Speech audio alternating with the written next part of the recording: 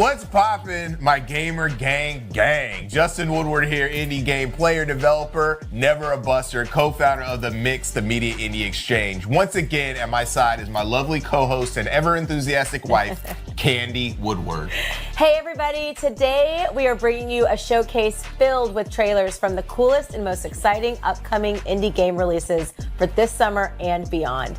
Yeah, we want to make sure to represent and say hi to all of you lovely people. We are not AI. As you can see, we busted out our summer drip for the occasion. You like? I like it. I like the pineapples and the sunglasses. You like mine? It's a little big. Of course. Thank you. I am ready to go to Turks right now, baby. Okay, let's get that energy going because today's showcase contains over 50 new games with oodles of exclusive new trailers and gameplay reveals from our developer friends that you definitely don't want to miss. That's right. We have been banging out these awesome events, and we are happy that you've got the fire cooking that includes updates, trailers, and announcements. Let's quit the jibber jabber and get to the games. People don't want to look at our mugs. They want to look at the titles. You know what I'm saying? Settle down, settle down. You know that we have some light housekeeping to talk about before we start. As always, remember to check out the Steam event page for today's showcase so you can see all the titles that we're featuring and make sure to add your favorites to your wish list. Oh, and we're also going to be doing some code giveaways throughout the show. Look for the info to appear on your screen. It's going to be somewhere here, somewhere over there, even right now. Grab that code, act fast, no do-overs. We also have a physical prize package that we are going to send out to a lucky winner, which will have a shirt, a hat, buttons, that kind of thing. The Mix wants to extend a huge thank you to our participating developers and publishers. We literally cannot do these shows without you. And we also want to give a shout out to our broadcasting partners at Twitch, IGN, and GameSpot, and the folks at Summer Games Fest, who have been amazing partners of the Mix and the indie community. Finally, thanks to our sponsors, New Blood Interactive, Top Hat Studios, Akupara Games, Hype Train Digital, Retroware, Acclaim, Raw Fury, Goblin Studios, Not a Shark Company, .emu, Fireshine, Aberratic Studios, Kojo.gg, and Shido. Our charity partner this year again is Experience Studios, which is focused on funding dope games from underrepresented developers like Black Voices in Gaming, the Latin American Game Showcase, and more. Please donate to help some awesome games get made. Please donate. Don't forget to do that. All right, now we can start the show. Hang on, Candy. Oh, okay. Some of these trailers are so hot. Oh my gosh. I gotta use protection, you know what I'm saying? I don't know if I knew you were such a nerd when I married you. You know now. You know now. Yes, I do. Yes, I do. All right, our first collection of trailers is for the up-and-comers. Games that put new spins on classic formulas, introduce innovative new designs, or simply defy categorization. Roll that tape.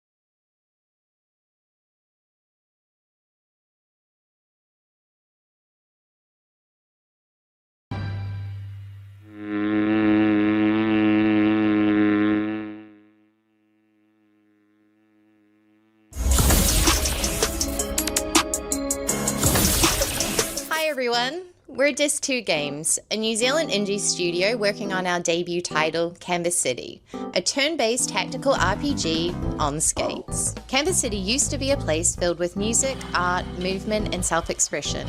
But now, music is controlled, art is licensed, and creativity suppressed. The streets are watched over by the ACU, short for the Artistic Control Unit. Their task is to stamp out anything with an artistic expression that doesn't align with their agenda. You'll lead the Firestarters, a rebellious crew of street artists using music, dance, and graffiti to reclaim public space and inspire the people of the city. The crews of Canvas City fight using spark skating, an illegal underground sport built around electrified skates capable of grinding up rails, launching across rooftops, and chaining impossible movement through the city. You begin the game as the Firestarters attempt to recruit their first new member, MC, via the Undercurrent, an underground network where crews share footage, gain followers, and build influence across the city. Every crew in Canvas City has its own identity, philosophy, territory, and most importantly, music style. How you move through your environment is going to play a key part in how well you perform, and is one of the ways we approach the turn-based strategy genre differently from others. The movement and action phases combined into one, allowing you to seamlessly transition between traversing the map and attacking your opponents during each character's turn. Instead of dealing damage in the traditional sense, you demoralize opposing crews and outposition them using momentum, map control, and style. The demo is just a taste of what you'll get with the full game. Waiting Beyond is an overarching story of reviving a city's creative spark. More rival crews, each with their own distinct vibe and territory, characters to recruit, new tricks and abilities to unlock, and more. Wishlist now on Steam to be amongst the first to play this new take on team tactics RPGs.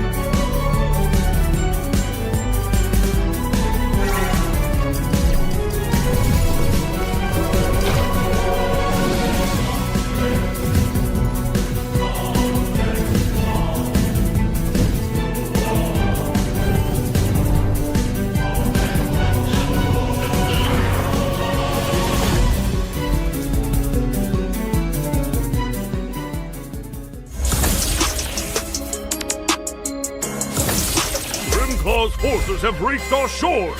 Leave it up to us, General. This invasion stops here.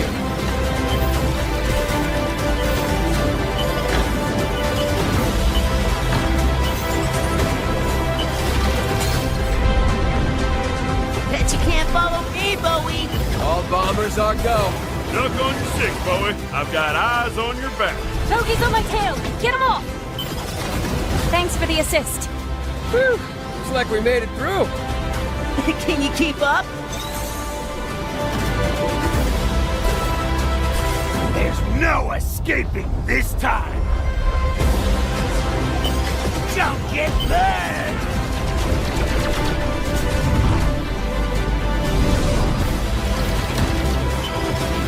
I'm getting fired up. Keep your cool. We're not through yet. Just one last push, team. Way to go, Bowie! Let's end this, once and for all.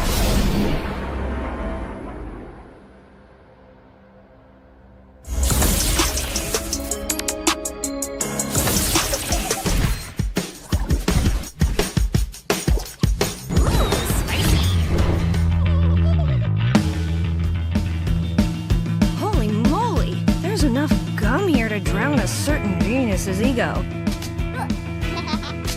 Security first, sugar swung later.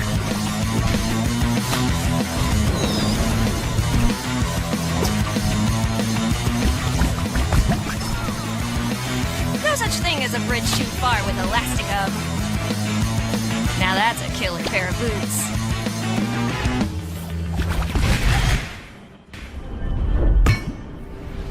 Careful, everyone! The Great Uja's back! You're living off Mr. Gum's dirty money!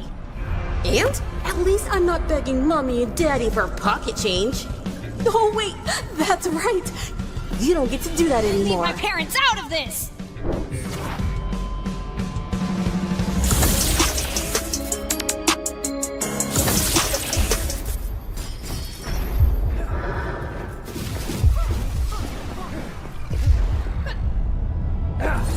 Alright, fine. You asked for it.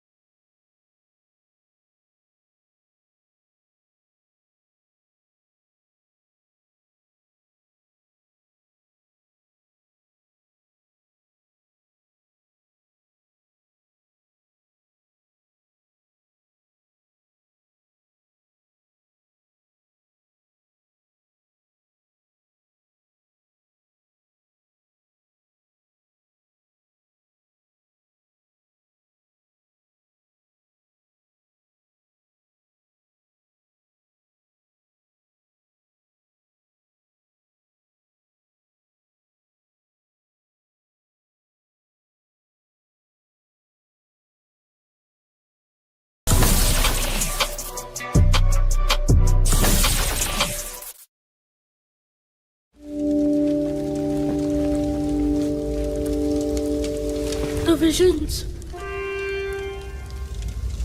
They're getting clearer. No matter where I look, it all leads to the same end.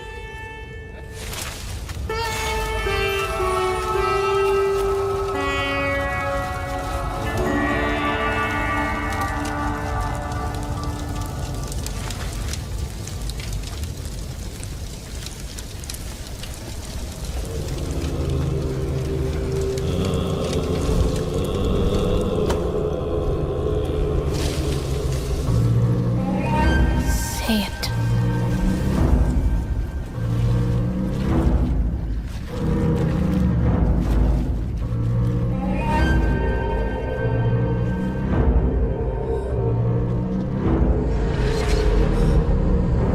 Mahabalasura!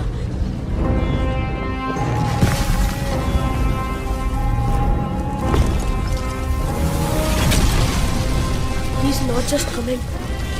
He's already part of everything that's breaking. He always was, Raj.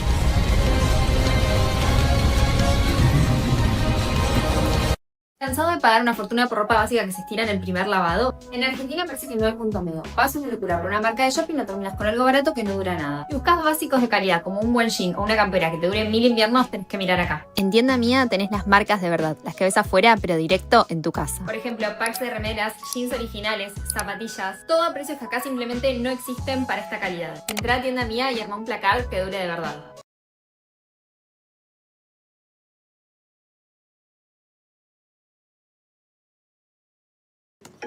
I just built a budgeting app. What? How? Base 44. Look, it pulls all our expenses into one place and breaks down spending by team. Interesting. Can it generate reports? It can now. Nice. That's actually pretty good. If you're going for generic. How about now? Oh, that's much better. What about all of our files? It's already connected to our drive and our mail and Slack. You gotta send this to finance. Interesting. But it needs editing permission by department. Sure. Anything else? Can this thing process invoices? Can it show cost growth by category? Is the password protected? Can it track spending trends? Only could auto-flag overspending. Done. Nice.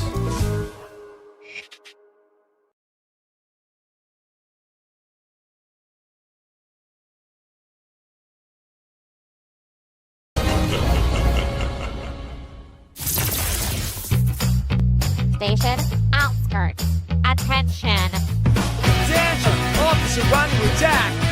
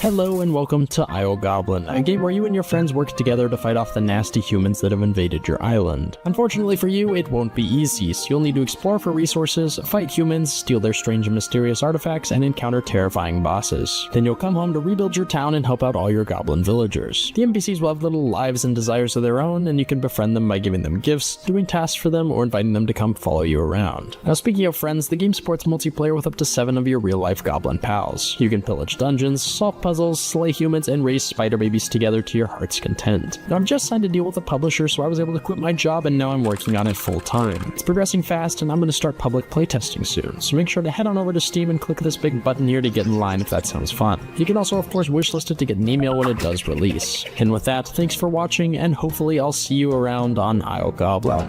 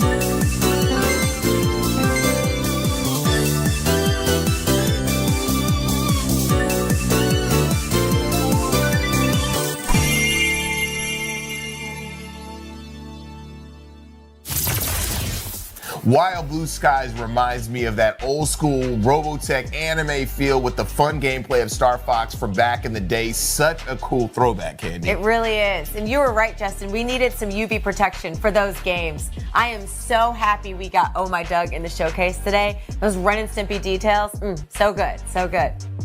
All right, moving forward, you guys, it is time to bust out a... Grab your phones or use those creepy meta glasses and take a flick of the QR code on screen for your chance to get a free game to start your summers right. And done. Now, if you guys like Sims, strats, or building the perfect deck, then you're sure to find your next obsession right here. Let's take a look.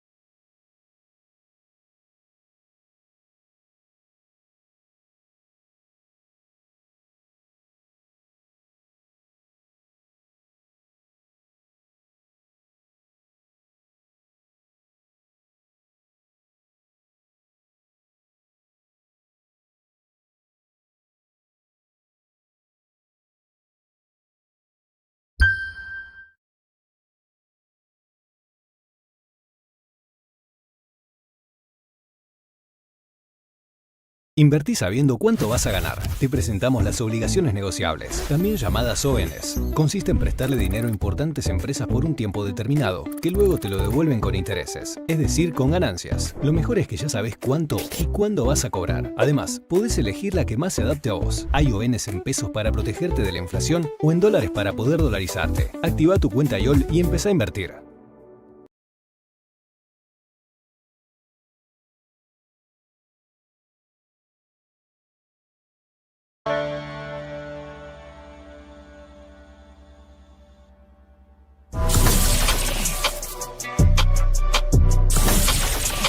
Welcome to Neighborhoods, a cozy sim where we are reimagining the city builder as a city fixer.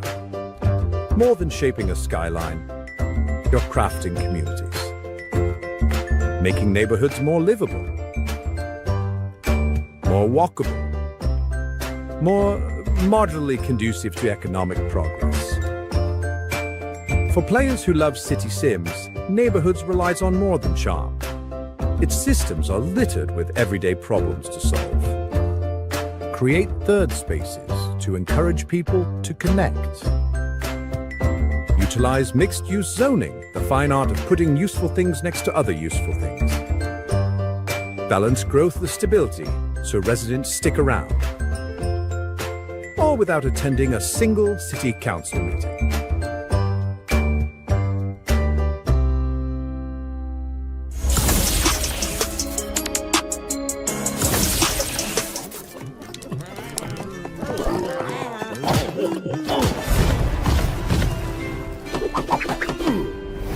Welcome to Midgard. Battle mythological creatures by day. Serve rowdy tavern customers by night. But look out for the coin thieves. Harvest crops for your recipes. Spend your coins on wicked new weapons or experimental brews. Explore islands filled with mythological wonders. Meet a Norse god or two. And clash with mystical beasts.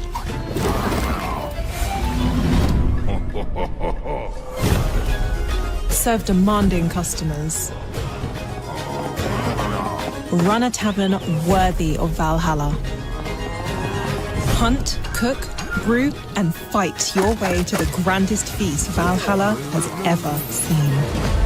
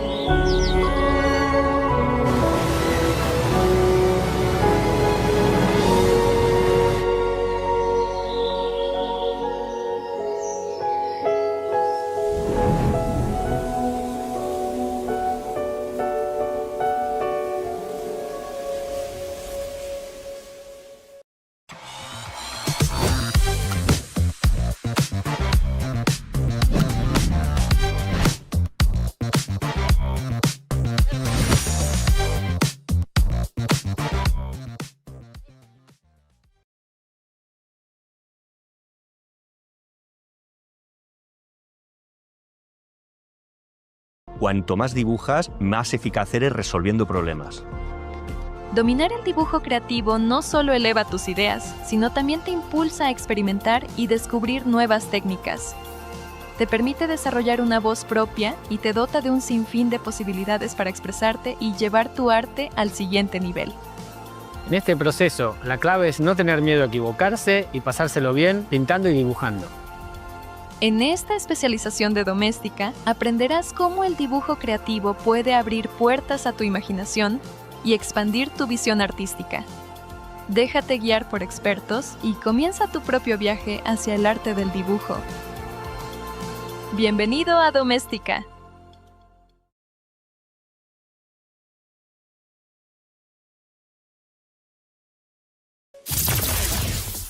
Hello, Mitko here, one-third of the Odd subteam, a small studio that specializes in odd takes on familiar formulas. Our first project, Husk Protocol, is a deck-driven mecha game that best fits the roguelike deck builder genre. But here is the odd part. It would more accurately be described as a meta-roguelike deck builder. What do we mean by this? Well, in most games of the genre, you pick a character and spend the rest of the run acquiring cards from its card pool. In Husk Protocol, you do pick a Husk, a mech suit that serves as your character, and do the same.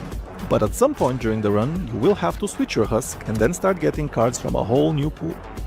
You will have to Husk hop your way through several biomes, all the while facing deadly mechanized security forces, random events, and fearsome guardians, whose express purpose it is to stop you from fulfilling your goal. Progressing through these challenges will let you improve your deck and gain new permanent upgrades that will hopefully help you succeed on your quest. Let's get back to Husk switching and why you do it. The reason is that you have no way of healing in the game. When you switch to a fresh Husk, you start at full health again. There is also the small matter of the city actively trying to triangulate your position and let the guardian of the current stage loose to hunt you, meaning any further moves on the map can lead to an ambush. You don't want that to happen regardless of how good you get at the game, trust me. Switching Husks throws the city off your robotic scent for a bit, giving you some more time to explore and get stronger without risking a surprise early boss fight. Switching itself entails you ditching your old Husk for a fresh one. But here's the thing, each Husk's cards and modules are only usable by that specific Husk, so that's bad, right? Well, you actually get to crack one of your modules and some of your cards to make them universal and usable by any future Husk. You're building this Frankenstein's monster of a mech using modules and cards that were never meant to be used together to truly make your own unique character each time you brave the streets of Eterna. Enough monologuing though, the game is available to playtest on Steam right now, so you can try it for yourself, and we would love to hear your feedback to help make Eterna and the Husks roaming it the best place your copied consciousness could call home. Welcome to El Dorado, an island full of natural beauty and riches where people can retire.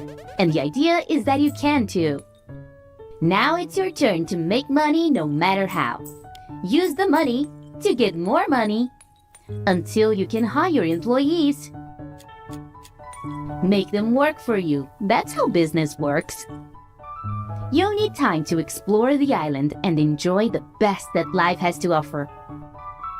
You can even learn a little bit of alchemy. Or not. Well, it's time to expand your business as far as possible. Help residents earn more money and train your employees to work better. Unless you want to work. Yeah, that's an option. But I think it's gonna be difficult to achieve your goal that way.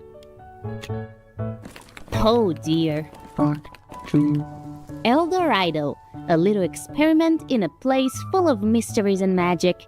a place where you can get enough gold to buy everything you've ever wanted. But the price is blood. Yours or someone else's. I mean, the blood could come from the employees you hired. Just sacrifice them to make a pact with the underworld. That would definitely make your life easier. So, I'll see you when you're dead.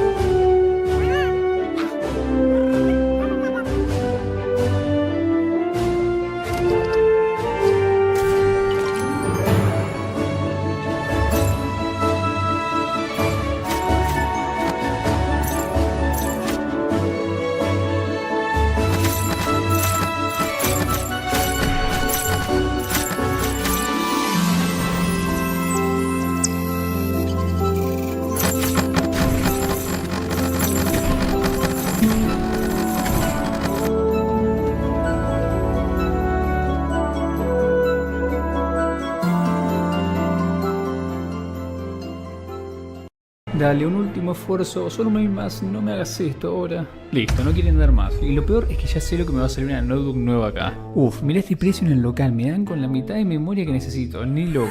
A ver, pará, Nico me dijo que mire en tienda mía. Mirá lo que es esta Dell o esta Lenovo. No, mirá lo que es esta MacBook Air. Es que hay de todo, hasta modelos que ni conocía. Y lo mejor es que el precio realmente vale la pena. Encima tiene la memoria que quiero para poder trabajar sin problemas. Ya fue, no doy más vueltas, hago clic acá y listo, me olvidé. Si vas a cambiar tu notebook, hacela bien. Entra en tienda mía, compras y llega directo a tu casa de Estados Unidos. Hacé como yo y entra en tiendamia.com y si no, descargate la app.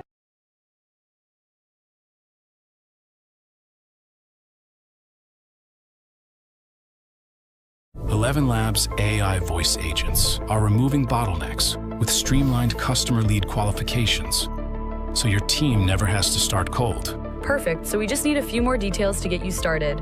What's your current address? It's 456 Elm Avenue. Okay, and what about your zip code? 48217. An authentic conversational experience starts with low latency responses, delivering natural conversations with contextual understanding for a truly human touch. Absolutely. I'll make a note on the system that the seller is looking to move fast. AI voice agents are delivering results with highly customizable workflows and backed up by industry standard compliance. So get a head start on every customer journey with ElevenLabs AI voice agents.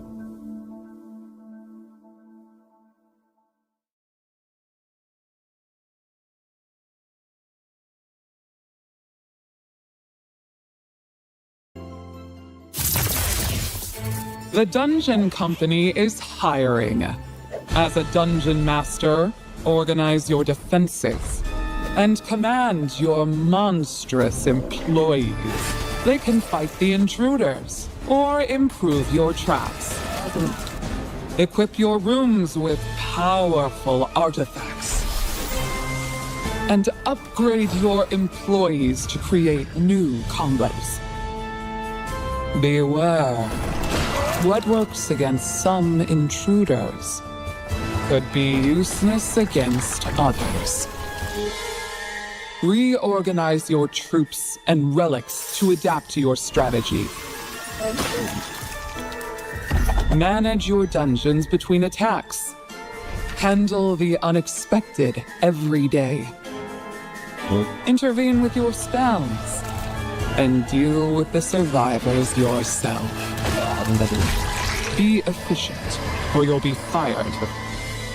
So, do you want the job?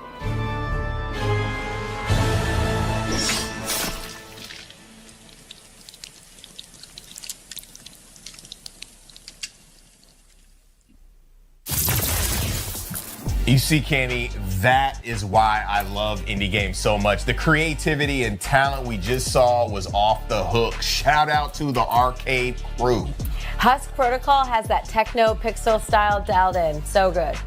Up next, if that group of titles didn't get your heart pounding, this next set of games will do the trick. We're going to be hopping into some fast-paced action games and a fighting game that I'm personally looking forward to getting more updates on. Let's get ready to rumble in this piece. Truth be told, glitter and gold.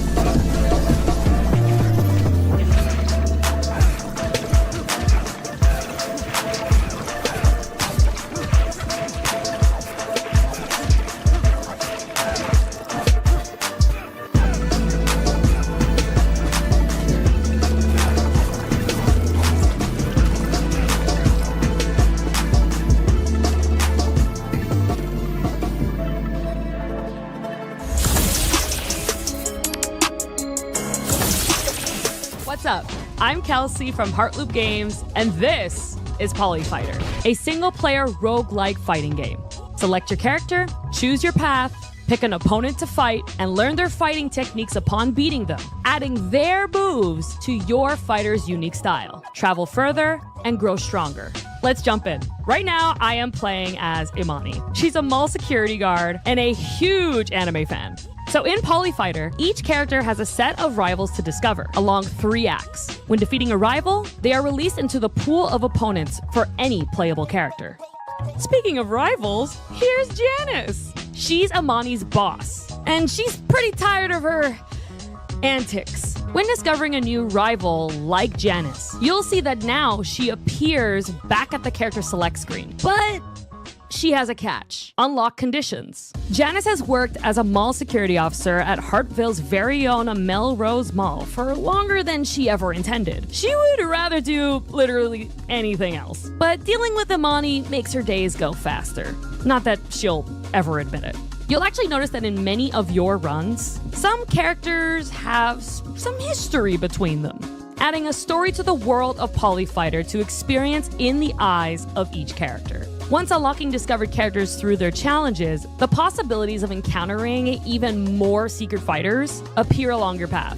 Let's see if we can discover another Hey! It's Muscle Horse! Oh, bring it on, baby.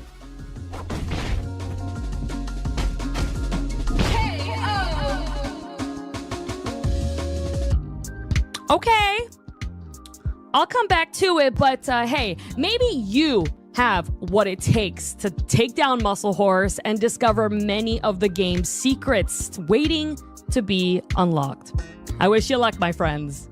Try out the demo today. Polyfighter by Heartloop Games will fully be available later this year.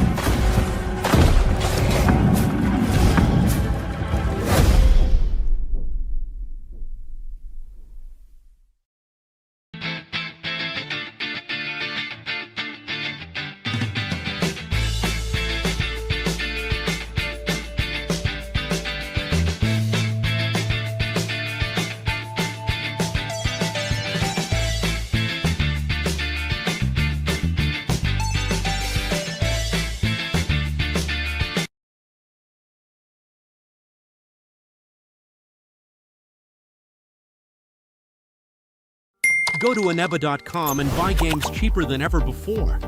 Get instant access to the popular games and the biggest titles. Score massive deals on DLC, gift cards, and more directly from your browser. Go to aneba.com and start buying your games cheaper today.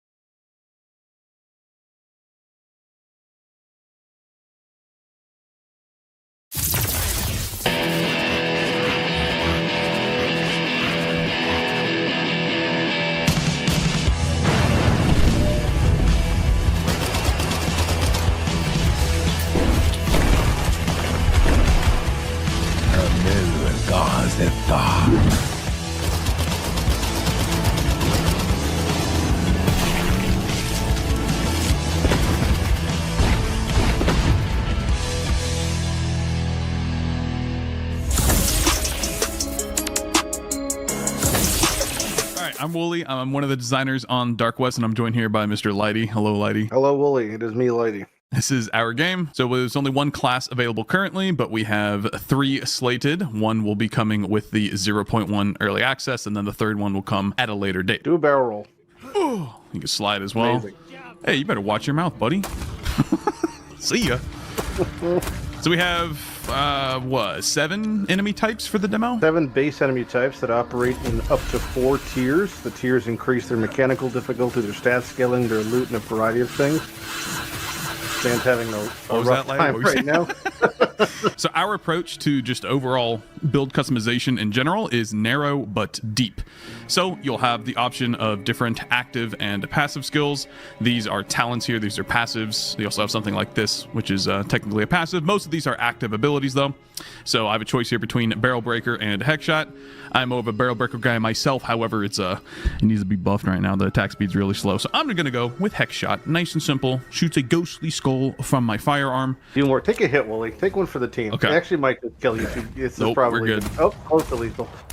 They do hit a lot harder. So they do have a higher loot condensing factor, LCF value, which increases the quality of the loot, not the quantity. So that is one of the core principles of our game. If you guys play other action RPGs, there will not be a loot filter. Of course, we'll have pretty name plates and whatever to give you the dopamine hits. You should not ever feel the need to be like, why am I dropping 10 items that I don't care about? Also, you want to briefly talk about crafting here? Our crafting is used to augment and improve weapons, not create them from the ground up. So you won't be, white item crafting with no affixes into something that has 9 affixes and all the bells and whistles. You're going to find something good and then make it great or make it exceptional, but it'll still be very good to use out the gate. Ladies and gentlemen, that was the Dark West. Again, I am Wooly, one of the designers, joined by Lighty. Anyway, wishlist our game. Thanks. Bye-bye. Bye.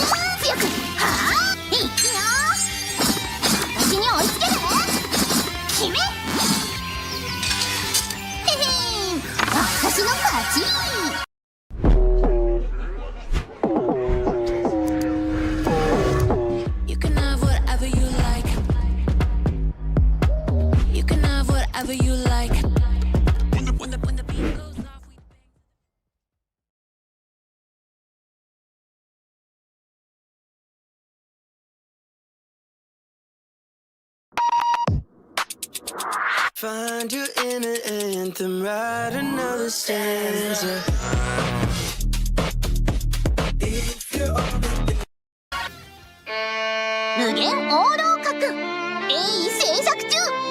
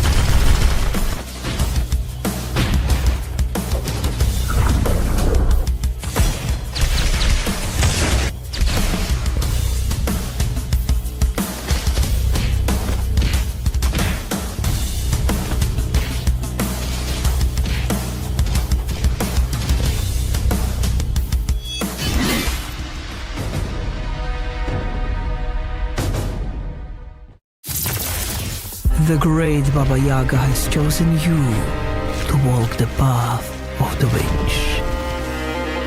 As my apprentice, you will learn the craft, the old ways, those that should not be forgotten. Explore the lands where every path holds a secret. People and spirits alike will share their stories. How you respond to them is your choice. Build our home, a place truly shaped by your desires. Will it be grand or humble, dark or light? All paths are open to you now.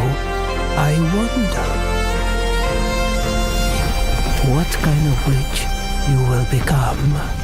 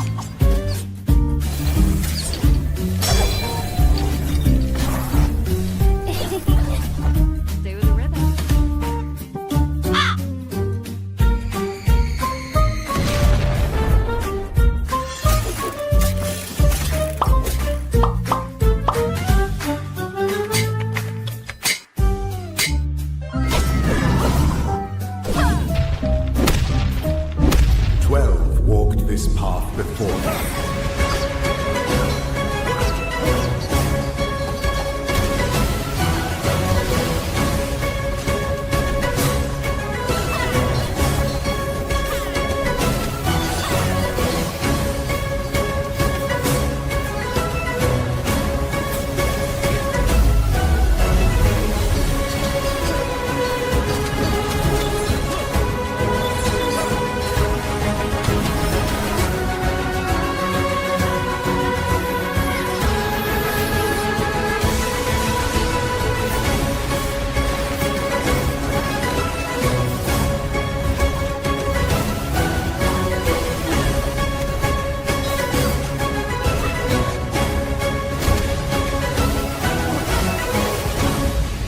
Let your zodiac trials.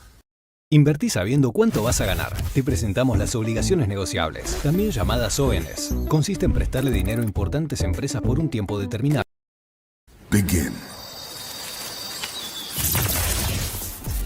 Candy, you know I love my fighters. Yes, I do.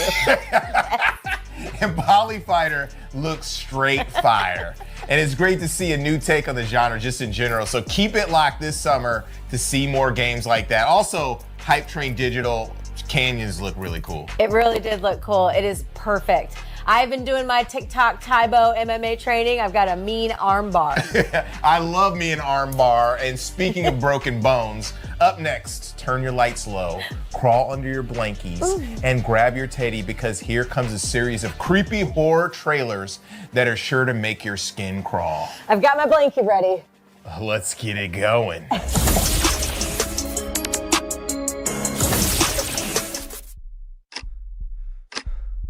It's a simple job for men with nerve. Hello, I'm Danny, game designer at Garage 51, and today I'm here to introduce Cordura. But first, I want to thank you for the incredible reception we've had since the game's announcement. Now, let's begin. Cordura is a cooperative quota horror game for up to 4 players. Each run, you'll enter corrupted mazes at night to collect the roses before the doors close. But what defines Cordura is Mimic, the game's core mechanic. Mimic is not an enemy that just repeats the last thing you said. It listens. It records your conversations, processes the context, and turns it against you.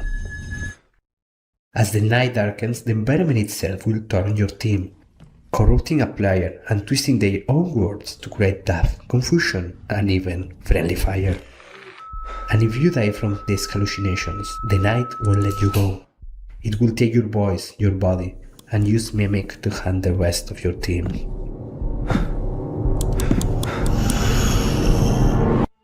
One of the biggest challenges was getting Mimic to start working and feel alive without requiring 3 hours of prior gameplay. The result is a system that creates unpredictable situations from the very first run, creating moments that don't resemble anything we've experienced in other games. In our internal test, players didn't need to exaggerate or force reactions to make things interesting. It happened organically. So we can wait to see what happens when it's in your hands. Some of the footage you've seen is a preview of gameplay we'll be showing in the next few days. Until then, we're on Discord if you want to know more.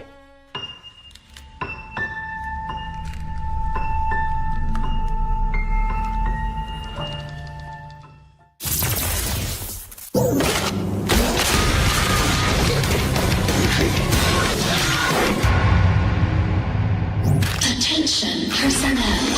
If you are experiencing symptoms such as hallucinations, amnesia, or an inability to recognize reality,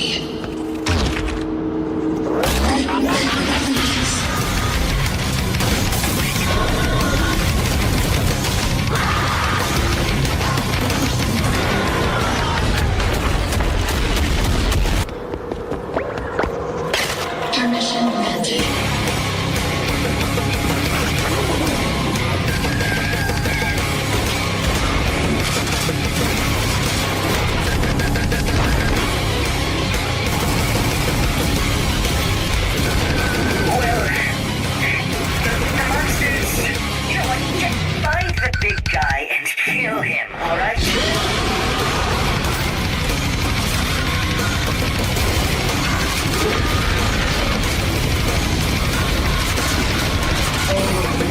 was our only chance at evolution.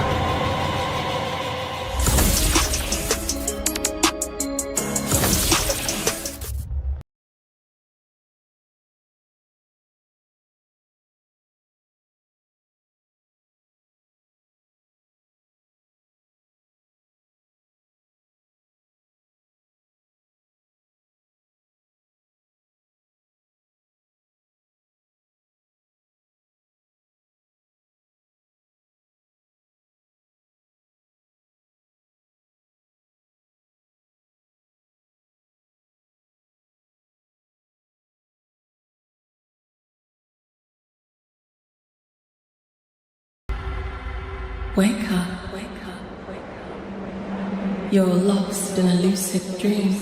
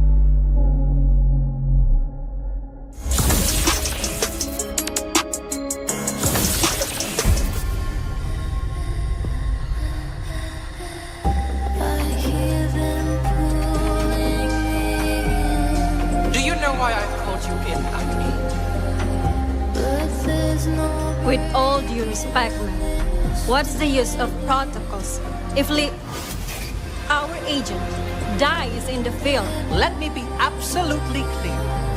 You will be on your own. Leela needs me, ma'am.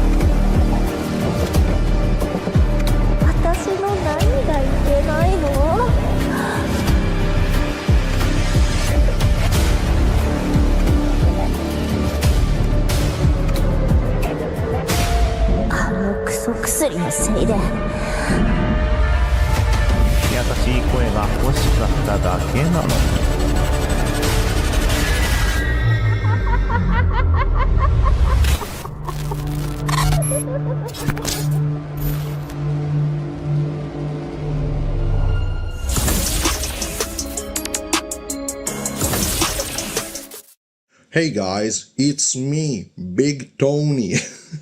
Scratch that, I'm Matteo, we are Games on a Chair and we're making a PSX-style horror game called Feed It. This is a game about living with a monster. You do what you're told and feed it, or you don't. There's consequences either way.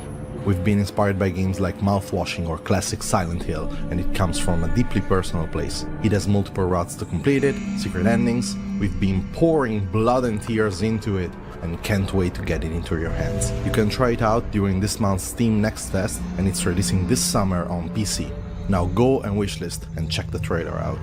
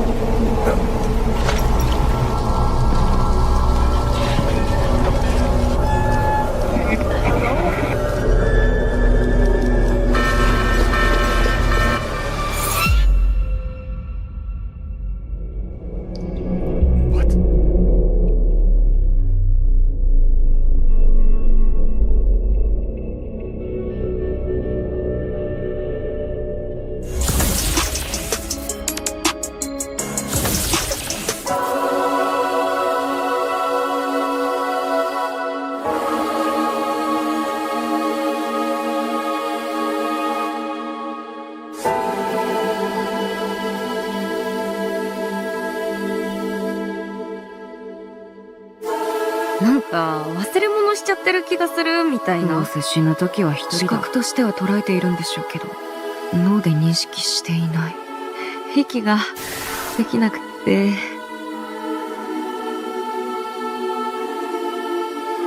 あんたさずっとなんか嘘ついてるでしょ。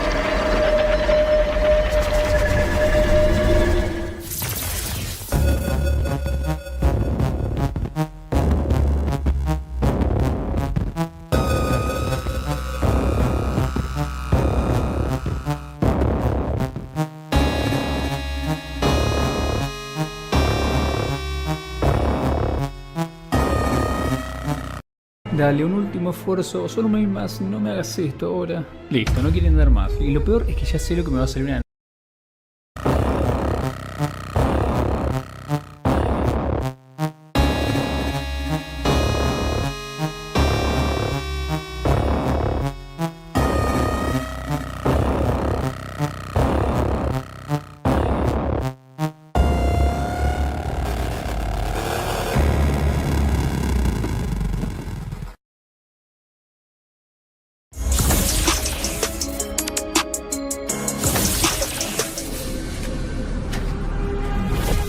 The world is dying, ravaged by environmental collapse. Gasping for every breath, the system is broken. The poor are the fuel, feeding the machine of greed. Attention, security breach. Core ID is missing. You have been reprinted.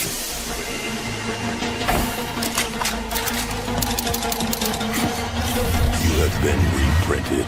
Citizen, produce, supply, utility is life. You have been reprinted. You have been reprinted.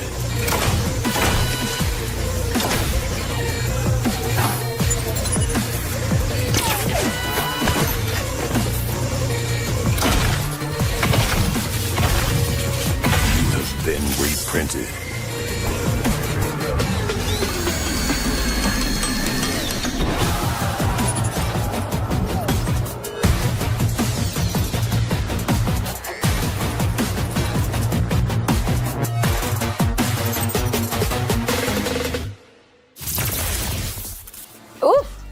even the most intense skincare regimen could clear up that nasty case of eyeball acne. I'm allergic to fish, and outfishing is wild. Yeah, that sounds disgusting. Yeah. I don't want eyeball acne. I was about to grab the hooks and bait, but because you're allergic to fish, I will make sure to reel in another game that we both can play, like Lucid Falls or Feed It. That one is super obscene. I love that horror games are blowing up more than ever on the scene. I do too.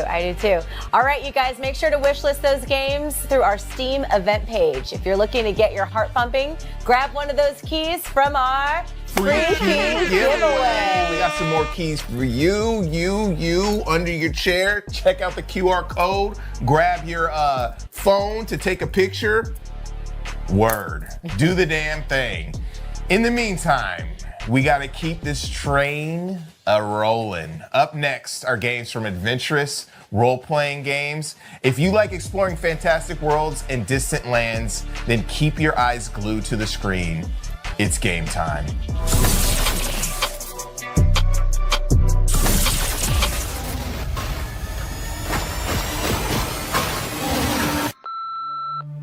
Hey, Gabriel, it's Mrs. Tremblay. I'm just calling to let you know we've decided to sell the house. We tried to pack up some of Mikey's things this week, and we just couldn't.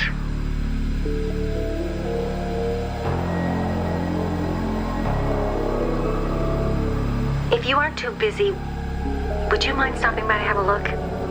You're welcome to have any of it. The games you used to play are still set up down there, and I bet it all still works.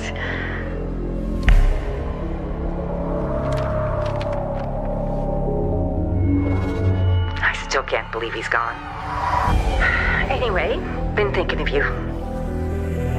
He's in the same spot it always has been. Bye, hon.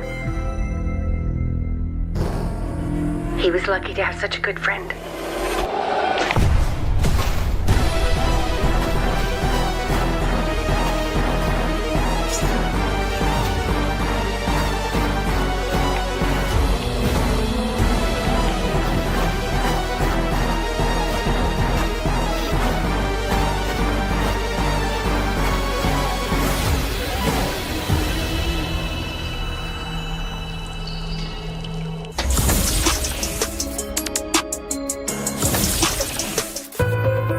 Paris, 1920.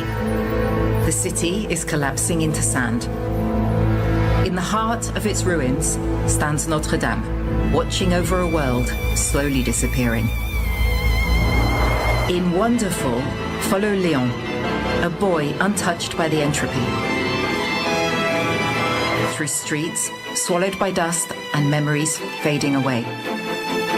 Using the very sand consuming the city, explore forgotten places beneath Paris and uncover the truth behind its fall. From the rooftops of the Ile de la Cité to the depths of the Métropolitain, every step reveals a city caught between beauty and decay. Wonderful is a narrative adventure and our love letter to Paris. Demo now available on Steam. Turn your pastime into your full-time. Your personal style into your signature brand. Do it yourself on Wix.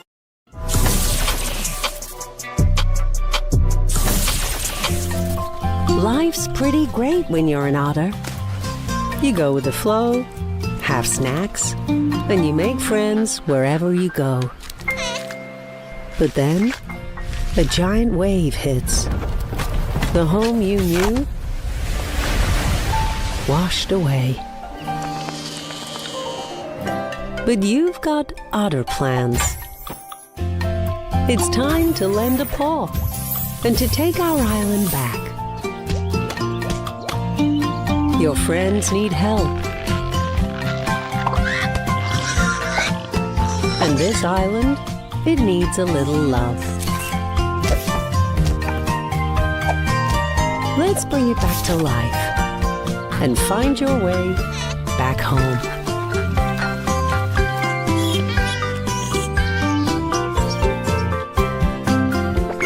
My otter friends.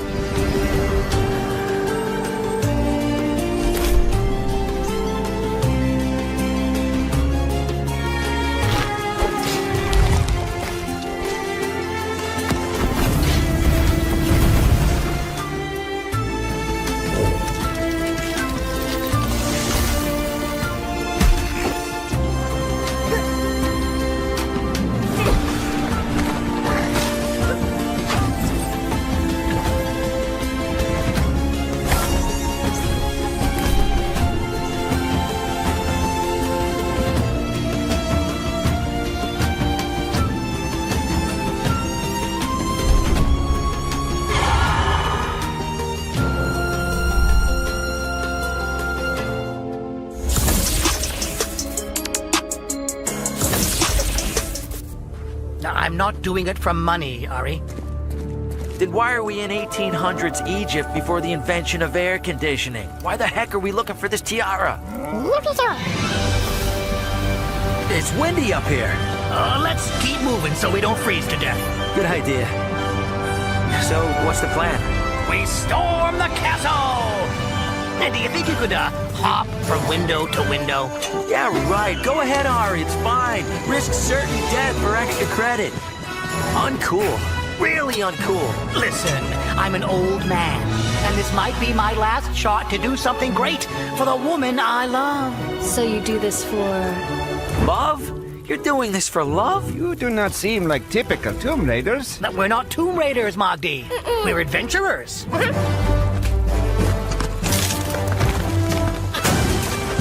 Where is the tiara?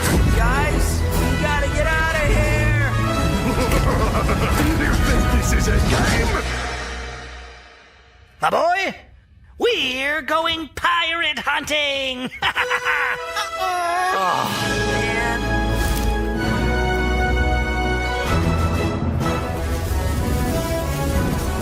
What the... You know, I'm not gonna lie. That was kinda awesome.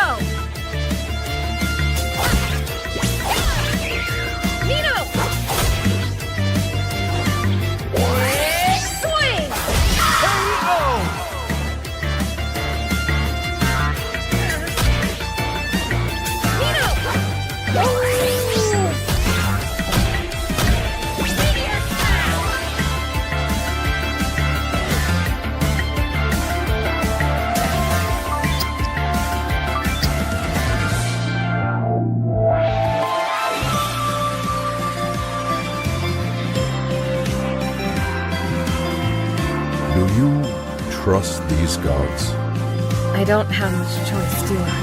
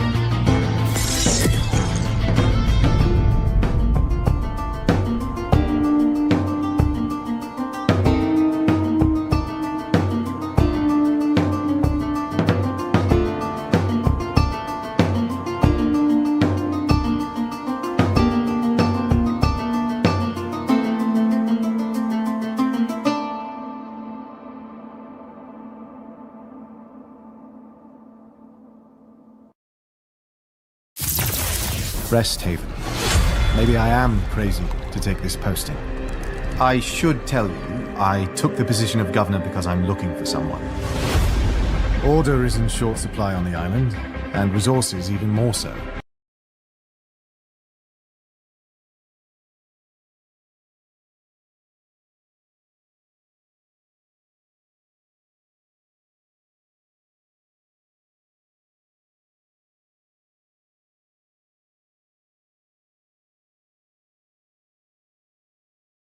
Go be governor somewhere else. Never heard of her. And they all seem suspicious of my intentions. What do you want with her? I won't stop until I've found you. If you are listening to this cylinder, I am no longer in this world.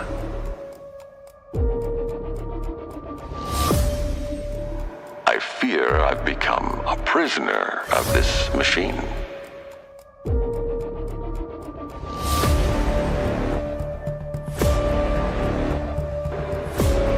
I've gone too far.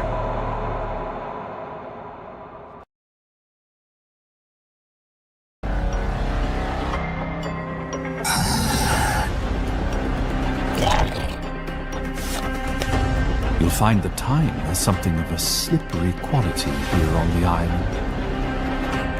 It's young Miss Joan, Governor. She's dead. Carefully, Ambrose. You're not the only one watching this colony. Someone must know something. I know things are not as they seem. I just need one more day. Rest Haven. Maybe I am crazy to take this posting. Folks are going to have a ball playing these games. I now understand what you were saying about the creativity and imagination of indie developers. Wilderlings is gorgeous, has a really unique feel. There were just so many beautiful games in that last set. I don't know which one I want to play first. Treat yourself, Candy. Treat yourself. Now, if I told you to do that, you would choose them all and you'd never come out of your office. I mean, that sounds extra suspect, but then I guess we'll just have to find some to play together. Aw. That is so sweet. So make sure you guys go to our Steam event page to wishlist the games, play the demos, and find one that you can play with your significant other. For our final set of games, we're going to be hopping, bopping, and stomping with some side scrollers and some action platformers. Let's go. Let's go.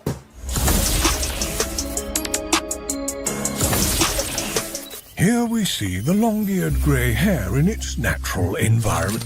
Oops. Oh dear. As you can see, in this region, predation tends to involve, well, tool use. But in a remarkable display of resilience, when prey falls, it passes a chosen evolution down to the next generation. Nature forces the weak to improvise, to adapt, to overcome.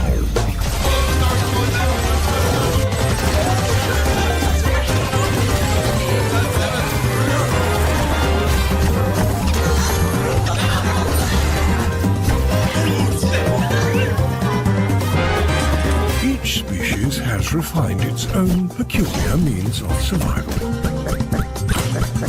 and its own evolutionary path.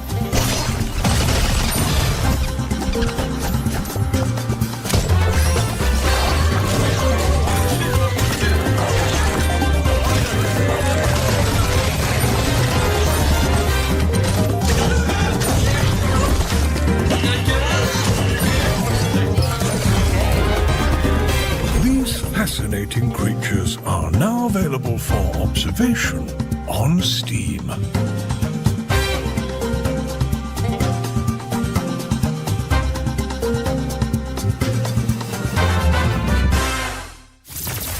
Hi, I'm Eric, and I'm the developer of Lucid. Lucid is a flow state-driven Metroidvania built around movement, aerial combat, player expression. Glide through environments, chain attacks in midair. Movement is your greatest weapon.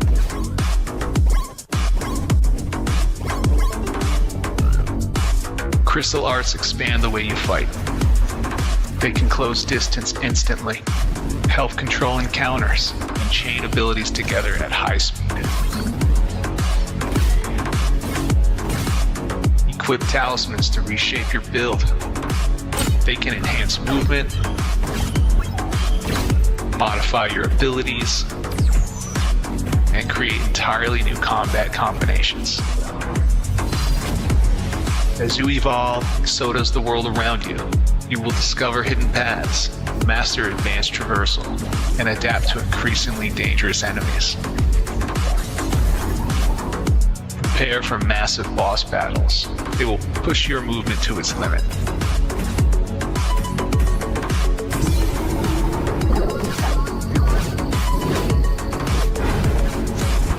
Move with precision, fight with creativity, see the world translucently. Be lucid.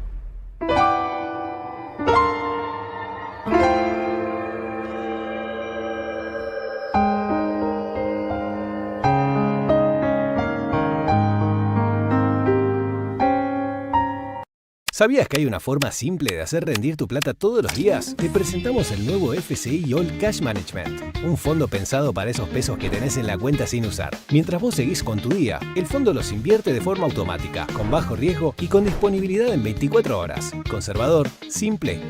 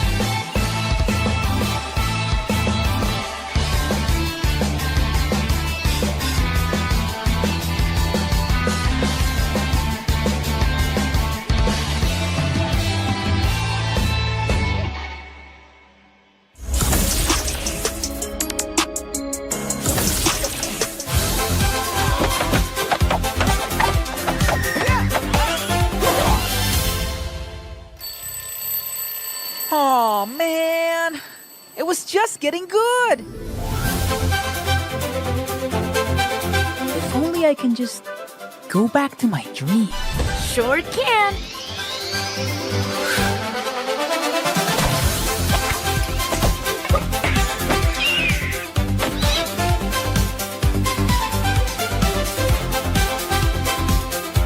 Oh, hey, little knight. Fancy seeing you here. You're blocking the line. My line of sight. Don't think you're fun! Come forth! Mecha Zozo!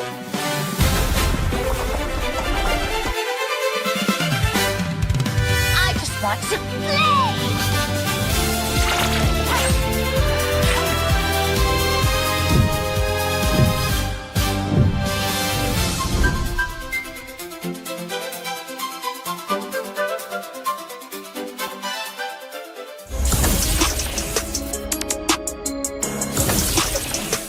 What is ball game?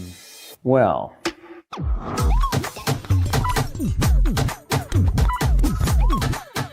ball game is a physics platformer.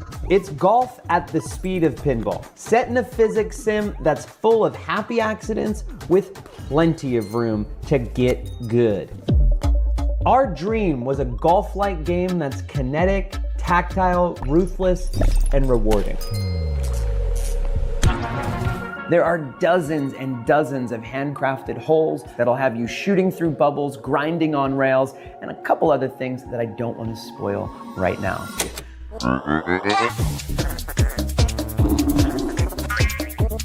In ball game, you play as Dolph. They're a golf ball. Now, they're not just any golf ball. They're a golf ball that was imbued with consciousness and banished to an interdimensional hotel. Like any good mystery, you'll unravel the secrets of this strange place by playing golf. You can play through courses in tournament mode, where every stroke counts. Can you get to the flag under par? Can you find the cosmic path and get there in zero? The hotel's also home to Corvus, a shifty-eyed magpie who runs heists. Heists throw everything you know about golf out the window. They're an all-out sprint across 9 back-to-back holes, where strokes don't matter and speed is the name of the game. If ball game seems right up your alley, then I've got good news for you. The ball game demo is live right now on Steam. We'll be sharing that demo at the Mix, so come by and get your hands on ball game. If you're interested, give us a wish list, follow our journey, and say hi on the show floor. Thanks for watching.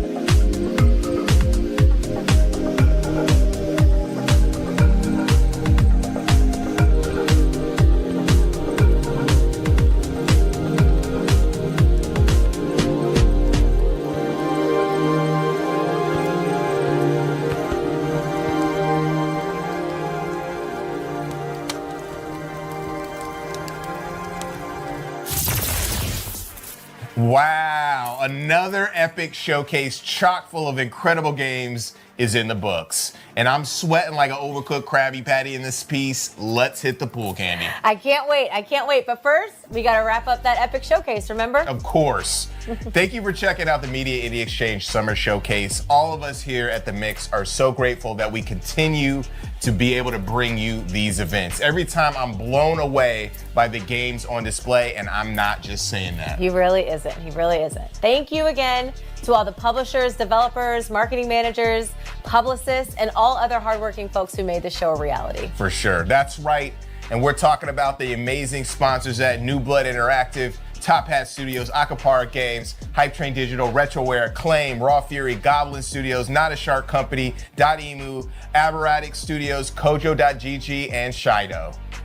Not to mention, or I think it's Shido, not to mention all the other amazing organizations out there that continue to show their support for independent games and the people who make them. Our charity partner, Experience Studios, please donate to that incredible team and charity nonprofit in order to fund games from Black Voice in Gaming and the Latin American Game Showcase and the programs that they are putting together for developers. Follow us on socials at Indie Exchange, on X, and everywhere else at Media Indie Exchange. Now, last but definitely not least, shout out to our gaming fam at IGN, Twitch, Steam, and GameSpot for helping us bring the show to you, rain or shine. Now, before we peace out, set a reminder to hit up our next showcase coming up in the fall, which we will be announcing dates in the next month or so. And we'll be opening up submissions for new games and drops. Until next time, I'm Justin Woodward, co-founder of The Mix. And I'm Candy Woodward. Deuces.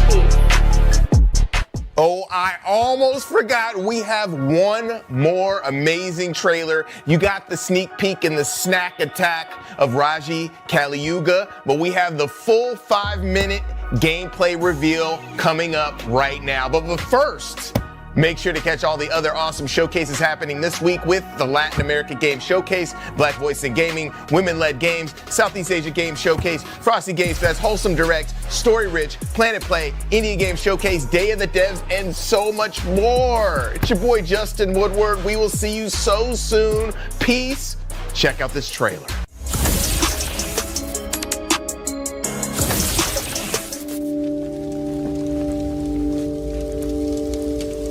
The visions. They're getting clearer.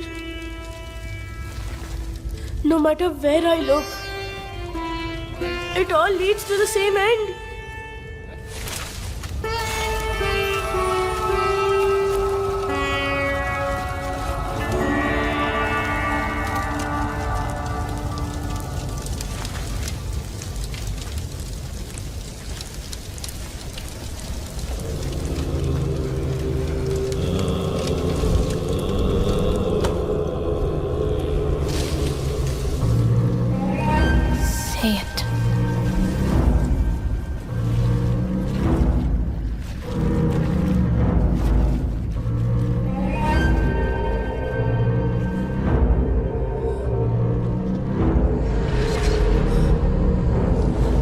Sura.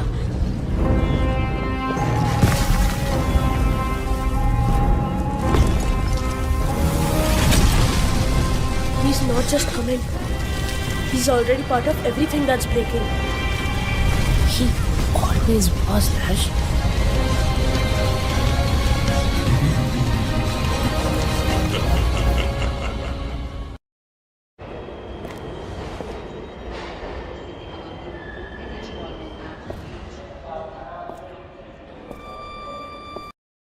Didi, this isn't a place meant for the living. Then why does it feel like it remembers us? Because Vitala isn't just a ring. It's everything the world tried to forget.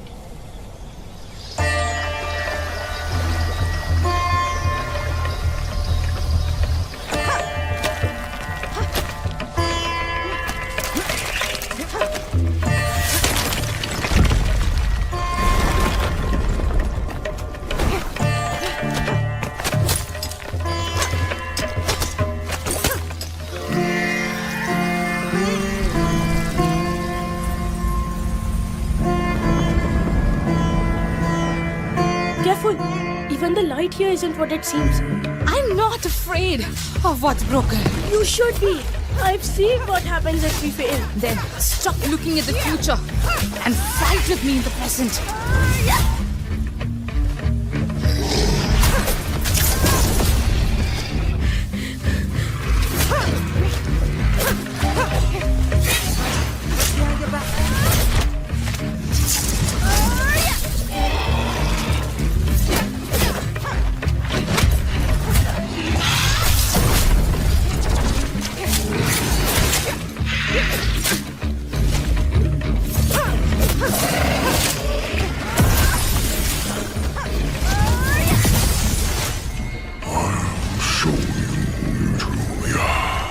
Yet I have no life, just form afar. I can be found in still water clear. On polished surfaces, so have no fear. Though I cannot speak, I always reply. Mimicking your movements, as truth cannot lie. Tell me, child, what am I?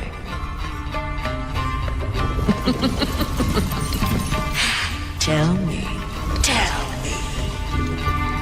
Oh, you don't know. Come back when you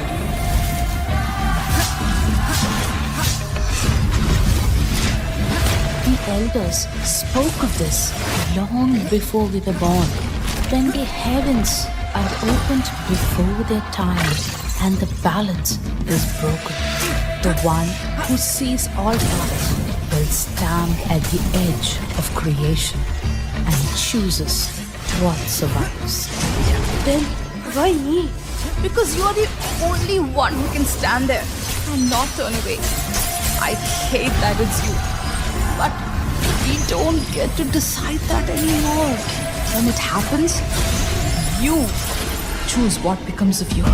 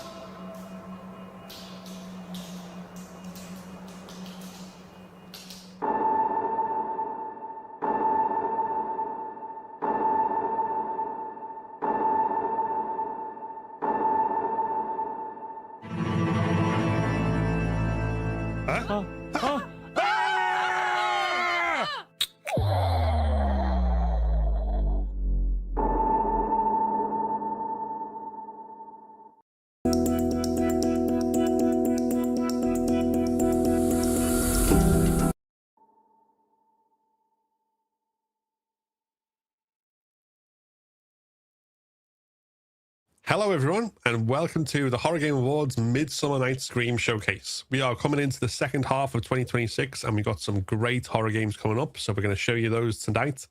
I'm Phil, and as ever, I'm joined by Will and Ash. Things got a little weird at our last trailer showcase at Halloween, so we're playing it safe this time by hosting from home. Far less chance of bloodshed. Well, we assume so anyway. Oh, yeah, right. Okay, won't be needing this then.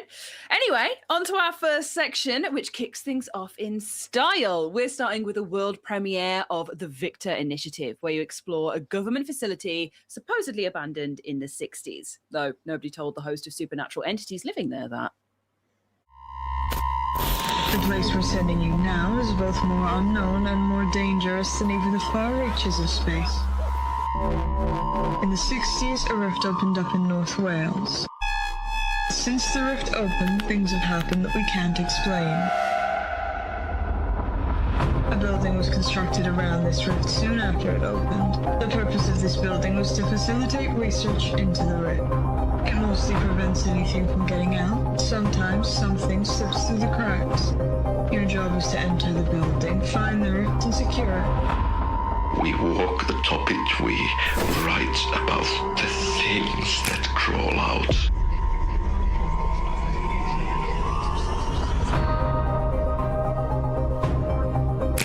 Shutting off the rift is the absolute end goal. Stop at nothing to do so. You're like the others. The disease that runs through these halls, prodding, testing, all humanity stripped away. Like those before you, you see this house not as a place of safety, but a place of fear.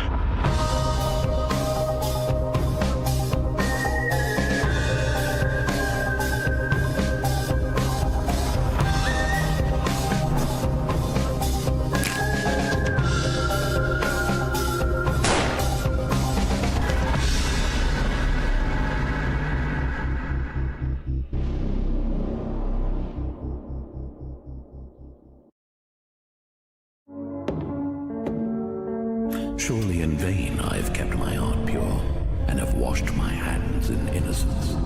All day long I've been afflicted, and every morning brings new punishments. My feet had almost slipped. I had nearly lost my foothold. For I envied the arrogant when I saw the prosperity of the wicked. They are free from common human burdens. They are not plagued by human ills. Their evil imaginations have no limits. Their mouths lay claim to heaven, and their tongues take possession of the earth.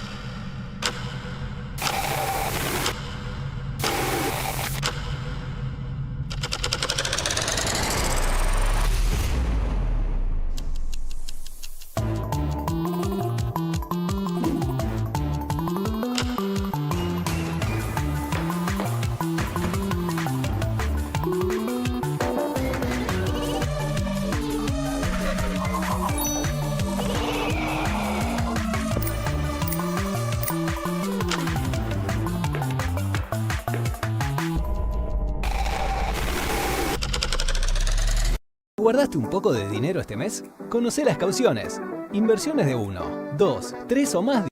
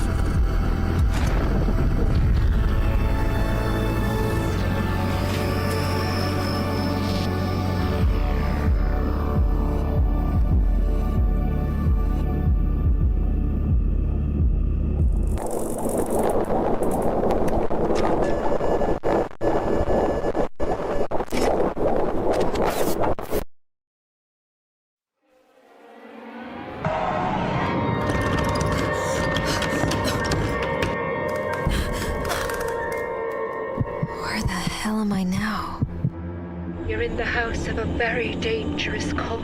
What? Hello?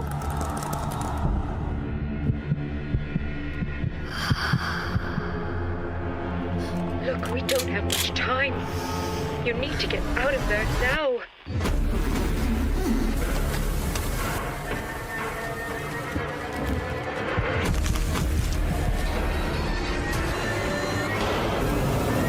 Someone stop this!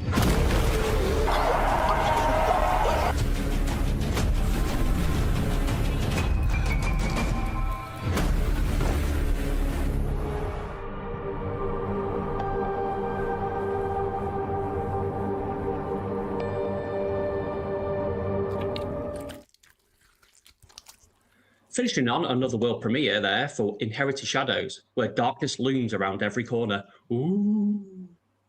If you're also watching from home, then I hope you're loaded up on good drinks, good snacks, and you're settled in for loads more amazing titles to come. Here at the Horror Game Awards, our favourite is The Blood of Virgins, but we do also like pina coladas. And if, like us, you are currently sheltering from the sweltering sun, then you'll be glad to know that the next game we're going to show, Eternal Haunt, takes place in old Japan, where you have to battle the elements as much as the wandering ghosts.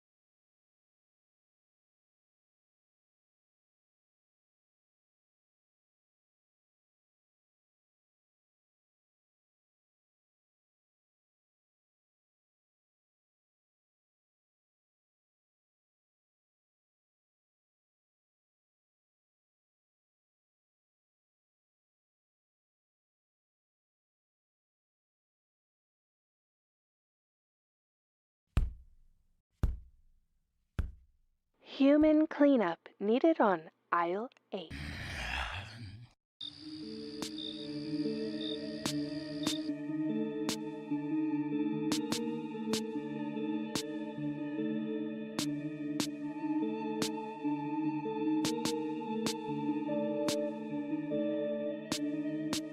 Last Chance Market shoppers. The store is now closed to human customers.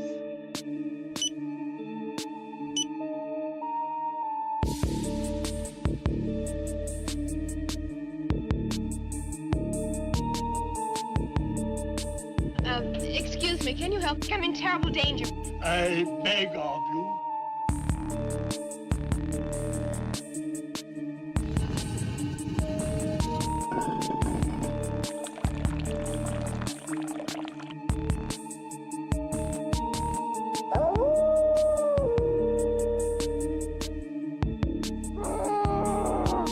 Please remain calm during inventory processing. Someone help, I lost my mommy. Mommy.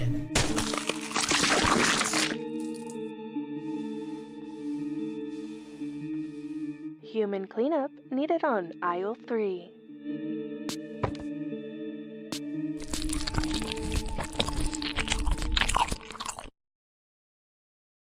Dr. Rose, have I had these powers since I was born?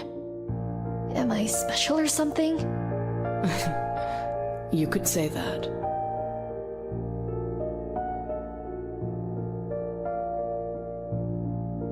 I've sacrificed everything. I won't let anything or anyone stop us.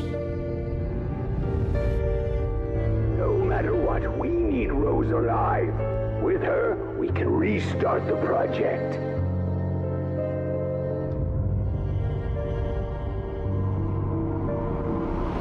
Dr. Rose!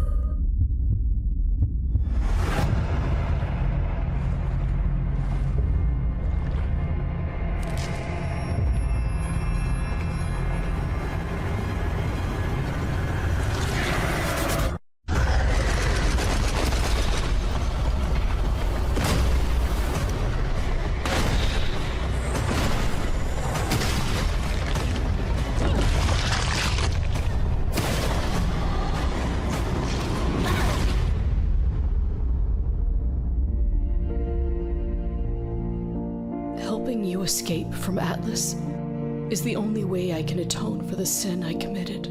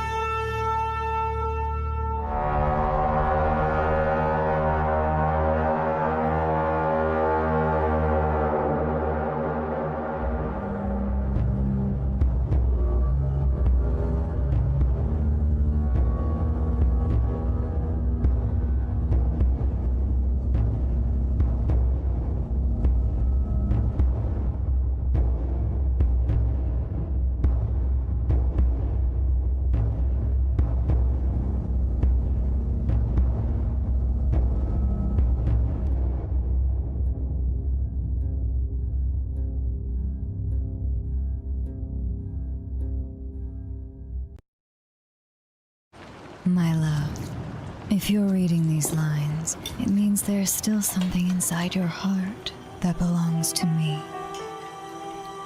As I've always told you, death is far too ordinary a thing to keep us apart. I will give birth to our creation in our home, beneath the place we once shared, because our creation cannot be left undone. Complete us. We were always meant to be one, and we still can be, my love. I am waiting for you in the Neverall.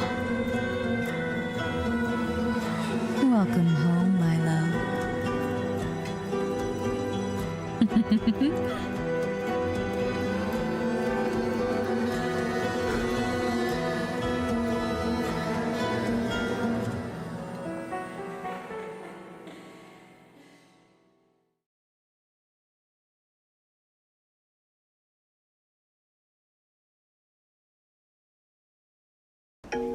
I just built a budgeting app with Base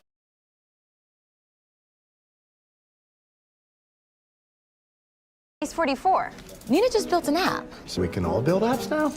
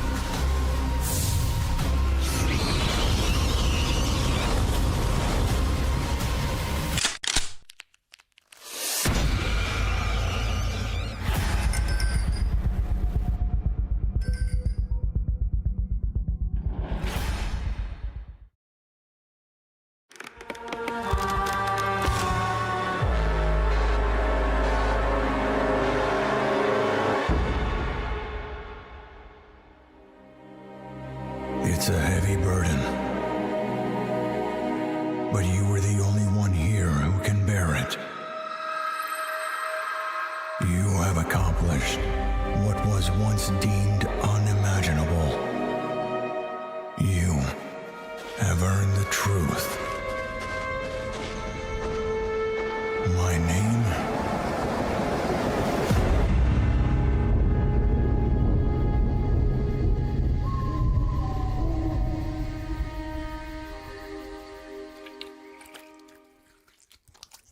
Verho Curse of Faces creates a world where seeing one's visage means instant death. So prepare your masks accordingly if you want to survive this world of lethal face cards. Speaking of lethal face cards, I'm here to introduce our next section, a world premiere look at the Skin Stapler, which promises grindhouse horror as you hunt the eponymous serial killer. As the tagline asks, will you uncover the truth buried beneath Carrion City, or will you become another skin stapled to the walls? Ah!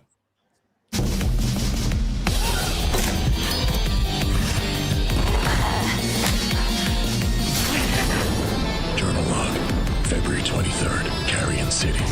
I'll grab the meat from the back and make some fresh... Ah, jeez! This city's drowning in misery. Murder was just waiting for its turn. Hello there. Welcome to Gutter's End. Holy crap. Just another night with another creep.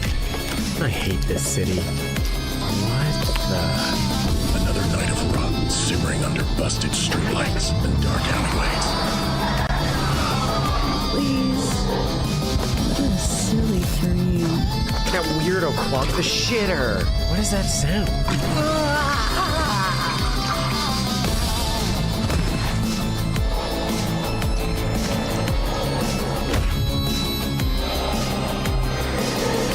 The name's Dick.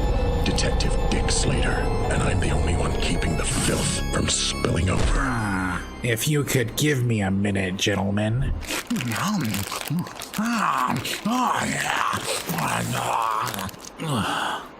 That's better.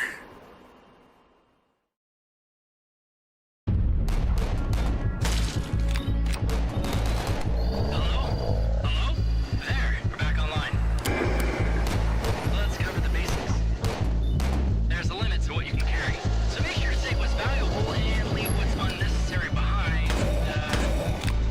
Next, make sure to keep your mags on your chest strap for the quickest reload speed. Oh, and don't forget to load them with bullets.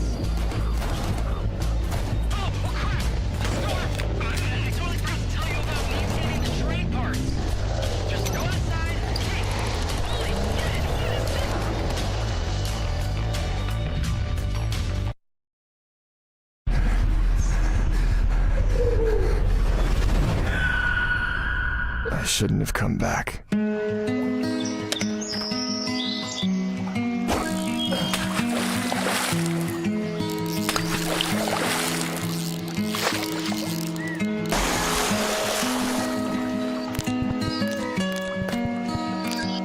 Almost done. Why would anyone hide this down here?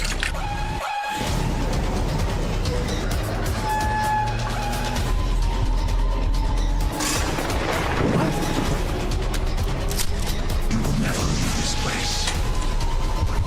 What even is that thing?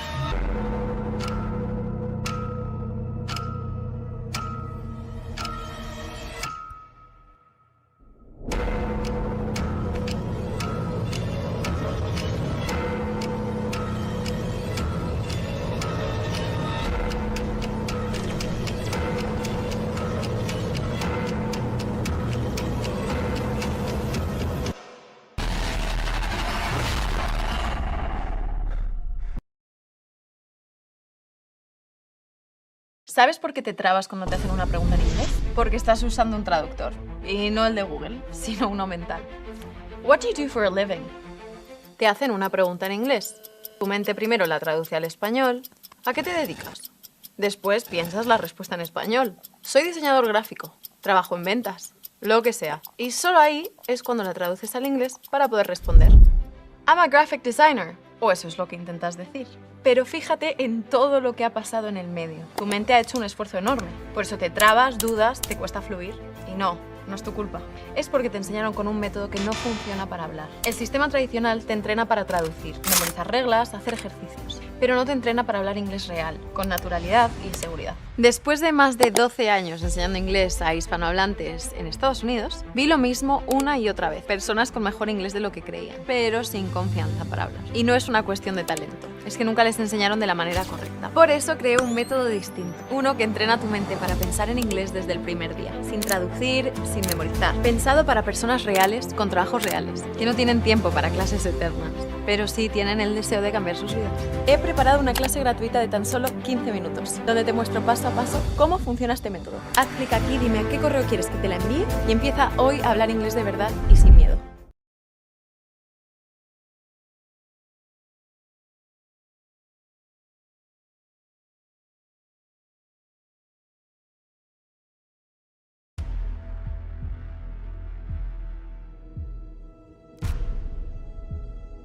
Extraño despertar con las montañas. La vida aquí va a funcionar, ¿no es cierto? Haremos que funcione.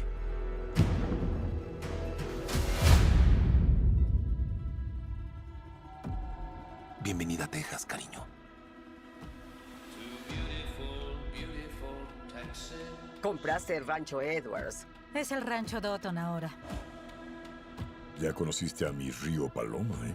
Un gusto adquirido. Beulah Jackson, un grizzly en Gucci. Este rancho tiene 190 años y he trabajado duro para protegerlo.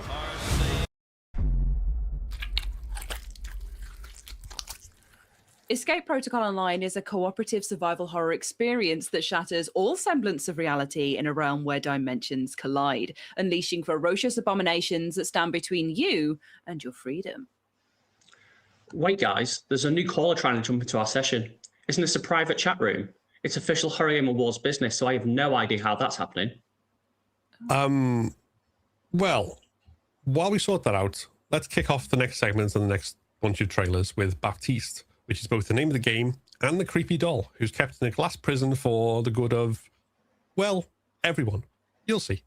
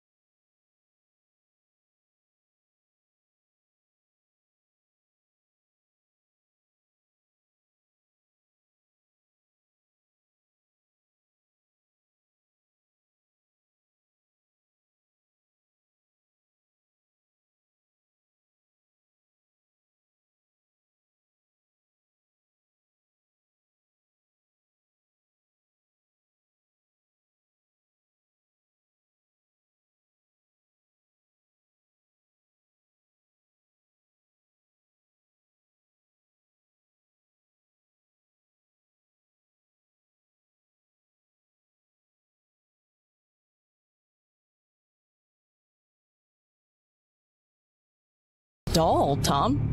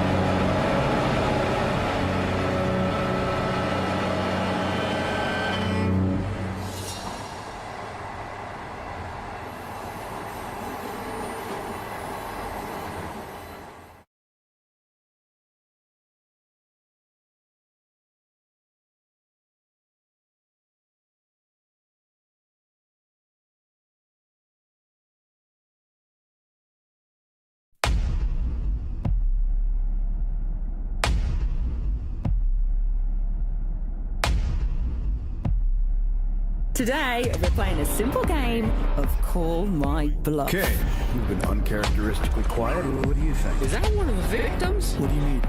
Raise? No, cut it out, Jacob. Why are you pretending to be Jordan? 2 to the chest, 1 to the head. Pow, pow, pow. Val, please tell me you're not talking about the Whispering Man case. Morning. You ready for a little road trip? Just stay with me. It's classified. Typical Corbo tight-ass bullshit. Who should have brought bigger guns? This targets their face. Focus, people. We need to figure out what happened here. Who is this? Jordan. My name is Jordan. You ain't nothing but a lost cause. This ain't nothing like it once was. I know you think it's such an outlaw, but you got no job. And you ain't nothing but a lost cause. This ain't nothing like it once was. I know you think it's such an outlaw, but you got no one.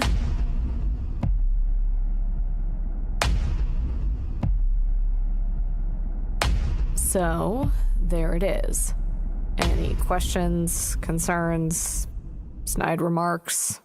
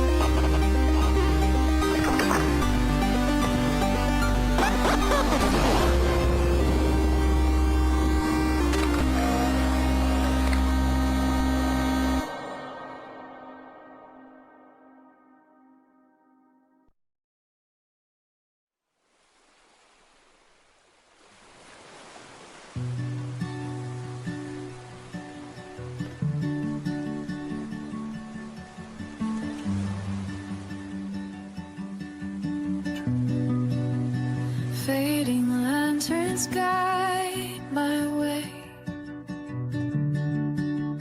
Whispers drowning yesterday.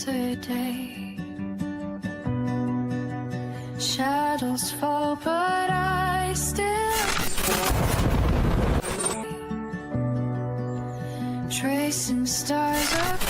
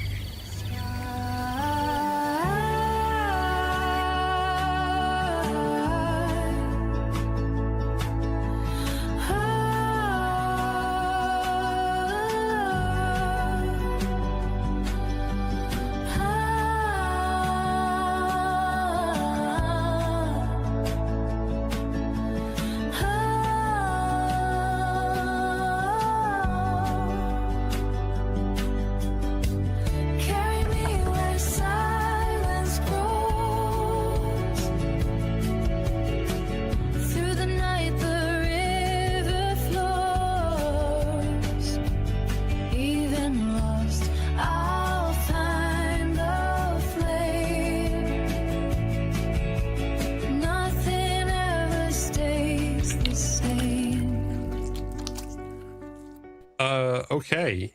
I think that's the new caller being kicked out. Weird. Shall we move on? Yeah. Psychological thriller Sylvanas finishes off our segment there. Our story-focused experience, we venture deep into the forest to find your missing child. The next trailer we've got for you is The Patient Can You Escape, challenging you to make your way out of a German sanatorium in the 1930s with nothing but the clothes on your back and the items you can source from the building along the way.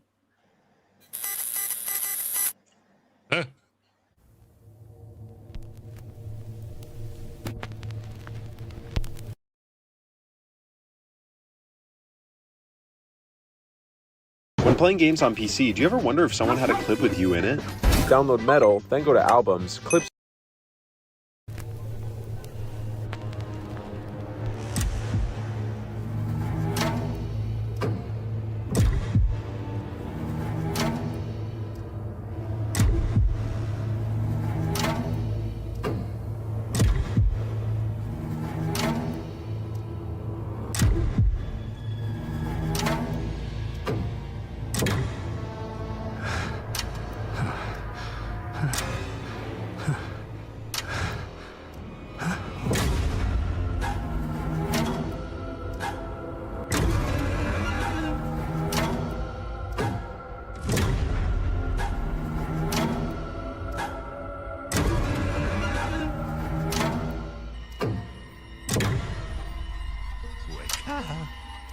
Wake up! Wake up immediately!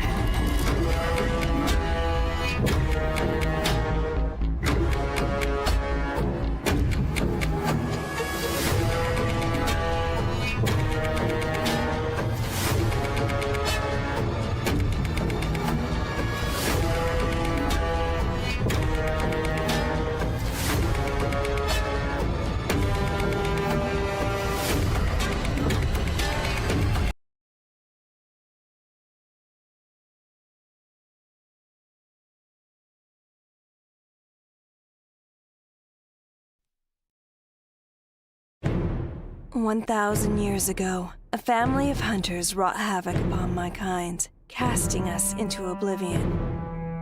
And thus my existence became a mere myth.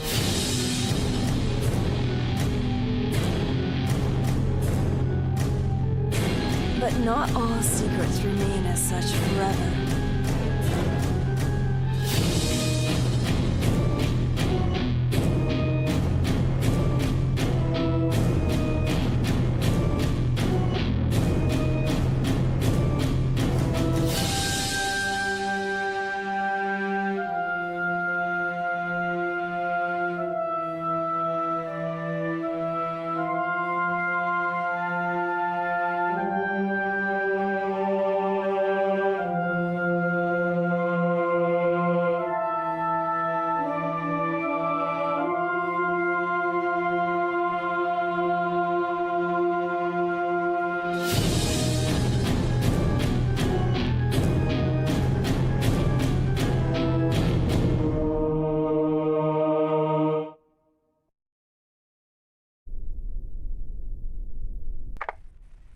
Querida Ángela, siento mucho no poder encontrarme contigo como te prometí.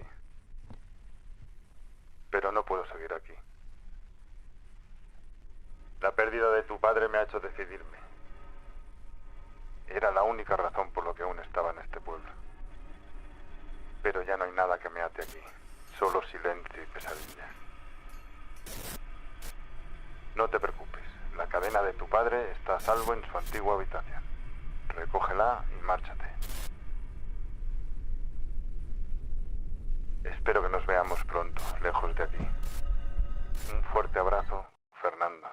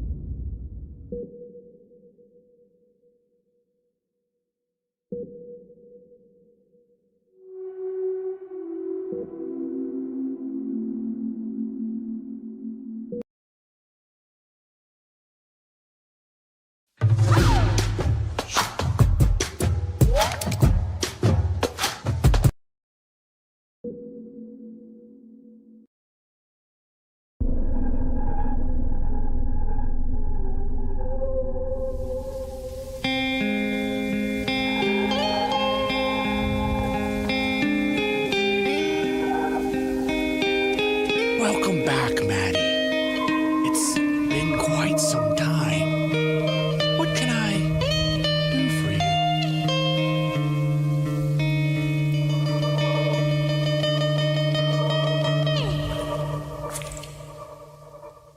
You saw her, right?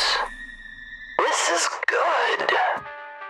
And things will get back to normal.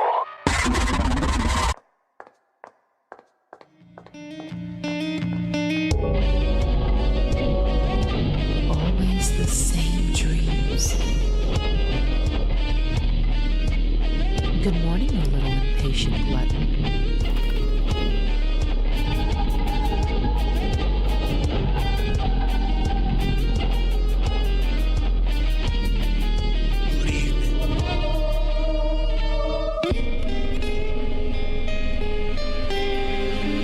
The dream was different than before. How do you feel? I thought you had hit your head with that fall. Was I dreaming? This isn't right. No one should have gotten hurt.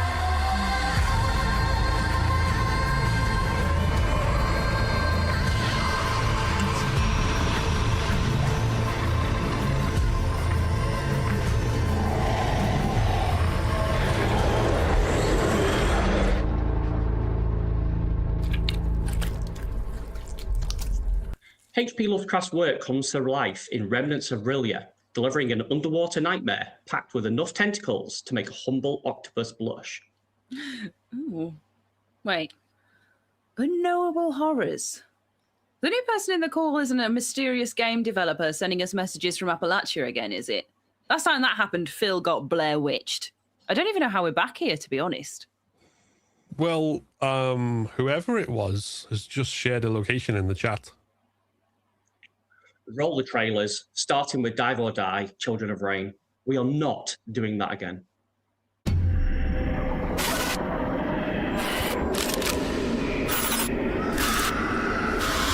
Do you hear it, Chief?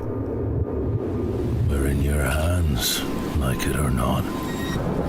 Just a few weeks now till the Maker drowns us in his reckoning. Time we proved our faith. We must dive. Seek out his idols. Deeper still in the pit of mourning, where death and sorrow litter the seabed. The true hunt begins now, Chief. Surrounded by nothing but grief and silence. Next one. Next one. Save us. Save him.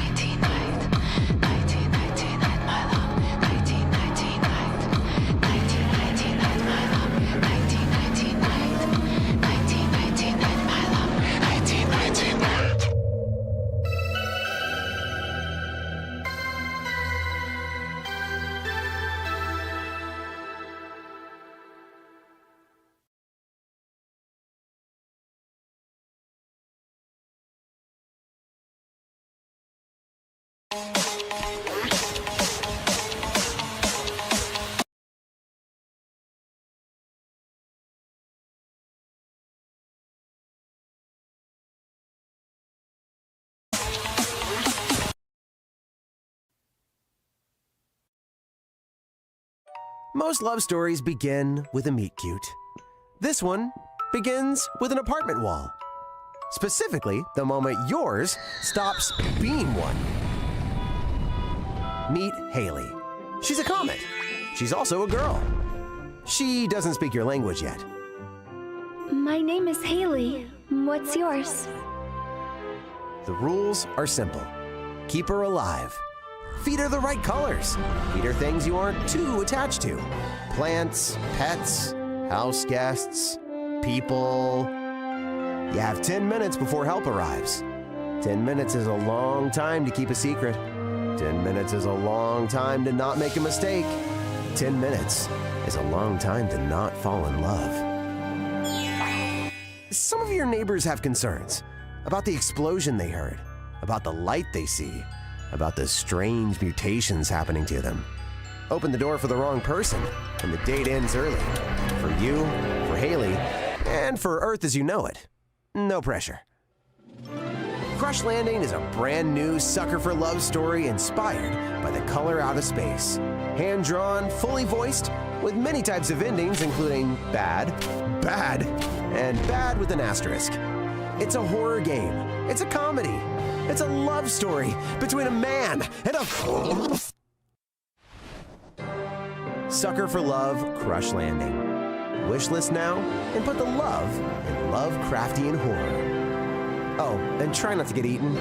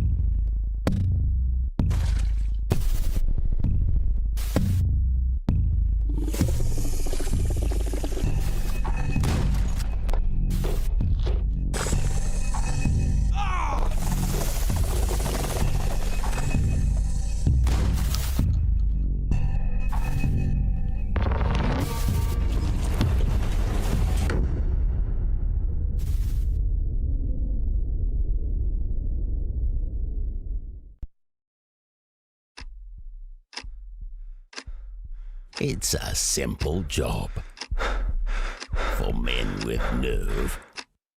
Hello, I'm Danny, game designer at Garage 51, and today I'm here to introduce Cordura. But first, I want to thank you for the incredible reception we've had since the game's announcement. Now, let's begin. Cordura is a cooperative quota horror game for up to 4 players. Each run, you'll enter corrupted mazes at night to collect the roses before the doors close.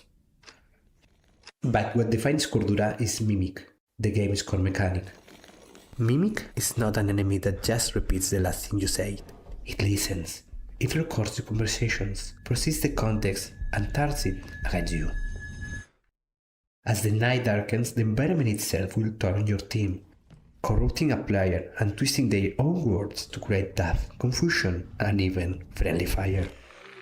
And if you die from these hallucinations, the night won't let you go. It will take your voice, your body, and use Mimic to hunt the rest of your team.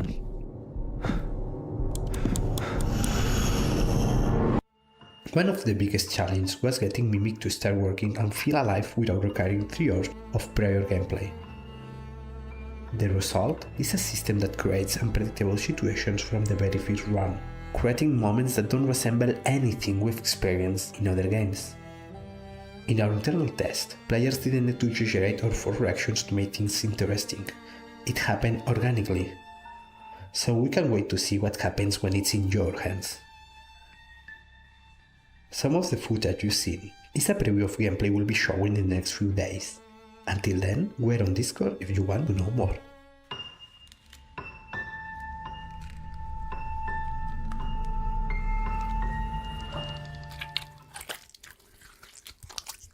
I don't know, guys. That trailer for Cordura being about a co-op team that has to keep their sanity in check kind of feels a little personal. And not just because we're all insane, but like, because what if there is a new horror game trailer out there that we need to go and find? Or pina coladas? Yeah. What if there's pina coladas? We do pride ourselves on being the spookiest place on the internet, so maybe we should check it out, huh? We could just make a save point here so we can reload in case anything bad happens. You've both been playing way too many games. Save Scum doesn't even work in real life. Everything moves forwards, like now. We're going to watch the next trailer for Necrophosis, Full Consciousness, and follow up with a bunch more brilliant games. Behave! After eons untold, a lone wanderer venturing into our desolate domain, bound by the unyielding grip of necrophosis. Few like you have dared to tread this path, yet here you stand. A glimmer of hope in our eternal suffering.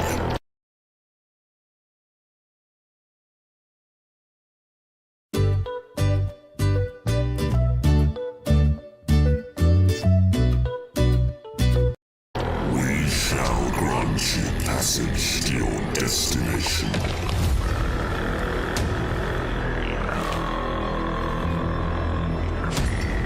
Every being that has ever existed, they are all you. You are the vessel, the seed, the sacrifice. Foolish consciousness, we are woven from the nightmares of a far greater being. Rise, wanderer. The time will come when you must face the final sacrifice.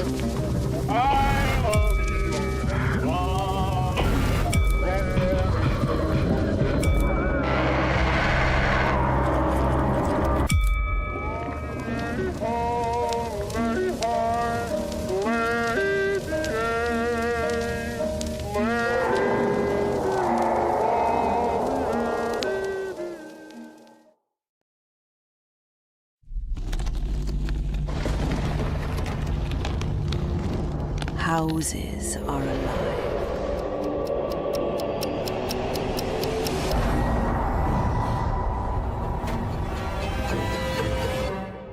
Every corner of them holds memories. If we're quiet, if we listen closely,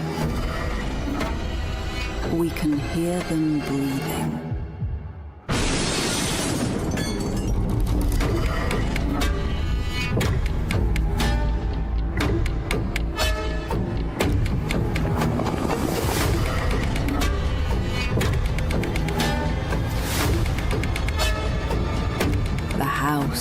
Still hangs.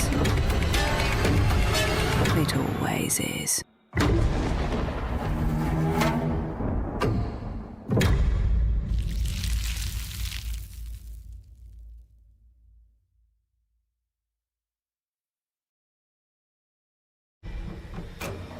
The brain is deeper than the sea. A darkness you can't flee.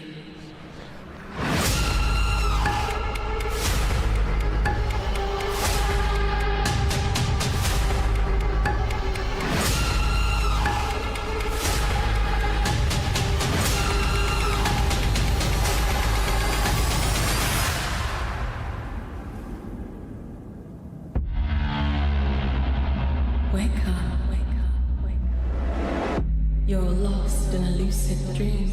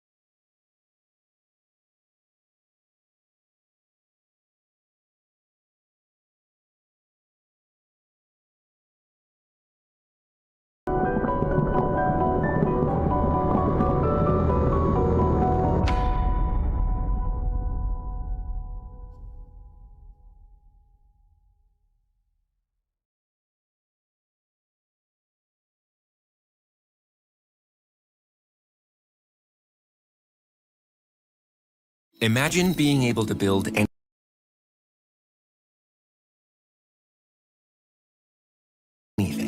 just by thinking about it. Meet Base 44.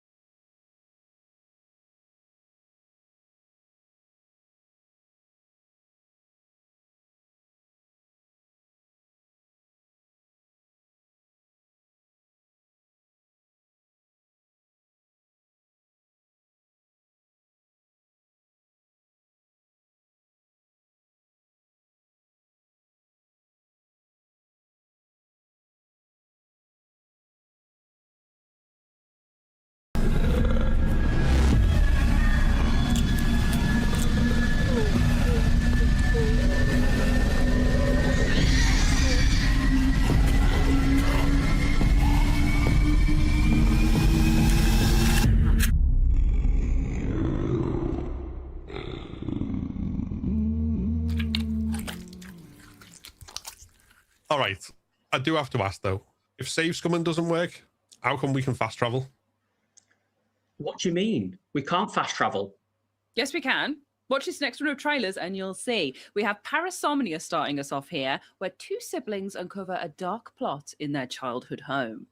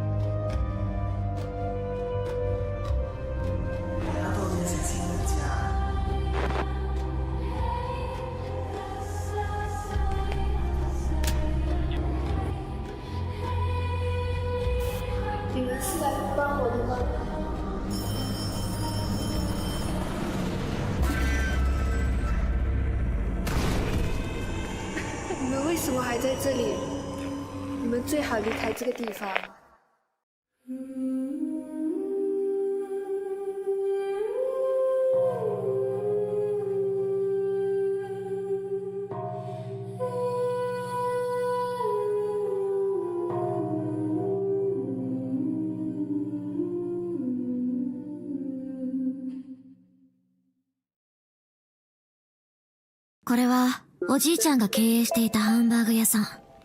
私はおじいちゃんからこのお店を引き継いだ。今日が店長としての初日なんだけど、うまくいくといいな。うわ、この階段危なさそう。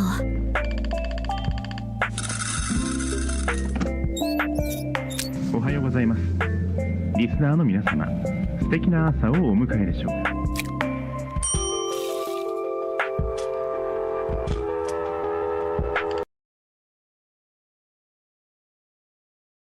Go to aneba.com and buy games cheaper than ever before. Get instant access to the popular games and the biggest titles. Score massive deals on DLC, gift cards, and more directly from your browser. Go to aneba.com and start buying your games cheaper today.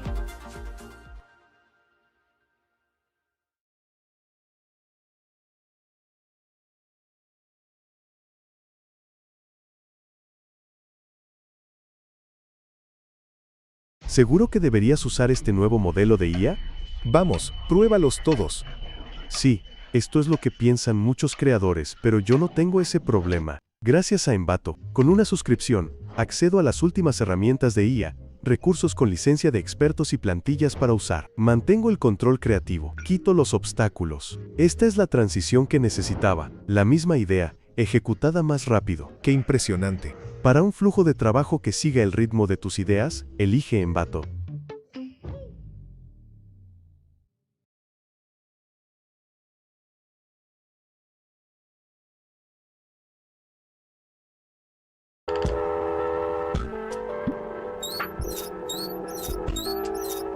¿Television を消すの忘れたのかな？おじいちゃん？悪夢なんだよね。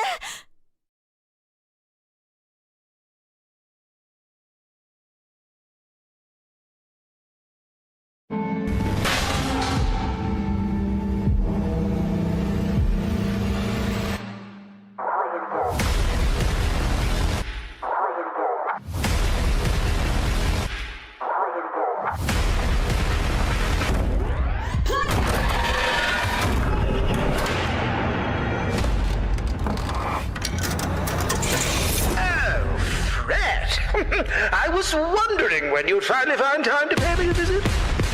Hello? You're in Harmonic Heights, Fred. The school. Things always look strange here. Find a way to get out of there. Hey, you. What are you doing here? We're not supposed to be out in the halls at night, but I couldn't help myself. What are these things? I don't know, Fred. Nobody does. Oh, don't look so frightened, my boy. You've come to a rather difficult passage, I'm afraid. The object of your desire is just ahead. Oh, and Fred, she knows you're here. Now run along.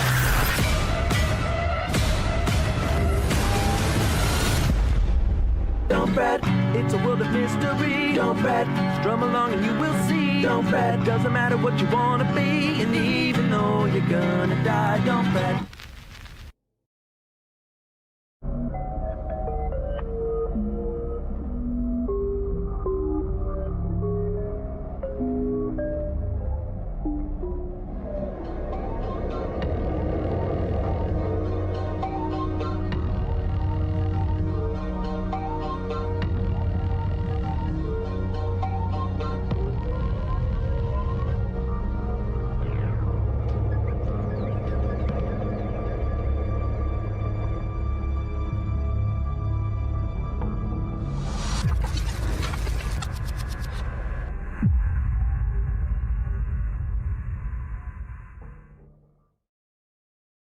Obywatelki i obywatele.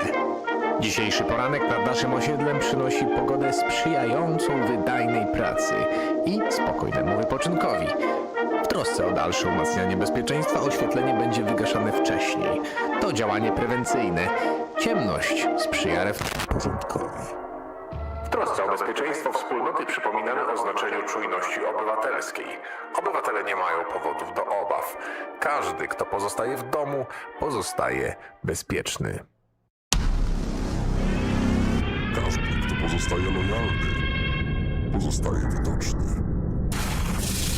A tych, których nie widać, uznajemy za nieobecnych. Życzymy spokojnej nocy. System czuwa.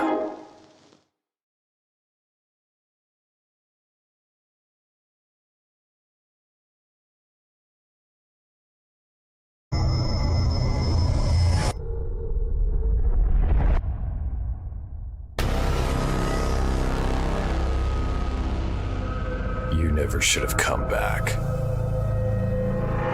I got a message from Mira. She's been gone a long time. Ran when things got hard. Left the band behind. I need to know why. Why she vanished when everything was coming together. Isn't that why you're here too?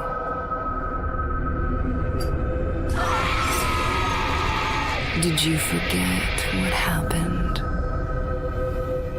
on that night?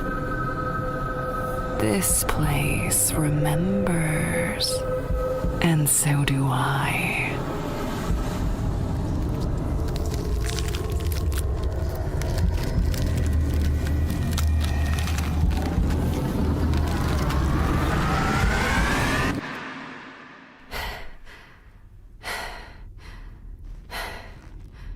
This is not me. This is not me. This is not me. This is not me. This is not me. This is not me. This is not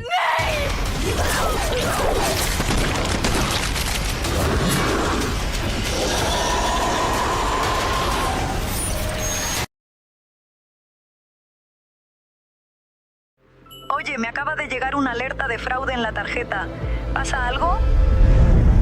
Las finanzas dependen de la confianza y de soluciones 24/7 con un toque humano.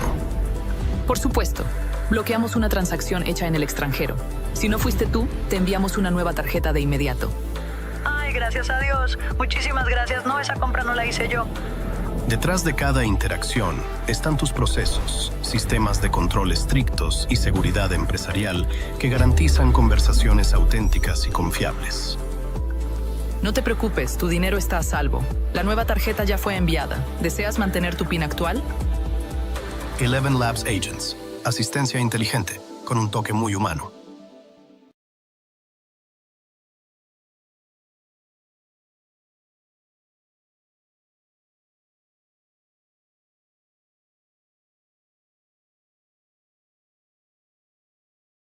Pasas todo el día en Instagram y aún así pierdes conexiones importantes. Revisas mensajes, publicas historias, editas contenido y manejas tu negocio. Y ahí pasa, un comentario sobre tu producto perdido. Un DM de alguien que quiere comprar ignorado. Cada caso es una conexión perdida, una venta que desaparece. A menos que estés usando ManyChat. Con ManyChat nada se pierde. Nuevo seguidor, bienvenida automática. Alguien comenta, DM instantáneo. Automáticamente cada vez, mientras sigues haciendo lo tuyo. Las ventas suceden estés en línea o no. Y lo mejor, es demasiado fácil de configurar, literalmente unos minutos. Más de 1 millón de creadores ya usan ManyChat. ¿Por qué tú no? Descubre lo que te has estado perdiendo. Empieza gratis hoy mismo.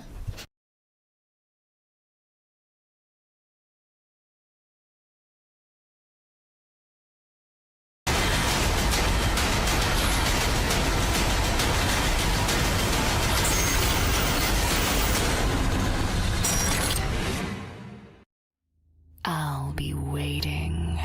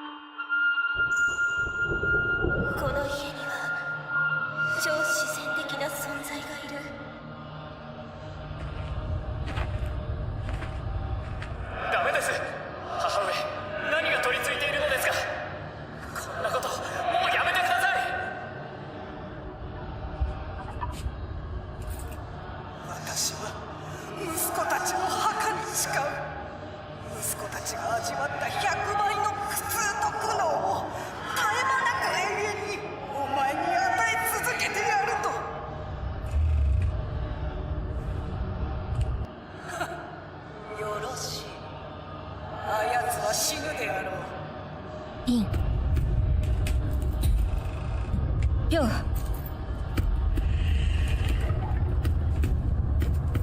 在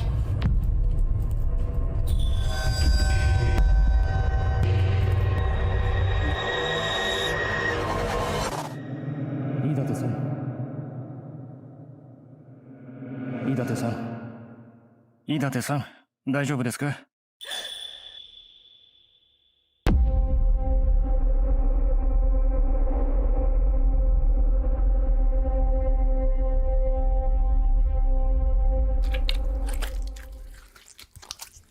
Sorry? What? We just had Black Omen's House of Crimson Silk. How do we end up here? Fast travel. So where are we? Well, I may have sent us to the exact location that the anonymous chatbot sent us. I was too busy proving a point to think of anywhere else. Sorry. My God, guys, this is supposed to be a scary showcase, not some Ghostbusters Stay Puft escapade. Right. Fine, we'll go and find something scary. Maybe. Or we could have a look at Fear Asleep. Let's take a look.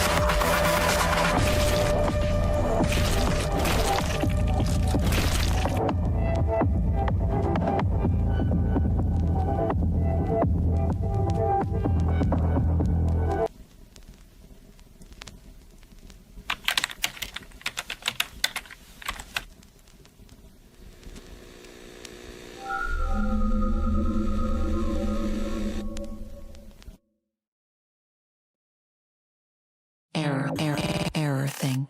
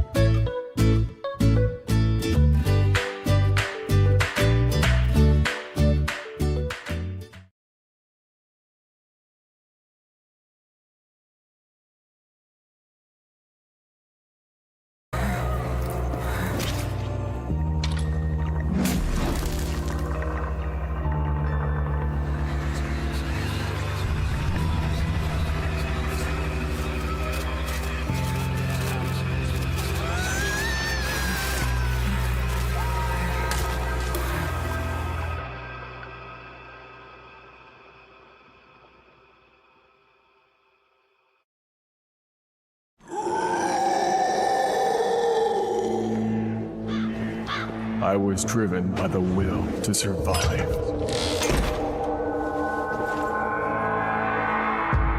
But greed, inexorably, leads to eclipse.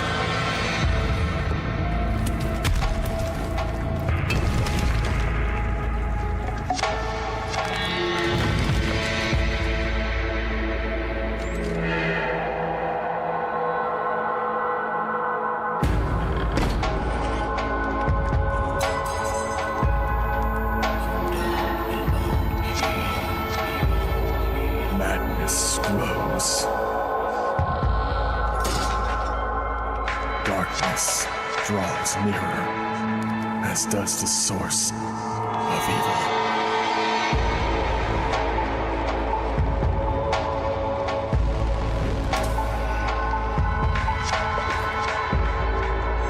The end is sealed.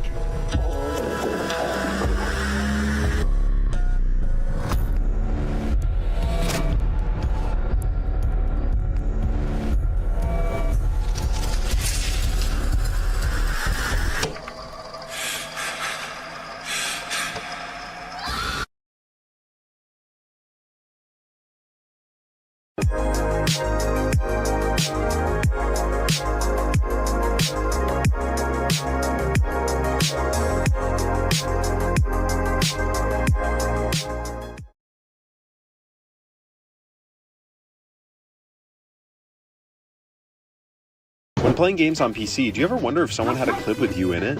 Download Metal, then go to Albums, Clips You're In, and connect to any games you want clips for. And there you are. Here's one I found of myself. I'm gonna clutch up. Yo. Yo.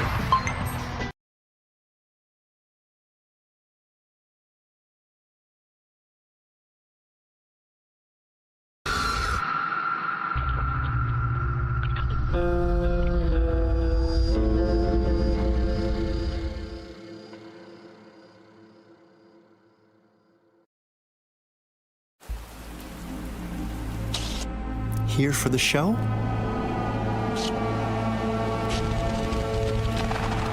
Who's playing?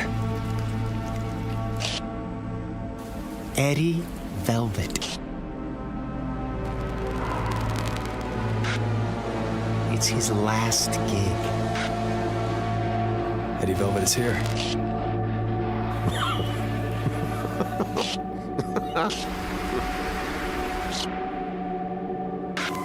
The show is about to start.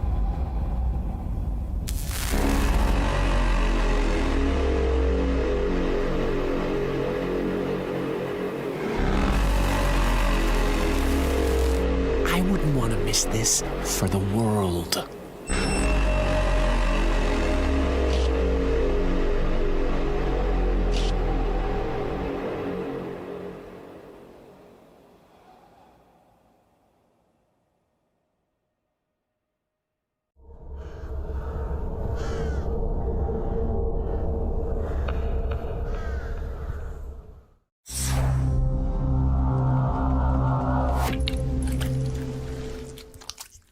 Right, well, we're here, so we may as well go looking for the exact spot that was sent to us.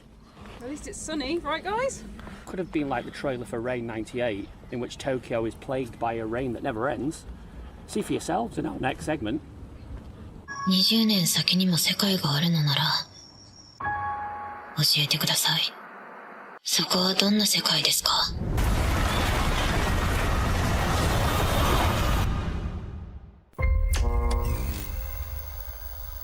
各所は慎重な経営判断を求められる中、今後の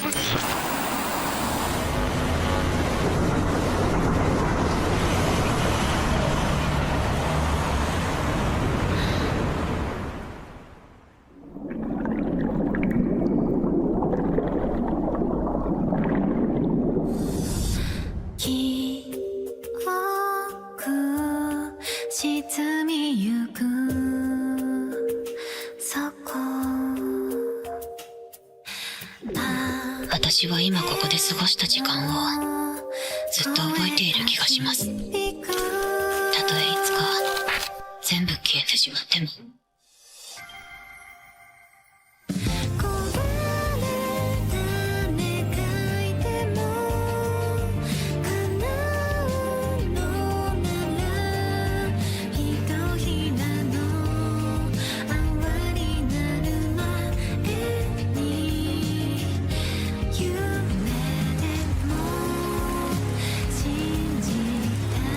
クソな世の中さっさと滅ぼしましょう。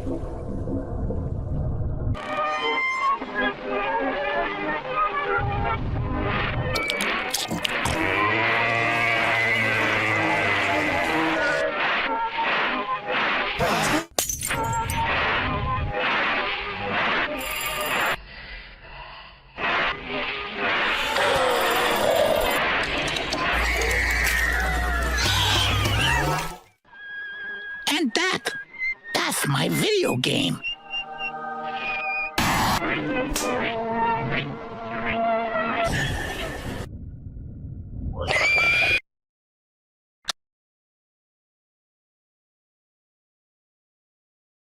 Presione 9 para finalizar o numeral para escuchar las opciones. ¡Alto! Basta. Vamos a solucionar esto. Reemplaza los tediosos menús telefónicos.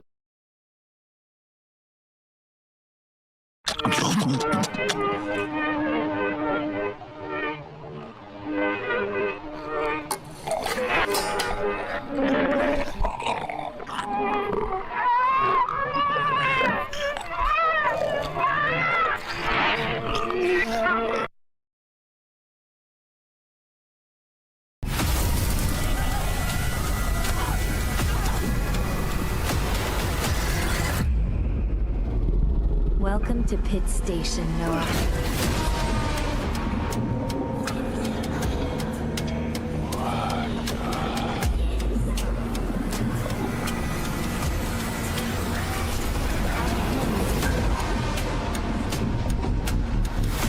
Take it before he does.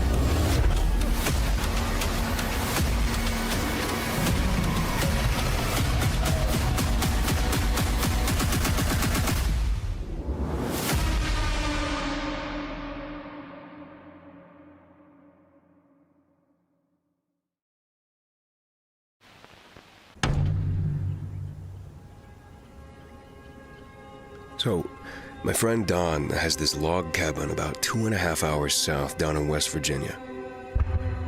I just thought that if you were willing, I'll give you the directions and I'll give the guy notice that you could be staying all next month. Just thought maybe you'd like to take the time away to get an album out. A new classic neon song out. Now the place isn't exactly 5-star. You'll be living a bit off the grid, but, you know, you can show everyone that you've still got it. What do you say? Sing for us, Songbird.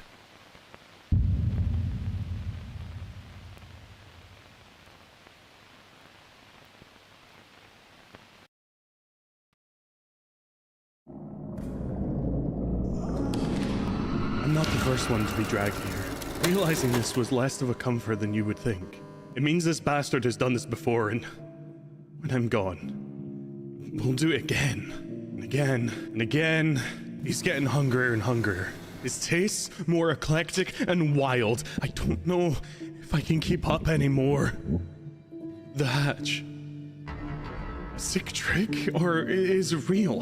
One piece of steel keeping me from freedom, or one sliver of hope to keep me from insanity. There were secrets written in blood, hidden from it, but visible to us. When I first found them, I was excited, hopeful. Messages from the past, a way out. They all say the same shit I already know. Fuck. Its demands are getting higher and higher, more and more. I've already given it my arm. I could hear it chewing. It enjoys this. There's no way I can match its expectations anymore. I have one arm left. I'll build the bentos with my teeth. There has to be a way out. I just need time. I just need to buy a little more time. I hope you choke on it, you son of a...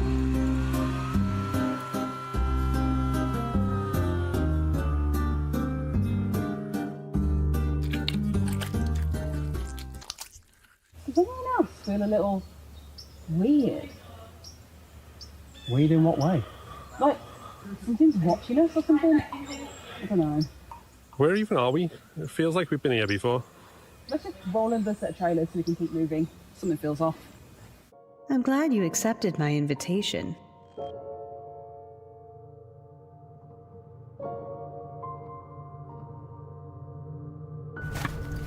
Let's get out of here. Locked. Better stay back.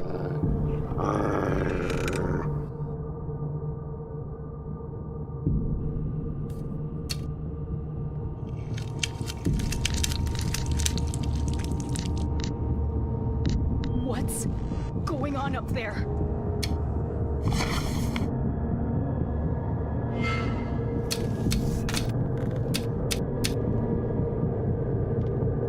There's a note in the corner.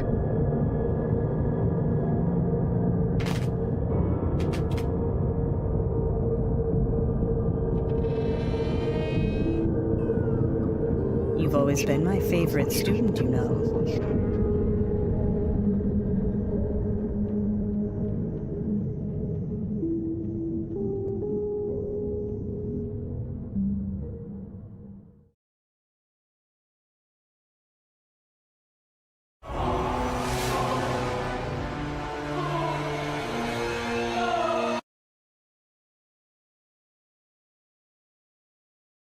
Go to aneba.com and buy games cheaper than ever before. Get instant access to the popular games and the biggest titles. Score massive deals on DLC, gift cards, and more directly from your browser. Go to aneba.com and start buying your games cheaper today.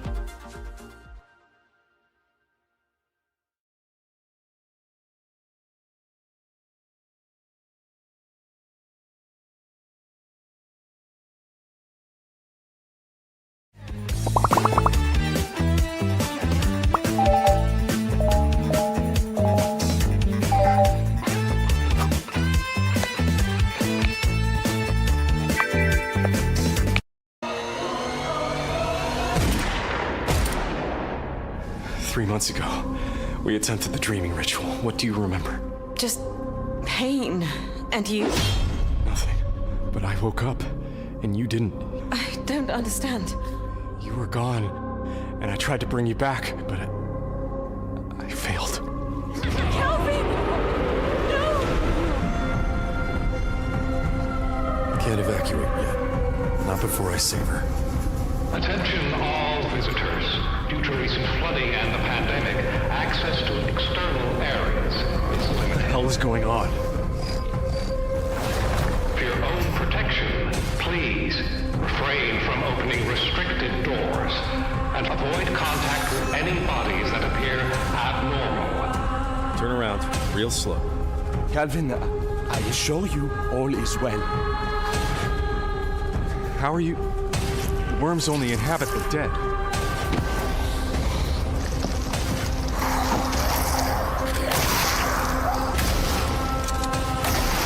Medical staff are working tirelessly to assist you. Please remain seated in the main hall and await further instructions. Your safety in this new world is our absolute priority. Calvin, my love. Faye? Let me touch you. Don't leave me. I have poured every waking moment since the dream. Every ounce of my soul into bringing you back. It's taken everything I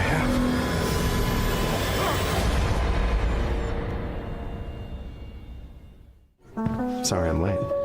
Did you get it? Was there any trouble? I never get in trouble. You get in trouble all the time. What?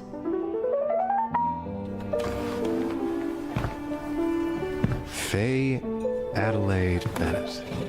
Calvin! Will you contact a god with me?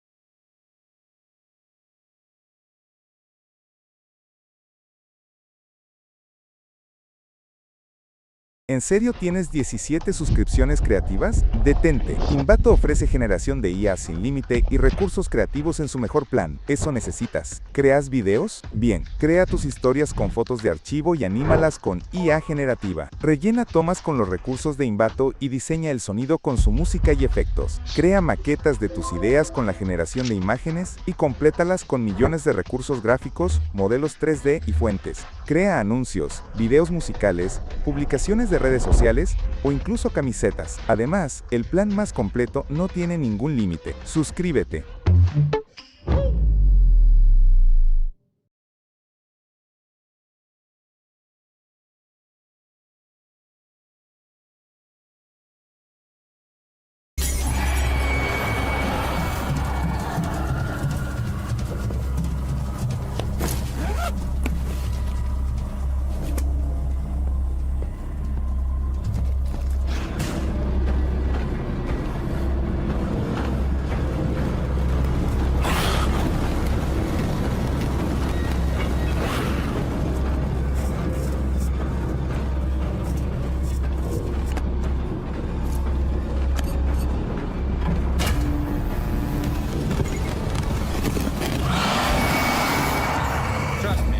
Like this place.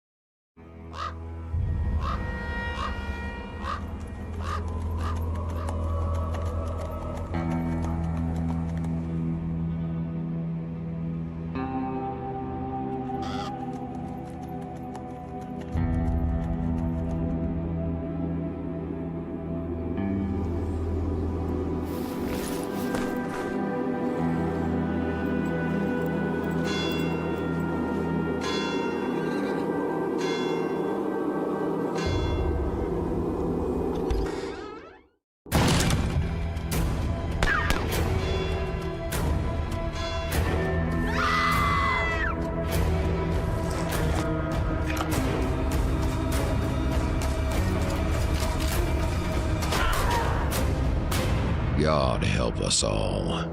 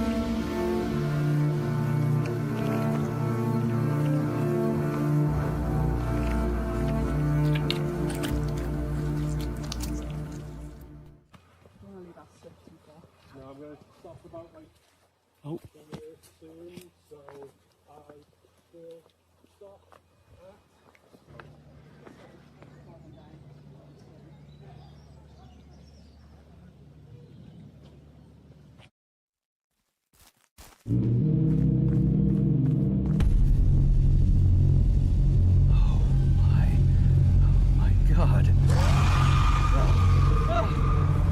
Oh my God!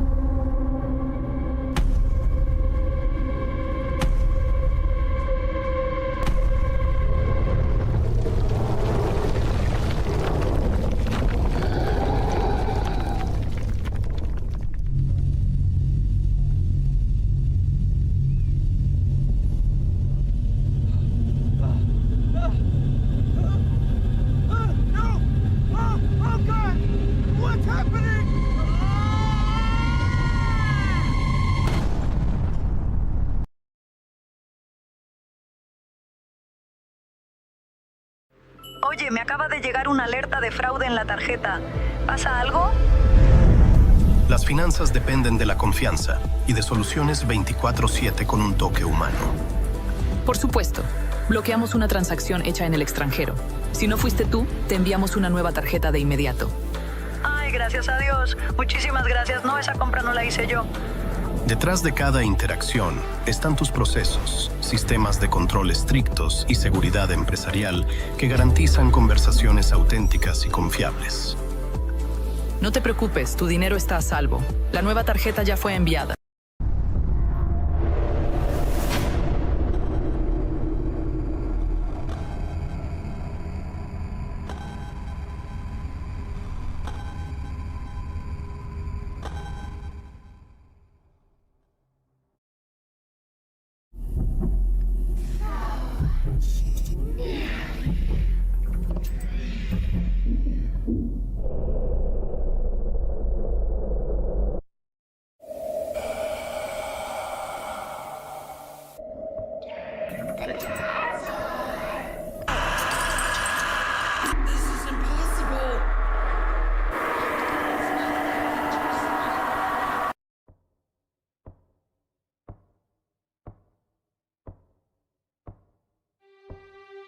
I'm starving. I can't wait to try their menu.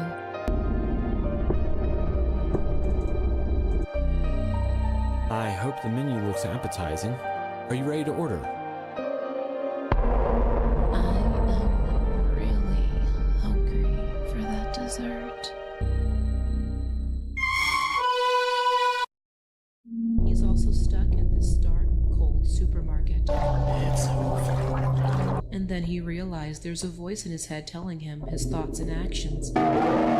His flashlight turns off. The stranger in the store is walking closer. Can he hear the footsteps? How could he? He's listening to the voice in his head.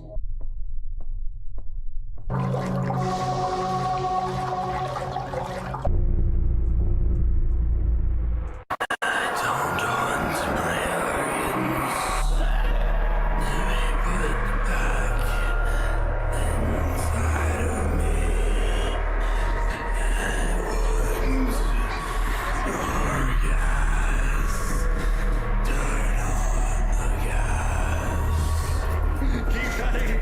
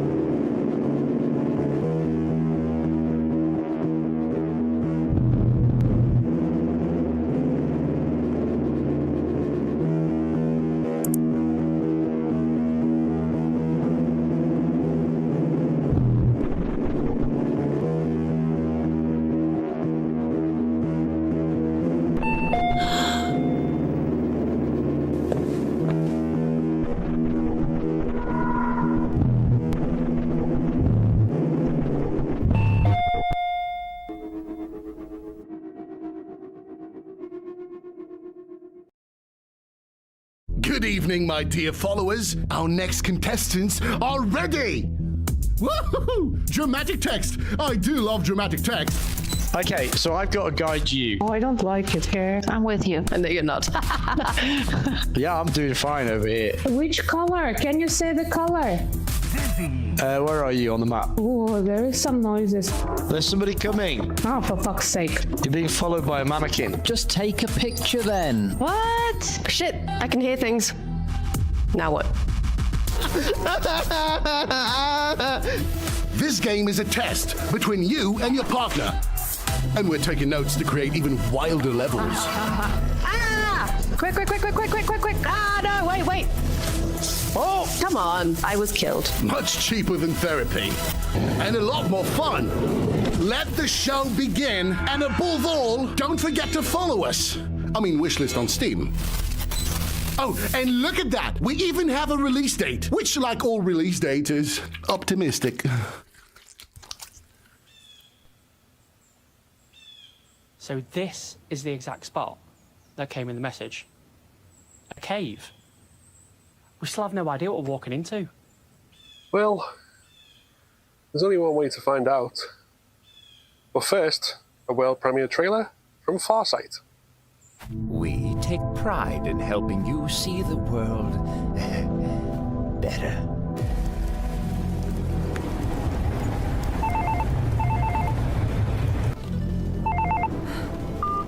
Yeah, what is it? But I've already made plans. Well, he's your son. Why don't you take him? Oh, fine.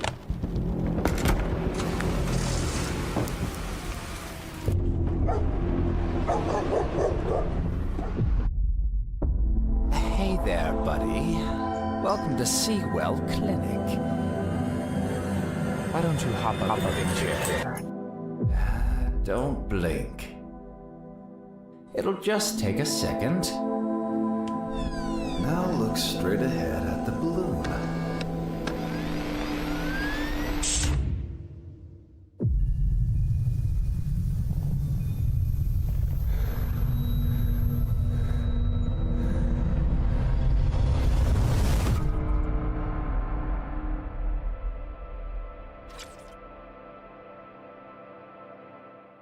You see them, don't you?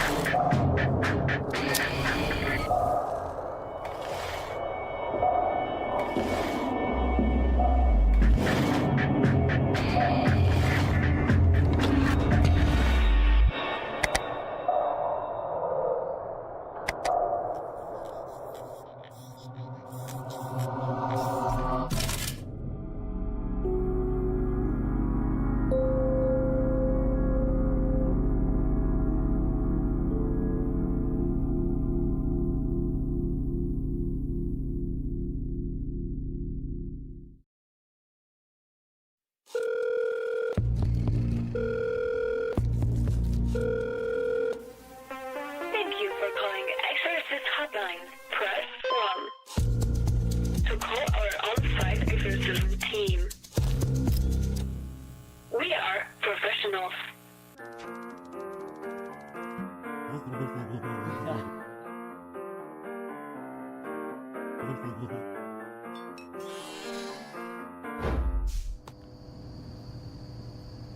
Press 2 to connect to our train hotliner.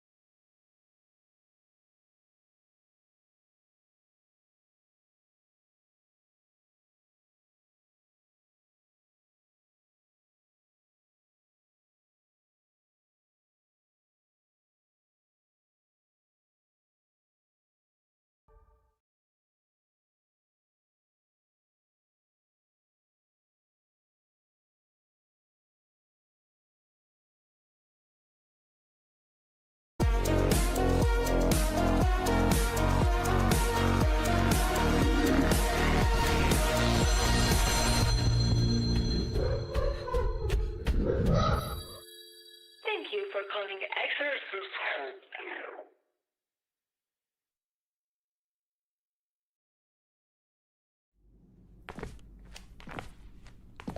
What is the tragedy of King Folk? 1, 2, 1. You've never heard of it? 1, 2, 3, 2, 1.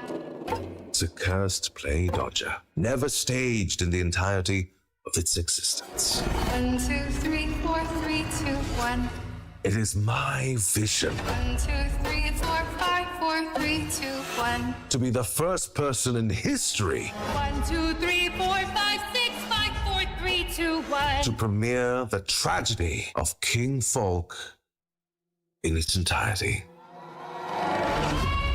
As my stage manager, 8, 7, 6, 7, 8. it's your job 5, 6, 7, 8. to ensure that it happens. 1, 2, 3, 4, 5, 6, 7, 8. You're not quitting on me, are you?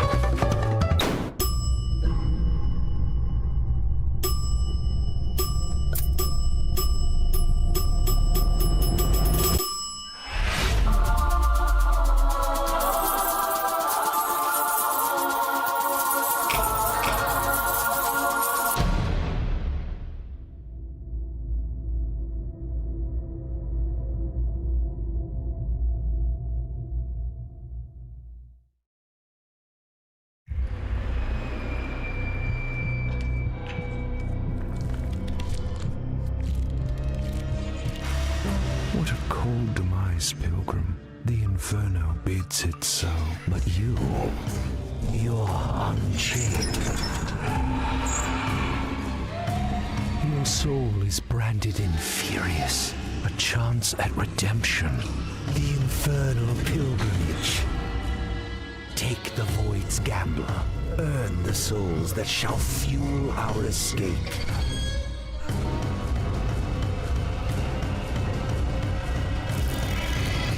I failed my own chance, but yours I won't squander. Take my light, pilgrim. The path is dark.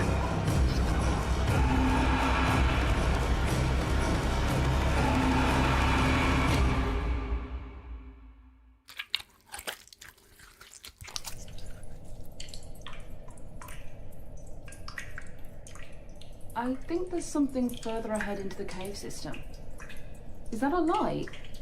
Is someone there? I don't suppose you have a really cool trailer we could put into the Midsummer Night Showcase? Wait, be quiet. Let's take a closer look. And we've already got a really cool trailer. The Crown is up next.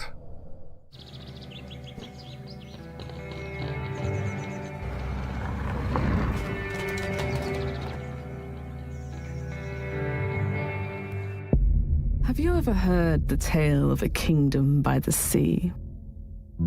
It was once a beautiful land where peace and harmony reigned.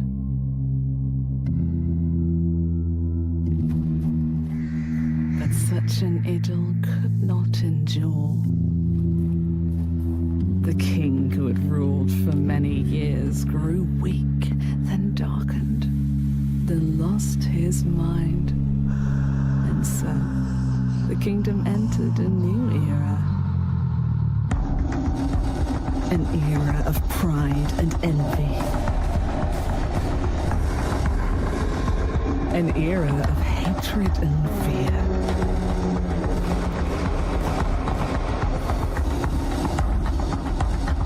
The era of the Raven King.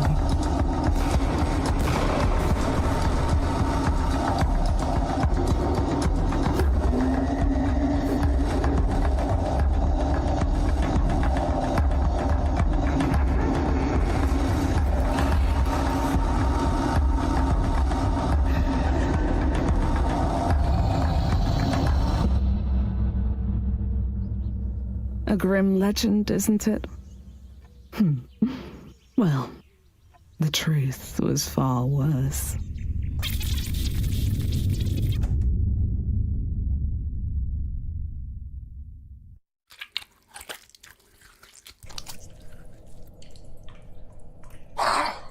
Hello?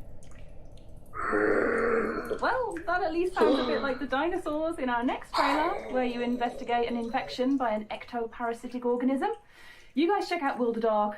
We're going to go and find a place to run and hide to. Hey everyone, Charlotte here from Team Junkfish, and I'm here to share with you the trailer for our new game, Wilder Dark. Wilder Dark is a first-person survival horror game where you have to navigate a strange island inhabited by ectoparasitic dinosaurs and other organisms. Will you survive? It's up to you. The demo's out now on Steam, but for now, enjoy our trailer.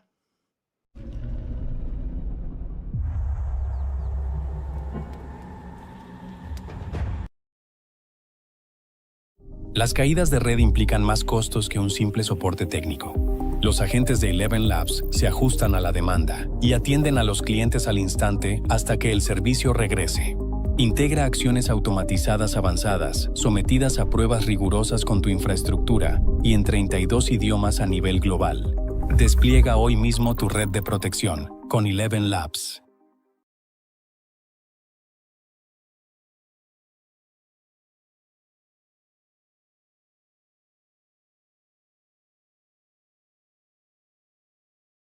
Con extensión con IA, los proyectos interrumpidos encuentran su continuación perfecta.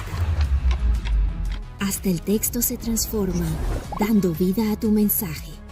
Doble línea de tiempo. Esto es Wondershare Filmora, potenciado por IA, edita como un experto.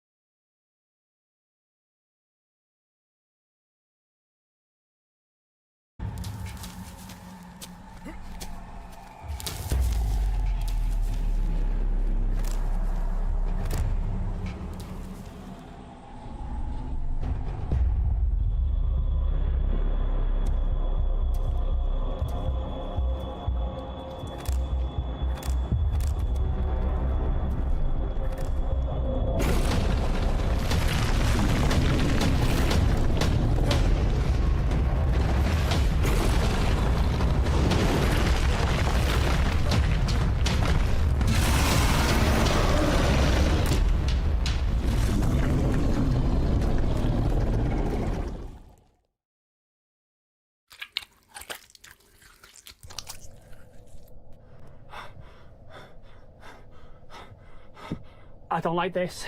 You're telling me we're completely defenseless? Just like MO7, when they awake on planet RX-712, in our next world premiere trailer, Ghost Sector. You said that too loud. Run!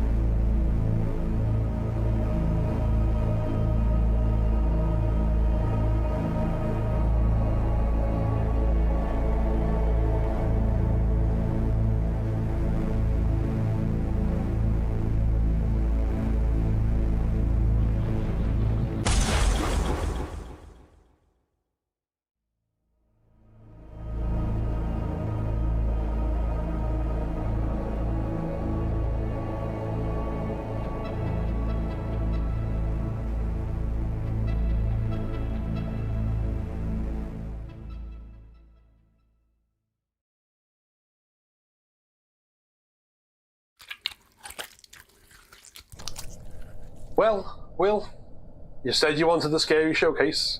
Here we are, being pushed deeper into a bunch of dark caves by some growling monstrosity. Are you happy? Not really, no. Well, at least we can play the world premiere trailer for Broken Law Follow whilst we cower in fear. Or get ripped to shreds. Or that. Enjoy the trailer.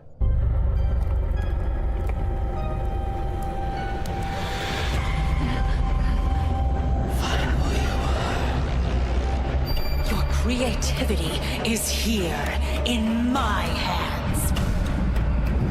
No, Mom. The creativity inside me is only mine.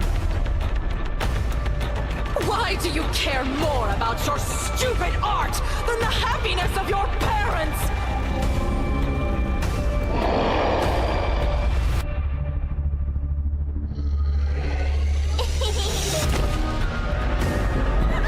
What are you doing there?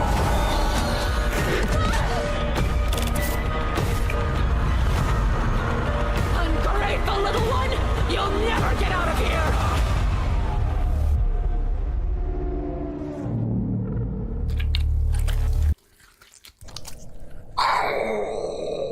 Sizzle reel.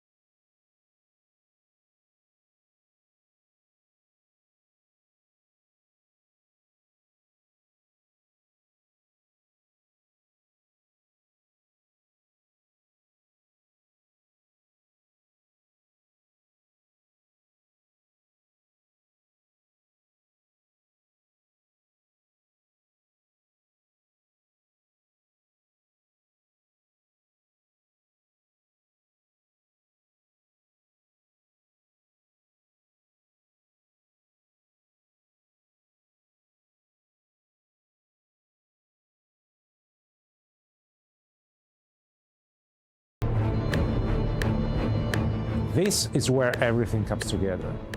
Remothered Dreadnought's Legacy is the new chapter in the series, the one that closes the circle that began years ago.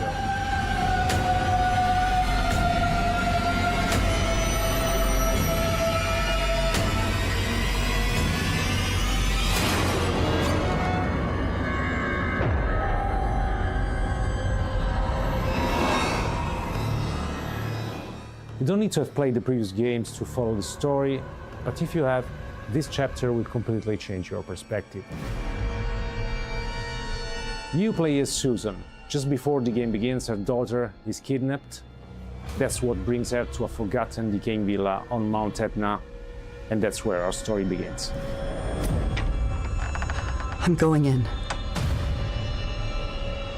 From the beginning, Remothered has been about family, about love, guilt, and the kind of trauma that doesn't end with one generation.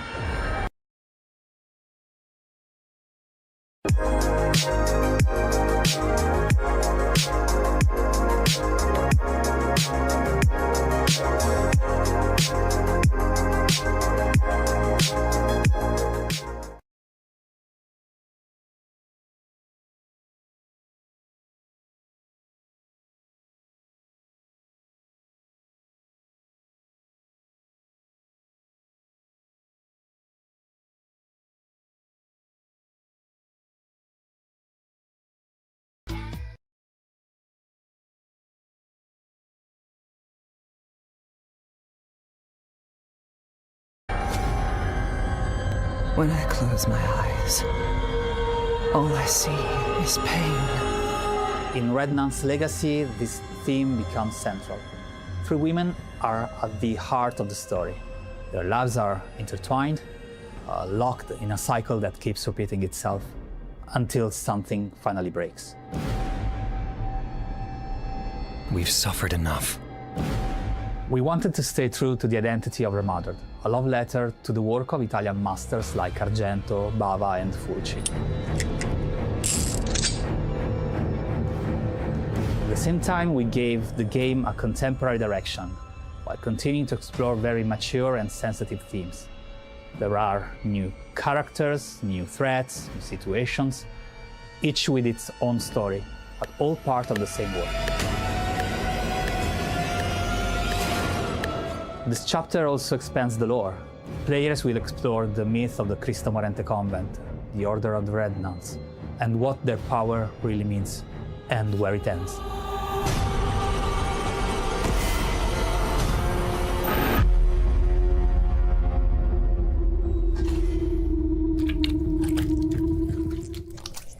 Maybe it's time we fast travelled out of here.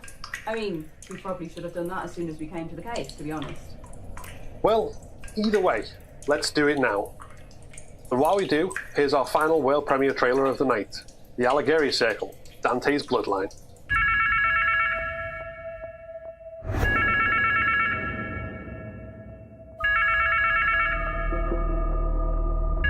Gabriele? Hey, it's me. Just got to the family house. Hey, I've been trying not to think about it all day. How bad is it? It's like a nightmare, but one that knows all your secrets. It's the dive. It's messing with your head. Just breathe. What do you want from me?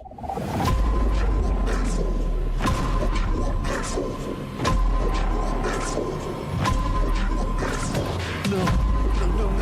Death is not an escape. Access to your... Accept your... Shut up!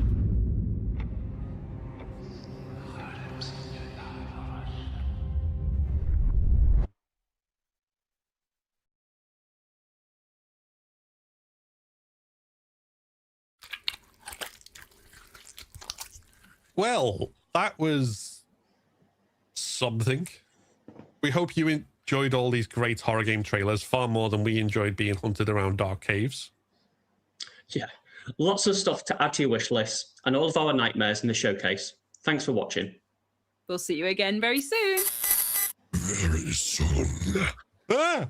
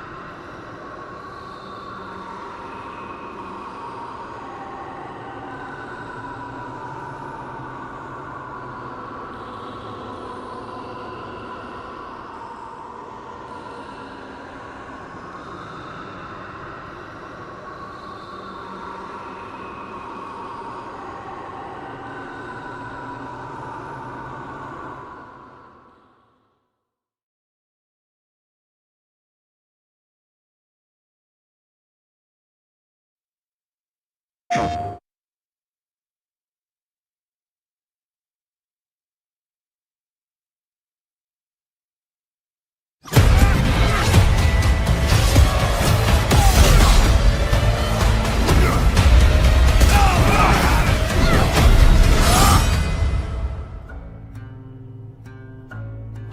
I'm Marcus Smith, Creative Director for Marvel's Wolverine.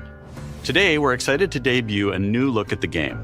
To set the stage, Wolverine is in a race against time to rescue a group of kidnapped mutants before they're shipped off to parts unknown by cybernetically enhanced mercenaries known as the Reavers.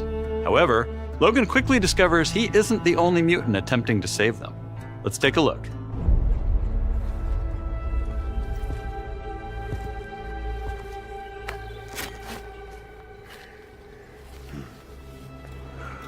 See if we can find the one that got away. Redhead. Might be our only lead.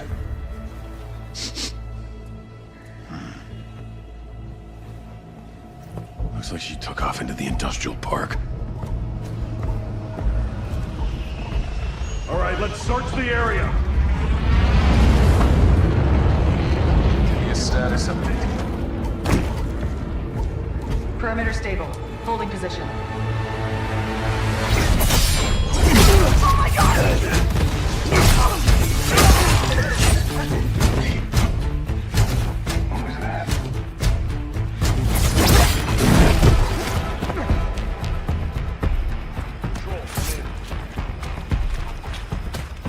No answer. Stay sharp. I don't like this. Should do another sweep. It's too quiet.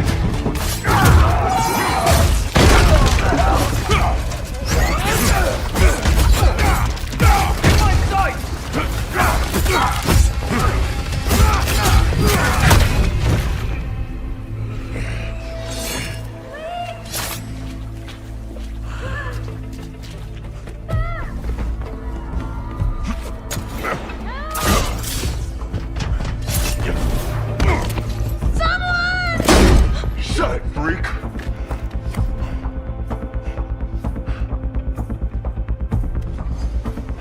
Ship's gassing off! Not today, Bob. The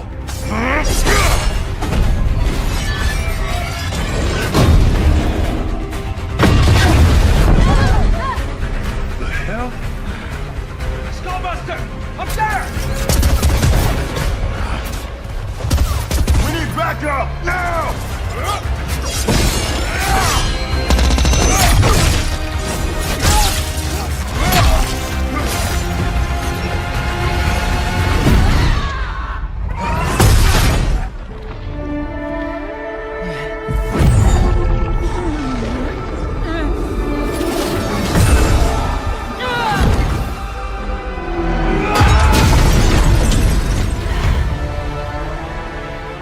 There you are, Red.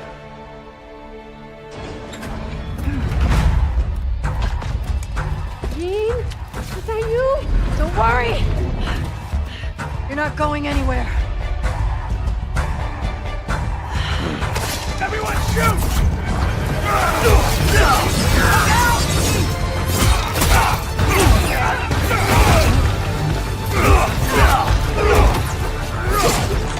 You son of a bitch!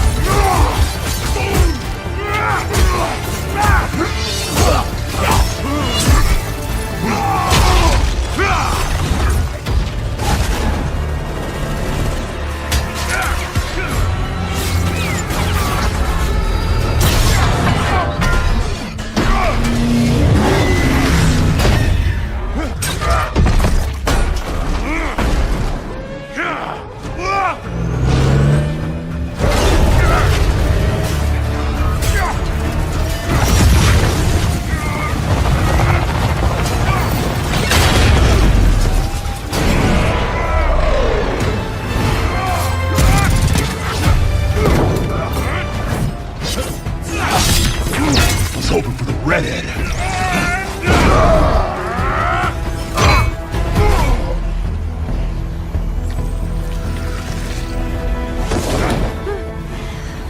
Let's get you guys out of here. Are you a superhero? Look, kid. I'm Wolverine.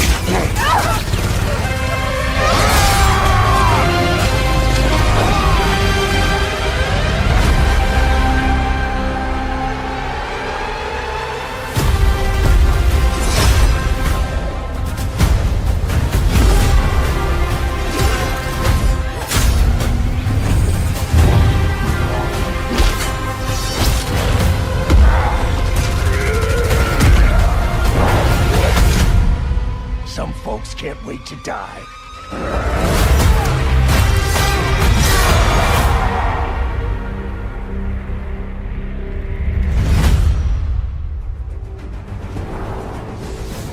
We hope you enjoyed that new look at Marvel's Wolverine. This is a single-player, action-adventure game featuring a focused, story-driven experience that will send Logan on a perilous journey across the globe, where more than innocent mutant lives are at stake. In this game, mutants live in hiding, fearful of those who would hunt them down, while most of the world doesn't even know they exist. As you saw, you'll encounter iconic Marvel characters like Jean Grey, Mystique, and Sabretooth. Some folks can't wait to die. We also showed you a glimpse of the brutal combat you'll experience in Marvel's Wolverine. It's fast, fluid, and visceral in the way that only Logan can deliver. Marvel's Wolverine is built to take full advantage of the PlayStation 5 consoles, and we cannot wait for you to get your hands on it when it launches September 15th, 2026. We're also happy to announce that you can pre-order your copy today at the end of the show in select markets. Check out PlayStation Blog for more information. On behalf of everyone at Insomniac Games, thank you. We'll see you next time.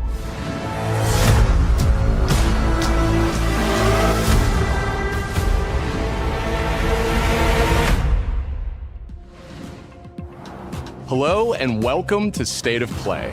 I wanted to start by thanking Marcus and the whole team at Insomniac for that extended look at Marvel's Wolverine. We've got a ton more to share with news and updates from both PlayStation studios and third-party studios from around the globe. Let's get right to it with the latest from our friends at Arc System Works, XDev, and Marvel Games.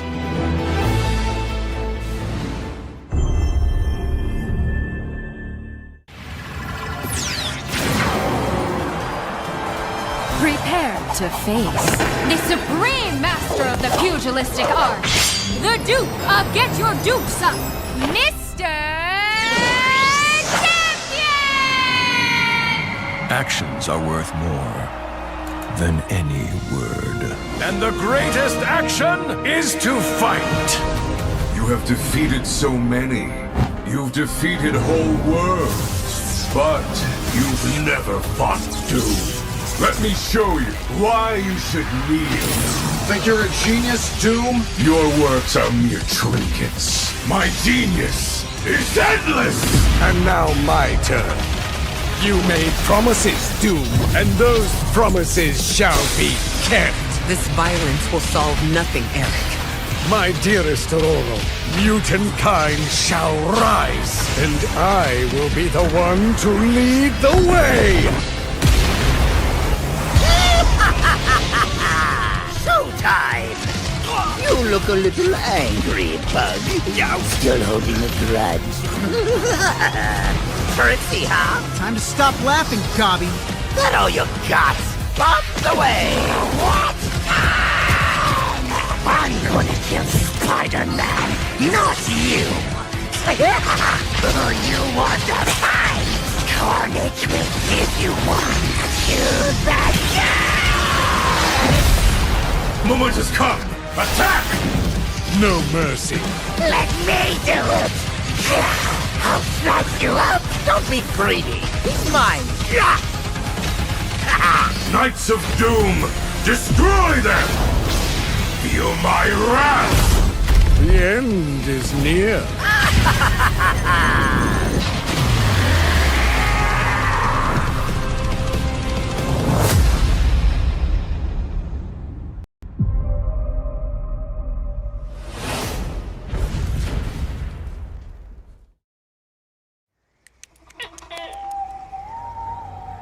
I see much from my perch atop the tree of tranquility.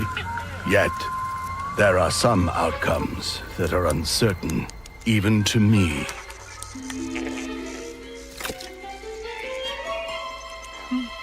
Dragons! Let's roll!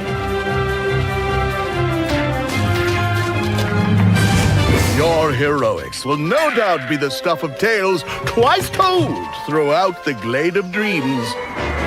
Come feed my ox! Calming biscuits? But... Oh! Yes!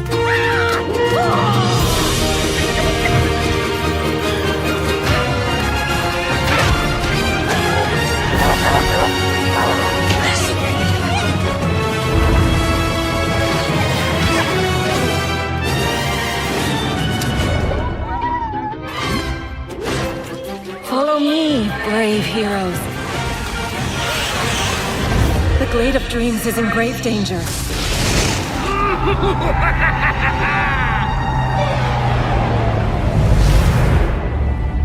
It's time I made my mark.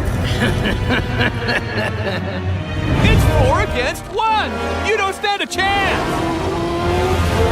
Maybe he stands a little bit of a chance. Globox to the rescue! I am as fast as a falcon! Kick's eyes!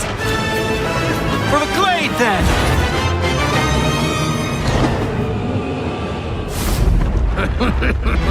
You think this ends here? Cool! I'm here!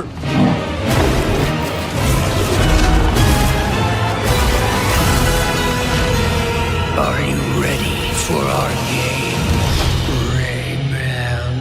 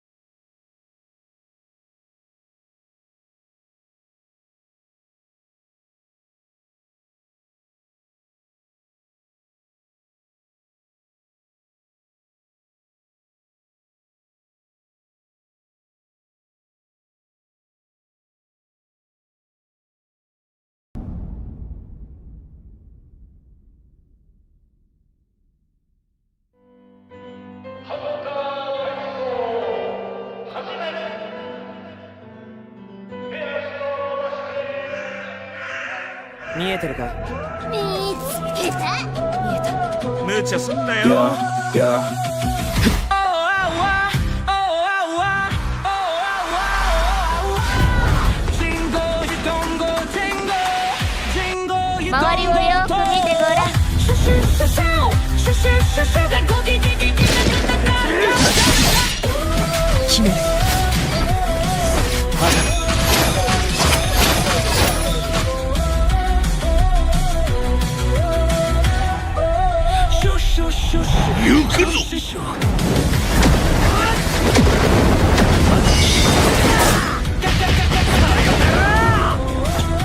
Shoot!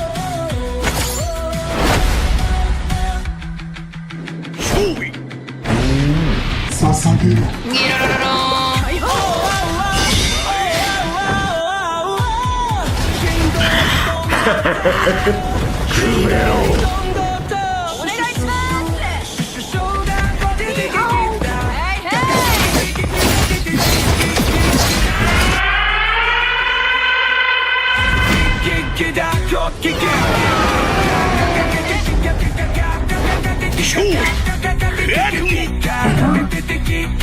尽くせ。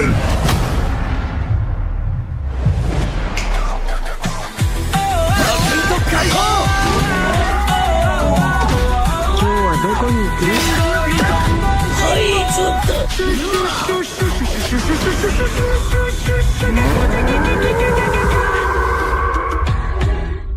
うっかり死んだりしちゃわないよう気をつけるんだぜ。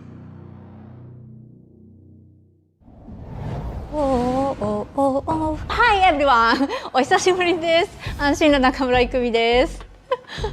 Did you miss me?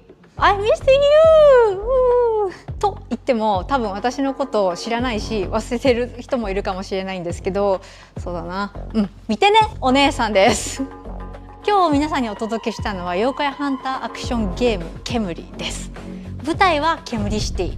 この世とあの世が混ざってるカオスな街をアジアをベースにいろんなカルチャーが入り混じってます。煙あるところに妖怪ありという言葉がありまして、それを妖怪ハンターが見つけ出します。そこで使うのが妖怪ハンターだけが使えるフォックスウィンドウ、狐の窓です。この窓を介してパラノーマル現象や妖怪を見つけ出して、で可視化してそこに妖怪をハントする。しかし妖怪をただただ集めるわけではありません。私たちのゲームでは妖怪と契約をしなければなりません。頂上をまとい道を狩る、あなた自身に憑依してもらいます。そして憑依した妖怪のパワーを使って憑依アパレルというかっこいいアパレルをまとってスーパーパワーでもっと強い妖怪に挑んでこの世界の謎に近づいていく。ハンターは種類が3つありまして、1つは刀ハンターになります。もう1つは弓ハンター、次はシャーマン。そこで皆さんお気づきの通りマルチプレイあります。仲間と一緒に暴れて死にかけて妖怪ハンターとして一緒にこの煙シティで煙って遊んでいただければ嬉しいです。私たちはカオスをお届けして笑いをお届けしたいと思って煙を作ってます。あの世に最も近い都市煙シティへようこそと言いたいところですが、煙はまだまだ開発中です。情報いっぱい落としていきますので、もうとにかく煙の世界をこれから楽しんでください。レッツ煙、煙っていこう。シュッシュシューシュッシュシューシュッシュシューカカカカカカ。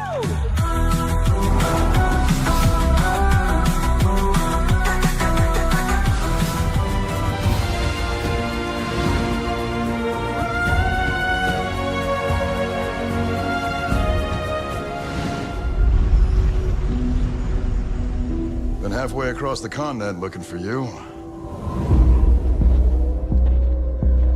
Hard woman to track down.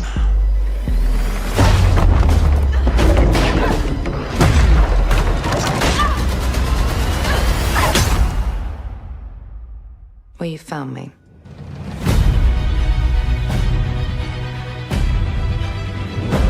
Ms. Croft, I hear when it comes to retrieval, you're the one to hire. This isn't about glory or money or making the world a better place. This is a puzzle, buried in centuries of silence. You don't strike me as someone who walks past a locked door without wondering what's behind it. There's a reason I can only trust you with this.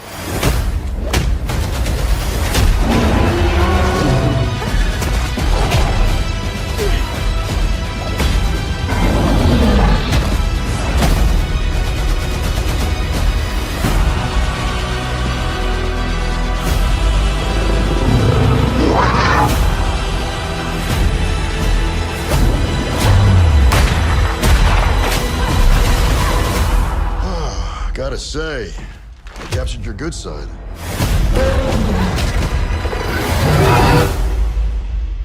You're assuming I've got a bad side.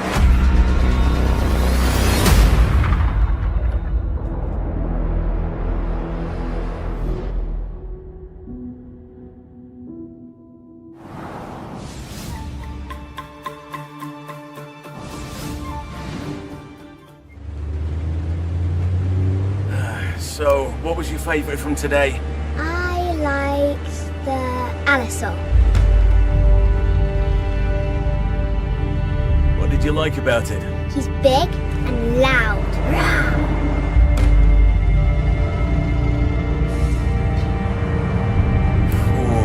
I think my favorite is the Diplodocus.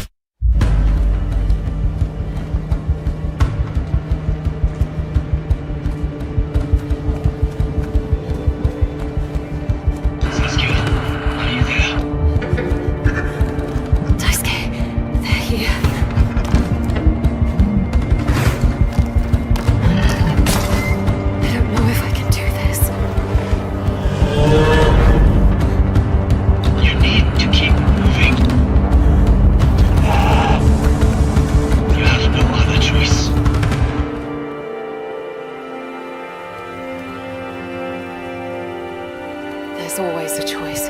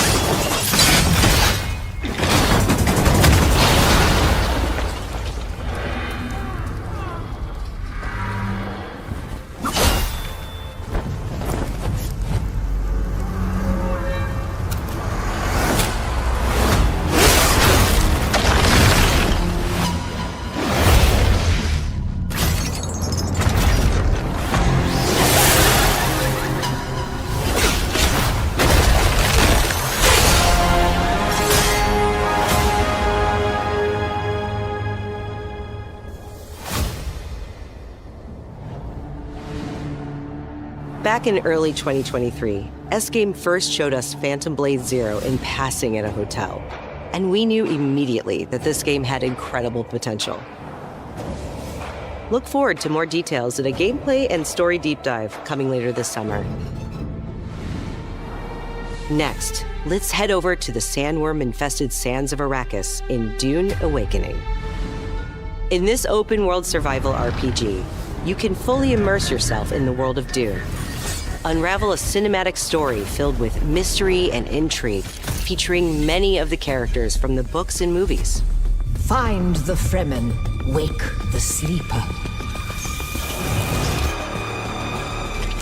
Alone or with friends, you will explore the vast open world of Arrakis and learn to survive and thrive by unlocking the secrets of the Fremen.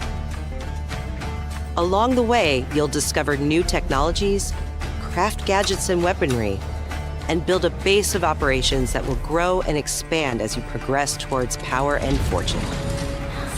Pursue the path of the Bene Gesserit, Swordmaster, Trooper, or Mentat, and master anything from mind control to brutal hand-to-hand combat.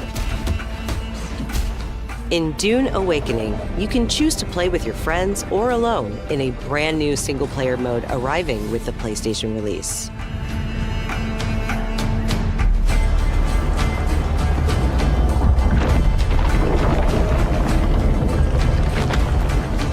Dune Awakening arrives on PS5 on September 22nd. Pre-orders start today. The fan-favorite PS2 classic Dynasty Warriors 3 is getting remastered for PS5. Dynasty Warriors 3 Complete Edition Remastered is a modern revival of the 2001 game that established the foundation of the series. Players can become one of over 40 officers and experience intense 1 versus 1,000 skirmishes across vast battlefields.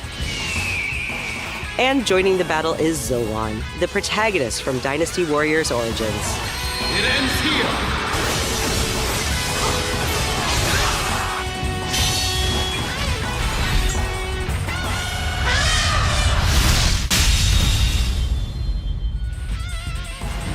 Dynasty Warriors 3 Complete Edition Remastered launches later this year. Pre-orders start today.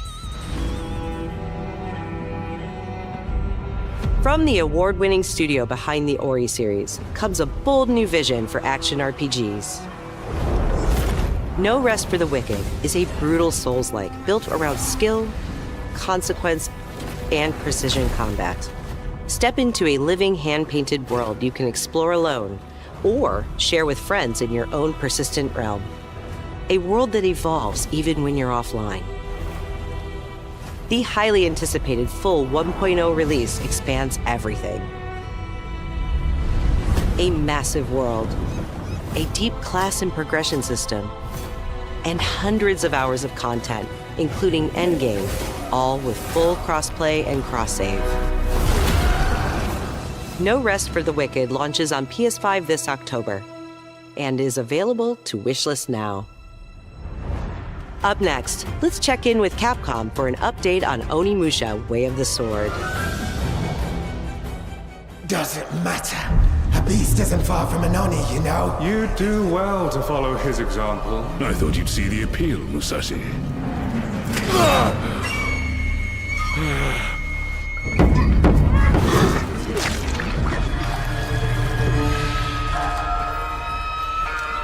That castle on the mountain.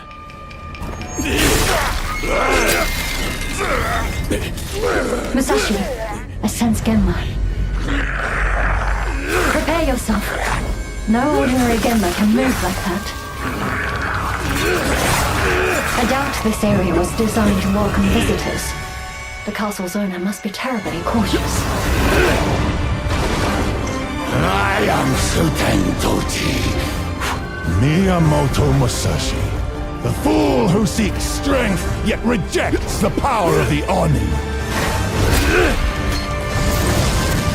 You shame yourself, child. Witness my might! If you live by the sword, fighting is everything. So you've lost. Will you swap the sword for a trowel? Like hell I will. No? What then? Are you going to start taking human souls? If human souls are what it takes. Musashi, if that's the path he walks, I will follow. I've chosen to trust Musashi's judgment in all matters. Ori departed. Give me every ounce of power that you have. In return. Then get going, Onimusha.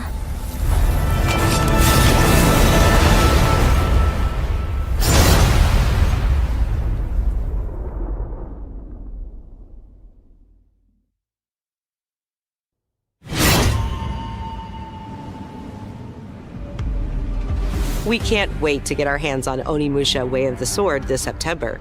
But you won't have to wait long to try it yourself. Here's one more update from the Onimusha team.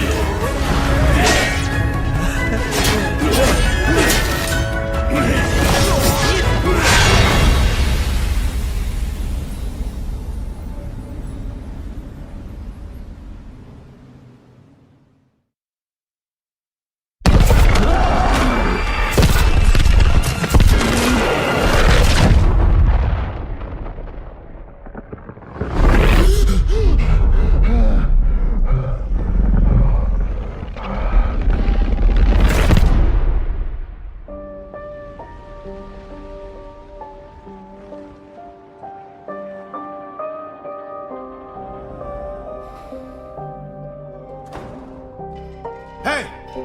Who's there? Simon. Are you there?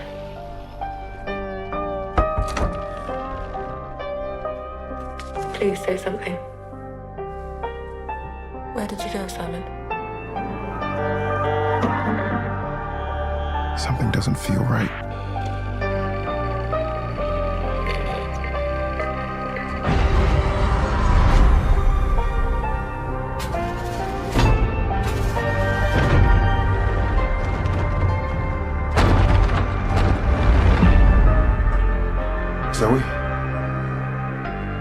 I'm sorry,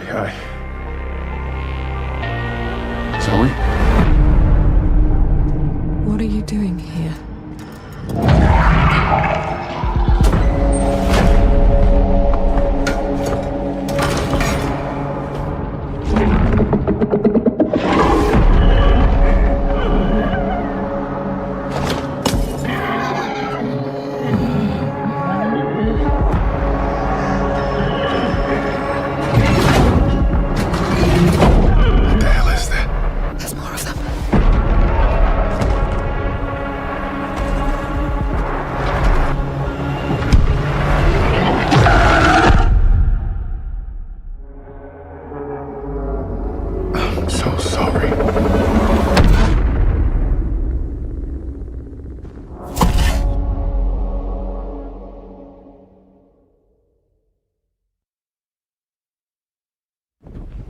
The target is the front gate of the capital of our homeland, the Federation of Central Asia.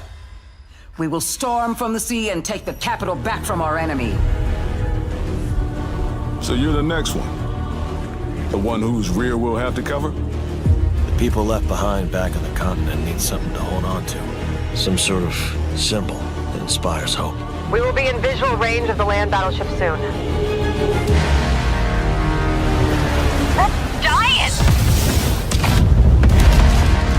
Enemy artillery intensifying. Damn it! Where's Wings when you actually need him, huh? All units return to base. Where are you going, Copter? Cover Tasha, Rex! That's where the Wings of Thief comes in. The legendary savior. Dee wants the legendary savior to get as much publicity as possible. The more exposure, the better. Cannons firing! We're gonna be wiped out! All aircraft, pull out. Sorry, Rex. You stay put, Joker One. Above you flies the Wings of Thieves. No harm will come to you. Hands to the sky, everyone! Hope is within reach! The Terminus fingers! What, the imposter? Sharing information isn't always about telling people the truth. Hope's all we can offer, right, Joker One? It's an ambush! Shadows. Just as planned. We dangled the bait and Wings took it. We'll find out soon enough. Would you please? Green flight! Defensive maneuver! We've got a leak. Is it time to run, Ray? Hang on. Joker One, down's an enemy. You never ran away, did you? Here we go, Rex. Come on, Ray. Let's go, Rex. These skies belong to you, Rex. Go take what's yours.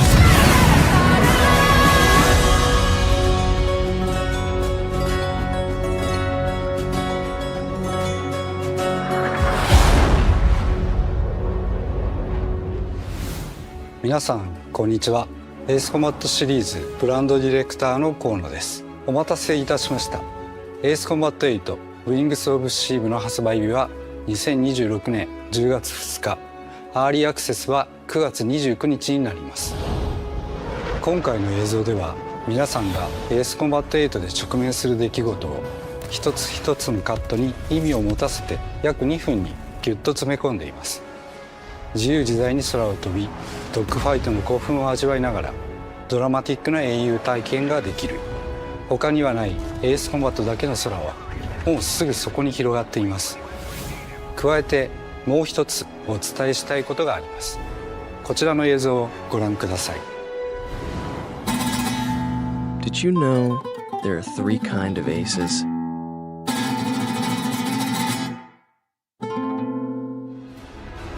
今回エースコンバット8ウィングスオブシーブにはダウンロード版はプレイオーダー特典として、パッケージ版には早期購入特典としてエースコンバット0ザ・ベルカンウォーの移植版がつくことになりました。ぜひ8と世界を同じくするストレンジリアルの世界をもっと深く楽しんでください。お知らせした通り発売まではあと少しです。出撃の準備を整えてお待ちください。ありがとうございました。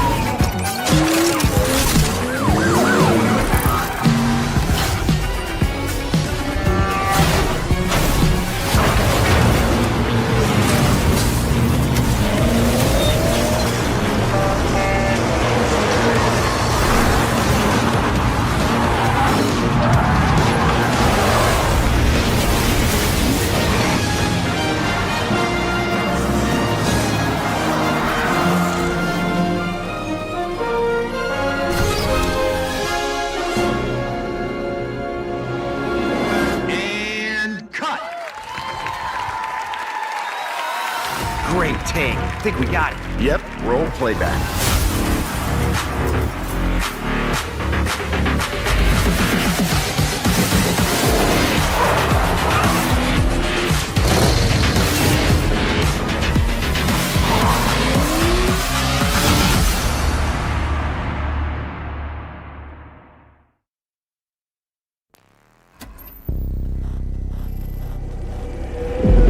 There's a wounded man! Nasty injuries! It's like a beast tore him apart! A beast? Out here? Are you drunk or something?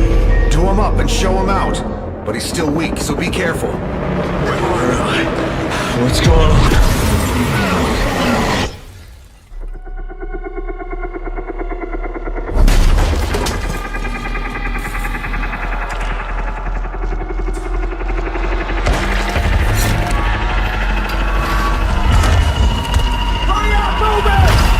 Save your ammo.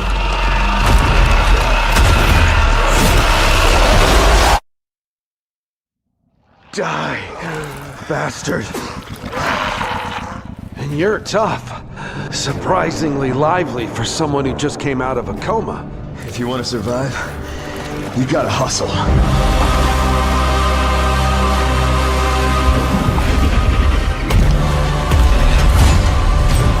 You fell from the moon.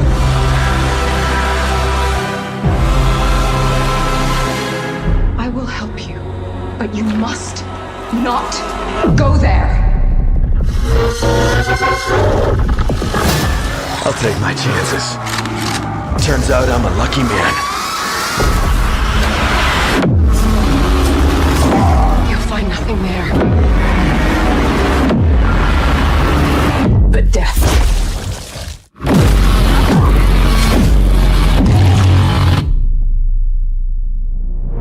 Well, good luck. Keep quiet in there.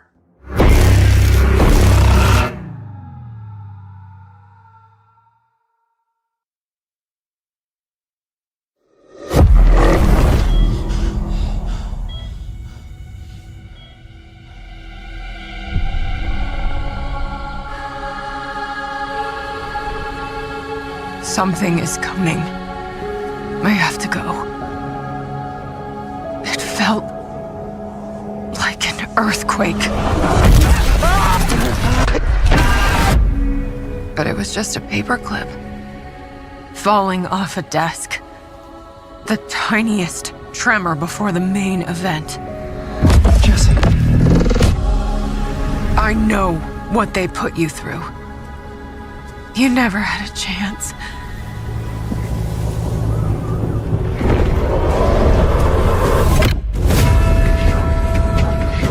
2 days before the lockdown fell, an uncategorized resonance appeared in Manhattan.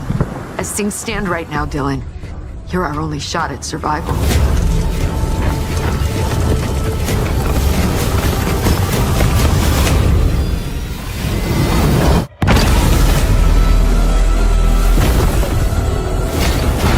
You are not FBC. You're not even fucking human. The FBC locked me in that cell for years and forgot about me. The hiss, it was a way out. People can change. The past doesn't matter.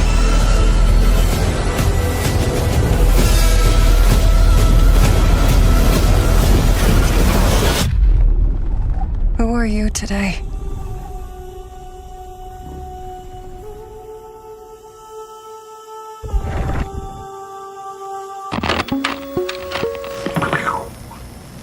We're gonna have a lot of fun together.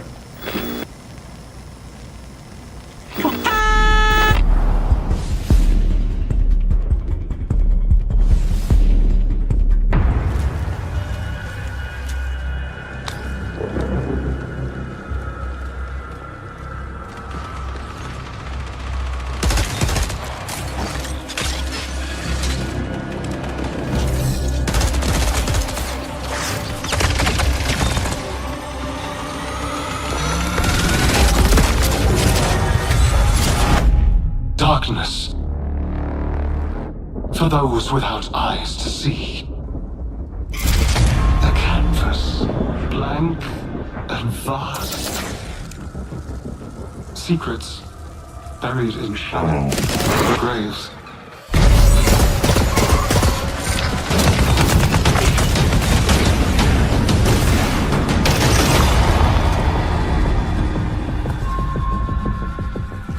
cried out in my sleep.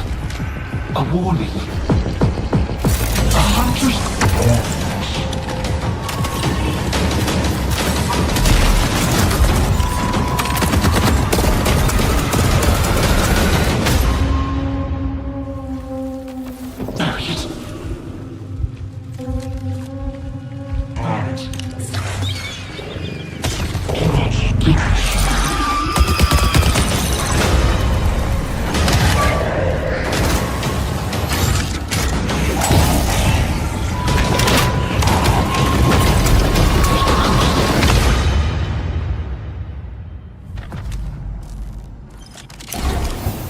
Do you crave endless life?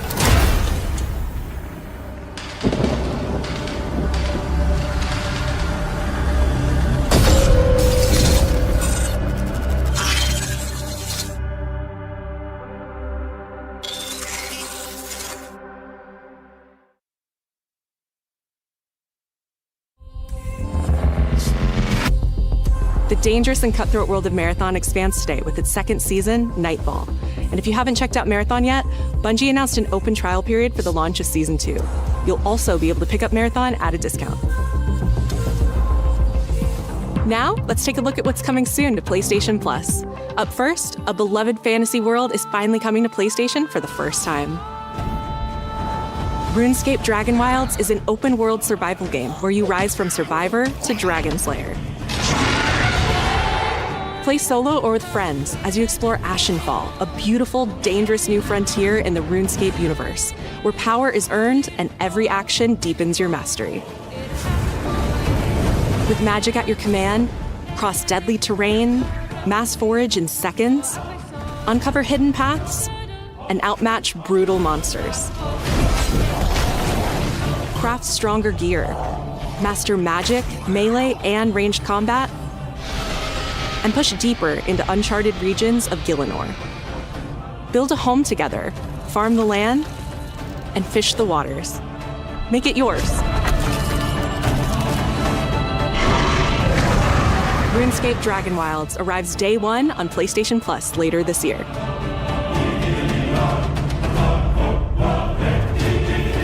Next up, here's a preview of games coming to the Classics catalog over the next few months.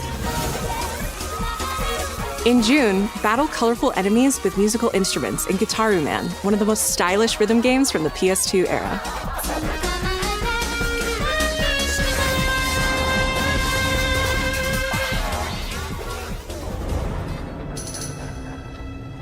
In July, PsyOps The Mindgate Conspiracy joins the Classics catalog. This PS2 action-adventure mixes run-and-gun gameplay with psychic powers.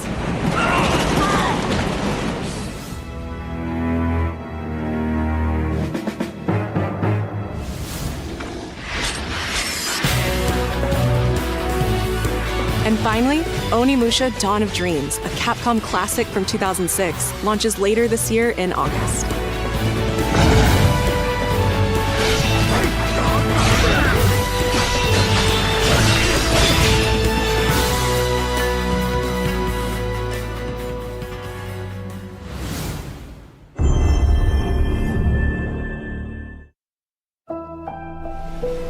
Akashima Island, haunted by dark stories. Our goal, confront the evil, corrupting paradise. This is Dead True International. Thanks. Come on, let's get a photo together.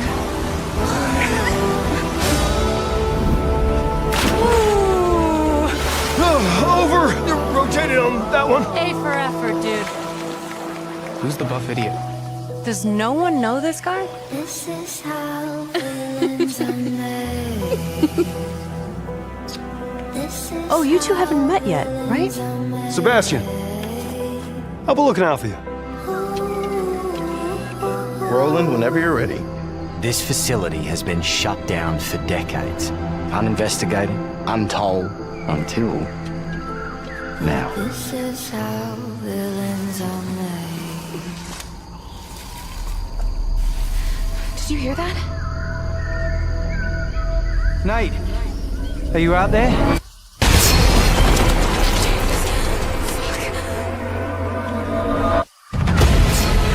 We gotta go. Right! I have a bad feeling. Let's get rid of it. Grip it tight. No! He's coming! Through there! Take a deep breath. Fuck! Which way? Steady the mind. We're gonna have to jump! There's rocks down there!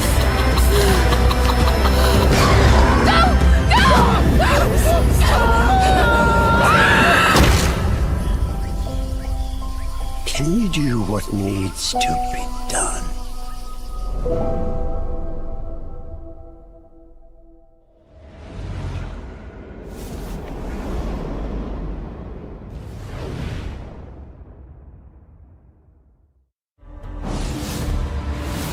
Hi, I'm Stu Tilley, Creative Director at Firesprite Games, and I hope you enjoyed the first look at our brand new installment of Until Dawn. In Until Dawn 2, a successful crew of ghost hunters who fake all their best content come face to face with real horrors for the very first time. Whenever you're ready. Having just signed a deal with a major TV network, they visit an abandoned tropical island. But beneath that beautiful surface hides dreadful, heartbreaking secrets, centuries old and hungry for vengeance. We're looking forward to sharing more details about this very soon, ahead of release in 2027. Thank you.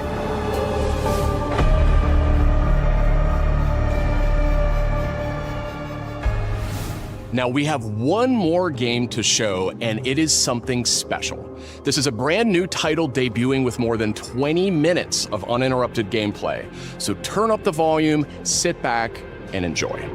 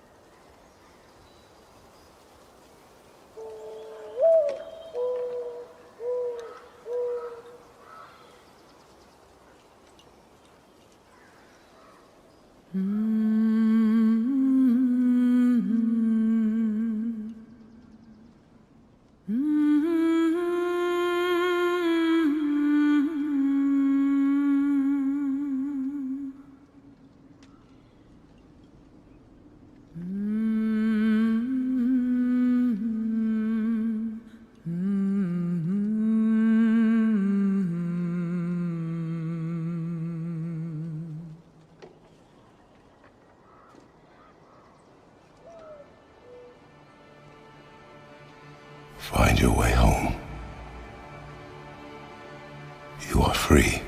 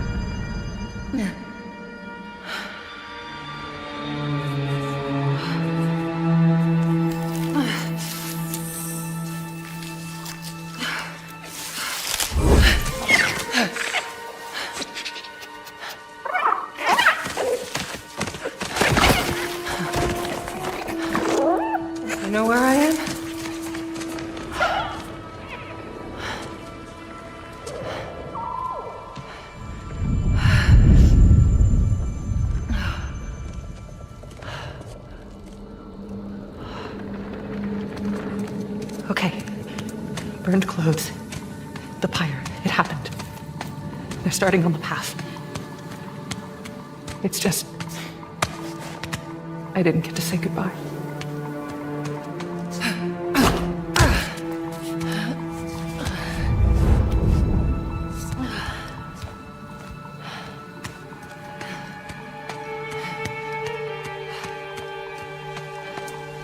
This definitely isn't the light of Alfheim.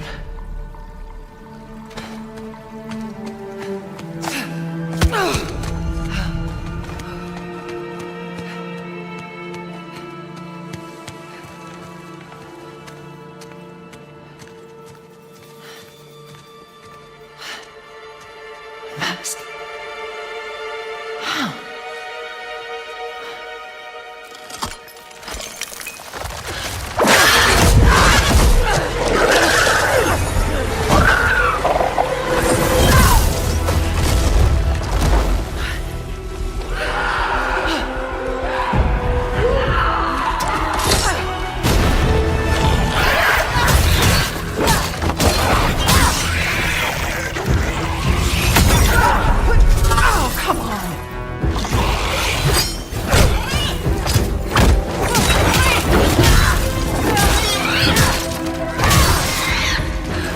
Shouldn't have been that difficult.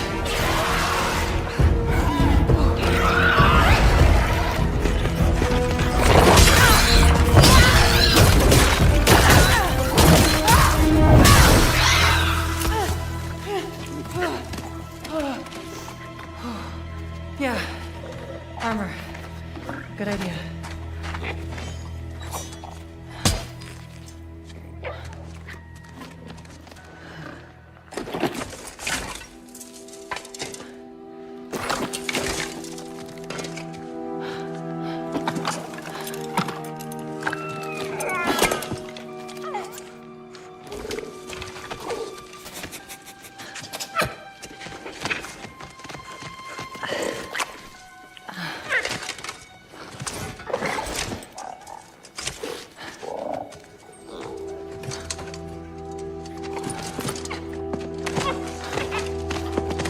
Now, how about a way out?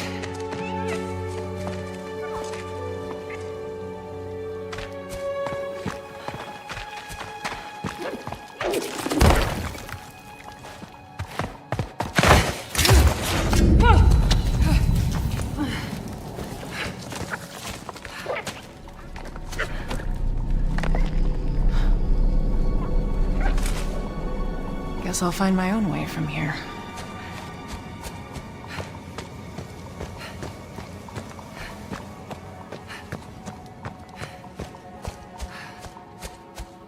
Mask. No, it can't be. It's not possible.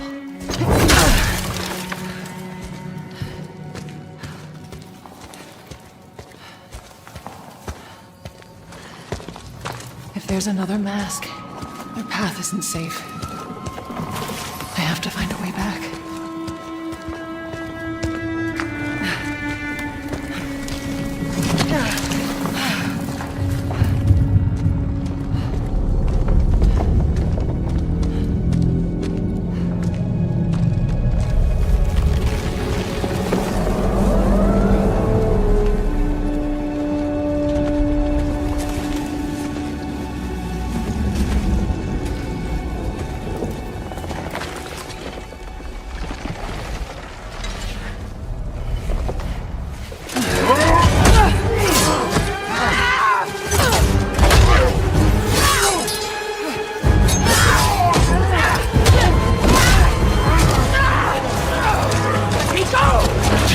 From the Eagle Onslaught!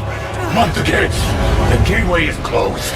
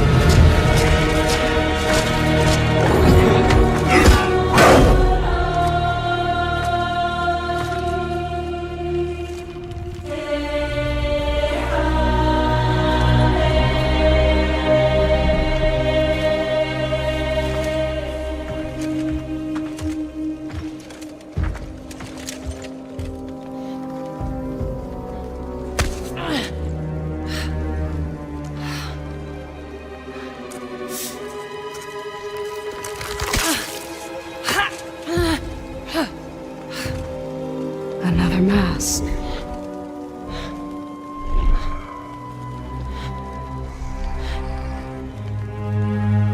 This is important to you. I wonder,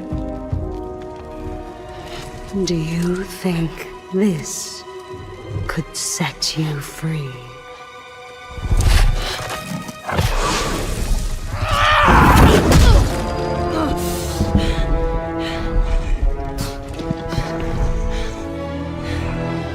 Me again, and I swear, I will kill you. Would you like to see how hard it is to die here, Godly? I can show you.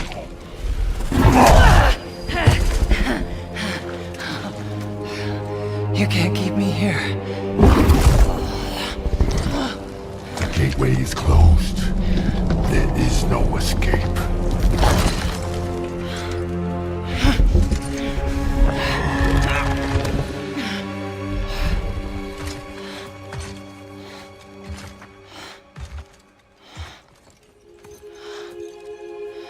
Resisting the truth will only make this more painful.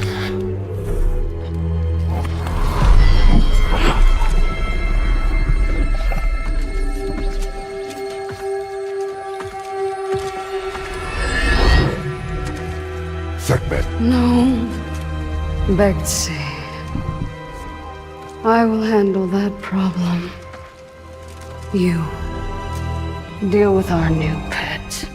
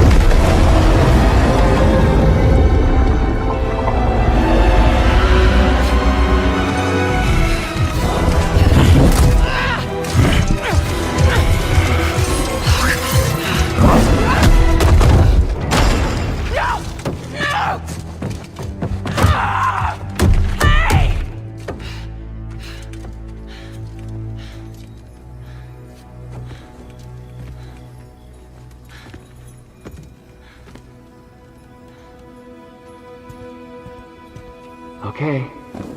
I think they're gone. Just be careful. Fresh air. Oh, you're different. You're a cube. Talking. You know what? It doesn't matter. How do we get out of here? Yeah, we've tried. There's no way out. And you're a talking sword. I'm not the sword. I'm the ribbons, obviously. And my name is Rue. The cube is Frank. I'm Faye. There has to be a way out of here. A way out? But you're not even all here. Of course I'm not here. I'm dead. You have to be dead to come through the gateway. It's like you're holding something back. This isn't working.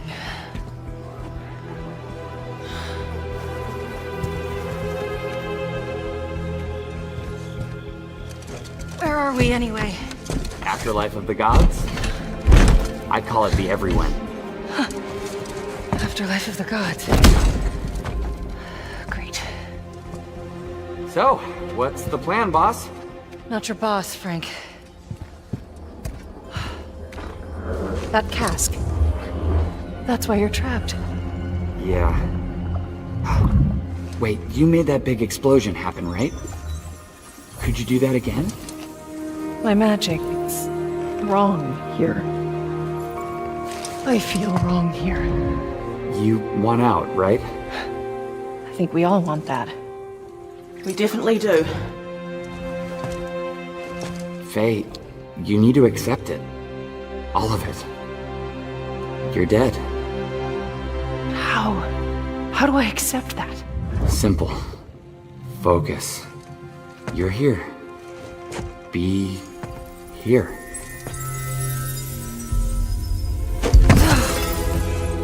But what if I need to be somewhere else? Then focus on what you do need.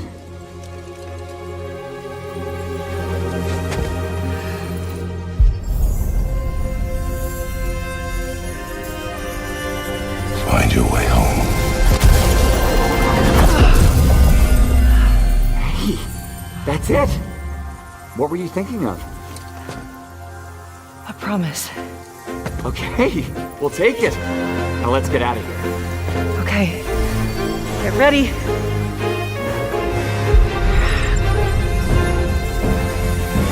Wait! Not a good idea! Bad idea!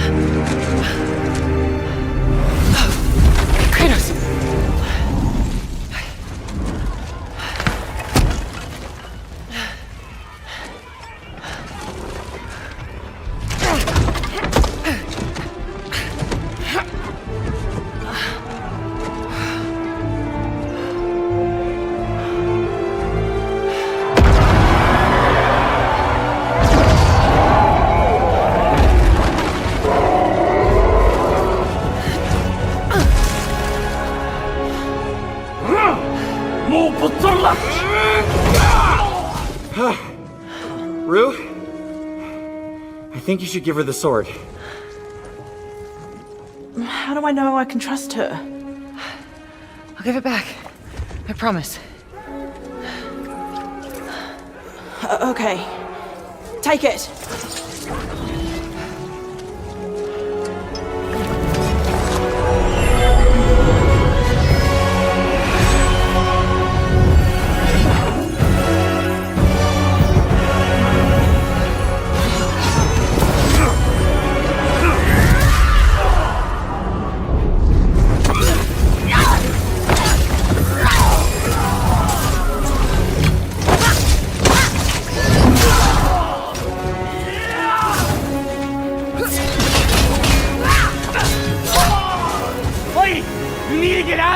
Not until I get you out.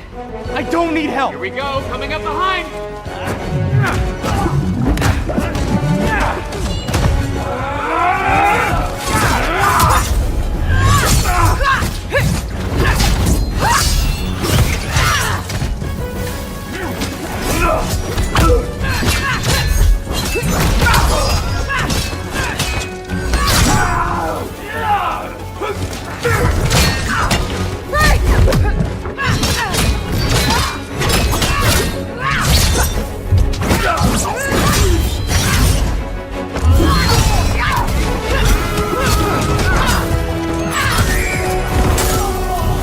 Got an idea on opening that cage. Hey kids, get ready! Come on! No! I got a promise to keep. Fine, but lady, that sword, it's more than you think it is.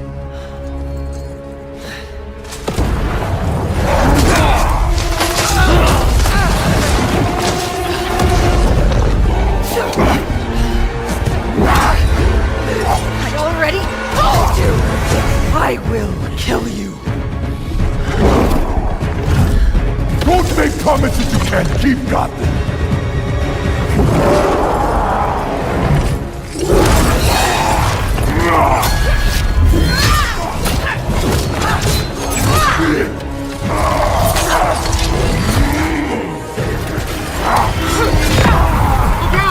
Try again! Faye, focus! Traitor! I will wrench you sweat by sweat! You don't know what you wield. What is it?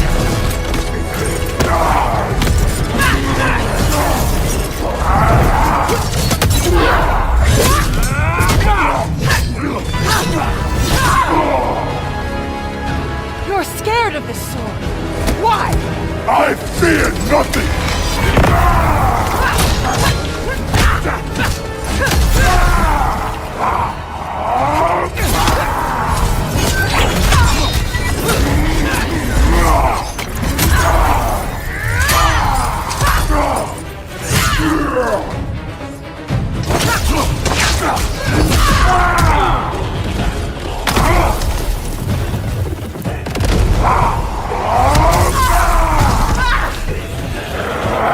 Just give up!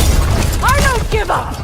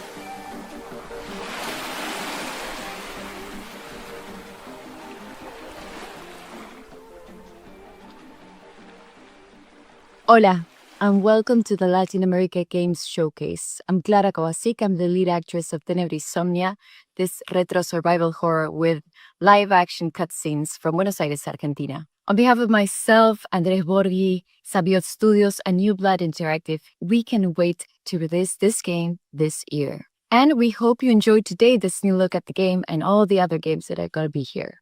So, que tengan un buen día.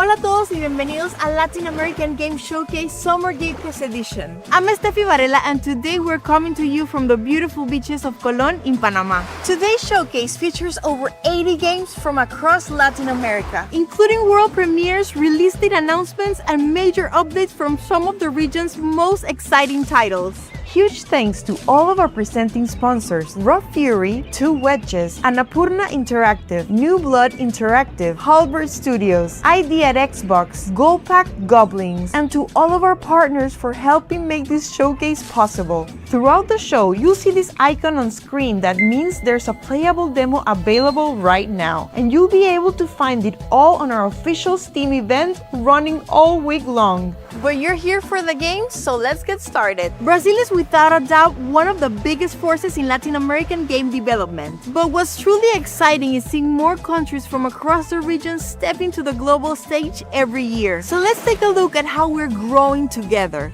starting with the world premiere from Colombia.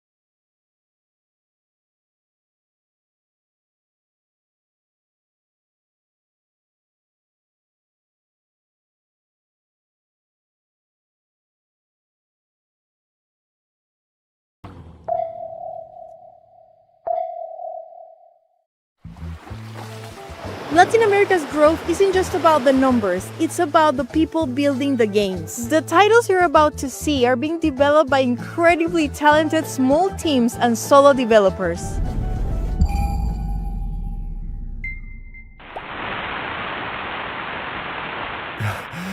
Is Garda hurt? I gotta find her. I gotta try to stand up.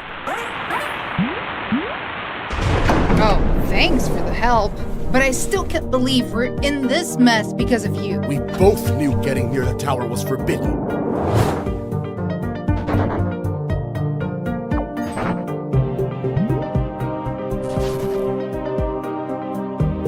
So, if we want to get our original bodies back? We gotta cooperate and help each other, right? Yep. But you're way too close, Aslan.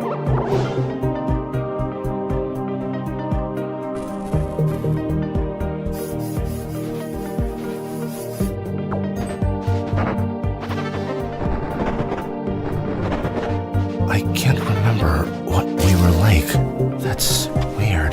Me neither, but we have to keep moving forward. Together.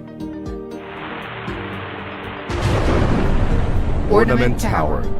Wishlist now.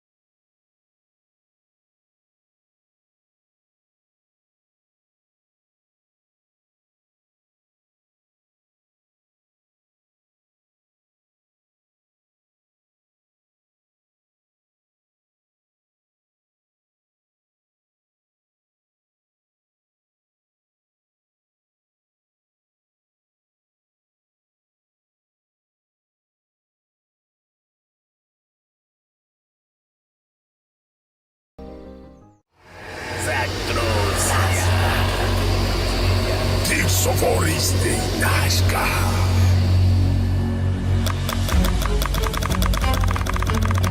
Shape your own hell, tile by tile. In this roguelike penance,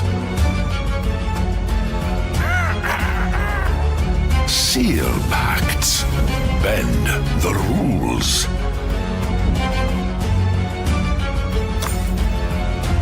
Deepen thy bonds with demons and define sin. Create freely in sandbox mode. Punishment, repentance, indulgence. Canvas infernum. Your penance has only just begun.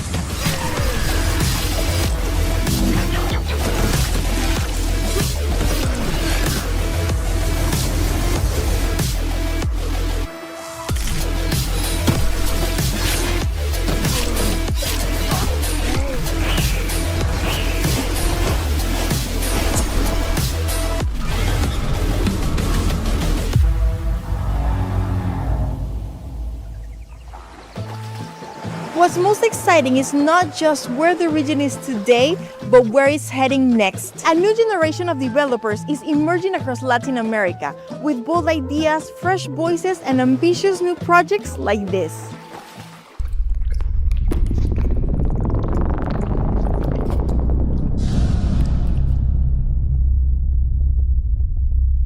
You wake up as a refueler on a planet where plants emit sound. Explore alien temples, interact with your AI companion, upgrade your suit, face multiple endings, and solve dozens of unique puzzles. But in this game, sound and music are your core gameplay mechanics. For example, using your drone sphere, you can hear the ocean's depth.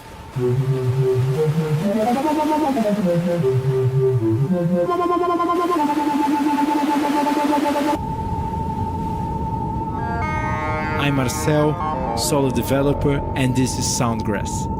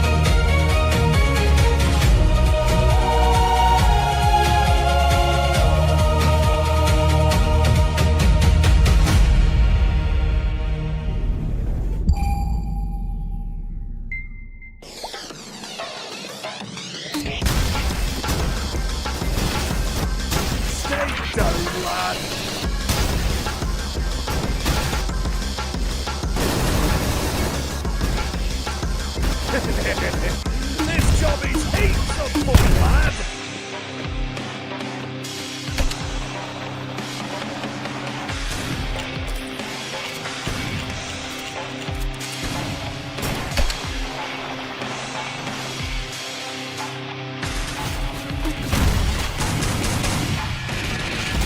He's a king! Hey, you... Ugh, what a fecking gobshite! Your time is done. Now it's time to bleed.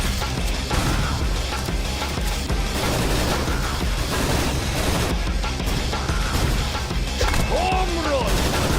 Ah! I think I got some red on me.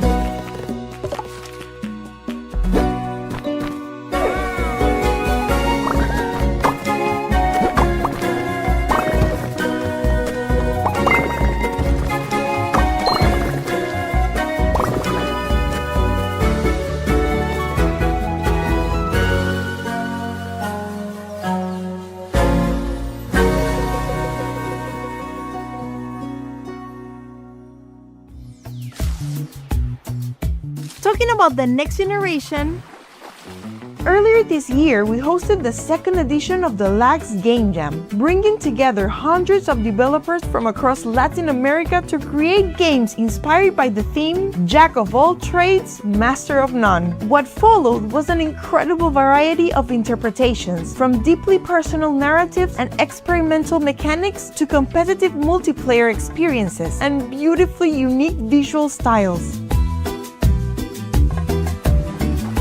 And while many of these games are still on the horizon, let's look at some games you can play right now. Dive into a haunting underwater world in A Tale of Silent Depths, a tactical RPG where you command a submarine, battle terrifying creatures, and survive the mysteries hidden beneath the ocean floor. Beat the Champions throws legendary players into explosive arcade matches packed with insane abilities, fast plays, and pure chaos. No breaks, no mercy, just goals. Jump into the action today. Start your engines and leave chaos behind in Road Out, a post-apocalyptic action RPG where high-speed racing collides with deadly dungeon exploration. Take on dangerous contracts, sabotage rival gangs, and fight your way through the death zone as Mercenary Claire. Step into a decaying nightmare in Comatose, a retro-inspired survival horror FPS where you explore twisted environments, solve disturbing puzzles, and survive the horrors lurking inside your own mind. Launching today in early access. One of Latin America's standout action platformer is finally making the leap to mobile this summer. Explore a fallen kingdom, master fluid movement, and conquer brutal platforming challenges wherever you go. Smash, dash, and blast your way through deadly machines in Core Breaker, a fast-paced action platformer with roguelike chaos at its core. Unlock powerful upgrades, discover new weapons, and uncover your purpose in a world ruled by robots. Available now in early access. Latin American games are reaching players all around the world thanks to the support of global publishers, but also through experienced local teams with bigger ambitions than ever before. So let's begin this segment with the world premiere of one of Argentina's most ambitious games to date.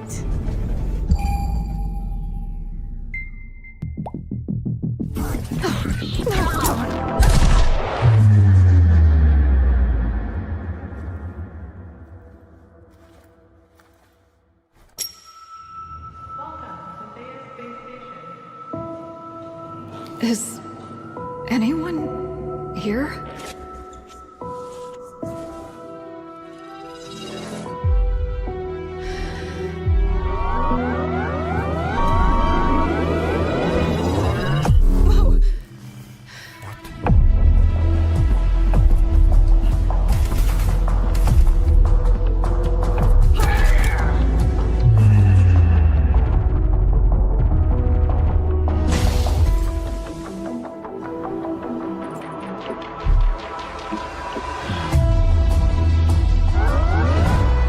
Change something. What you just did resulted in new consequences.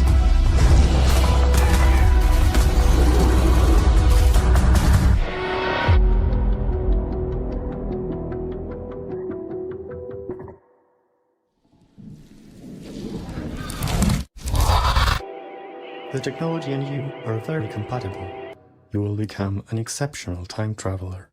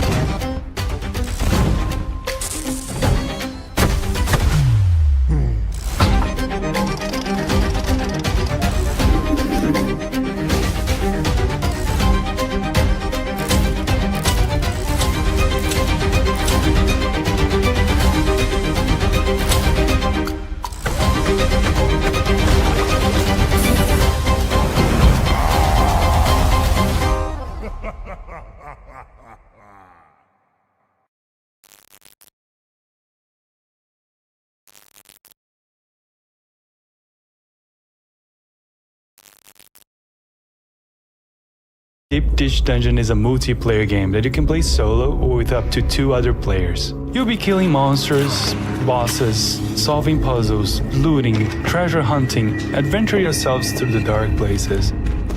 But I invite you to get deeper into connecting to the dungeon, because it's full of symbols and hidden mysteries.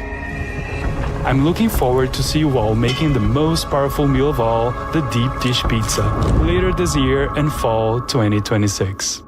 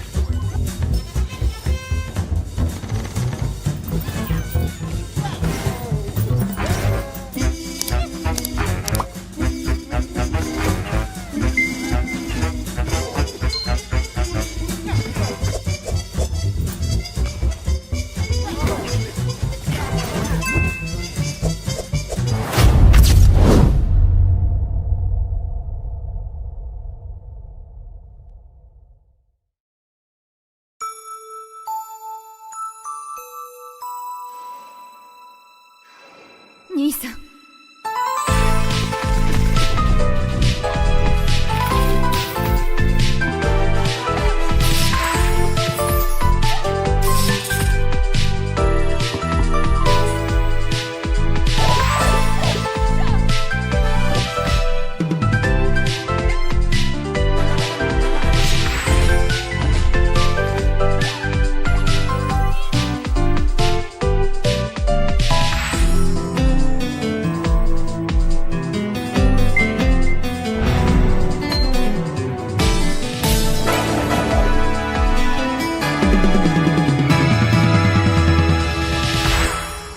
必ず見つけ出す。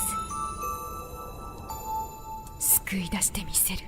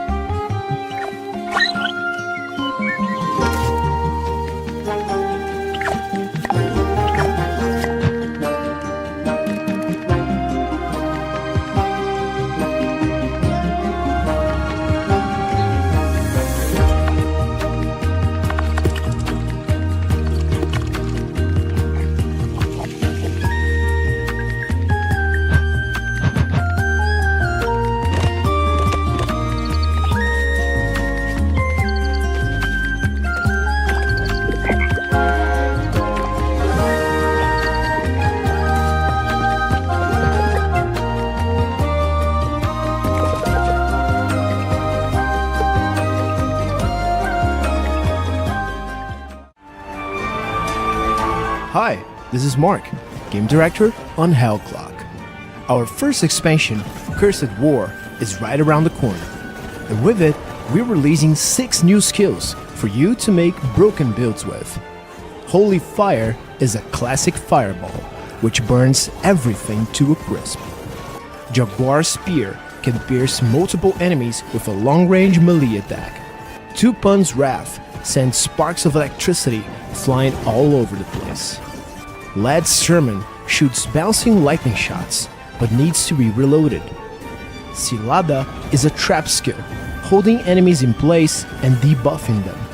And with Carcara Dive, you can leap slam into enemies with the strength of the Carcara. We're also adding over 80 new unique items, which can drastically change how all of these skills work. Don't miss Curse War, coming to PC, Xbox Series, and PlayStation 5 on July 14th. What you're about to see is probably the greatest indie game to come out in all of 2026. Yeah, nice tags, bro. So good, it's very beautiful, has vibrant music. Toilet, literally. I can't hear.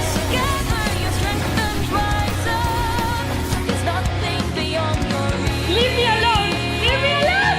Where did you come from? Don't leave me!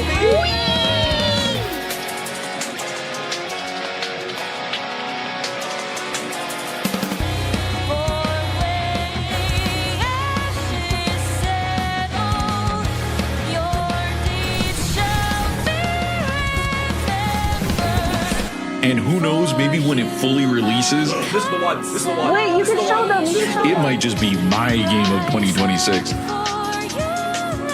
This is Colonel Hearts. Okay, you know what I'm doing. No. Okay. This is going to win Indie Game of the Year 2026. My God. Oh shit. Oh my god. That's what I'm talking about. Let's get into it.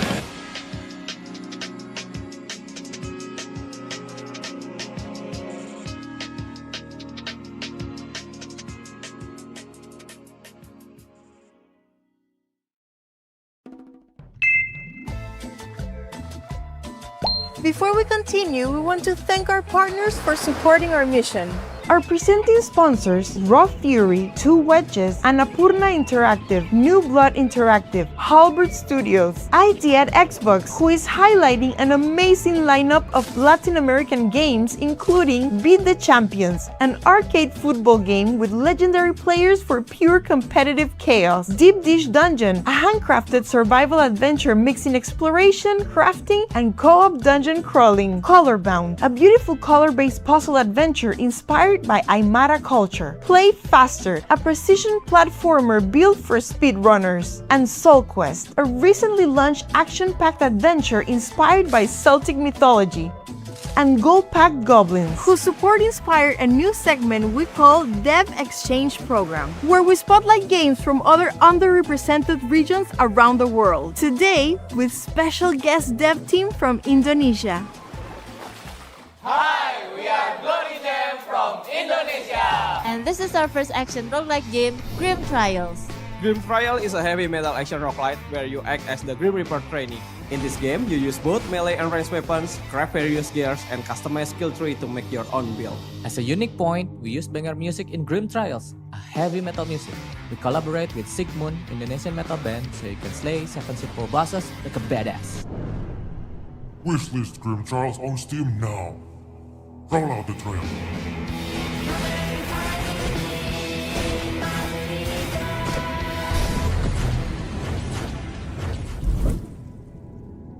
This is the story of the day after I died, and my chance to return to the world.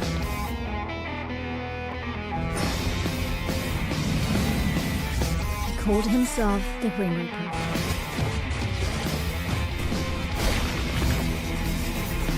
He told me I was chosen to be a Reaper's apprentice. It felt like he knew I wouldn't refuse.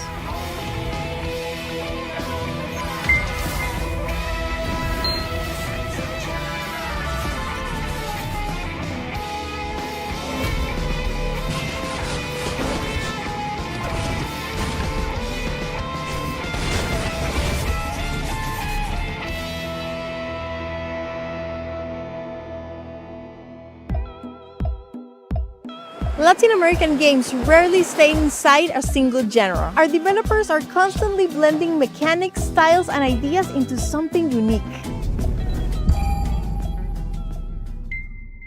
Hi, I'm Fabio, and I'm really excited to be here on behalf of Coffeenauts, an indie studio from Brazil, to introduce you to our next game.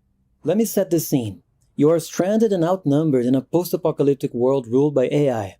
Your only chance of survival is to find and recruit locals to build a guerrilla resistance, then lead an uprising against the machines. The catch is that the machines are among you, and it's up to you to figure out who you can trust.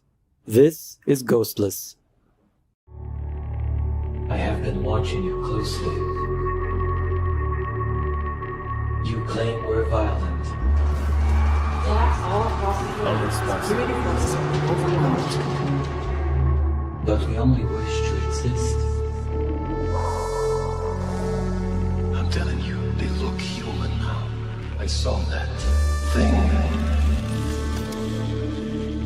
The ultimate human vanity is your exclusive claim to the soul. The department has confirmed AI has turned against humanity.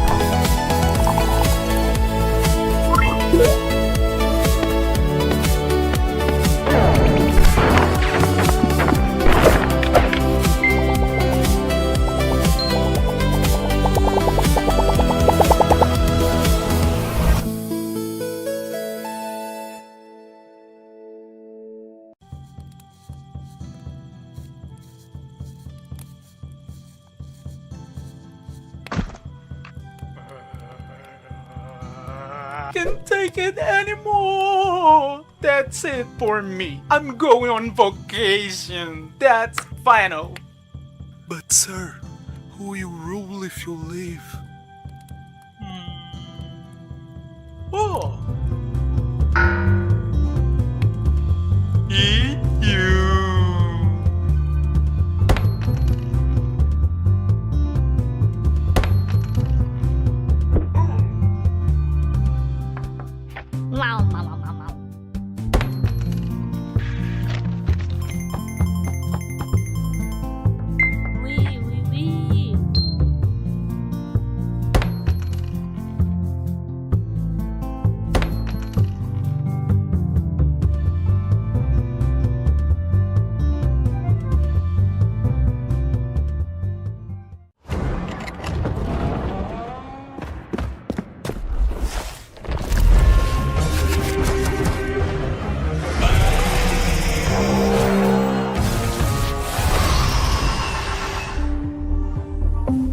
So Litany is a roguelike deck builder about making impossible combos, absurd synergies, and those big numbers that makes you feel like you've broken the game.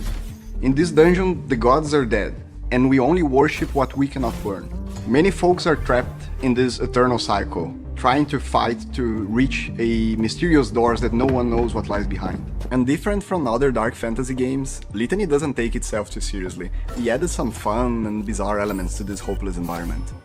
Mechanically, Litany is all about chasing dopamine. You open boosters, you stack modifiers, and you multiply effects until you reach those absurd combos that feels completely unintended to the game.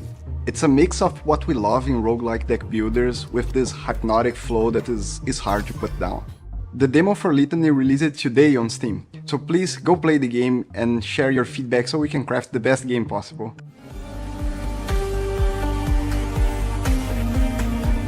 When we met Litany, it was an instant fit for two edges. Dark fantasy, roguelike deck builder, felt already home. And once we played, we were completely addicted to the game. And we saw much potential alongside Sigils of Nightfall, as both games belong to the same genre, but with different approaches.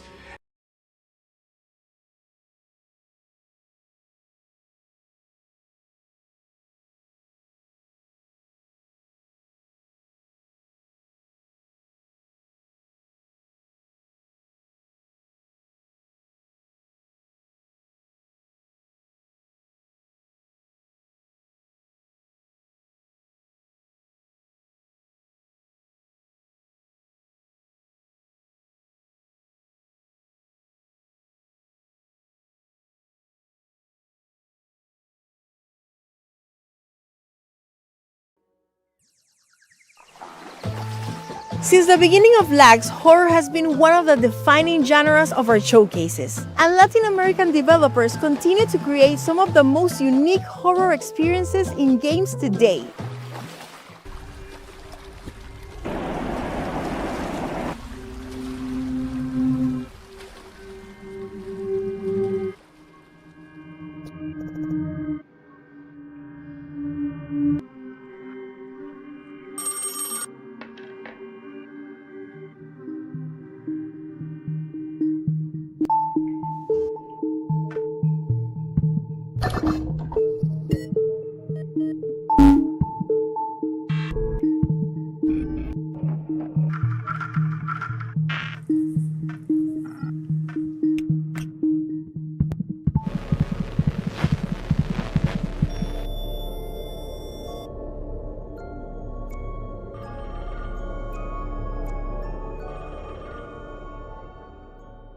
Bless me, Father, for I have sinned. How long has it been since your last confession? Since I was 9. That's a long time. What are your sins? I...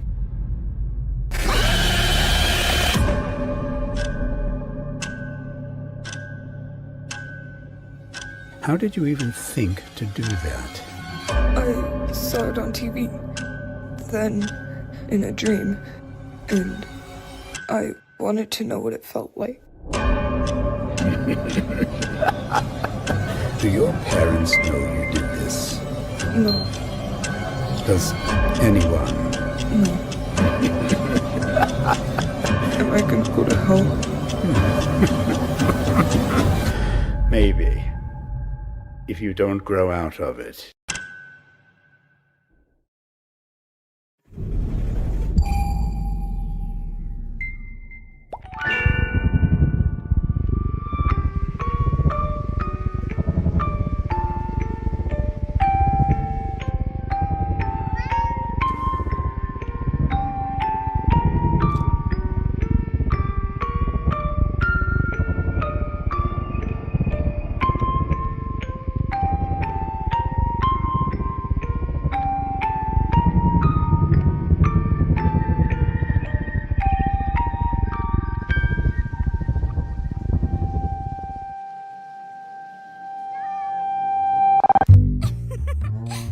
Who am I?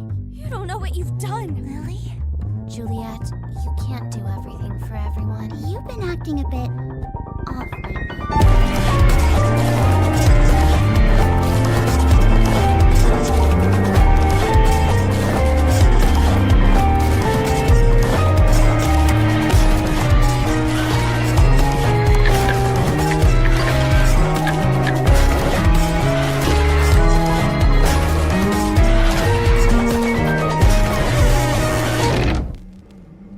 Oh, Julie. You shouldn't even be here in the first place.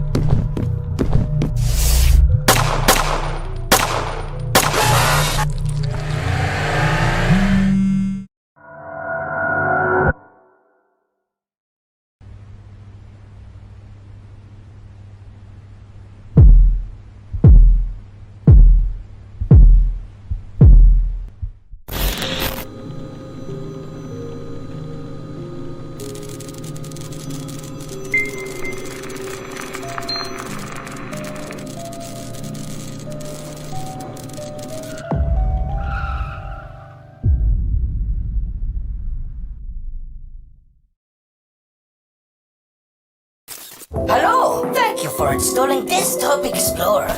You'll be presented with puzzles around basic computer usage. Who knows what you might find?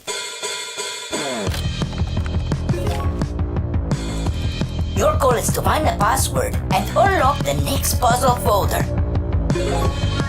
Color me impressed. You'll do great. Just ignore the feeling of being watched.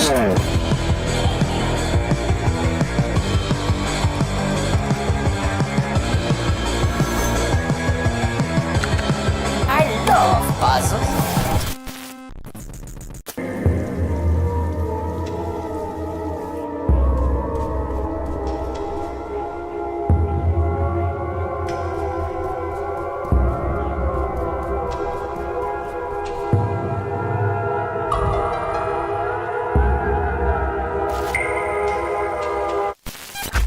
This is getting pretty creepy.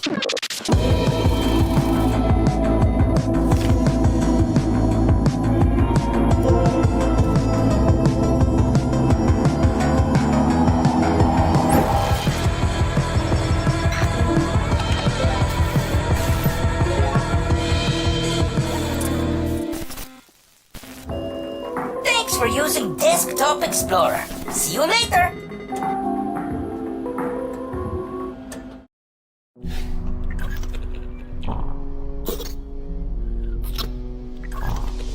Owen. She was right.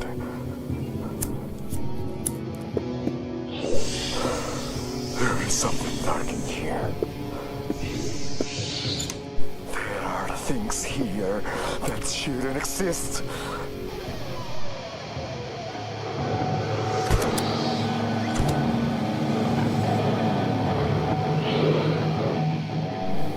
This job, it never gets easier, you know?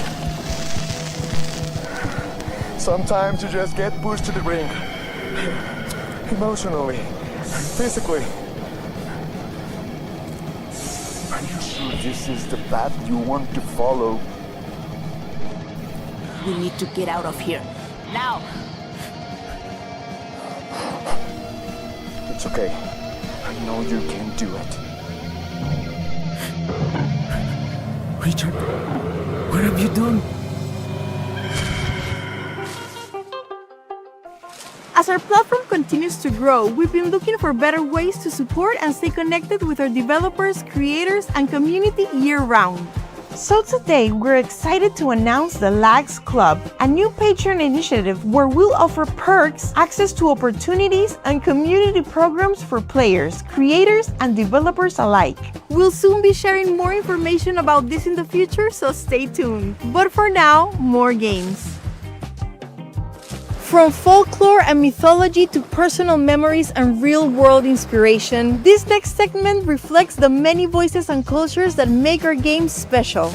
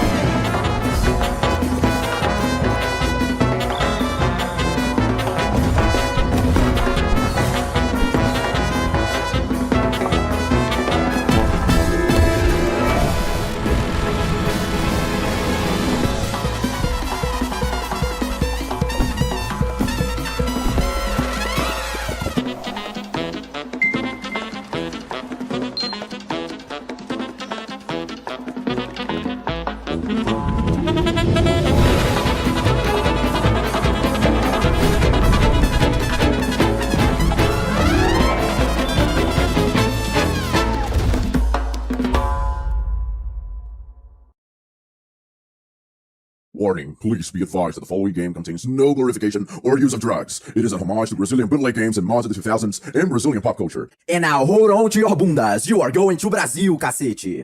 You threw a party in heaven after saving the favela from hell. But it went bad. Brazilian drug dealers in Fort Worth. Demons from the portal to LA operas through the favela, and now I have to sing my mother to Ronaldo. Welcome back to Rio. Take a trip to Salvador also. Bunch of crazy new guns going from Shimano flamethrower to Feijoada Piniter and new enemies. Double jump and dash, cause you put fireworks at your ass! The craziest boomer shooter of 2026 with 18 campaign levels, traveling to Brazil to save the mamadas from Ronaldo! Play co-op with 255 players, overstay with one shot to park! Oh my god! This level demo available now! You can loot it! For release September 16, 2026 on Steam! Ronaldo!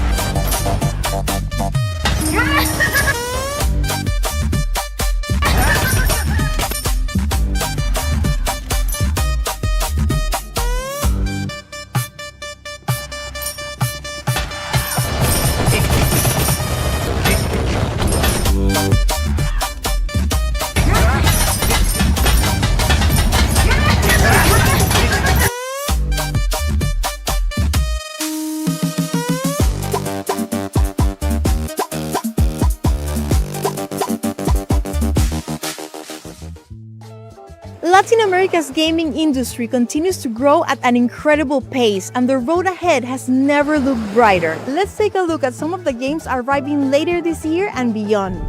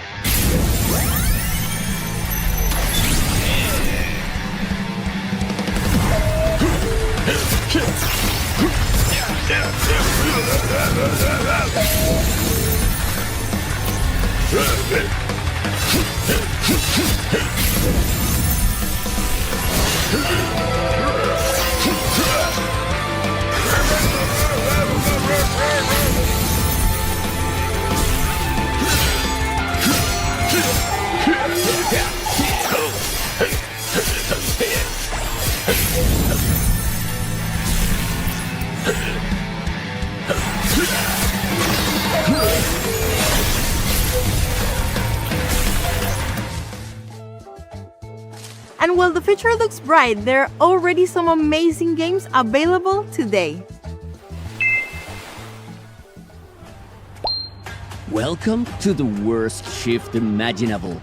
In retail hell, you're trapped inside Purgatory's only convenience store, serving terrifying customers while trying to survive the night, stock shelves, uncover secrets, and keep the horrors at bay.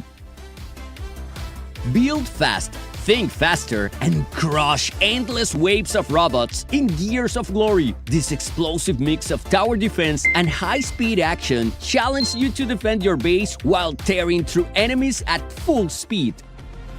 Step into a brutal infected metropolis in Vultures, Scavengers of Death, a tactical survival horror where you scavenge for resources, survive deadly encounters, and uncover the truth behind a world consumed by infection. A dead man hired you to solve his murder. In the posthumous investigation, every suspect has secrets, schedules, and motives hidden beneath the surface. Uncover the truth in this stunning hand-drawn noir mystery. Fight through hordes of enemies in Soul Quest, an action-packed adventure inspired by Celtic mythology. Harness the power of Morrigan, goddess of death, and battle to reclaim the soul of your beloved. In The Warrior, nothing stays the same for long. Every level transforms the gameplay, the mechanics, and even who you control, as every character fights to become the protagonist of their own story. Uncover all the secrets in this wild platforming adventure today. That's all for this year's Latin American Game Showcase Summer Game Fest edition. Huge thanks once again to all of our presenting sponsors, our media, broadcast, PR, and community partners. And of course, Jeff Keighley, Emily Weir, and all the Summer Game Fest team for their continued support. Don't forget to wishlist your favorite games throughout our official Steam event. If you're continuing your Summer Game Fest weekend, make sure to tune in for even more showcases, starting with the Women-Led Games Showcase right after our event at 4 p.m. Pacific. And be sure to tune in for Summer Game Fest on June 5th, live from LA at 2 p.m. Pacific. For the scouts and publishers watching, over half of the games showcased today are either self-published or open for publishing opportunities. So if any of these games caught your eye, reach out. We can help you connect. And finally, we're incredibly excited to announce that this December we'll return with something brand new. The very first LAX Game Awards, celebrating the best games from across Latin America. We'll have more information soon on our website and social channels. Thank you again for celebrating Latin American Game with us. See you next time. But before we go, as tradition demands, we have one more thing.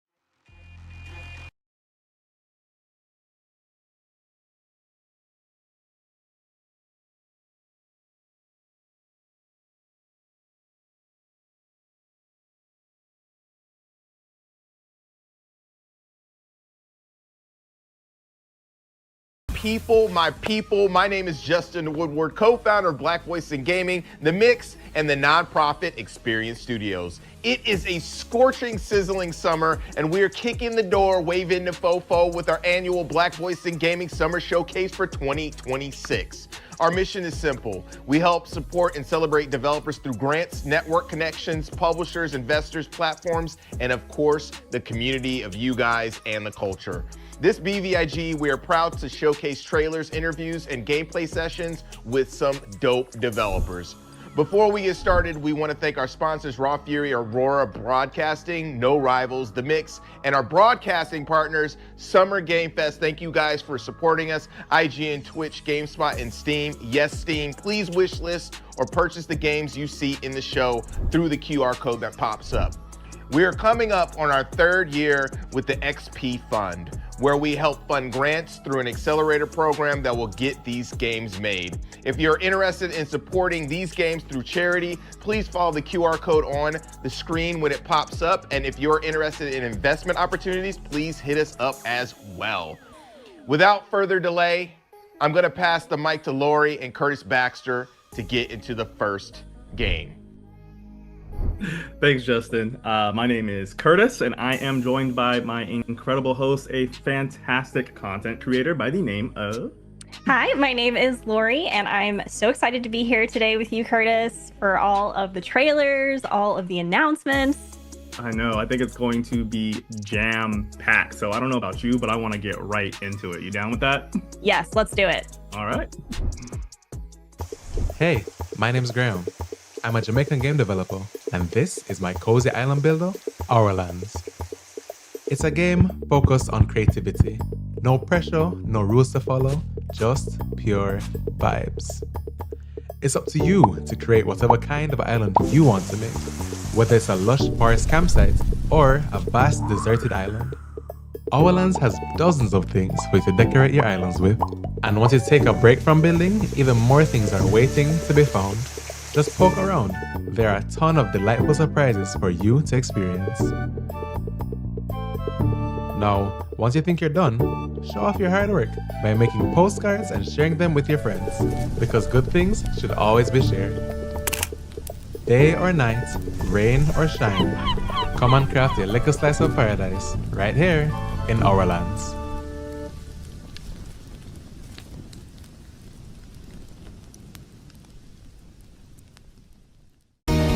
A princess, once beautiful beyond wonders of the flesh, now crawled the earth as her demonic mass pulsated lifelessly.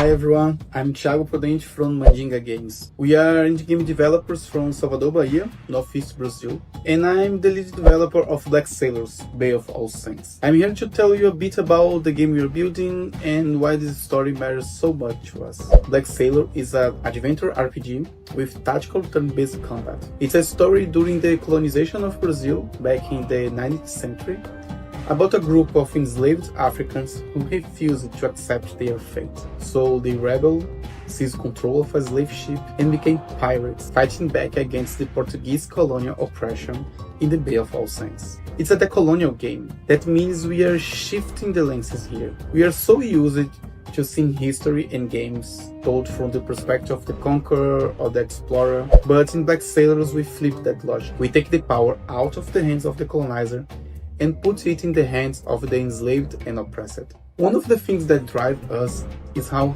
history is taught. Even in Brazil, our education is often very Eurocentric. We were taught at school that our country was formed by Portuguese, indigenous people, and Africans, as if African was just one big homogeneous block, but that was not the case. The African diaspora was formed by several different ethnicities: Yoruba, Bantu, Fon, and many others. Each had their own unique culture, cosmology, and customs. Some were even rival back in Africa, but they were forced into the same struggle here.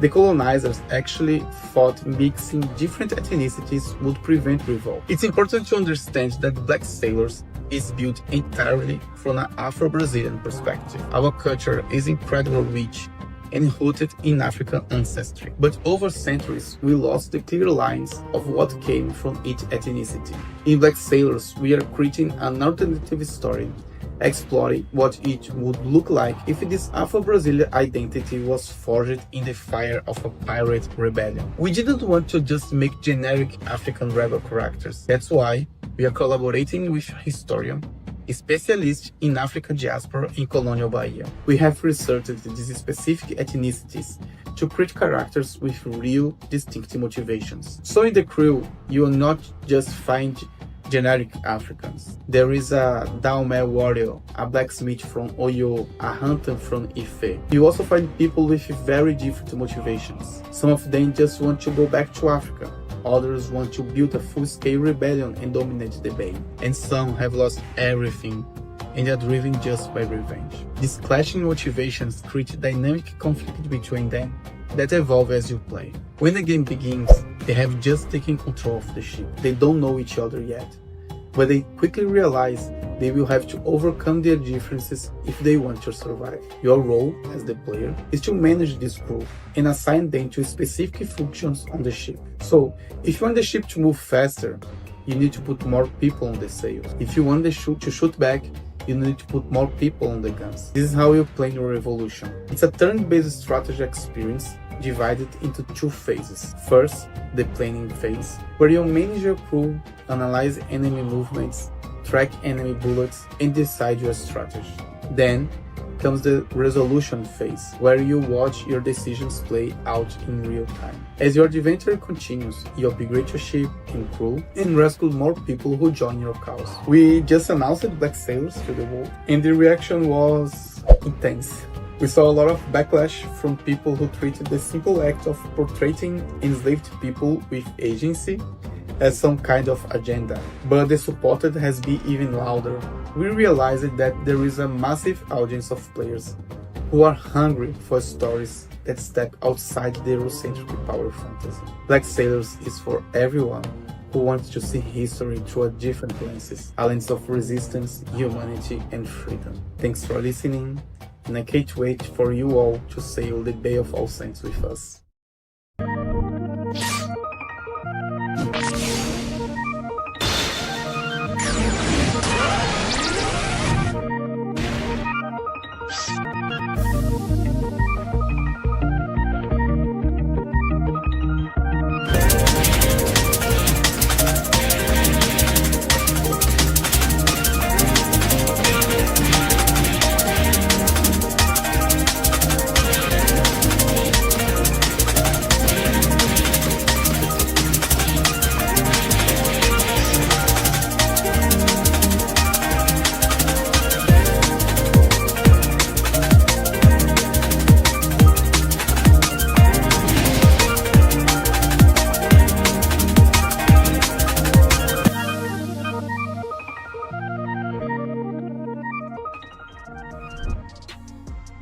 right.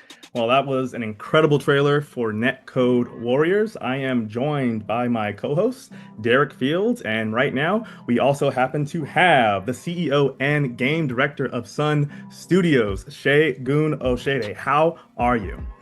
I'm good. I'm good. Glad to be here. How's everybody doing? Doing well.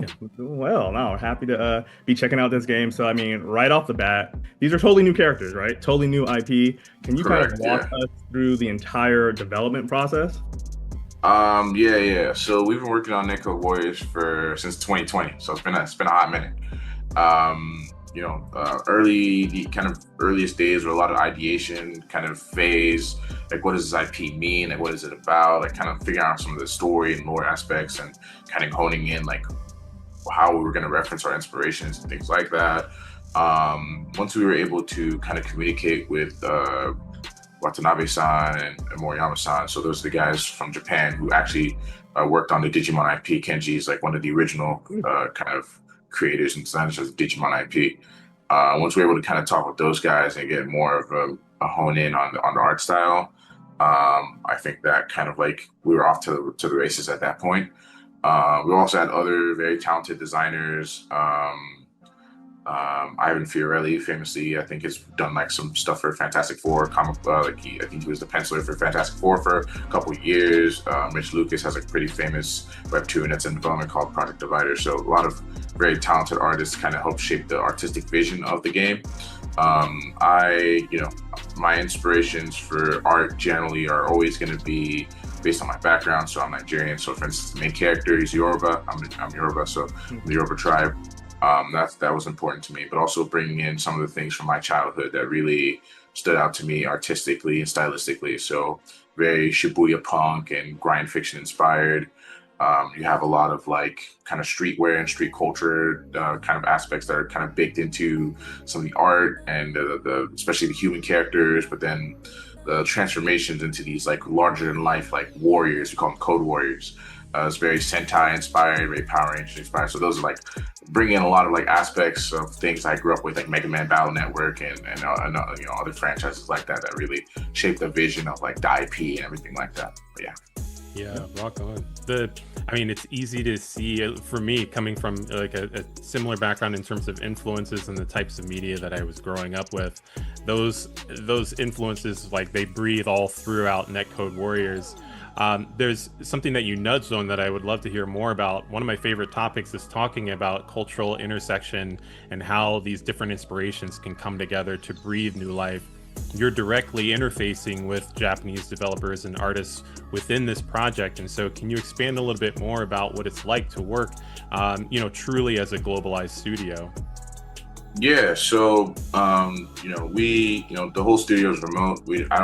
I've always said, like, I don't really care where you come from. I just care that you got heart and talent, right? That's it. I don't even care too much, like, how much experience you have. Because I think it's very easy to fall into that trap when you're hiring somebody of, that whole thing like, oh, well, I need experience to get a job. How can I get a job if I don't have experience, right? So for me, it's just if I see passionate people, talented people, I tend to reach out to those and try to see if there's like a way we can collaborate in certain aspects, in certain avenues.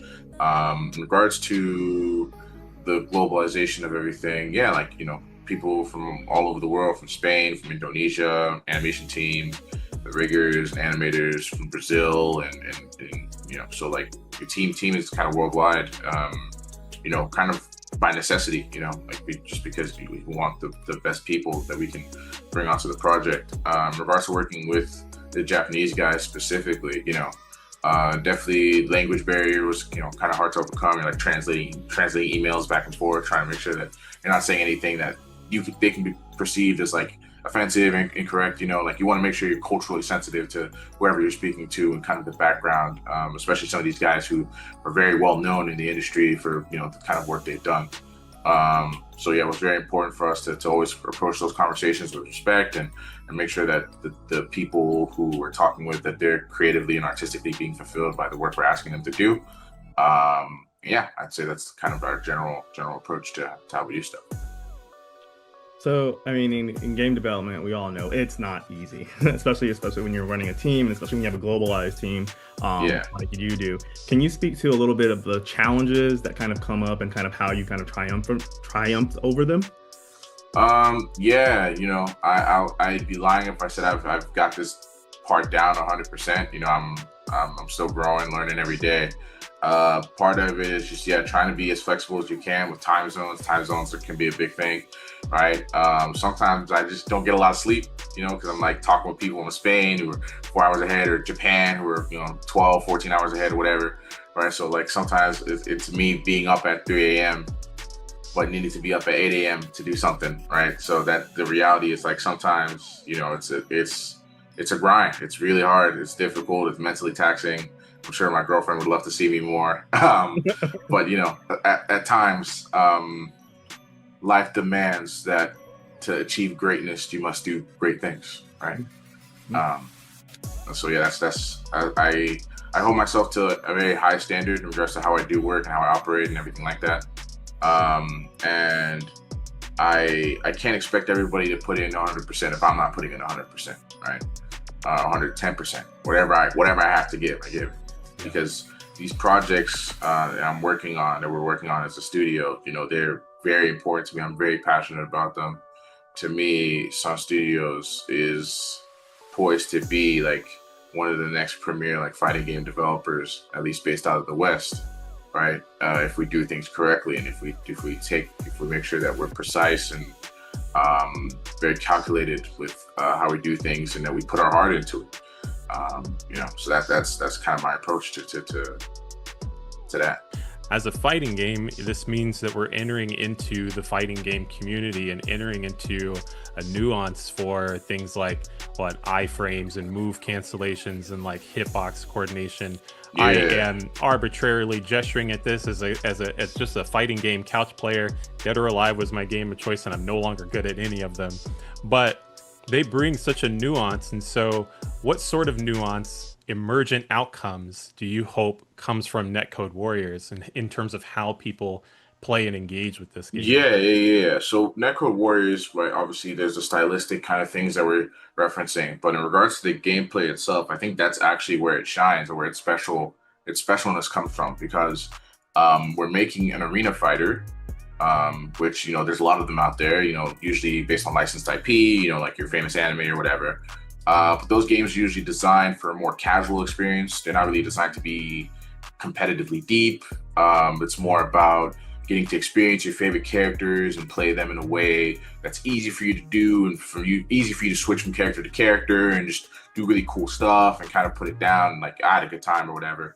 And that's not really the design goal here. The design goal here is for you to put hundreds, thousands of hours into, like, the game is like constantly revealing itself to you. And in that kind of design space, arena fighters haven't really had competitive spotlight before. I mean, there's one or two here or there, but they all kind of make compromises to kind of have that conversation with the fighting game community, I would say. And we're kind of looking at things in a sort of a different direction. Obviously, we're trying to incorporate some things like motion inputs are pretty big for us, quarter circles and things like that should just exist more usually in traditional fighting games that tend to not exist in arena fighters. We're putting those in, charge motions, and other things like that. But the idea of what an arena fighter is, or what it can be, is a real expression of freedom of movement in a three-dimensional space that 2D fighters just generally aren't really, like, can't do in the same way, I'd say. And so even the 3D fighters that you're familiar with, like Dead or Alive or Tekken or Virtual Fighter, because jumping usually and crouching share an input, jumping, crouching, and stepping to the side share an input that limits how quickly you can move in and out of the foreground. And it's mostly about moving forward and backwards quickly with like intervals of that. That's why like there's like high level techniques about stepping out of the foreground. Netcode Warrior kind of approaches it more like there's a real freedom of movement, and the skill and depth is how the decisions you're making based on that movement. You can move wherever you want, but are you moving in the right place at the right time?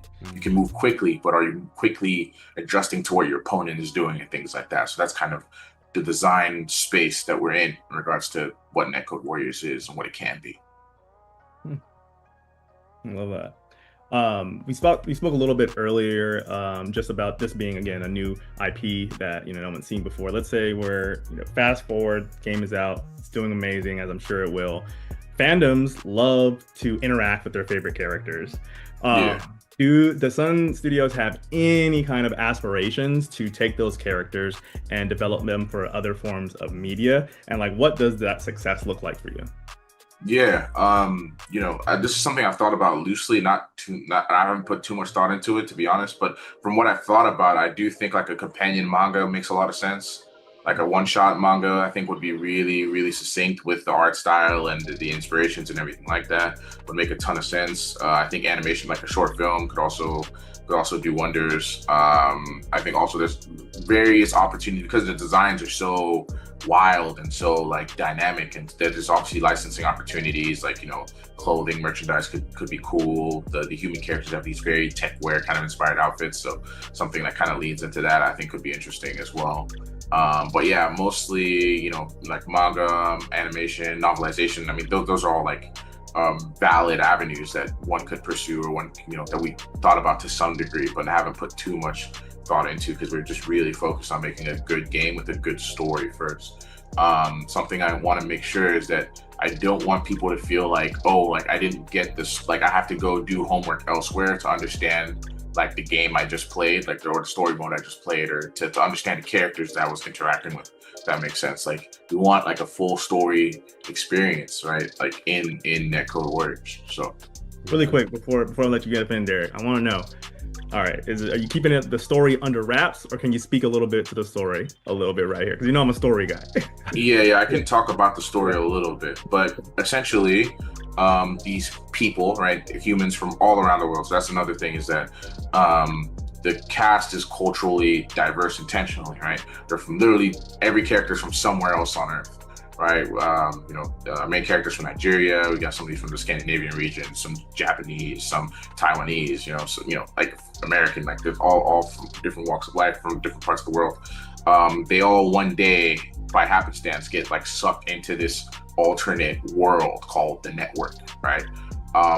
And the network is essentially this living, sort of breathing world. Like when sometimes in lore and fantasy, you talk about like Gaia, Earth, as like a living, breathing thing. In this alternate dimension, that world is like alive, basically. And it's overseen by an entity called the Sovereign. And essentially, the laws of physics are kind of inverted in this alternate dimension to where energy is an infinite thing, but physical matter is like more limited than it is here. The humans kind of quickly realize that like, oh, if we could funnel this energy to Earth, then we would have potentially unlimited energy, and shenanigans ensue. That's basically the kind of surface level gist of the story. Love it. Love a good story, and I'm glad that you expand on that a little bit. It relates in a lot of what I was thinking about. There was a nugget that you mentioned about the story, about a lot to do with the game's identity and the expectation of players committing an amount of time to it so that they don't feel like that they have to do homework outside of the game to drive a connection with it. Games now are emerging in a space where let me rephrase and say, all media is emerging into a space where they are competing with each other. So whether you're a game or a cartoon or a movie, the attention space is like a continuously crowded economy. And so, looking to keep your players in this environment in hopes that they will dedicate that time and expand upon the story. It sounds like a huge undertaking, one that it commands, standing out with some of these other arena fighters that you were pointing to. What do you think about that, emerging into a saturated space, emerging into a space where, the goal of keeping players attuned to the game is going to be really important? Are there other elements that are going along with the story to keep people coming back for more? Yeah, I think the big thing, like the competitive kind of drive, the game needs to be deep, right? From a competitive standpoint, to have a sustainable player base, that sustains over time. I think another thing also is like at this point with most fighting games, like you need to show your player base that you're gonna put more time into it outside of just the initial release. So you're gonna expect like some kind of downloadable content, whether it's more characters and things like that down the line, which are all things, conversations we're having and plans we're making. I obviously can't speak to anything definitively like that at this time, but all conversations we're having about how to make sure that Netcode Warriors is it's not just a game, it's an intellectual property, right? That can extend past just the game itself, right? You know, like whether, you know, we get to make like a Netcode Warriors 2 or 3 or whatever, right? Like we've already had conversations about some of the story elements that would play into Netcode Warriors 2 if we got to make that. And we have some very interesting kind of, you know, fighting games are very hard to market. You need to show players that there's something, either you usually need IP or something unique or something they're familiar with, something to grab them or bring them in. So one thing is obviously like character designers who've worked at Marvel and worked in, you know, Bandai and Digimon. Like that was like one pull. Another pull that I can't go into too much detail about, but I can basically explain is that we got some pretty prominent content creators in the fighting game community to agree to give to let us use their likenesses actually as characters in the game, as playable characters in the game. So that's something I'm super excited about, because I think it really creates this like fandom kind of relationship between the game and those content creators and their communities, right? That I think will really, you know, accent kind of the IP in an interesting way. Cool. To remind folks watching, you are both the CEO of Sun Studios and also the game director. So you're actually covering multiple projects at a time. Yeah. Talk to us about like what does your typical day look like when we're talking about literally being part of crafting the business, which is the games in your case, but then also having to operate also on the kind of business side of things. Yeah. So, you know, we're currently so fully self-funded. So I do have, you know, a day job that I have, you know, that I do as well, that, you know, allows us to, you know, and myself and my other co-owners, we all have day jobs that we use that allows to fund the studio. So a decent amount of my day obviously is going to that, and most of my Sun Studios related work is outside of that work day, generally speaking. I mentioned earlier I don't get a lot of sleep. I wasn't hyperbolizing. That's just like generally how things are right now. I'm the game director on both this and our other fighting game project, Saturday and Battle Manga. So I'm the game director on both of those projects at the same time, and so that does demand a lot of my attention because a lot of people, you know, need information about what to do, when to do it, kind of, you know, making sure we hit our deadlines, our marketing kind of goals, and everything like that. So those are kind of different kind of facets that play into how my schedule lines up, but I don't have a specific, like, here's what I do at 8 a.m. and here's what I do at, you know, because sometimes, like, you know, things are the way they are, you know. Yeah. If you're creative, if you're a game director, we know that, you know, some of those regimented moments kind of feel like locking ourselves into a box. Jesse, it's been a pleasure to learn more about Netcode Warriors and understand what you and Sun Studios are doing for not only this, but the other projects that have been alluded to during this conversation. With the limited time that we've had, I've already learned so much, but is there anything that we maybe didn't get a chance to cover that you would like players to know about before we wrap up? Yeah, I think, you know, for us specifically, marketing has been a thing that we would like to do more of, right? I think we're planning on setting up, I mean, by the time this goes out, we probably should have like a Discord server people can join to kind of have community and talk with each other about the game and the characters that have been revealed and have more speculation about the story and different things like that. We want to, you know, kind of announce some of the voice actors that we kind of had conversations with and cast for some of the roles and as well. So yeah, the game's kind of ramping up and the development's kind of ramping up in a very interesting way. I obviously cannot give a definitive release date for the game at this time, but the plan is to release it next year at some point. That I can say that now. Yeah. Next year, that's the plan. Rock on. Yeah. Well, this has been terrific just chatting with you, getting to know a little bit more about you, about Sun Studios, and about Netcode Warriors. I appreciate this conversation a lot, guys. It was a lot of fun. If you like what we're doing, then scan the QR code and consider supporting the XP Fund, which helps provide grants to underrepresented indie developers to help move their projects across the next stage of development. Now, let's get back to some more trailers.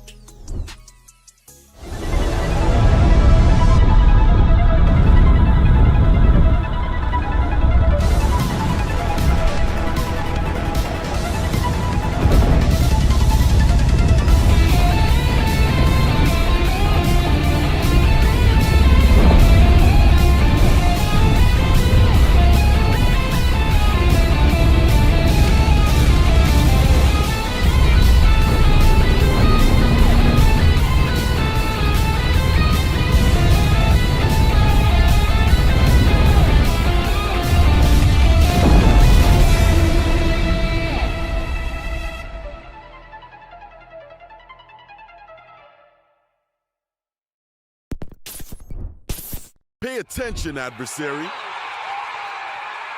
I can't let it end here. This time will be different.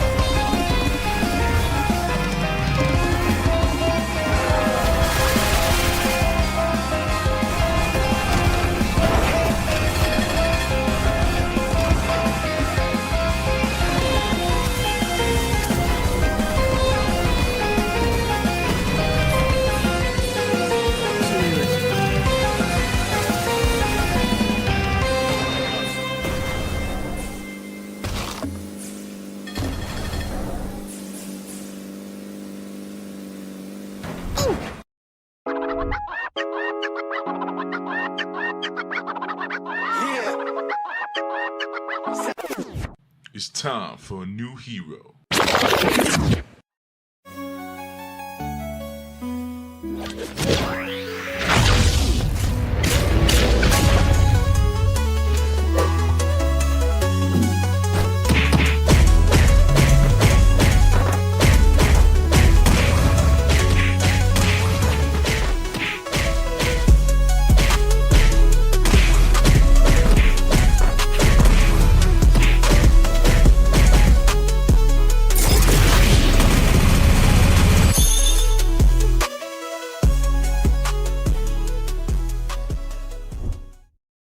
Plum Road Tea Dream is gonna be a look into the life of S, which is my alter ego. So it's like a semi-autobiographical game.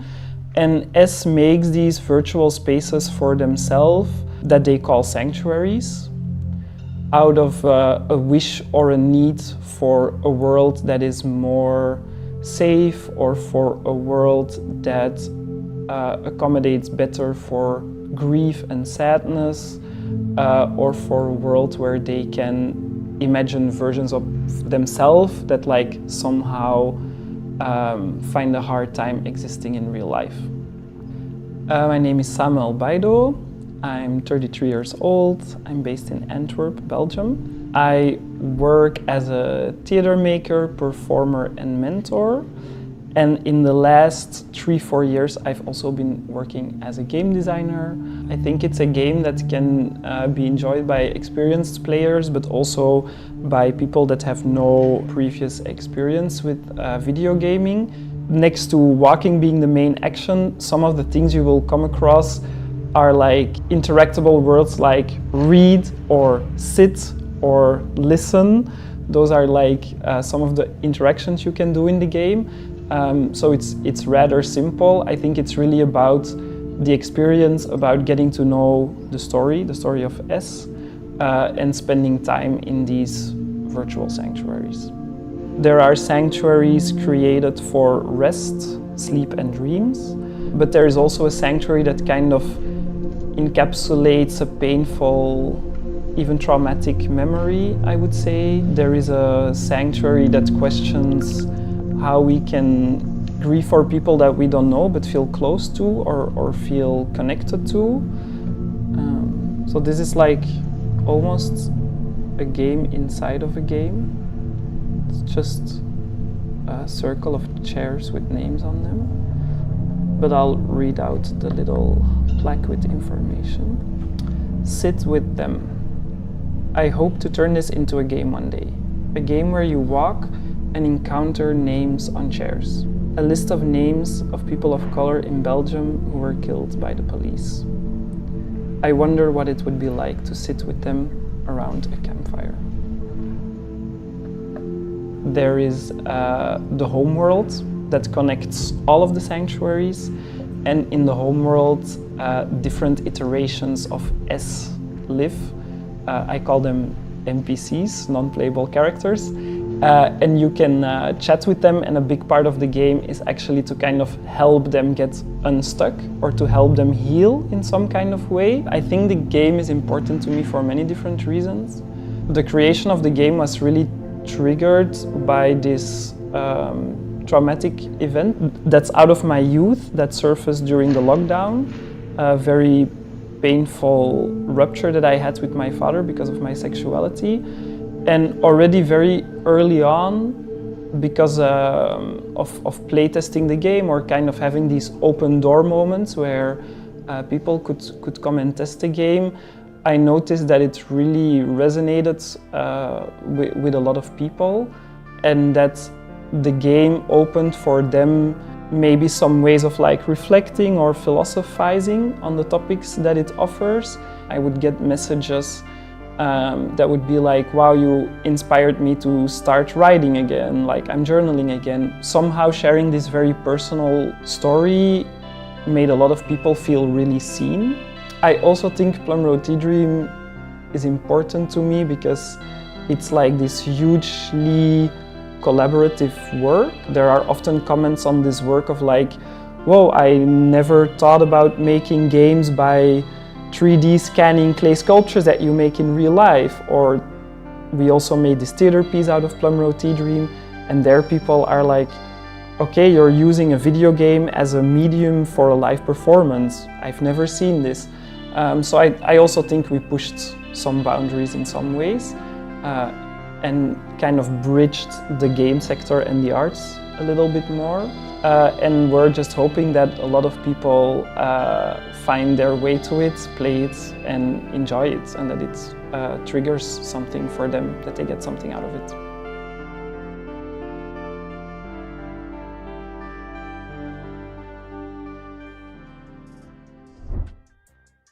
Hello and welcome back. I am joined by my lovely co-host Lori. Hello. And also here we have combat designer and also my former colleague, Stephen O. How are you? I'm good. How are y'all? Hanging in there. Weird time, but you know. Sure. But it's good to see you again, you know? Yeah, it's been a while. So let's just jump right in and get started. Can you talk to us a little bit about kind of your path to becoming a combat designer? Yeah, so my path as coming to a combat designer, it's like I had very humble beginnings. I started off in Albany, New York. That's where I grew up. And my brother is a lot older than me, and he would introduce me to a bunch of comic books and action movies like the Five Deadly Venoms, Kid with the Golden Arms, and one of my favorites, Bruce Leroy and the Last Dragon. And I just wanted to become these kind of characters. So I would start like taking gymnastics and doing kung fu and things like that, just to be the character. And when I translated that energy into like making games, I like realized that not just being a game designer, I could also be a person that creates these sort of action figures or adversaries or even the heroes to allow people to feel like that person I was trying to capture and become myself, So went to school for it. I went to school at Rochester Institute of Technology. I didn't know anything about programming really before that. I took like one class in high school, and RIT was just starting to have a games program. And I wanted to make sure that I can get into the program. I started talking to, I originally went there for IT, knowing that they're going to have this game program. And I lined all my classes to be like a good game designer and have them transfer over because I didn't have a whole lot of money to stay there extra years. And then along the way, I met a lot of people that had been working in games and even had an internship where they realized there's a specific role for a combat designer, a person who makes the enemies or a person who works on the hero and their interactions. So that was like my first foray into getting into realizing the role of a combat designer. You said that you took like martial arts classes to that. So what was like, I guess, what was the process of like taking that experience from that and then like applying it to combat design? Yeah, so like I grew up in like moving my body and understanding like punches and kicks, right? Being able to throw them yourself. And then you sort of get into the space where you're trying to like read your opponent. They're going to start doing punches and kicks. And as I gotten older, I was like, okay, well, I can't just go out fighting everybody. And somehow like you learn this kind of dialogue with the person that you're like sparring with or fighting with that I like really just couldn't get enough of, because it's like that movie quote from The Matrix: you don't know somebody until you fight them, or you can really learn them as you fight them. Like you start to anticipate their movements, you make moves that you're trying to train them to do certain things, right? And that's great in real life, but you can't do that all the time. So I started playing fighting games, and back in the day, you know, PlayStation came with a demo of Tekken, and it had the same movements that I had like learned when I was growing up. So I started doing like amateur competitive Tekken matches all the way up into college. And in doing that, I learned like frame data and different things too. So it's a little bit of like learning how my body moved, understanding the mechanics of making a good punch, then being able to read that mechanic in the actual games, like how the characters were throwing punches and the frame data and the speed that it happens, that allowed me to take all that knowledge and translate it into, these are how we're going to make these characters readable. This is how we're going to make this style feel good. And then there's this meta style to it as well, of like, okay, well, this is for a person who wants to be a rushdown character or a zoner. This is for the people that like grappling. And you just kind of have your expression. And then as you play your friends, you kind of know their behavior, and you're like, okay, he knows that I'm going to do this, and I know that he's going to do this, so that's how I counter it. You know? So a little bit of that. You talked a little bit about it being kind of a dialogue and kind of learning how somebody fought. Like, I'm interested to know, what is your approach? Like, let's just say it's a clean slate. This character's never been done before. What is your approach to coming up with this initial combat design for characters? Yeah, you really want to come up with like, what's the core fantasy of this character? What is his background? What is their background? Why are they trying to express themselves through violence, right? Like, how are they going to communicate? So somebody who might grow up in an adversarial environment, they might feel more aggressive, or like, you have to beat people to the punch. Like the world is so chaotic around me that I have to be more aggressive to get stability. So the first thing I just try to do is like, what is the character's fantasy, and then build that kind of backstory that fits with them. And then I look at gameplay moments that are going to support that. Like I just mentioned, if the person has to be hyper aggressive, then I'm like, okay, maybe their stance is always going to be slightly forward, and they're going to be in more aggressive pose, and they're going to have more dominating moves that like either armored, or armored meaning like they absorb a hit while they're giving a hit. Or if I'm going to make somebody who grew up in a little bit more naive or more playful, maybe they're going to be more standoffish back, or like they kind of think that even in the heat of battle, it's like a game, or like it's silly to them, it's like fun. They're going to be more like fluid in sort of their movements and playful in their actions. So you can have like two different fantasies that have these many different play styles that can even go with it. So Yeah, and another thing too is that you spoke about dialogue. How does combat design relate to other elements of the game, such as narrative? I often think that like in a fight, you're going to have this natural back and forth of like taking turns. Basically, you're saying things and they're responding to it, right? So there's already this like action and response that comes from just the moveset alone. But you can tell a dialogue through, or a story really, through the environment. How did it change over time? And you don't always have to show damage on a actual character. You can show how things are breaking in the environment. You can show how this person's getting a little bit more desperate during the fight, how there is a reversal or double down. Basically, like, you think they're winning, and then they do something and now you're losing, you're on the back foot. So that's just the choreography of the fight, how it can turn into dialogue. But there's also like, maybe they learned a new ability, maybe something that's unlocked from them, from a core memory. How does that fit into the story? How does this this new unlockable mechanic fits thematically to where the character's goals are, and how does their opponent stand in the way of that goal. It's not always good versus evil. It might be my goals versus your goals. You want to, make the world feel all the pain that you felt, or you want to stop the world from feeling pain ever again, and that just puts us at conflict. Absolutely. I have another question for you. Are there any types of styles of combat you've really yet to see in a game? And how would you kind of approach that? First of all, what are they? And then also, how would you kind of approach that and want to bring that into the game? Oh, well, I feel like I've seen a lot of different martial arts, a lot of different styles in games, and I kind of specialize more so in melee combat. There's a lot of different ways to approach combat with magical abilities or gunplay and different things. So I don't know if I can really speak to a style I haven't seen at all, because even capoeira, we're starting to see a bigger resurgence in that, but we haven't seen a whole lot of African martial arts. I don't think there's as popular or is as documented in the world of these different styles of African martial arts. And if I could speak to how to do it, I don't think I would give that away right away. I think that would be something. I think that would be hey, I'm gonna do this game that has some African styles. But one might go with this approach where we're thought of life had started in Africa. What if the original African martial art is what it brings in all these other different styles?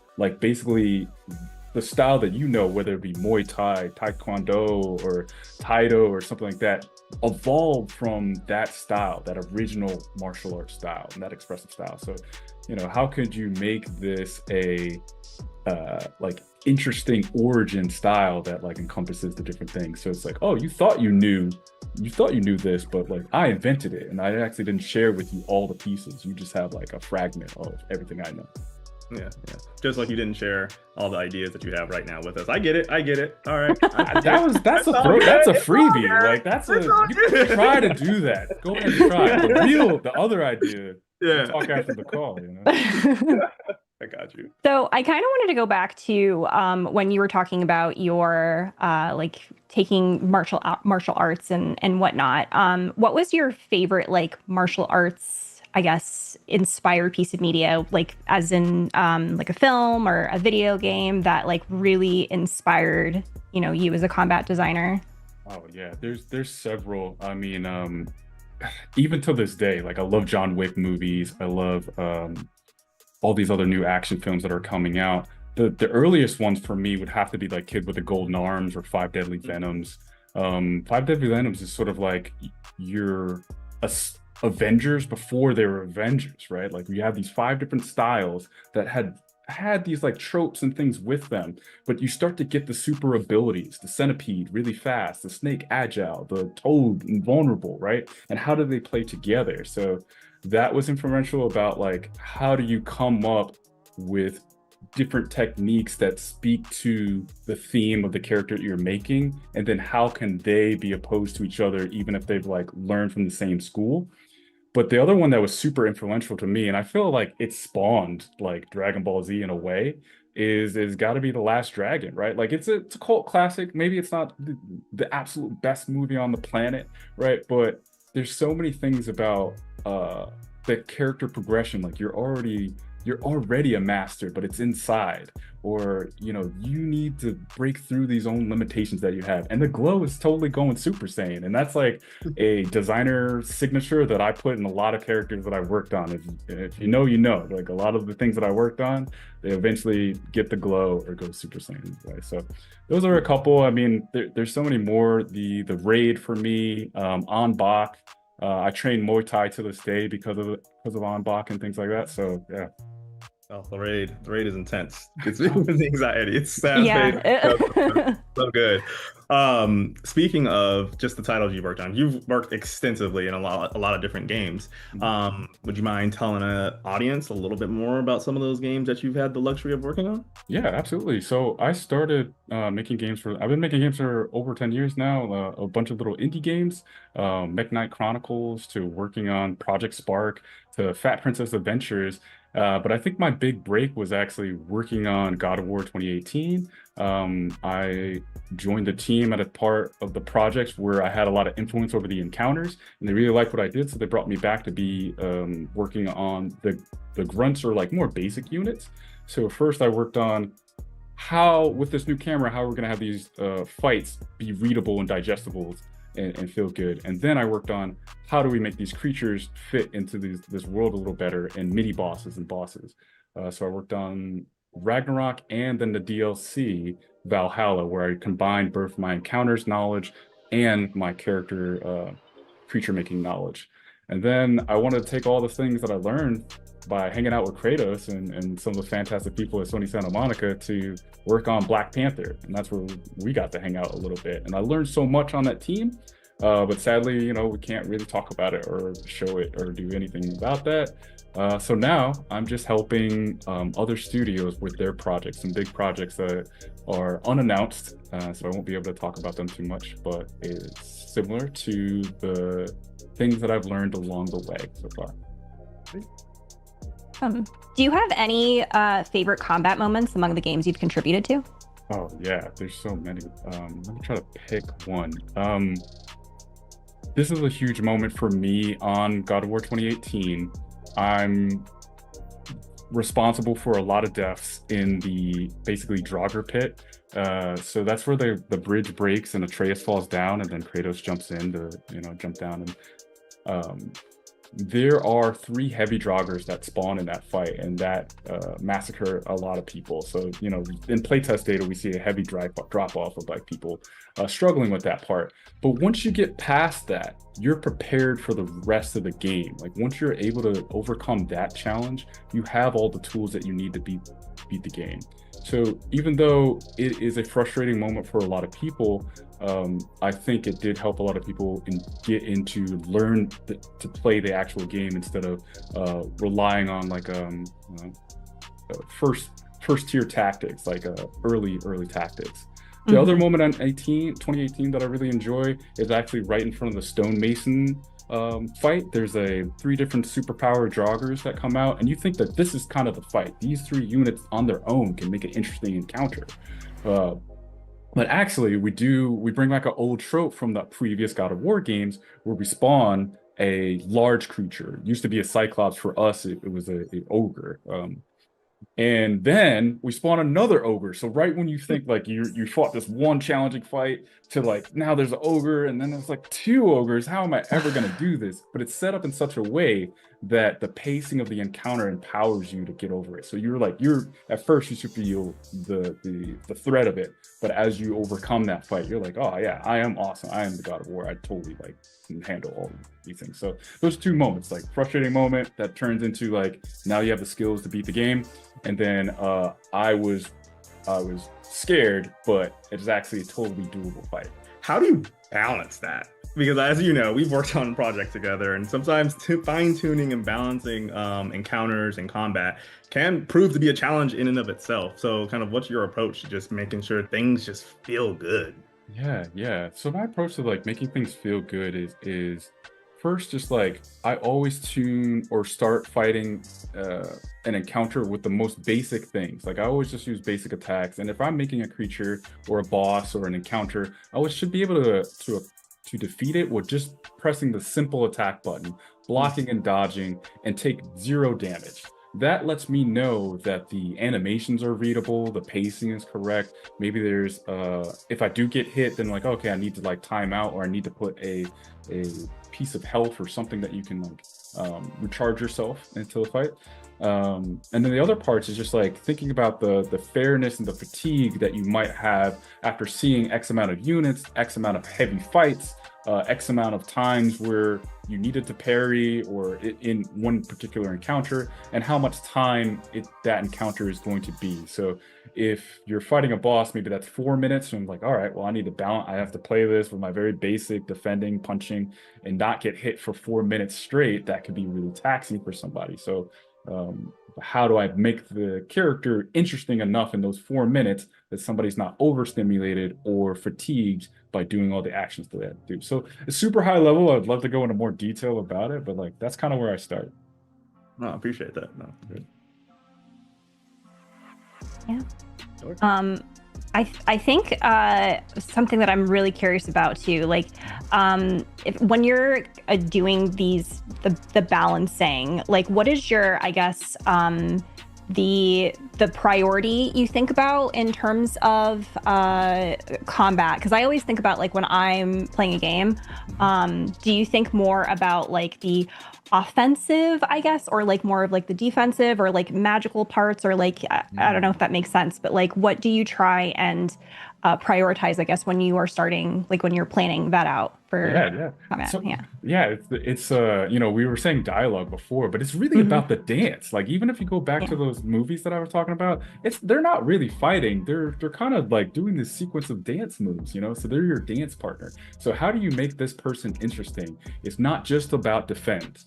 If the player's just defending, then that doesn't feel really good. I'm just kind of waiting for my turn, and then I parry, and then I just beat them up or something, right? So what other action verbs can we get? I need to dodge out of the way. Sometimes I need to parry. Is this my opportunity to take my turn back? Can I do this risky thing sometimes? If I do the risky thing sometimes and I win, great. But sometimes I do the risky thing and I get punished. And I was like, I shouldn't have been able to do that. And that needs to be clear. So my priorities start off with, how do we make this dance interesting?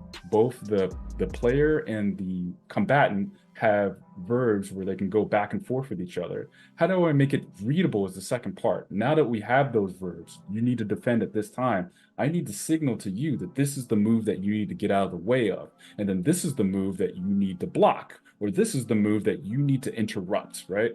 And then the third part is like, well, how much damage or like how many tries do you get at those attempts? If the player is getting hit once and the game is over, that can be really stressful. But maybe some attacks are more punishing than others. So now that's that signature kind of, and sometimes we call it like the signature kill move, where it's like, I need to watch out for that because it's just going to level me, you know? So, and then you just want to make that like a part of that core kit, that was the one interesting thing that I had to remember. And maybe I have a signature move too that I want to land. I need to be able to cleave him, but which way is he going to dodge? Is he going to left or right? And I feel really good when I pick the right correction, the right side. Steven, it is always a pleasure to kind of hear you dive into the nitty gritty of combat design. I've heard it several times, and every single time I feel like I leave learning something new. So thank you so much for joining us. Where can people find you on the internet? Yeah, you can find me on my LinkedIn, Stephen O with GBA, and I'm happy to help you craft battles that everybody can win. And it's always great meeting you guys. Thanks for having me. I'm back again to remind you of the XP Fund, because your contributions can help get the next great indie game off the ground. Consider supporting by scanning the QR code.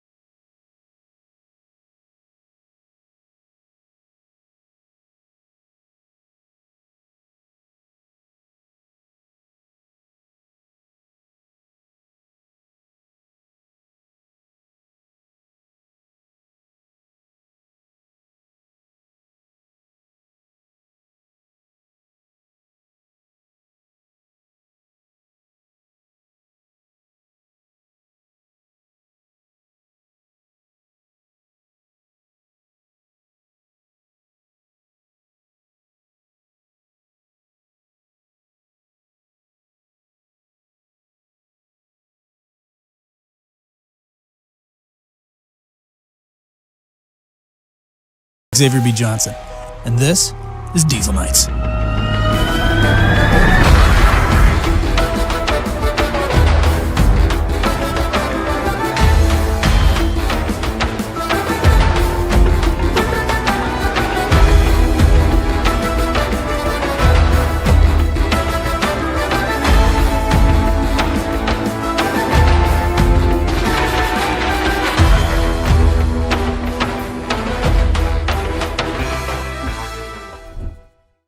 Hi, I'm Indigo Doyle, Creative Director at Pushing Vertices, located in Toronto, Canada, where we're making Roller Girl, a slice-of-life adventure about Naomi, a 16-year-old girl in the 2000s, vibing with her rollerblades and her MP3 player. This game is a love letter to my childhood, rollerblading through the quiet streets of my hometown with my own personal soundtrack loaded up. Okay, I'm gonna tell you a secret.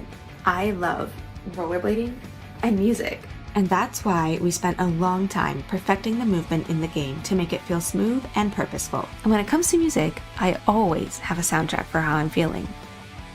In Roller Girl, the music is linked to the mood of the game. Changing the playlist changes your perception of the world, from happy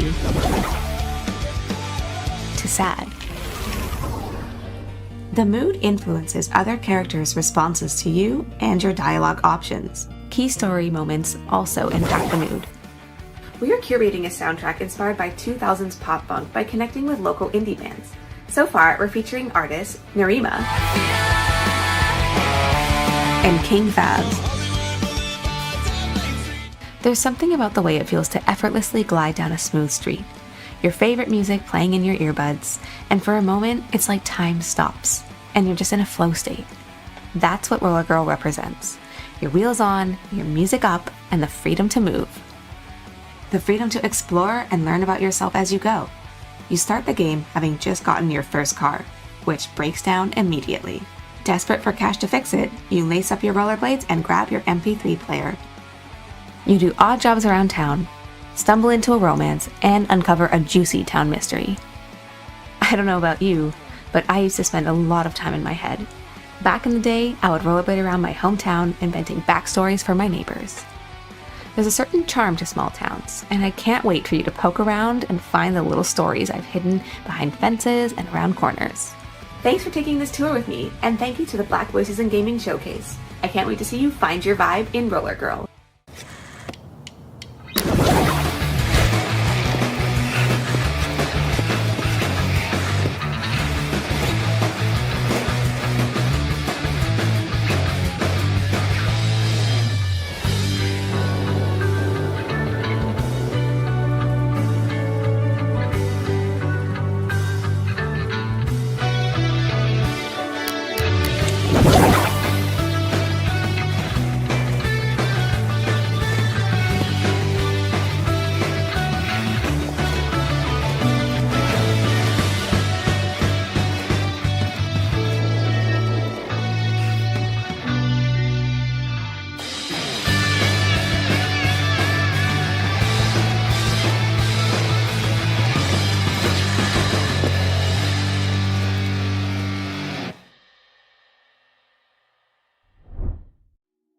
We are back with Black Voice in Game. You see how that we just like push right into it. I am here with Lizette and Marcus Montgomery, Cornerstone Studios, and they are working on your first game as a studio, which is Carrier Cuties. It has like a really interesting premise to it for sure. But I want to know how you guys started Cornerstone Studios, because it's like you guys are like super vets. Even I'm like just the stuff that you guys have done, it puts me in awe. So can you guys talk about how you started the studio and a little bit about your backgrounds? Yeah, we're not new to this. We've been doing this for almost 3 decades. Some of us have been doing it for 3 decades. So we've worked in console, AAA, small studios, and we were kind of at a point in our careers where we were trying to figure out what was next. We've worked with the biggest titles and the biggest IPs in the world, so we thought the next step for us was making our own IP and starting our own studio. That's super awesome. And kind of what led you to, you guys know I'm a big fighting game fan. It's like my favorite genre. I play every fighting game. how did you kind of come up with this style of game and kind of want to make a fighting game for your first title?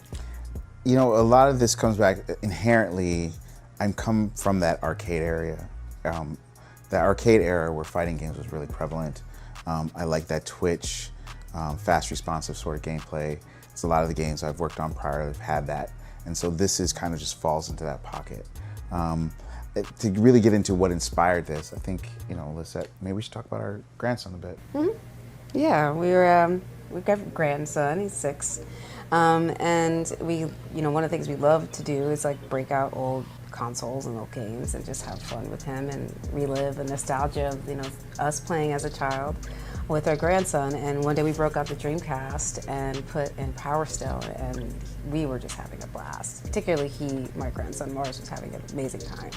And we were like, what happened to this game and why hasn't it come back? And, you know, and everyone we talk to has like such affinity for it. They're like, oh, I remember that game. Yeah. And they get this like the total like twinkly eye look to it. And I'm like, so what happened? And I was like, well, maybe if we bring this back with like a fresh IP and make it like, you know, update the mechanics and, you know, bring it into an area where co-play and like team-based mechanics are sort of like pushed a little bit further. And so, you know, that's how kind of got the ball rolling. It was just a fun playtime with our grandson. That's amazing. And you were mentioning this earlier, you have a collection of like a vast collection of games? Been collecting games for a very, very long time. You know, between the different eras, we even go back to the Atari, but you know, the Dreamcast, PlayStation 1, Saturn games. Saturn?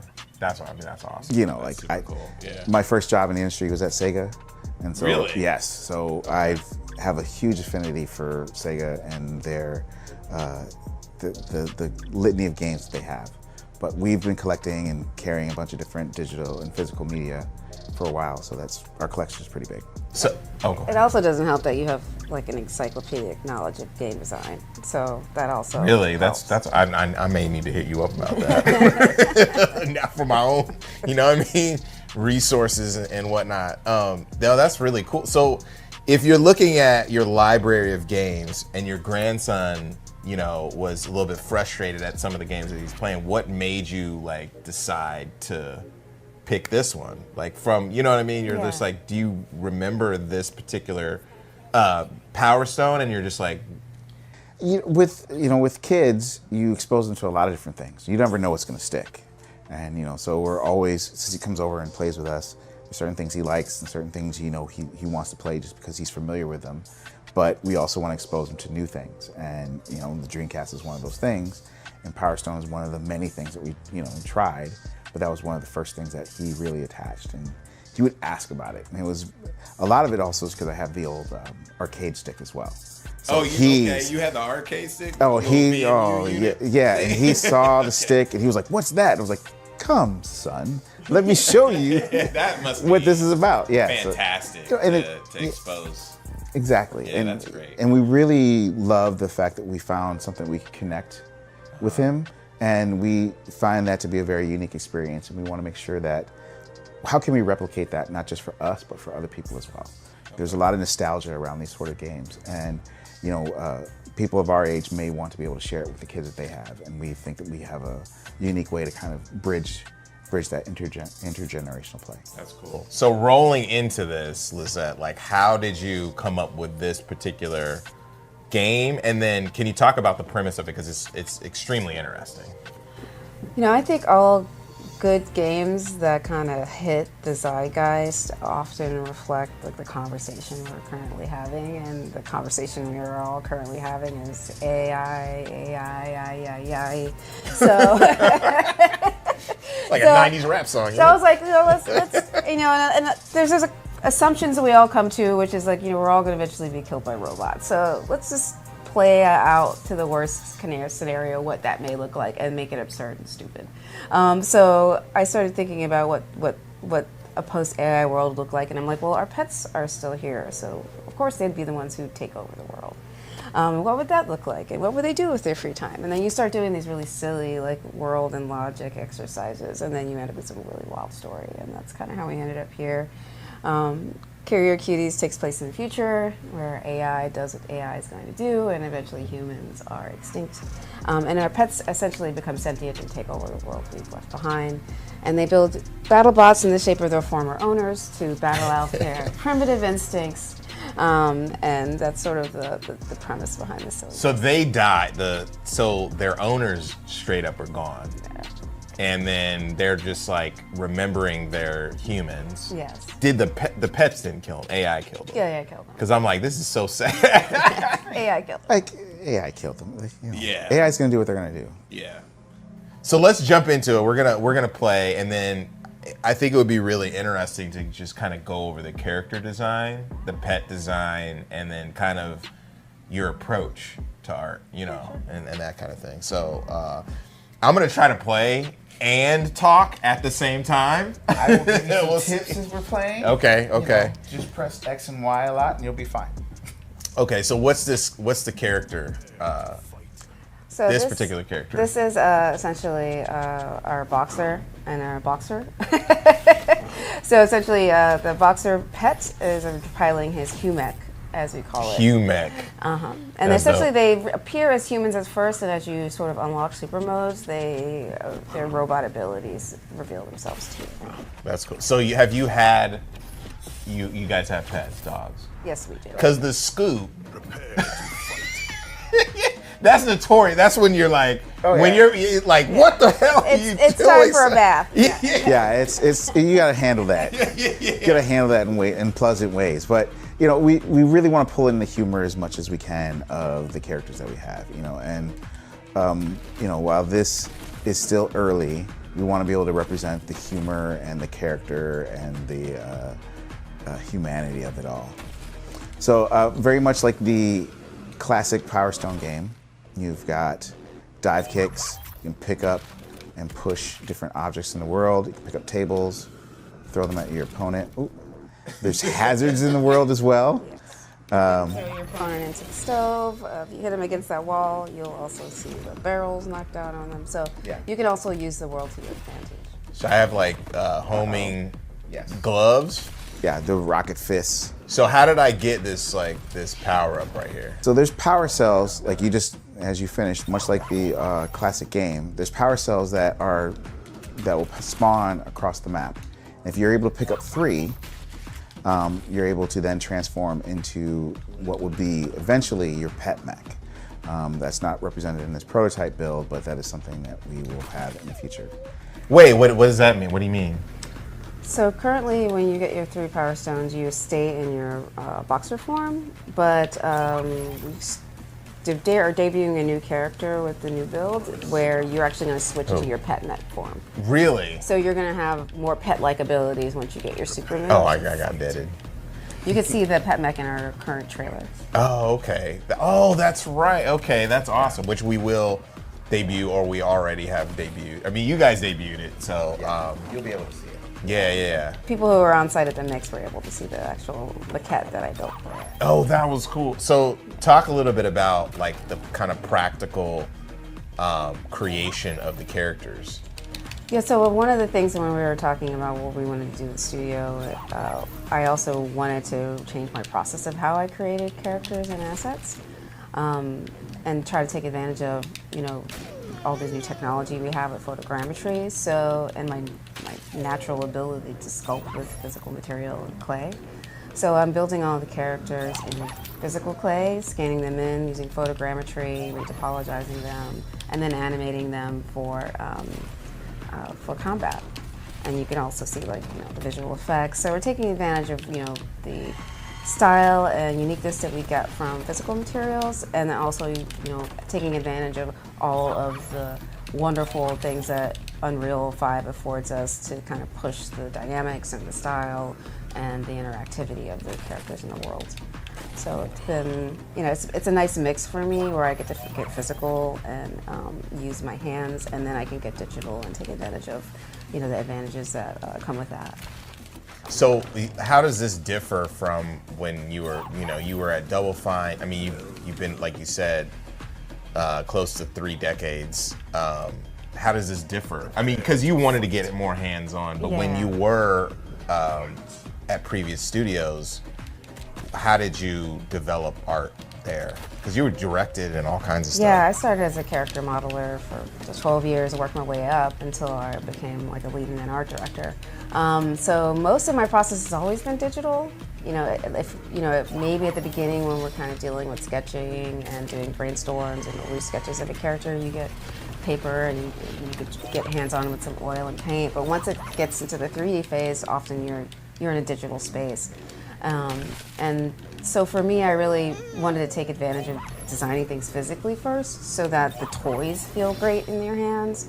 Often I've worked in games where we create characters and we don't really see them in 3D physical form until we've made a toy, and by then the design is kind of sealed. So I wanted to nail that down early and make sure it's something like a kid wants to pick up and play with. So you're thinking of like just in general the 360 aspect of how the game will feel, not only as a game but also if kids want to play it, and then probably animation and like just different mediums. Is that? I guess I'm making assumptions right now. Yeah, I'm thinking more like the toy element. Okay, right? So I've worked on games where we designed the characters and mostly digitally, and then when we get to the merch element, the designs fall flat. And there's just a huge amount of opportunity and affinity that people have for the characters, and we want to make sure that the toys and the merch will also reflect that. That's awesome. Tell me a little bit about the Waffle House, because that's a very iconic cultural situation. You know what I'm saying? What other, you know what I mean? Like what other kind of cultural references as far as environments are you guys gonna have? Because no one's really doing that. Well, we know, and if you think about this world that we've built, we've very much thought about how would these pets think? And if they're emulating their former masters, they would fight in the same areas that their former masters fight. So, Waffle House, Black Friday. Black Friday at the Wolf Mart or something like that? Exactly. The county fair. The county fair. Like the swap meet. This is going super like, you know what I mean? Hotchella. Hotchella? Like all these different things, right? Hotchella. Outside the porta potties, all these, like, where do people fight? Little League games. Little League games. So, but the thing is, this is kind of an extraction. Paul Warner. Exactly. It's an extraction of where would people fight. Well, essentially, if AI engulfed all of World Star, where would it tell you to fight? That is fantastic. Yes. That is so amazing. I want to see I know you don't have it in here, but the bystanders for people who don't have the dope mechs. We are actually. One of the things my grandson keeps asking for is he wants us to throw people through the window and then have the people on the other side of the window throw them back in. So, that is so good. Like, well, that's Ultimate Waffle House. So that's definitely going. I'm getting destroyed. Yeah. So we're looking into a lot of this is there's so much to be explored, right? And there's so many callbacks and references that we want to pull into the game itself, and we can build into this that we are really excited to kind of chase down. What other animals are going to be debuted in the game? Yeah, we've actually done some really great explorations on our character lineup, kind of exploring different fighter styles with just an amazing concept artist named Connie Kang. She, one of her books is called Metamorphia, and she kind of focuses on this really great translation of animals into human. And so we wanted to kind of play on what would a house pet look like, and the likeness between a pet and their owner. And so we're kind of playing around with birds. Oh, nice. Anything you consider house pet. Turtles, cats, of course, you gotta have a cat and a dog. Rats, we're even looking into rats. How to get a rat or a gerbil, maybe. Gerbils, yeah, Yeah, your typical house pet. That's super cool. So what do you, how far are you into, I know you guys are pretty early on, how far are you into development and kind of where are you gonna go from here? This is probably 5%, if that, right? We are at the beginning of our journey. Yeah. And one of the things that's been really great about this is that this is just even the start of our visual look, right? And there's still a lot of look development to go on. There's still a lot of mechanics to integrate. There's a lot of different things that I want to try and get into the game. I want to try and push this so that the game is very approachable for intergenerational play, so you can play with your kids. But I very much think of this as like, play with your kids, put your kids to bed, play with your friends, right? And when you're playing with your friends, you want a little bit more depth.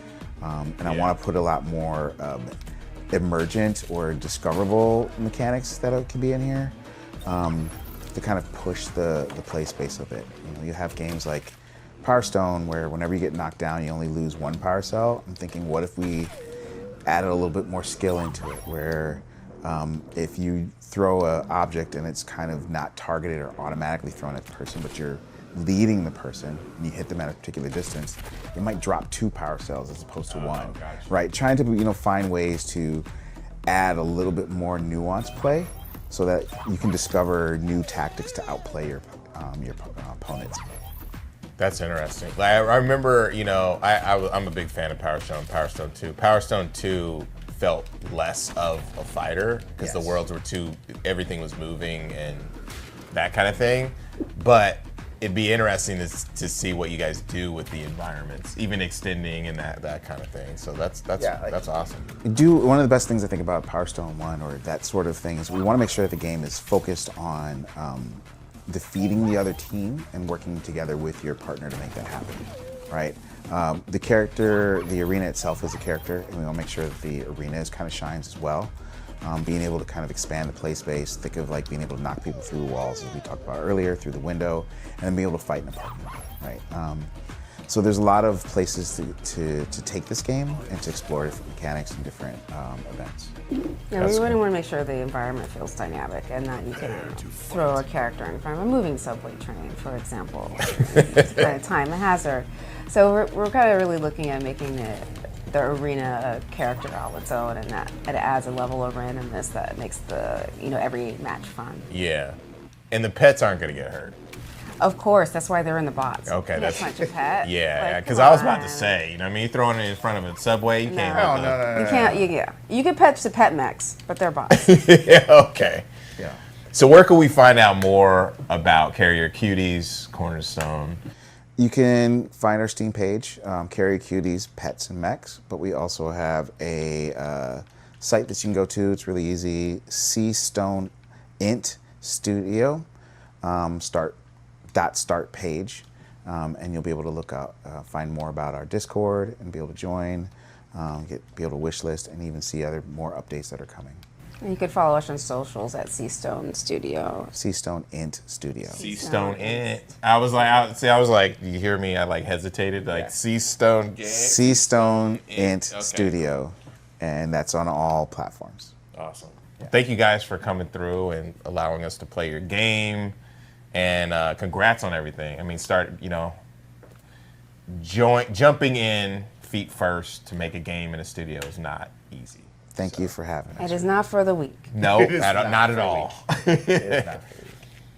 All right. On to the next segment, too. This was awesome. Thank you, guys. Thank you. Thank you.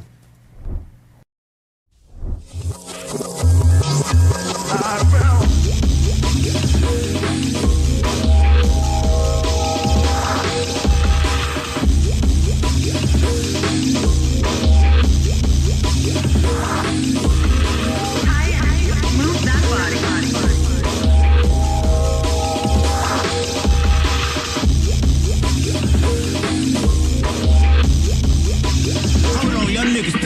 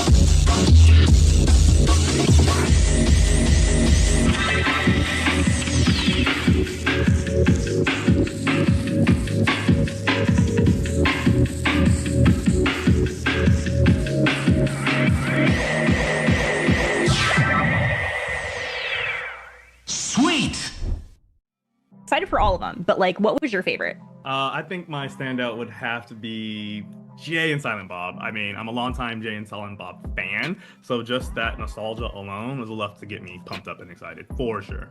Valid. Yeah. Real quick, I want to give a big shout out to all of our devs today, Jesse, Steve-O, and the entire Cornerstone team. Be sure to put a lot of those games, most of those games, on your wish list while you can, and we are going to toss it over back to Justin.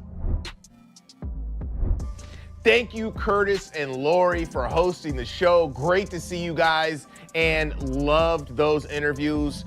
Love the devs and all the so good. Thank you all for tuning in, and the developers who are participating in these showcases and in this one in particular. Make sure to follow the developers on their socials, wishlist, buy, and play their demos. If you are interested in helping to fund some of those projects that you saw on the show, you could donate to the XP Fund through the QR code on the screen, and connect with us if you're interested in additional investment opportunities. We have to give it up to our partners, No Rivals, Aurora Broadcasting for being on the ones and twos, Raw Fury for helping to make this thing possible, and our broadcasting partners, Summer Game Fest. Thanks for including us again, Twitch, IGN, GameSpot, and Steam. Make sure to catch all of the other awesome showcases happening this week. There's so many of them. The Latin American Games Showcase, Women-Led Games, Southeast Asia Game Showcase, Frosty Games Fest, Wholesome Direct, Story Rich, Planet Play, India Game Showcase, Day of the Devs, and more. My head's about to pop. Again, I am Justin Woodward, co-founder of Black Voice in Gaming and the Experience Studios platform. See you guys soon, and peace.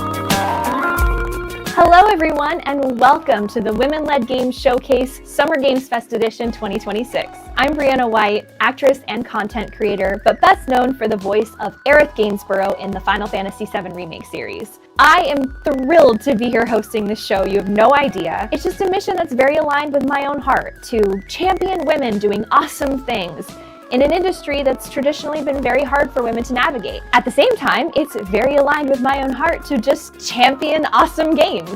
Today, we get to do both. We are so excited to have you here celebrating an awesome lineup of games created by women-led teams from all over the world. At Women-Led Games, our goal is simple: spotlight amazing developers, connect communities, and help more people discover the incredible games being made by women in this industry. Throughout the showcase, keep an eye out for this icon on the screen, because it means the game has a demo available for you to play right now. And speaking of playing games, don't forget that we have an official Steam event live right now, featuring many of the games you'll see today. Wishlist your favorites, try some demos, and support these amazing teams. Before we begin, a huge thank you to our sponsors: Gold Pack Goblins, 2.5 Studios, and Quali for helping make this showcase possible. All right, let's get into it. Enough talking from me, right? Let's kick things off with a segment dedicated to games for you to jump into and play right now. Hello, I'm Hélène Fortin, head of production at Mipumi Games, and I've been supporting the team on Black Jacket. My favorite part of Black Jacket is how something as familiar as a game of 21 can become deeply strategic. Every decision carries real weight. You're building your deck through different suits, shaping your strategy as you progress through the realms. And at the same time, there's a more personal layer. You're a lost soul trying to escape hell, and each encounter reveals a bit more about the world, other souls, but also about yourself. My role is to help connect the different parts of the team and to ensure smooth communication both internally and with our partners. For me, it's important that everyone has the space they need to shape a great game. I hope when people play Black Jacket, they feel the tension we wanted to build.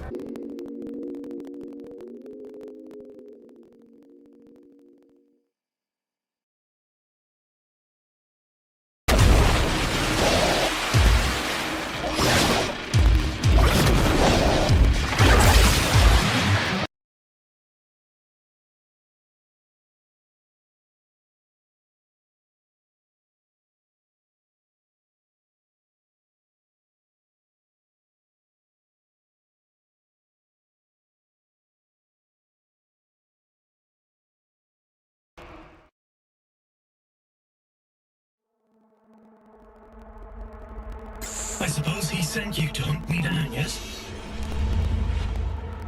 Urian Caldecott, wanted for historic crimes against the old colony. I'm waiting for you at the cathedral. There's something here you really need to see.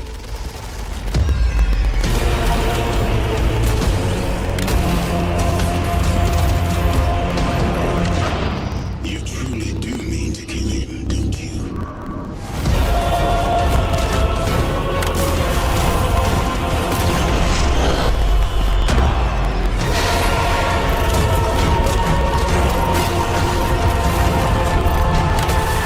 What do you think a man like him would do with all of that power?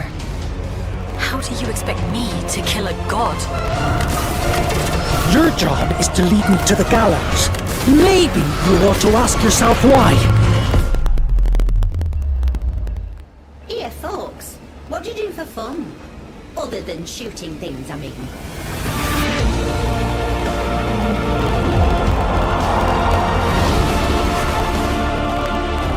Urian told you about the prophecy, didn't he? Of course he did. I've been riding on you folks, and time is running short. What horrible thing have you awakened? You just tried to kill me! Men were never meant to control gods. Stupid child! Can't you see you've fallen for a lie?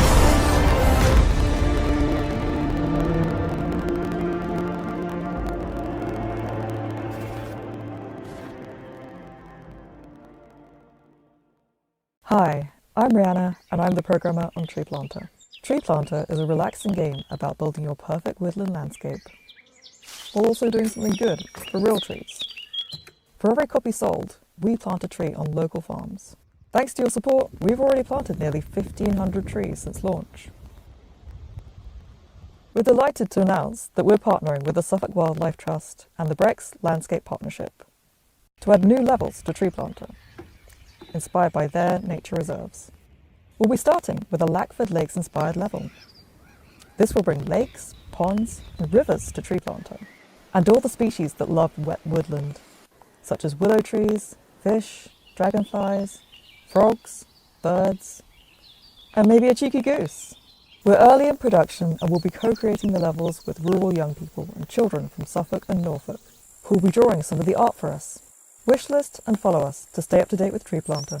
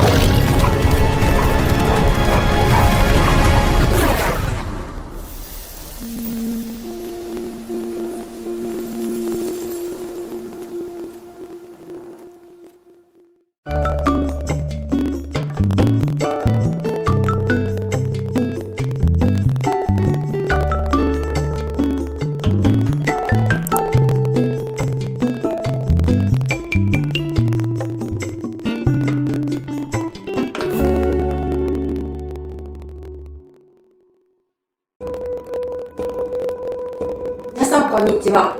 アクロバティックちりめんチョコでディレクターとアートを担当しているガチャボックスです。トレーディング初コールは私がコロナ禍で苦しかった時に電話を通じて心が救われた体験をもとに生まれたゲームです。ここは月が落ちてあと21.7秒後に世界が終わる生と死の狭間の世界です。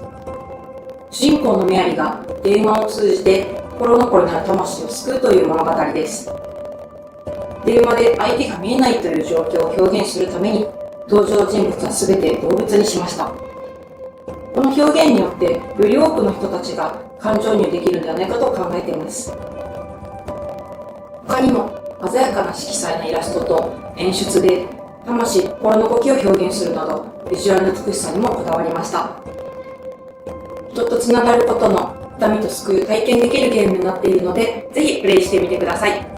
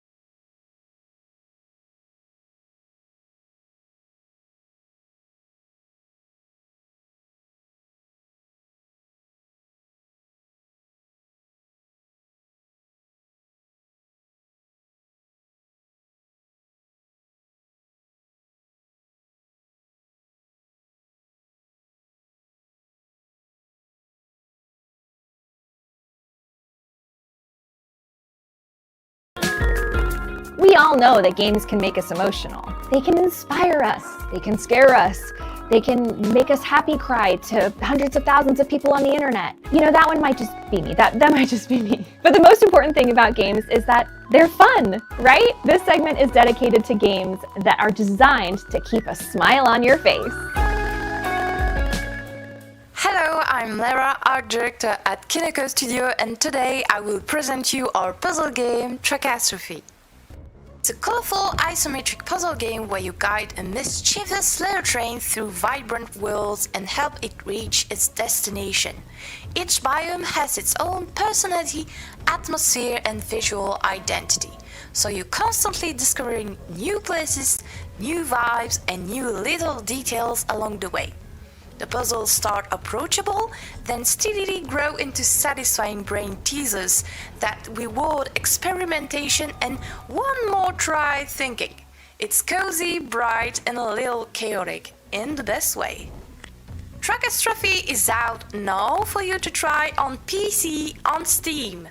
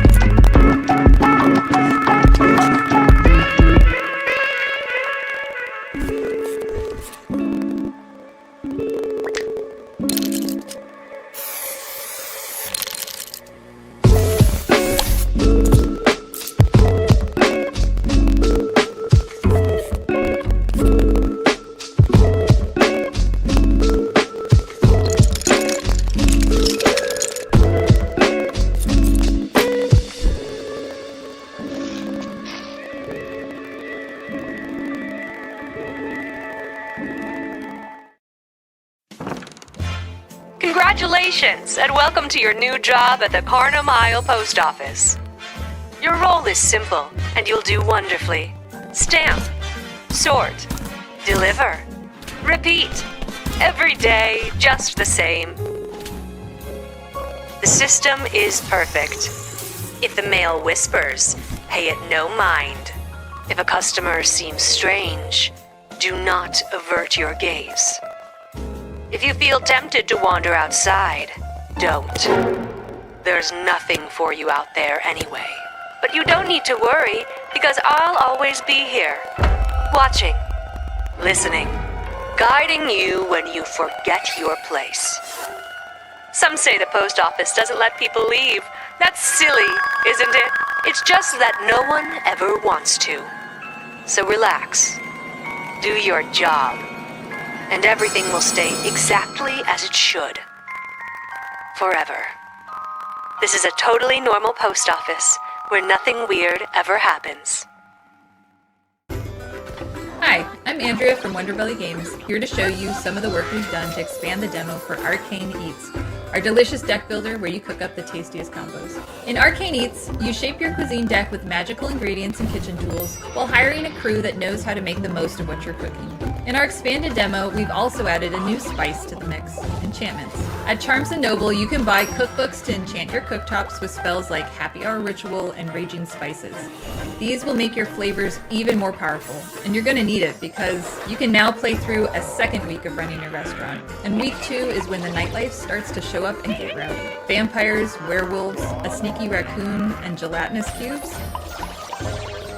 If you can survive all that, you'll face off against a new judge, Julia Cragchild.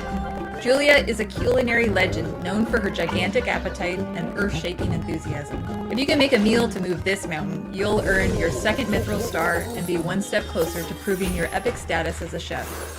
So come test your hand in Arcane Eats. The expanded demo is out right now on Steam. You excited for the big game, kids? Come on, 3, 2, 1, dealers! Oh, what the hell is that? Plain language. Oh shit, we're going in! Oh, where are we? And where are our kids? Oh, those monsters got them!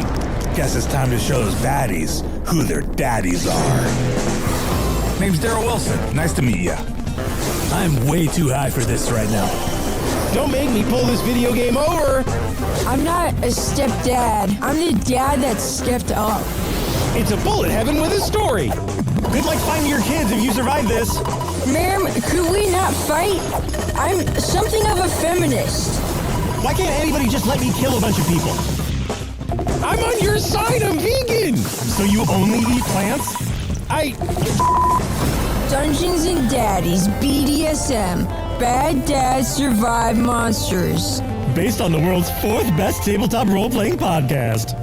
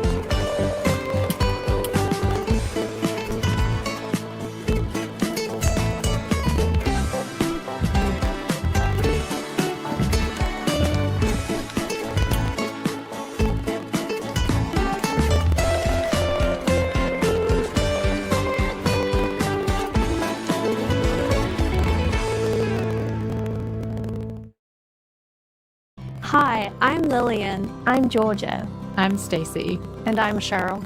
We're from Pickpock, and in collaboration with Mattel, this is our upcoming game, Barbie Horse Ride and Rescue. Set in the fictional Moonrise Valley, Barbie Horse Ride and Rescue explores an optimistic Barbie world that celebrates friendship, fashion, and of course, a love of horses. As someone who grew up playing iconic Barbie horse games, it's so cool to be bringing that nostalgic feeling of wonder and discovery to this brand new experience. Whether you played the games yourself or not, you'll find our world full of that familiar Barbie charm and connection. Fashion has always been a part of Barbie.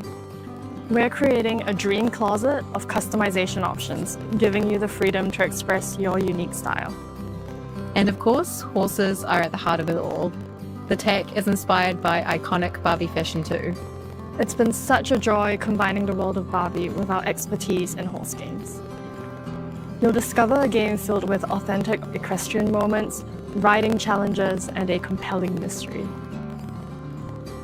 Barbie Horse Ride and Rescue will be available on the App Store and Google Play on the 16th of June. and will also be coming to Steam and Nintendo Switch 2 next year. We'll see you in Moonrise Valley.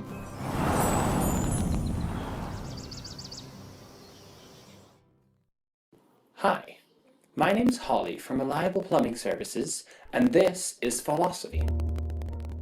You climb through a surreal vertical world shaped by the history of ideas.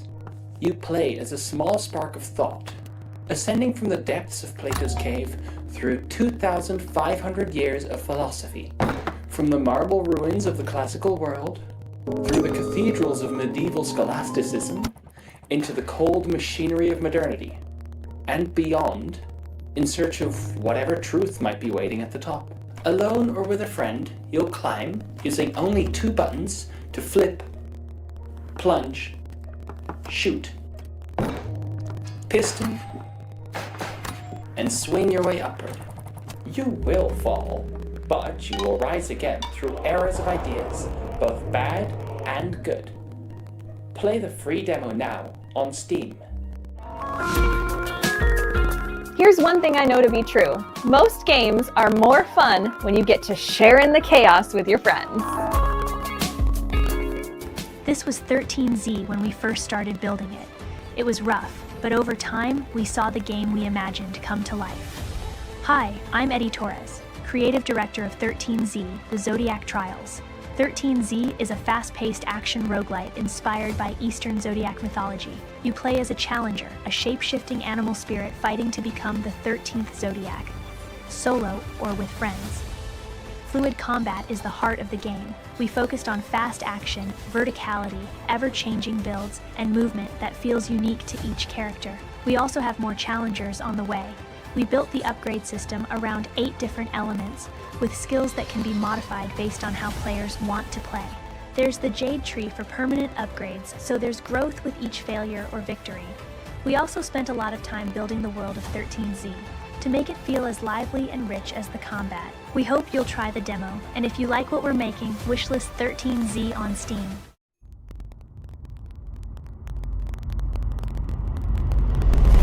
Lucky Roll Studio is collaborating with Women-Led Games. We've added a free update to include new avatar items, an Artemis card back and nameplate, 2 new titles, and an Artemis emote. Draw Pass is a chaotic party game where players take turns to collaborate on one canvas. Then, the guesser has to figure it out. What's going on? It's free on Steam, so grab your friends and get ready to draw. We're also excited to announce development on our next project, The Witch's Whisk. Cast different spells to whip up delicious baked goods to feed your hungry customers. In this magical world, you play as a witch where your whisk doubles as a wand. What kind of magic will you whisk together in your bakery? Wishlist The Witch's Whisk today.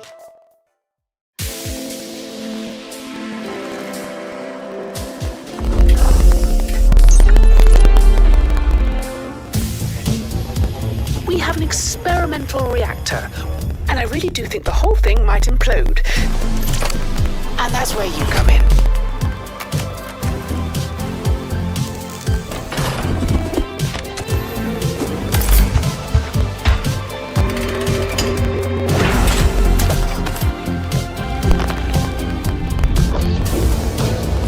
Now, I don't want you to get overexcited, but there are rifts that cut through time itself.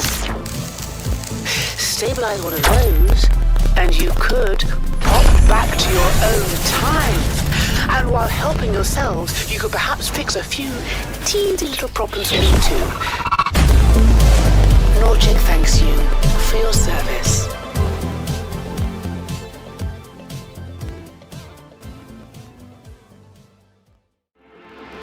The world is ravaged, destroyed by the scars of the Titan War. But legend speaks of those who endure. Those who wield its power. Few survive the lands of Serana, for the storm has twisted what remains. So carve out what shelter you can, and hold it for as long as it stands. Alone or together, You find solace while the winds settle. And when it turns, you soar. You fight. You evolve. You become something more. You become Stormforged.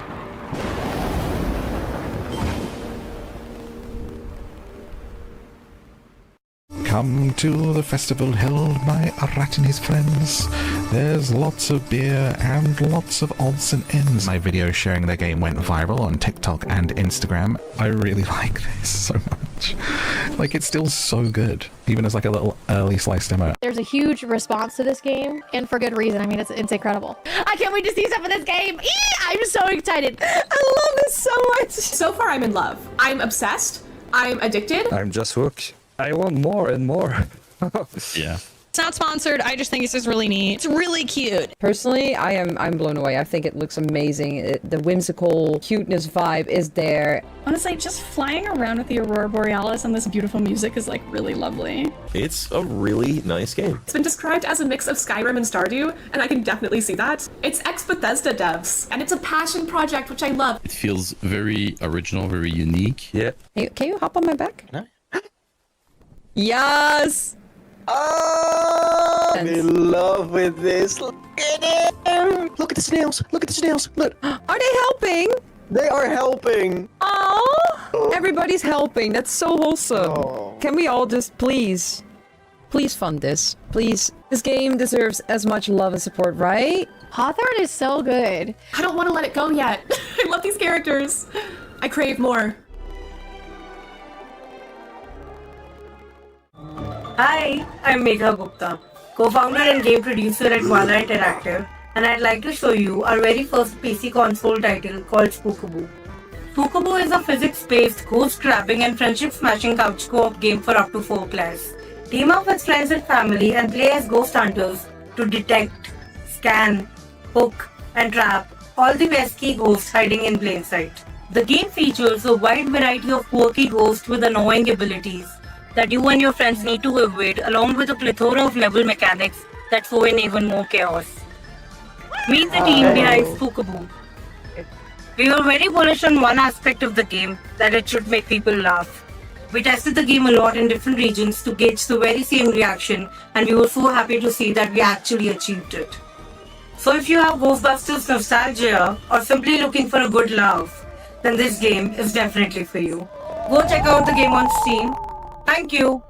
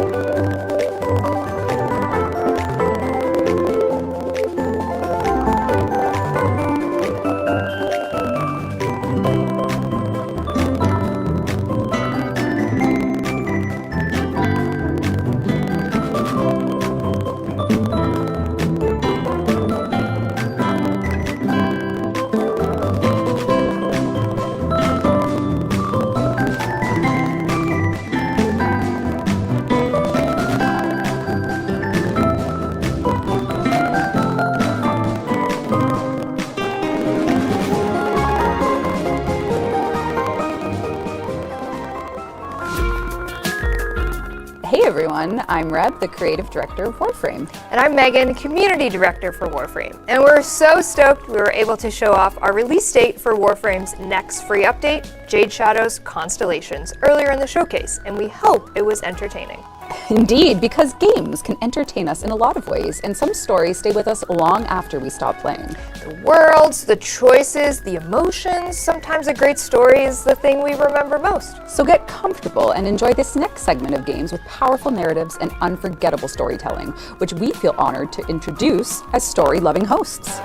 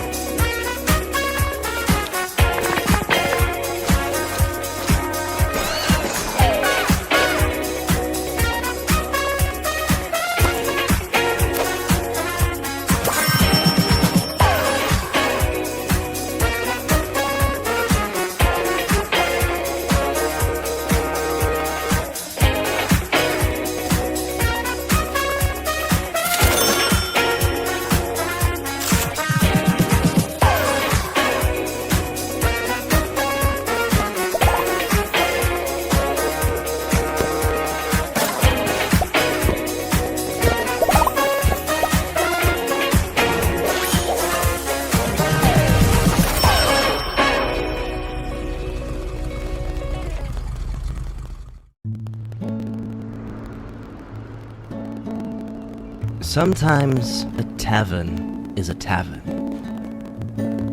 It's what you fill it with that makes it a home.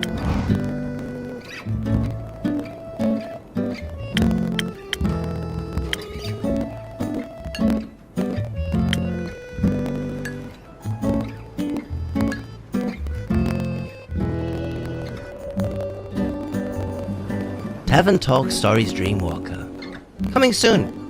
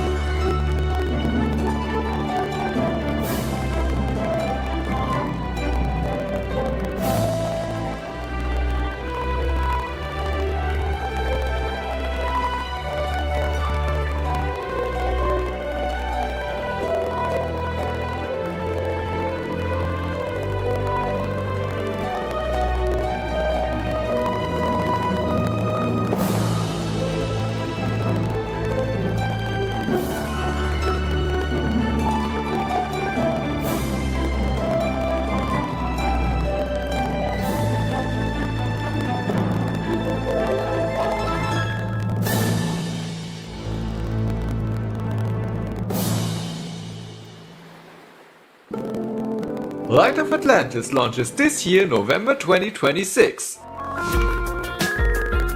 And of course, great stories are nothing without great characters. The heroes, the villains, and the weird little guys that make these worlds feel alive are often the heart of what we remember most.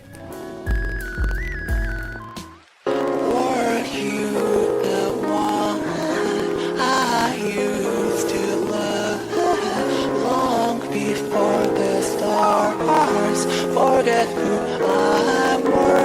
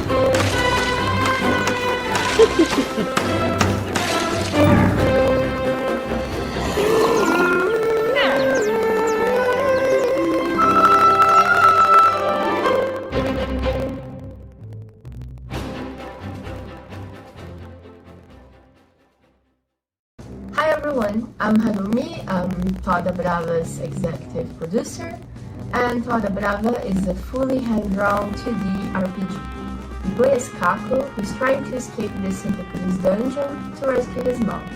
Our game is inspired by classics, such as Chrono Trigger and Super Mario RPG, which features turn-based combat as well as timing mechanics. We're an indie team from Brazil, and Tomado's fantastical setting is all inspired by Latin American culture and landscapes. And I'm Maki, Toda Brava sound director. The game's original soundtrack is inspired by Brazilian music as well as several other Latin American rhythms, and by the timeless soundtracks of games such as Final Fantasy, Donkey Kong Country, and Chrono Trigger. It's been a lot of fun trying to unite these musical styles to create a unique soundtrack to match Kako's adventure. Don't forget to wishlist Toda Brava on Steam! Welcome to Veil's Echo, a cozy horror adventure about an underworld where souls seek redemption. But first, let's meet the team. Indre, Davidas, Sean, and me. Hi. When Veil dies, she wakes up on a train to Dev's headquarters, only to get thrown off into a strange forest in the underworld. To move on, she must confront the memories and emotions she buried during her life, and discover what her ending truly means. One of my favorite parts of the process is designing the characters, most of which are anthropomorphic animals. Davidas spends hours researching how each animal moves, so he can animate them properly, even crabs, despite the fact that he absolutely hates them. Which is why I obviously made our first boss a crab. I have no regrets. Everyone on the team is pouring so much love into this world, and we can't wait for people to experience it. Wishlist Veil's Echo on Steam and jump into Chapter 1 for free today, and the full journey begins in 2027.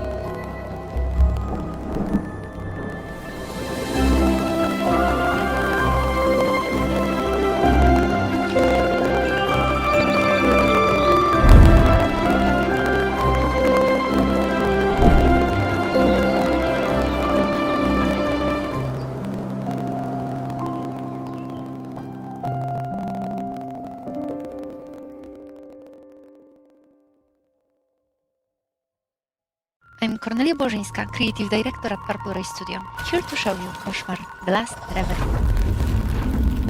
In Koszmar, you play as Violet, a lucid dreamer caught between two worlds consumed by mysterious sleeping plague, the walking city where people vanish into sleep, and the dream where nightmares wake. In Radvan, Violet is careful, grounded, and investigative. The city requires her to observe, explore, and listen. Be prepared though. Sometimes curiosity leads to dreadful places. On her journey, she encounters nightmare rifts. Each rift is tied up to a person consumed by the plague. To wake them, Violet must enter the rift and venture into the dream world. But there, rules change. Violet unlocks abilities and freedom that real world will never allow. She is no longer only investigating the plague, but she can fight it. The deeper Violet travels between dreams and reality, the greater cost becomes. The cost is not abstract, it's real. Her actions and choices are transforming what she is, lost in the comfort of delusions, or a nightmare that nightmares fear. While you're still awake, wish is Koszmar, The Last Reverie on Steam. Before we continue, a huge shout out to our sponsors. Goldpack Goblins is your team of game industry veterans here to aid you in your game release quest with business, marketing, and strategy support. 2.5 Studios, an independent game development and publishing studio based in Australia that crafts immersive, story-rich visual novels and narrative games that take you on unforgettable journeys. And Quali, a leading game studio developing and publishing hyper-casual, hybrid casual, and casual mobile games, along with PC and console titles. Now we've had some fun, cozy vibes and emotional stories, so naturally, next it's time to embrace the dark side and ruin everyone's sleep schedule even more. Let's take a closer look at some horror games that are ready to haunt your wish list. Hi, I'm Ying. the lead creator of the tiny team behind Anseo, a third-person puzzle game that takes you on a journey of cosmic horror. I'm honored to be here today to give you a quick look at our game. Let's dive into it. Anseo follows Ash, a tiny child figure navigating a world where the beauty is eerie. It's a labyrinth where time and space are non-Euclidean. To survive and uncover the story behind it, you must use Ash's unique abilities to collect pieces of information, solve puzzles, and escape the dangers. As a dual artist team, we've spent over a year handcrafting this world while self-teaching ourselves to code. It's been a massive journey of learning, but I'm proud that we have not compromised our imagination for technical limits. We're still early on our journey, but we can't wait to hear your thoughts. Our first Steam playtest starts today. Head over to our Steam page to request a key, and please don't forget to wishlist the game. Thank you, bye.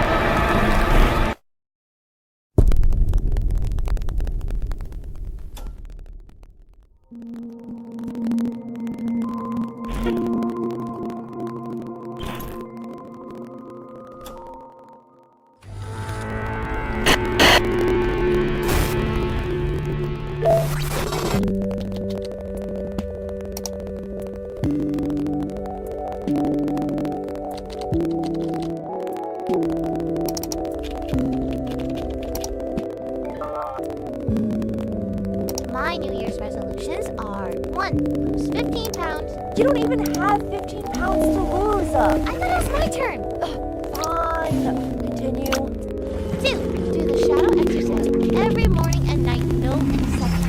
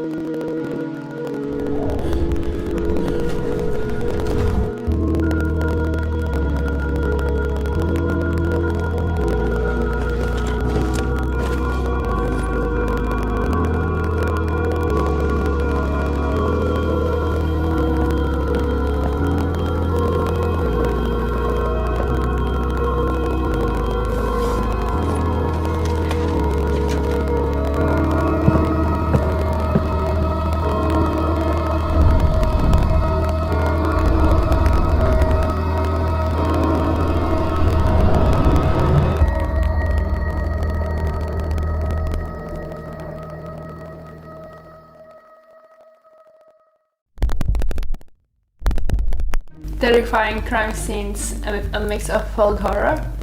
Welcome to Inkblood, a detective game where you are the part of the world. My goal was to create very captivating, fantastical world you want to discover. I spent a year just searching for the final aesthetic. I draw the inspiration mainly from them.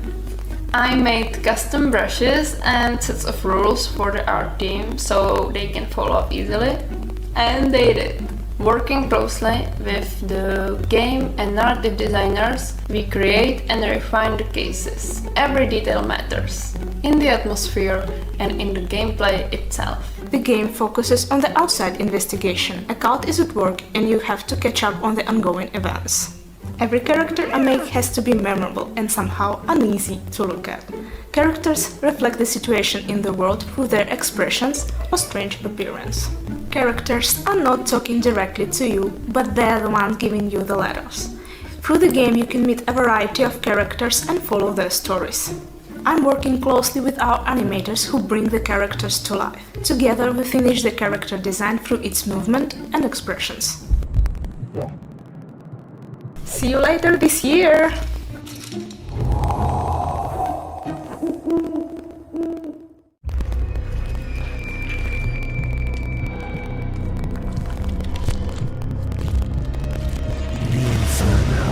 A realm of torment for the sins of the demised. But you're unchained. Freedom. You can get us there through a trial. The infernal pilgrimage. Take the void's gambler. Earn the souls that shall fuel our escape.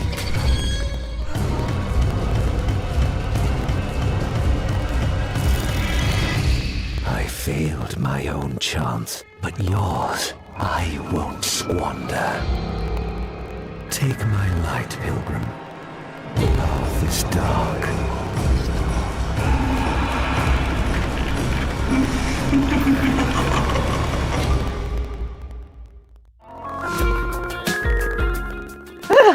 Spooky. Next, Girls Make Games is an organization dedicated to inspiring the next generation of creators by teaching girls how to design and develop their own games. The next 3 games were created by talented young developers through their program, and we are so incredibly excited to share their work with you today.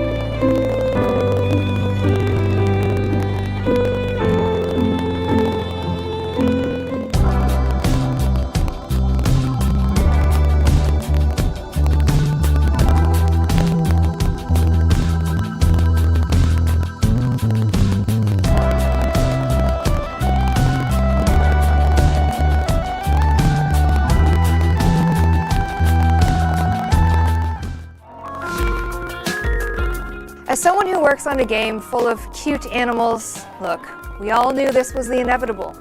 You can't make a showcase this good and not include a good segment dedicated to cats. So as the official ambassador for cute animals in games, here's a collection of games featuring cats, about cats, or simply powered by cat energy. Enjoy.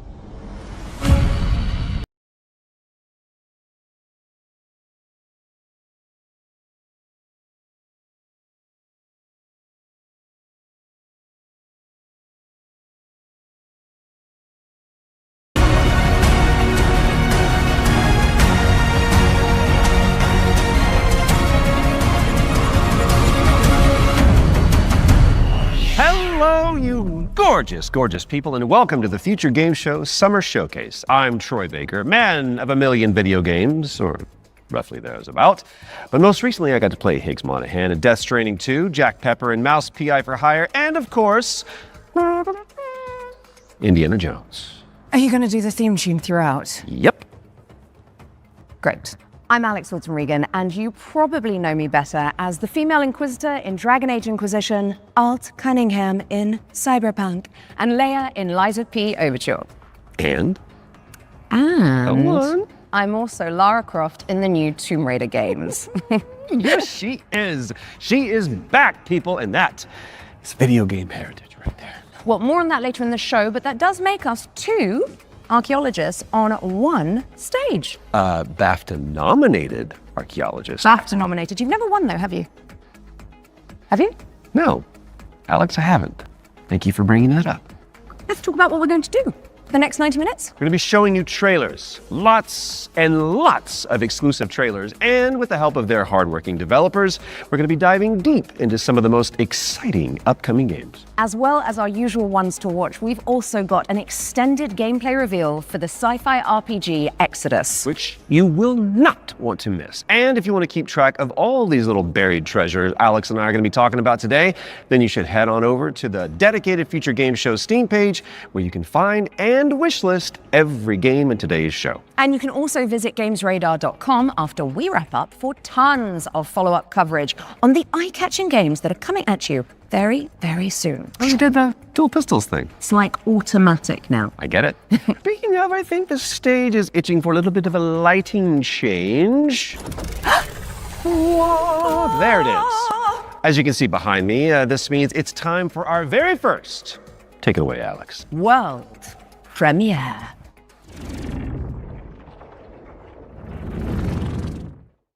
You want some of this? Come and get it! Oh, shit! Okay, so funny story. There was this guy who was stuck in the middle of the apocalypse. Whoa! Oh, shit! You know, Chop Freddy, barbecue time, baby! Totally holding it together. Freddy here, Freddy there, Fred. Yep, he was doing great. All he wanted to do was just find one living, breathing human being, for crying out loud! Down here, goddammit! Was that too much to ask? We can solve this problem once and They're trying to make a vaccine. Hey there, you want to come? He did find some friends. Yeah, buddy! And then this guy showed up. Great name, questionable fashion sense. Fuck you, Fred! Bada bing, bada bam, bada boom! Hurry, hurry, hurry! Damn, we're good! You getting all this, buddy? The guy in the story? That's me. Whoa! Hold on! Oh, the cavalry is here! Arizona Sunshine is a flat-screen remake of the beloved VR game of the same name, built from the ground up by its developers. It's coming soon to PC and consoles. And now it is time for a closer look at War Dogs from Team 17. It's a 100-player tactical shooter with a keen focus on teamwork, fortification, and destruction.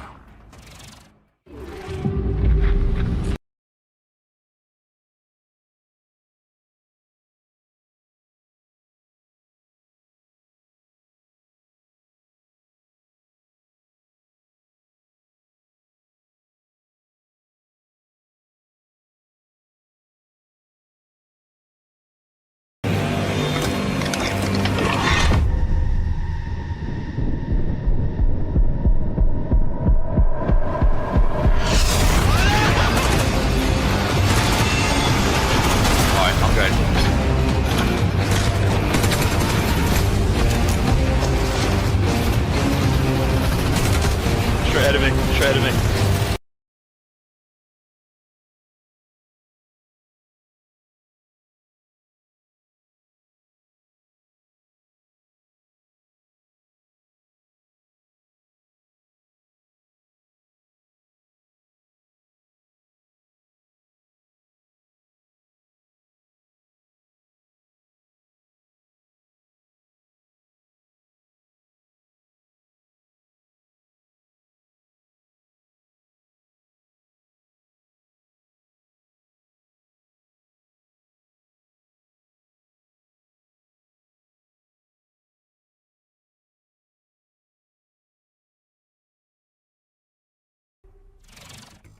War Dogs is coming to a screen near you later this year, but the good news is you can wishlist it right now on Steam. Okay, in our next game, you play as a former detective who visits an isolated place where all is not as it seems. Been there. Wonder if there's a girl named Elizabeth involved. There isn't. Okay. Here is a brand new trailer for The Pines. You are hopeless, helpless, heartless, worthless. Why didn't you move faster, think harder, be smarter? Why didn't you help me?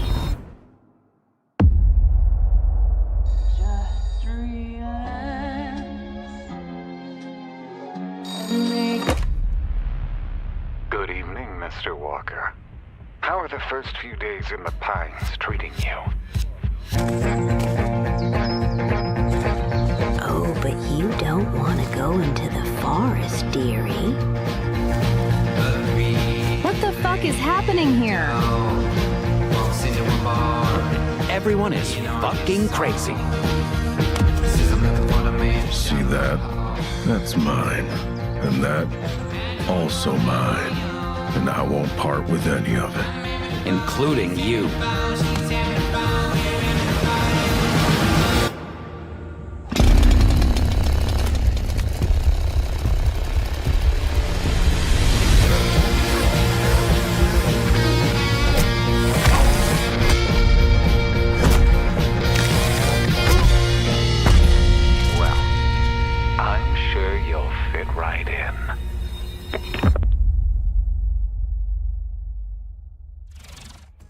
And The Pines is coming to PC in 2027. And I am excited. Talk to me, Alex. What's up next? We've got an exclusive interview about Ace Combat 8 Wings of Thieves, the latest installment in Bandai Namco's legendary simulation franchise. Right. From now on, you'll be the greatest ace pilot this war will ever know. Ace Combat series. Hello, I'm Kono. I'm the brand director of the Ace Combat series. I'm Shimawato. I'm the producer of Ace Combat 8 Wings of Thieves, the game that allows you to fulfill your longing for the skies. The game starts when the Federation of Central Usia has been invaded by Sotua and the capital city has been lost to their forces. The protagonist wakes up on the emergency boat on the sea and is saved by the battleship Endurance. After reuniting with your team, you are then immediately forced into another life or death fight against the Sotua forces. This is the story of saving the country that you come from, which is the victim of great destruction. Keep it coming. Maybe they're not that sturdy. Gunboat transport has hit the fan. Good work. The protagonist and this legendary pilot fight side by side, providing great hope for the country. But in fact, that legend is fake. He's a fake presence that's been propped up to really motivate the country. In the next phase in the story, the protagonist and this legendary pilot go into battle together, resulting in the Wing of Thieves getting shot down. After his death, this role gets passed down to the protagonist. So the central theme is living up to this duty that is cast upon you to take on that responsibility. Swim for your life! Avoid the wreckage! Ace Combat 8 Wings of Thieves features a new type of enemy for the series, the land battleship. The idea came from our art director and mecha designer, Kano. He said it's exactly like Godzilla landing on the city and causing huge destruction. When that idea was presented to them, they actually said, "Oh no, this is not good." But after they started working on it, it all made sense, and then it created that great visual. We've also changed the way targets take damage in this iteration. Prior to Ace Combat 8 Wings of Thieves, the damage you dealt needed to be hit directly onto the target, otherwise it wouldn't have counted. So this chain destruction accumulates this damage, and any small accumulations would actually result in a bigger destruction later on. And you'll see this as you play, so it's very exciting. Ace Combat 8 Wings of Thieves will be released on PlayStation 5, Xbox Series X and S, and Steam on the 2nd of October 2026. These skies belong to you, Rex. Go take what's yours.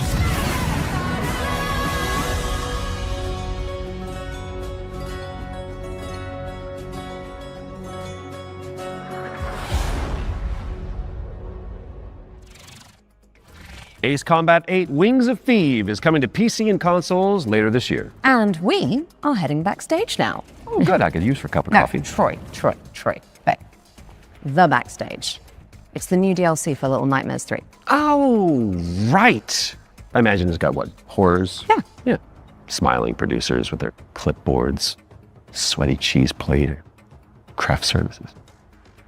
Or an evil puppeteer and an army of shadow monsters would make a bit more sense. Oh, yeah, that's better. Let's see that.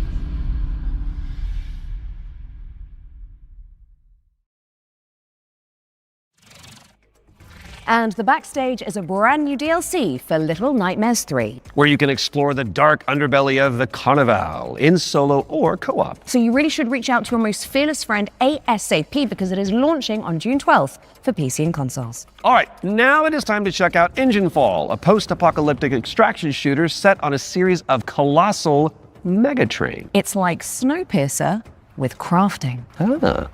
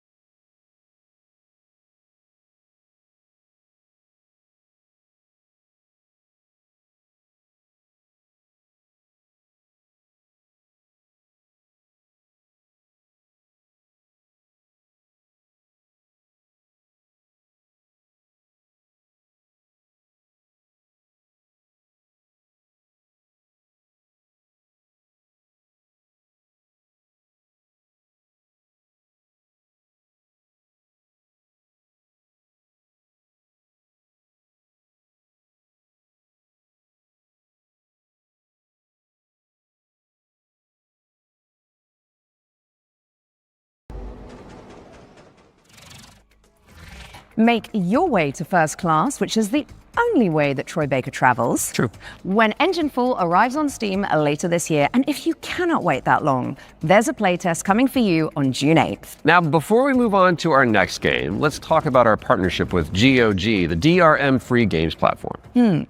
We've joined forces so that FGS viewers can get 15% off the entire GOG catalog with our discount code FGS15. You do have to be a new user, and the offer is only valid for the next 7 days. So, get to browsing and fill your boots with some good old games. And don't forget the not so old games that are on there either.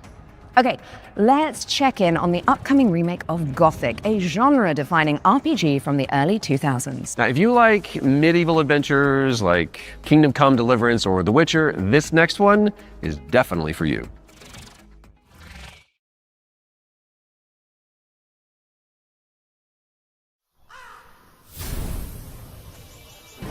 Brothers, the time is finally here. I know it's been difficult, confused, and desperate for hope in a place where there is none.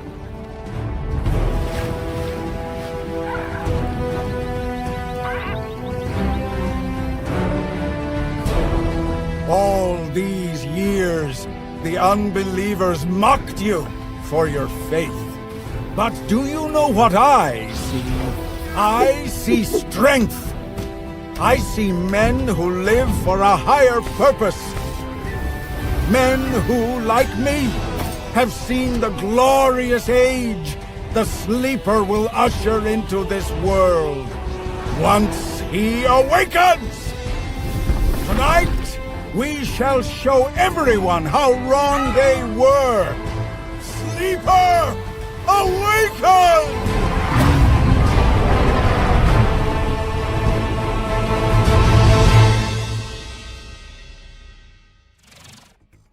Gothic 1 Remake is out now on PC and console, so go check it out after the show. Okay, now for something a little different. You have definitely heard of Sky, Children of Light, the cozy MMO from the makers of Journey. Well, we are pleased to reveal today that they're creating a brand new game experience based on the life and legacy of the legendary painter Vincent van Gogh, which is Goth. Let's take a look at this Van Gogh MMO, shall we?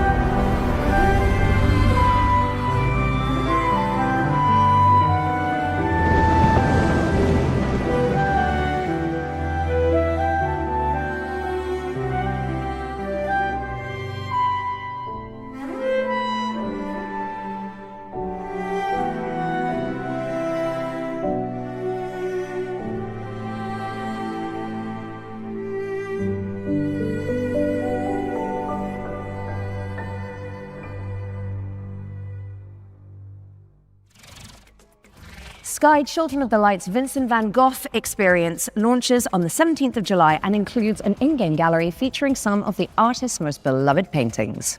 I learned something today. Okay, it's time to take a peek at Halloween the game. We've got a first look at the single-player campaign where you play as Michael Myers himself. Are you?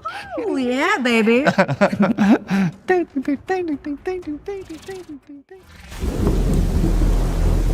There's so much evil inside him. Okay, back inside, everyone. Let's go, Myers. Fueled by his rage, I shudder to think what he might be capable of. Since when do they let them wander around? Myers is out. Secure the gate. I knew what would come next.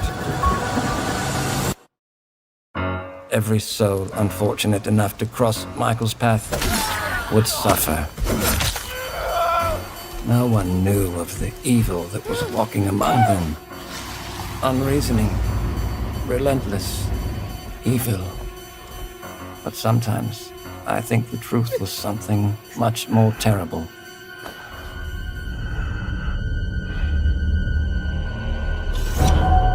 I wonder if perhaps Michael is able to actually move through shadows.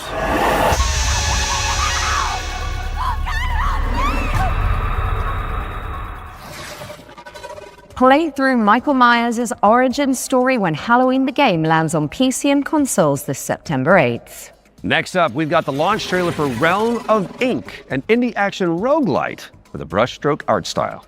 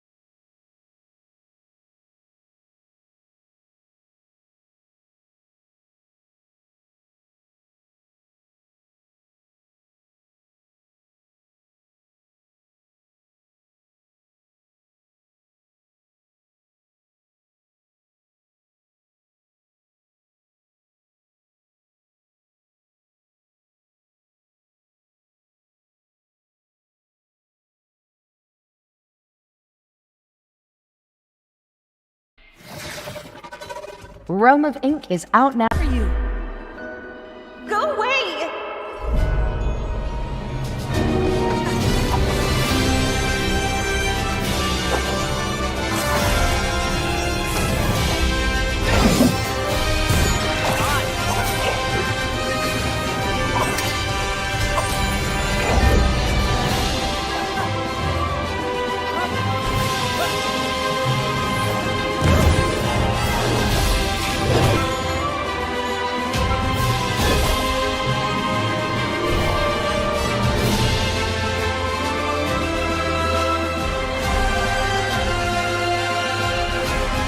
I won't leave without Lyra.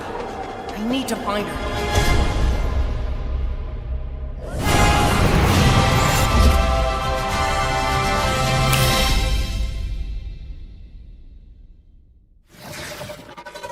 Shatter the shackles of time when Duskfade lands on PC and consoles later this year.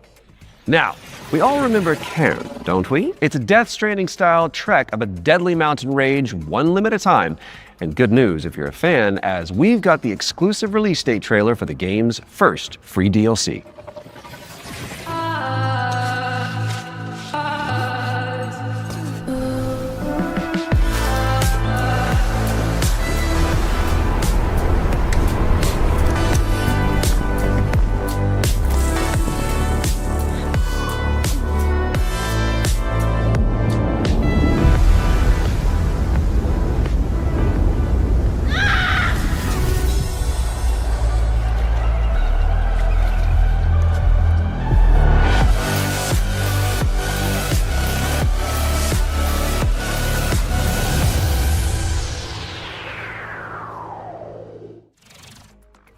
On the trail is a free DLC expansion for Ken, and it's coming soon to PC and PS5.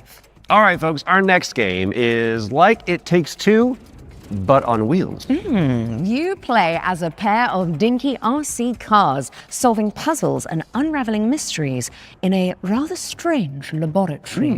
Here is the latest trailer for Wheelmates. Folks, the rhythm isn't just synchronization.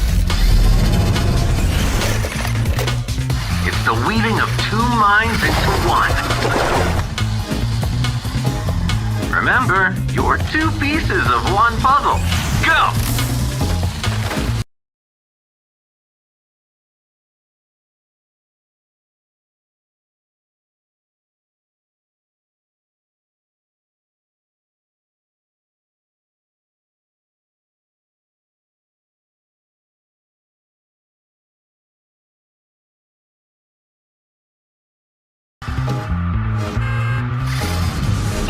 Wait, where am I?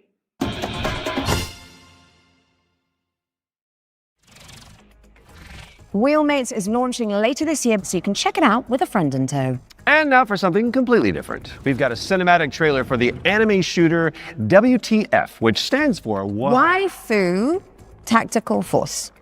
Oh, don't you just love acronyms?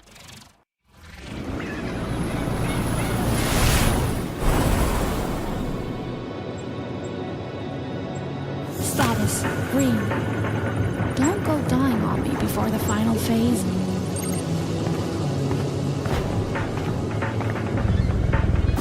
Stay still. I hate messy data. Seems like I get no days off.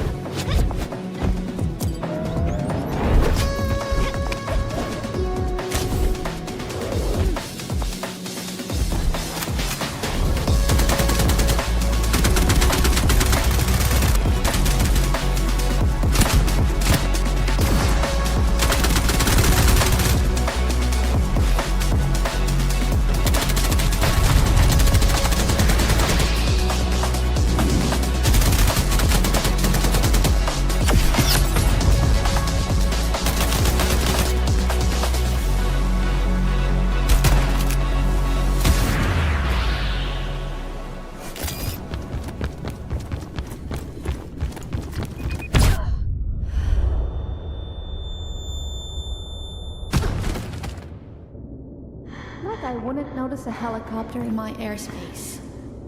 I'll let my little friend handle this.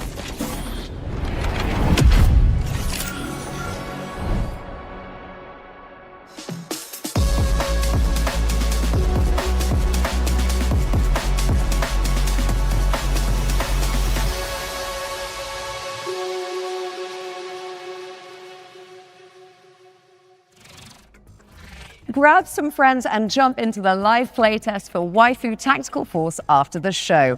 There's a new movement system to check out and 10 playable characters. My goodness. Now, even the most hardy adventurers need to take a step back from time to time, so we're going to throw it out to a series of back-to-back trailers. You watch these, while we'll be back in a jiffy, which is a relative metric of time, I believe. Greetings, my minions. Shall we dominate the world together? Because tonight, I'm feeling quite passionate. And this is only the beginning. Let's unleash our necromantic rage.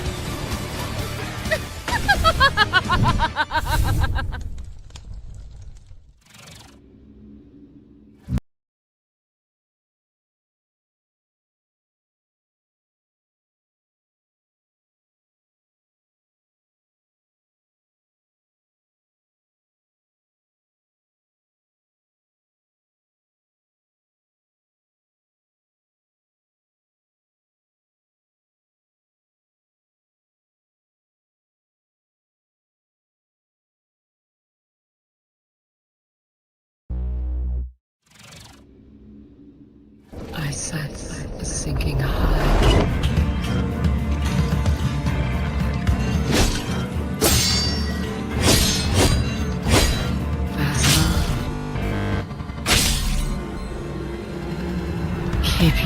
I see your holiness.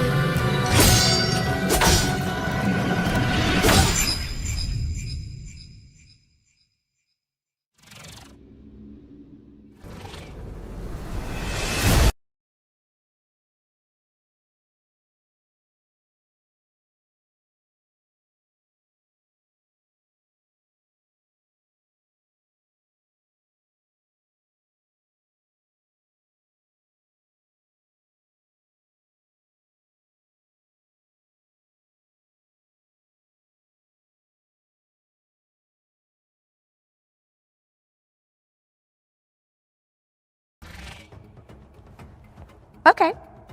What's going on here? It's like we're in the future or something. Oh, mind yourself, Troy. Don't wipe out. Right, got it, because this set is inspired by the anti-gravity racers. I got it. Well, while we solve this little temporal anomaly, here's AGXGP.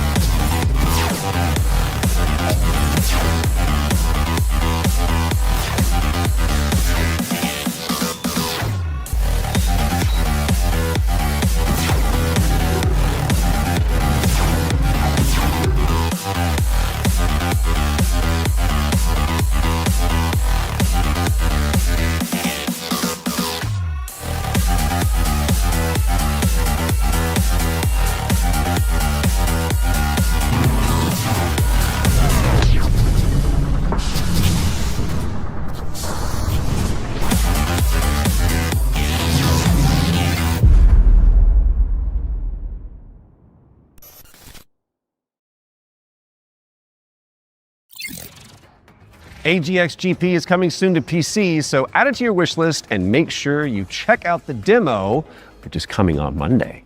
Quick question for you, Mr. Troy Baker. Oh, yes. Have you ever wanted to be a sentient guitar? It's actually a dream of mine. It's very strange of you to bring that up. Well, I've got good news for you, and I've got some bad news as well. So the good news is that the next game that we're going to announce lets you fulfill that fantasy. I'm listening. But you're stuck inside a haunted music school. There it is. And all the teachers are trying to kill you. Classic. Welcome, welcome. We are absolutely thrilled to have you here at Harmonic Heights. Fred, no matter what happens, I want you to know I always loved you.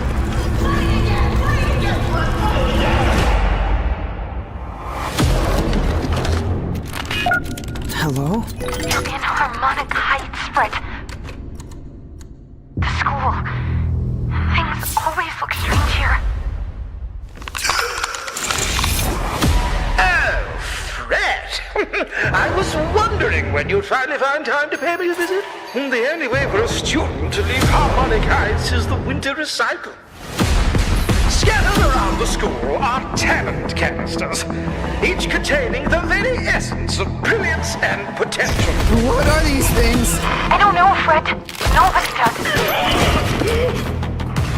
You've given me no choice! You made me do this!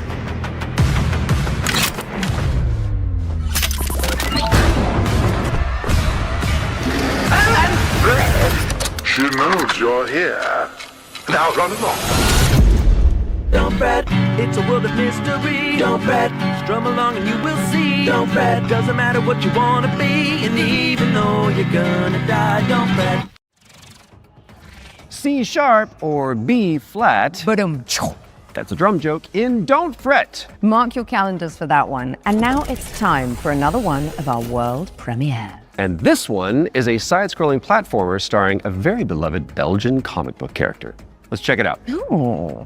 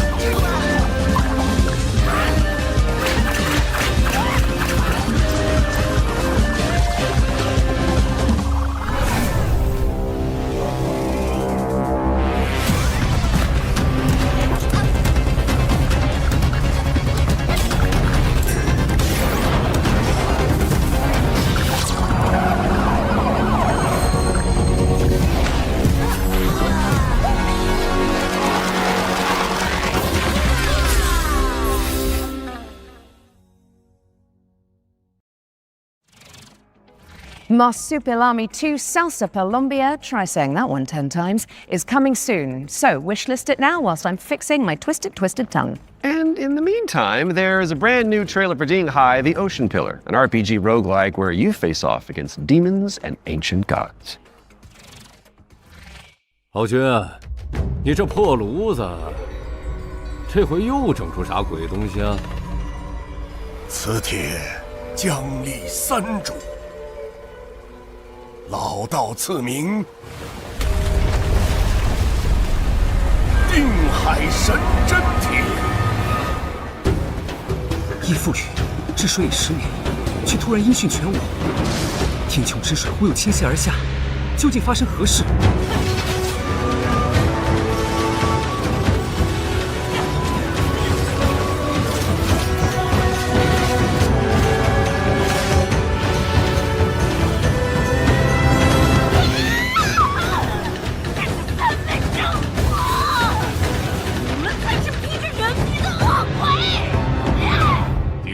神针帖。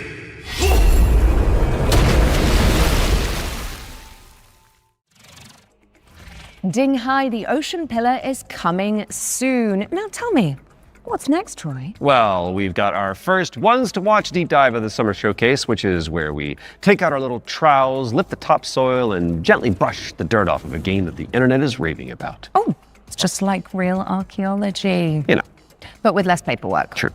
And what better place to start than the golden age of piracy with the helps from our very talented friends at Ubisoft. Let's dive into the world of Assassin's Creed Black Flag Resynced.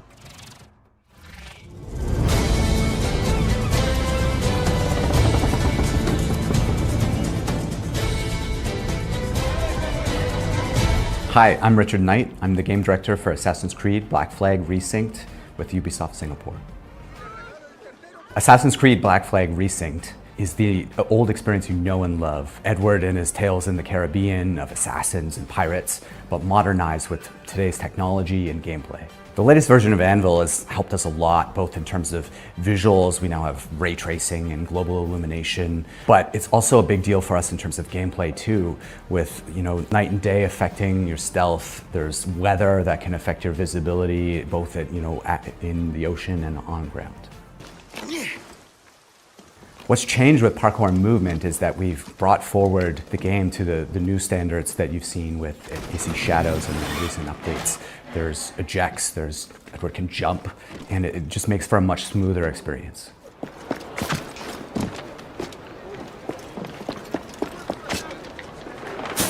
A lot of the new gameplay with Assassin's Creed Black Flag Resynced involves these new officers that you can find and recruit. When you first run into Lucy, She's a wanted criminal, and you'll just hear it as you're walking around Havana that there's money on her head, right? Which is, you know, music to Edward's ears. Ah, here's somebody I can work with. And as you find her, she's got this whole plot line involving her family and the family fortune. And she would love to work with you, but if you can't deal with her problems, she's not going to help you with yours. You don't mince words, do you? I suppose I could look around, see what needs doing. So each of those characters has a story to tell. And on top of that, we also have a new tale involving Blackbeard, which, you know, for fans of Blackbeard, you know, to learn a little bit more about him and Edward and how things turned out in the game, I think will be really exciting. Were you attacked?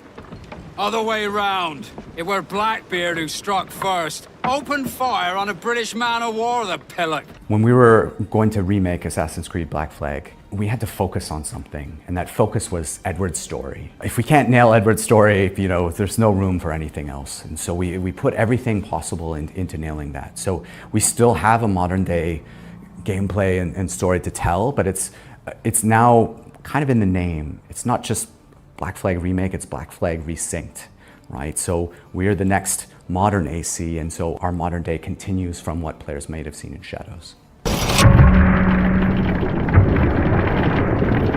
Of course, we brought back the underwater diving sections from the original game, where you take the diving bell and you see how beautiful the Caribbean can be when you're underwater.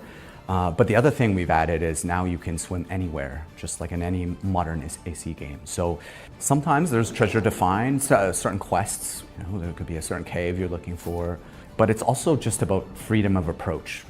Sometimes to get to a certain island or a certain location, maybe you can't find the right place to get to with the jackdaw, or you just want to take a shortcut and just go swimming. It's kind of up to you. Captain's gone over!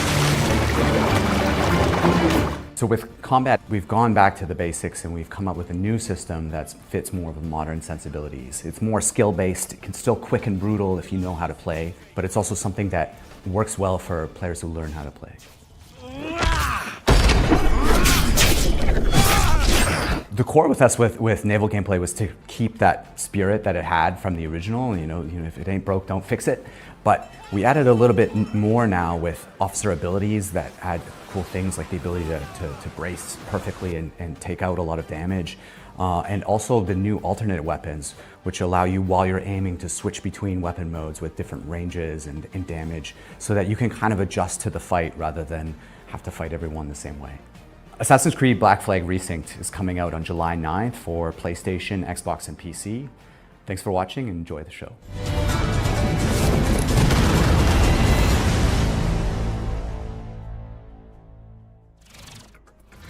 Assassin's Creed Black Flag Resynced is coming to PC, PlayStation, and Xbox on July 9th, later this year.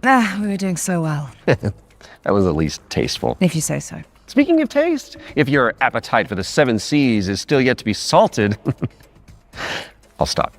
You can find out even more about that one by checking out the hands-on preview over on GamesRadar.com. Now, we've got a very special treat for the blasphemous fans among us. Let's take a look.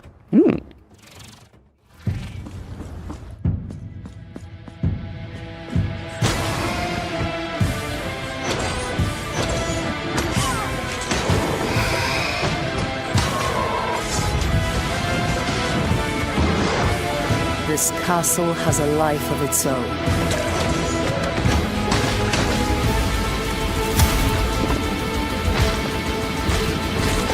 Greater than that which still beats in my own heartbroken chest.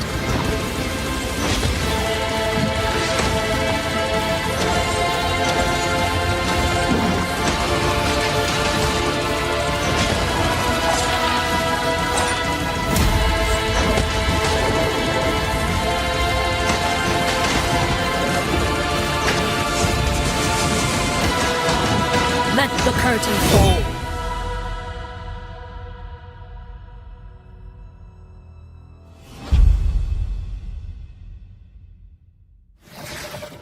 That's right, Blasphemous 2, The Third Sin is a free content update that adds an entire area to the game. And it's out now, so you can play it.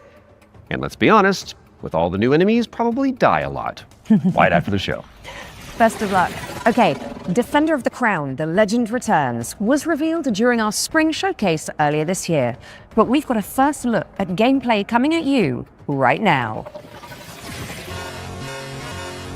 Decide a kingdom's fate when Defender of the Crown returns, featuring the original strategic adventure and new ways to play.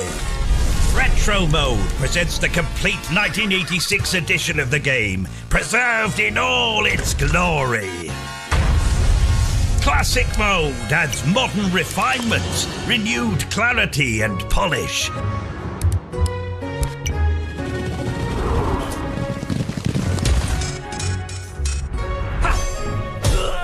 And introducing Kingdom Mode, a brand new roguelike of dice, decks, and destiny.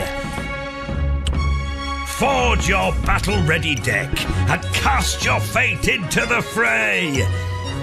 Chart your rise to rule all of England as you go on campaign to outwit your rivals. Unlock new tactics and new dice to strengthen your claim to the throne. 3 modes, 1 legendary experience. Defender of the Crown. Wishlist now. Defender of the Crown, The Legend Returns. Lands on PC and consoles later this year. So, get it on your wish lists pronto. And I think I'll handle the British accents from now on. Okay, Troy? Aww. Sticking with the historical theme, here's some exciting news about the period shooter Hold Fast, Nations at War. Oh, say, can you see? Don't fire till you see the whites of their eyes. Hey, ready?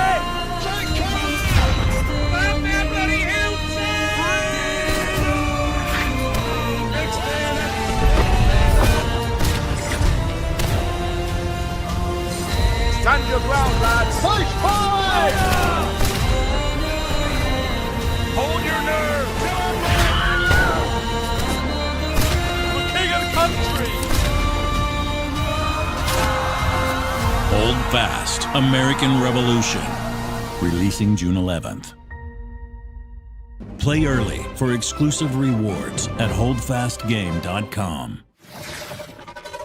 Hold Fast, American Revolution is a free expansion for Hold Fast Nations at War, and it's launching on June 11th for PC, PlayStation, and Xbox. That is just a mere few days away. My goodness. Visit holdfastgame.com for more info. Now, let's check out the release date trailer for They Will Come, a steampunk stealth game set on a vast airship.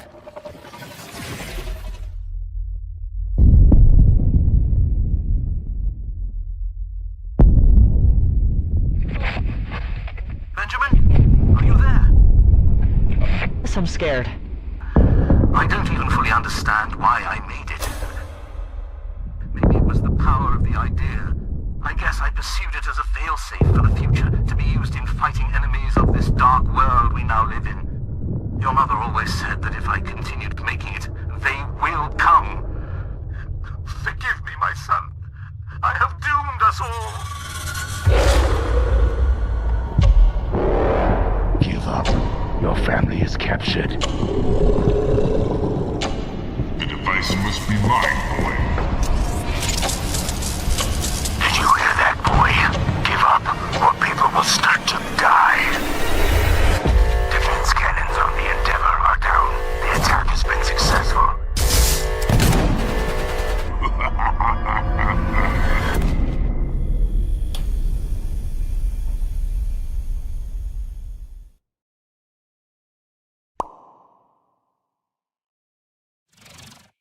They Will Come heads to Steam in July, but you can wishlist it right now. What have you got for us next, Alex? Well, it is that time again, Troy. We have another world premiere for a cosmic city builder where you craft thriving habitats to rescue long extinct animals. Oh.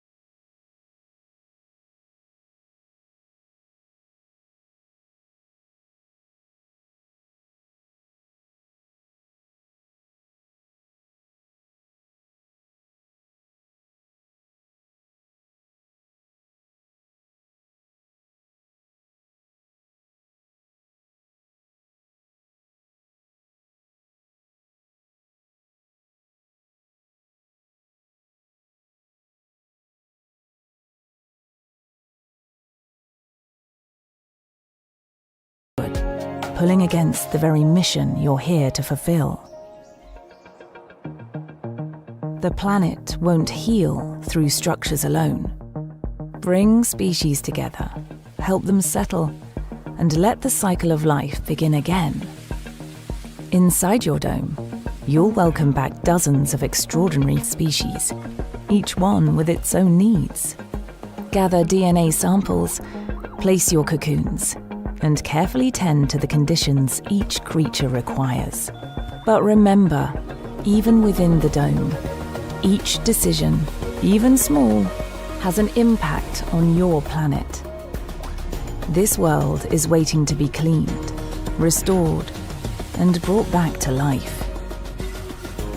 Your planet is waiting for your arrival. Wishlist the game and play the demo now on Steam.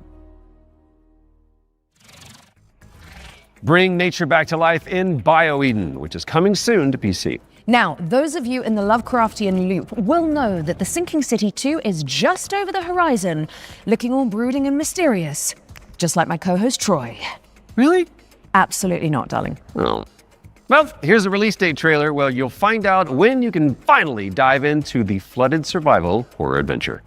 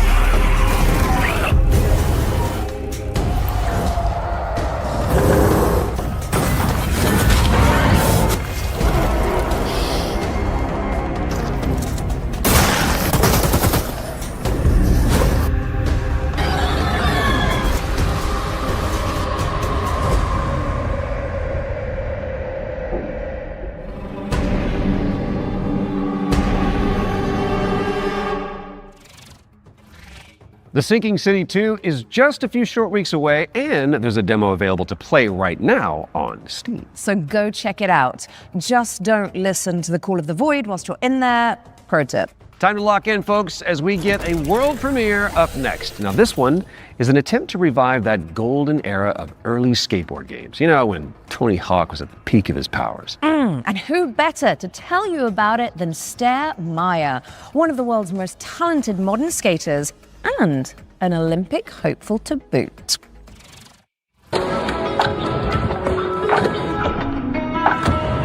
Hey Future Game Show, I'm Sarah Meyer, also known as Surf Sarah. Skateboarding is my life and I love it with my whole heart, so I'm super excited to share Skate Sarah with you today. A brand new arcade skateboarding game inspired by the golden era of skate games. So this is the world premiere of Skate Sarah, check it out.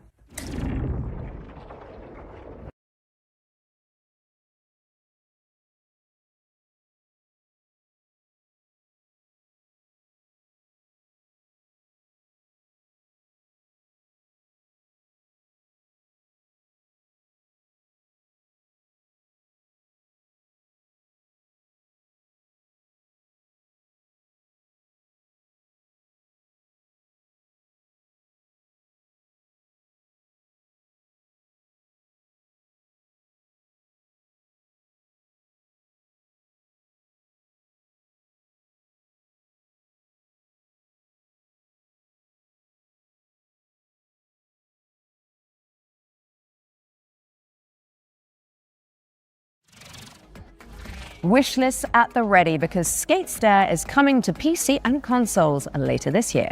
Now, how's about an exclusive trailer for a new expansion coming up for one of my personal favorites? It's time for another run at Vampire Survivors.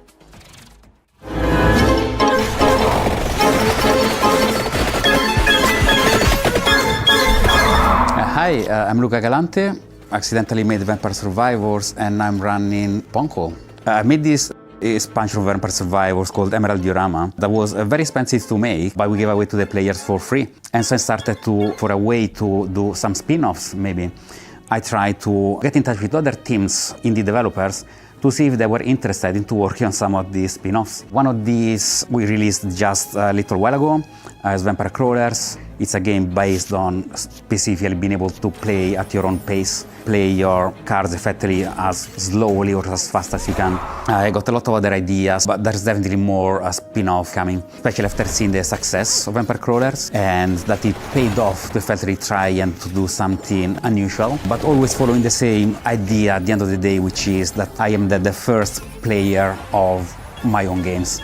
I need my own games to be fun to myself first. So I want to make these other games and wanted to find a new name for them effectively. So again, I tried to grab Survivors, think of something stupid, and that's how Survive-a-thon came up, which is short for Survive a Ton. Very soon we're going to see the first game in this lineup, and people should expect a game like Vampire Survivors, that the whole point, with a different spin on it. And this spin can come from a different metagame or different feature that they serve, that doesn't actually fit Vampire Survivors, but would fit different gameplay mechanics. I'm not planning to let go of Vampire Survivors anytime soon. There is still, the community is huge, they want more content. We're going to release a new DLC quite soon. This DLC initially was supposed to be just a little add-on to the Legacy of the Moonspell DLC. And as it's very common for me, I start something really small and it ends up being way too big. And so now it's got its own life. It's going to be called Legacy of the Blood Moon, and players can expect a small DLC with something 8+ characters, 8+ weapons plus evolutions, but they can also expect a very low price of 80 pence, something along those lines. I'm definitely going to keep updating it for as long as it makes sense, as long as it is sustainable. If anyone wants to stay in touch and get to know more about what we're doing, please visit ponkolab.com, where you will find a fantastic and useless count up to our next announcement. We have a lot more announcements in the near future, but for now, here's a trailer for the new expansion of Vampire Survivors, Legacy of the Blood Moon. Unscrupulous beings consumed by ambition. A cautionary tale, or a story better left untold. There's no retreat once this threshold has been crossed. If you really want to see it through, then just take my hand.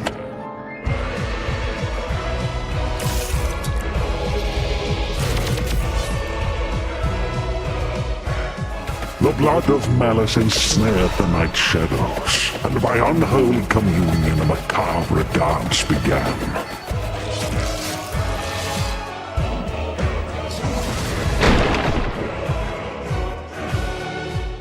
As all dawns and twilights of the world paint the moon red, reality shatters and insanity ensues.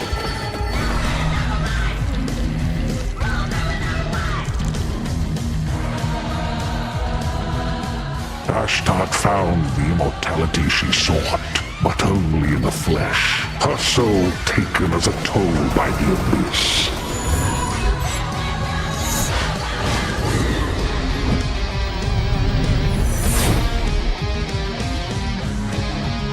As he kept staring at the shadow of the comet, Sargon eagerly paid for its gifts, until there was no humanity left to give.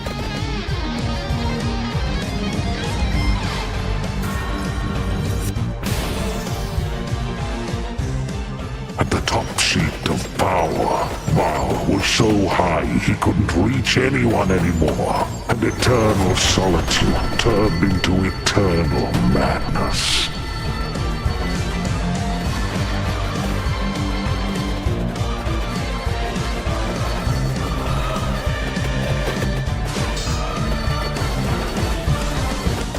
Legacy of the Blood Moon, an accidental Vampire Survivors expansion from Ponkol. Coming soon. Prepare your wish list because Vampire Survivors Legacy of the Blood Moon is coming to PC and consoles later this year. Now, here is another, wait for it, world premiere. And it pertains to one of last year's truly best games. Let's check it out.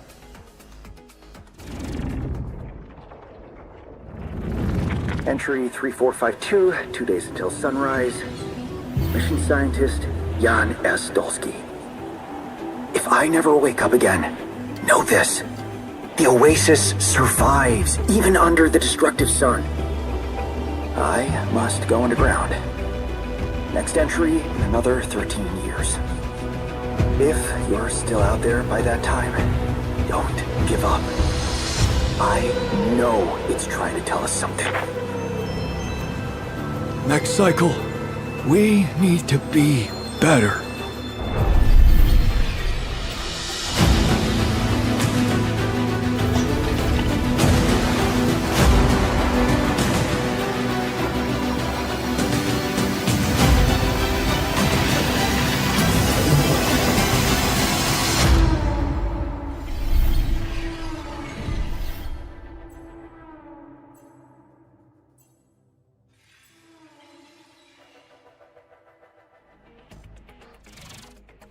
Alex Jordan and Jan Scientist fans rejoice. The Alters is getting a DLC expansion called Last Variable. And I don't need to tell you to wishlist that, do I? No. And now let's take a look at Animo. It's a free-to-play creature collecting RPG. Oh, important question. Is it full of adorable little guys? I really like adorable little guys. I mean, have you seen what's happening on the screen behind you? Aww. Let's play the trailer.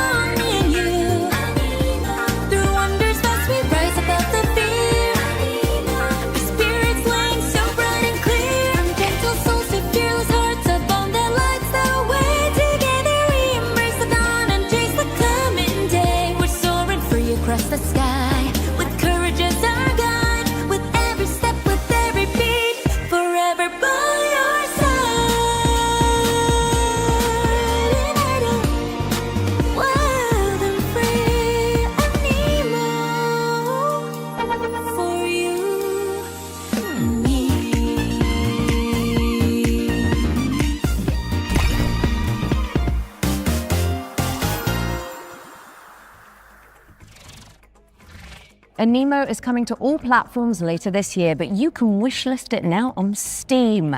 Oh, I can see you're itching to explain this next one, Troy. No, it's just a little rash. You can get a cream for that. So this is Cordora. It is the 4-player psychological horror game that opened the Spring Showcase back in March. Cool thing is, it's got enemies that mimic your friends just to freak you out. And the developers are back with a closer look at gameplay. That's right. How did you know that? Maybe you're not Alex after all. Tell me something that only Alex would know. You can't prove that. Okay, she's real. Roll the trailer. Now. It's a simple job. Dude, shut up! For men with nerve. They may be your crew. But inside the maze, don't trust anything they say. Hello? Harry? Where are you? I'm here. Harry? Mike? Wait, there are roses. Mike? I found the radio. Cool. I'm here with Harry. What?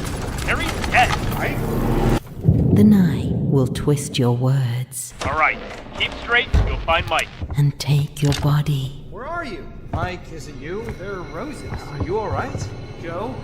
I'm here with Harry. Oh, crap. To hunt you down. Hello? Hello, Joe? Joe! For you see, I won't let you go.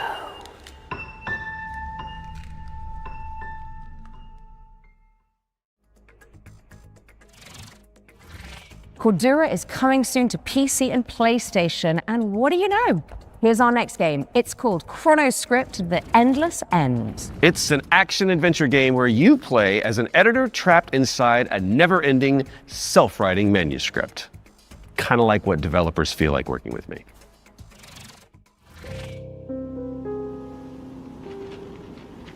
Ah, you arrived earlier than expected. Welcome to my writing room. You must forgive me for breaking our promise. The manuscript is still incomplete.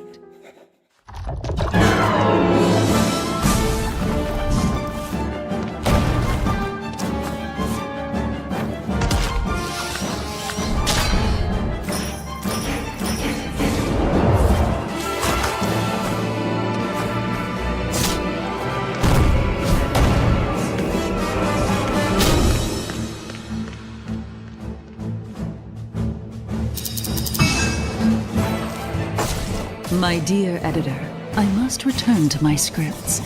I do hope you enjoy what lies beyond the end of this endless story.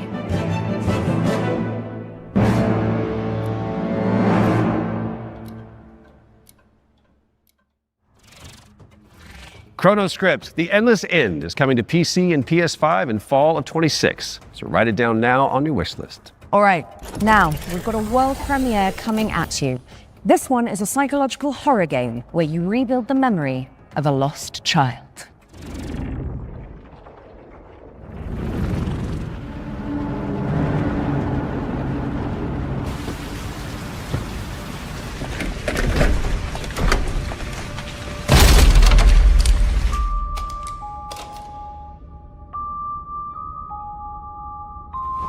I told you I was gonna fix it.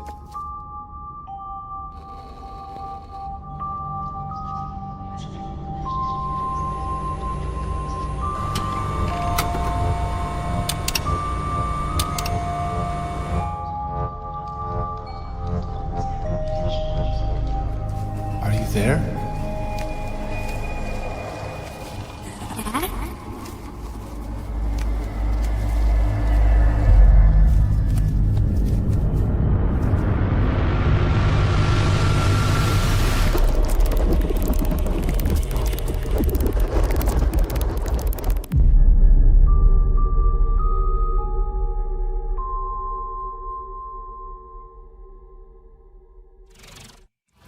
That was your first look at Impermanence, coming to PC in 2027. And if you're hungry for more amazing games just like that one, stay tuned after the Exodus extended gameplay reveal at the end of the show for the return of FGS Live from Los Angeles. Our hosts are in the City of Angels to bring you all the latest news from the summer gaming events, as well as some of those wonderful world premiere trailers you love so much. In fact, here's a little teaser of what you can look forward to.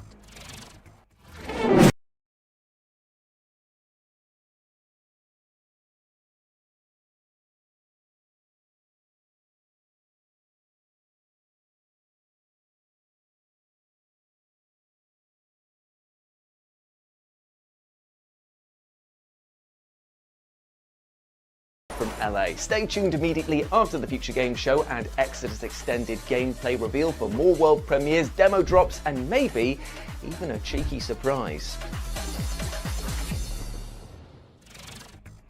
You heard them. Make sure you stick around after the Exodus extended gameplay reveal for FGS Live from Los Angeles, hosted by our very own Amy and Jules. We do love them. You guys break a leg. Right now, let's get back into the games with a closer look at The Lift, a supernatural handyman simulator inspired by the SCP Foundation.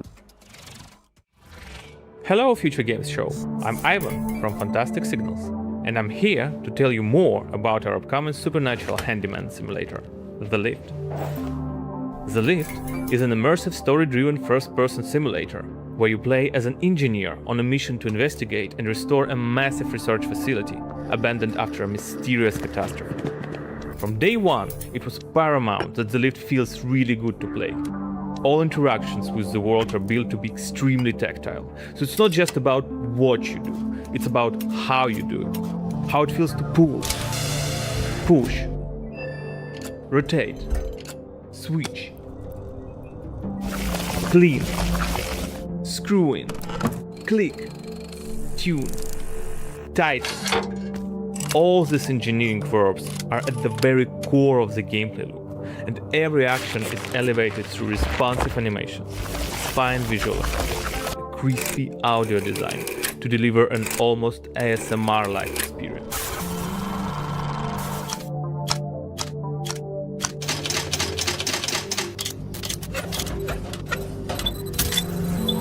You'll be repairing a variety of things in the lift. We divide repairs into 3 categories. The first one is basic mechanical or cosmetic repairs, changing light bulbs, fixing a crooked chair, or patching the walls. Simple, but always satisfying. The second category is electrical devices. We have developed an ecosystem of electrical and mechanical components that you can assemble. You can find, craft, and unlock many different parts used to bring the machinery back to life. All devices are connected to the electrical grid, and sometimes you will need to reroute power from one point to another or disassemble a machine to get parts needed elsewhere. It's not a bunch of preset puzzles, it's a deep, open-ended sandbox system that you'll need to master by improvising and thinking outside the box. The third category is what we call boss devices. These are large, multi-step projects that are even more complex and usually involve multiple machines and environmental repairs, like, for example, the interdimensional antenna. You will fix its subsystems and will be tuning its settings to get the signals you need for your adventure. And of course, there will be a massive payoff at the end of the repair. Each floor has its own boss device. Some will be unveiled in the upcoming months.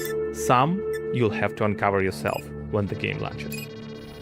The Lift is launching on PC, PlayStation 5 and Xbox in 2027. If you're interested, please add the game to your wishlist. And if you want to help us shape this adventure, sign up for a closed playtest on Steam for a chance to play the newest in development build. The playtest begins on June 14th. Thank you, and enjoy the rest of the show.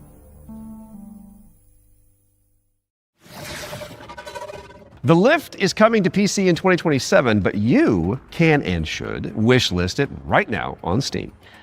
Our next game is technically a theme park simulator, but there is a morbid catch. Oof. Never-ending coasters? Salty fries? Expensive bottled water? Not quite. The owners are trying to eat the guests. Oh, that's a new one. Here's wow, My Cannibal Family. Did you hear the mob dump one of their own in this goo? Not just that. I heard a flesh-eating creature crawled out of it. Huh?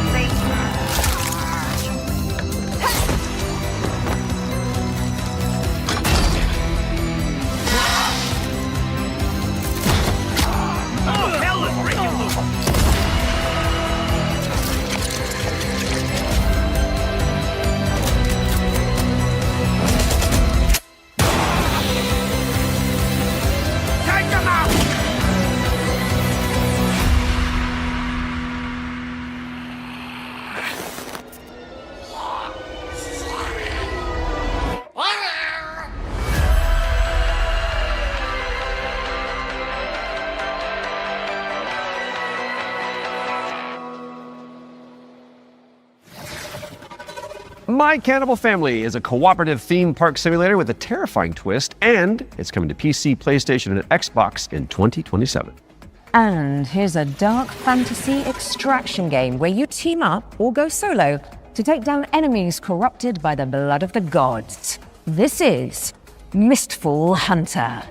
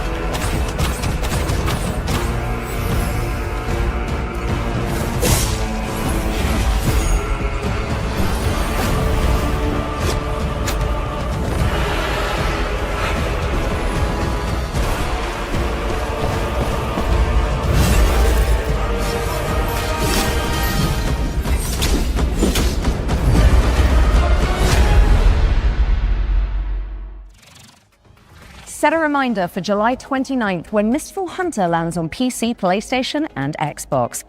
Right, I think it's time for our next Ones to Watch deep dive. Troy? Indeed it is, and here is an exclusive interview with Saber Interactive about Clive Barker's Hellraiser revival.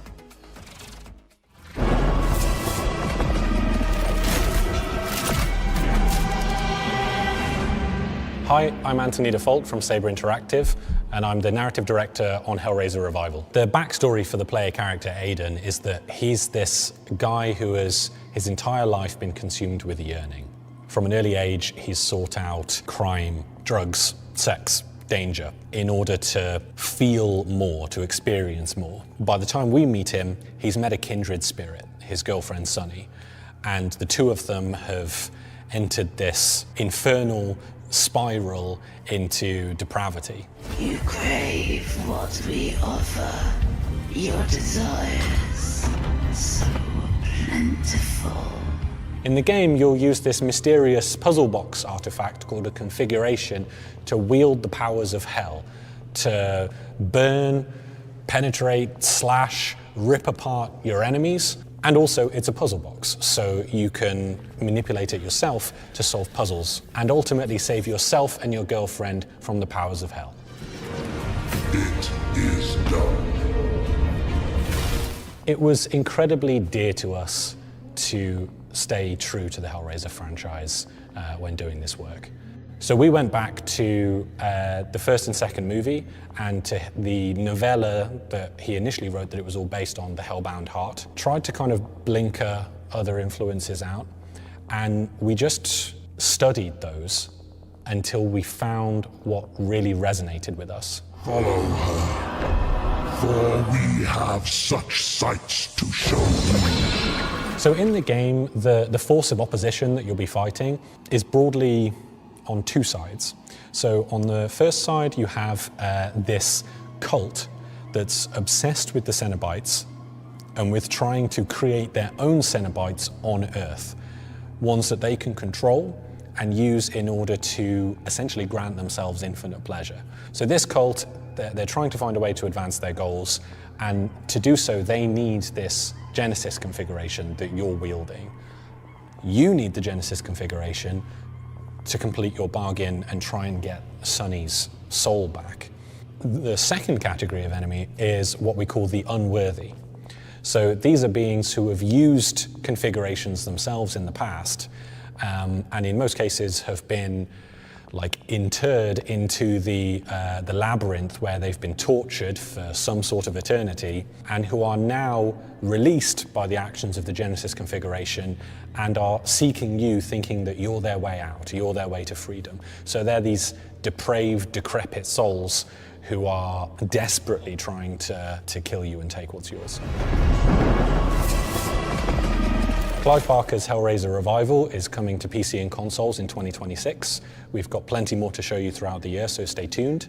You can wishlist the game now to join in, or you can follow us on social media, where Pinhead himself will often be in the replies. Thanks for watching, and take pleasure in the rest of the show.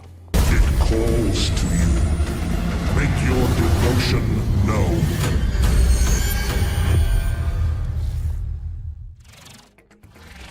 Clive Barker's Hellraiser Revival is coming to PC, PlayStation, and Xbox later this year, so go pin it onto your wish list. Because of the pin, got it. Yeah. Well, it is time for another world premiere, and this one is a medieval Metroidvania starring a plucky little snail.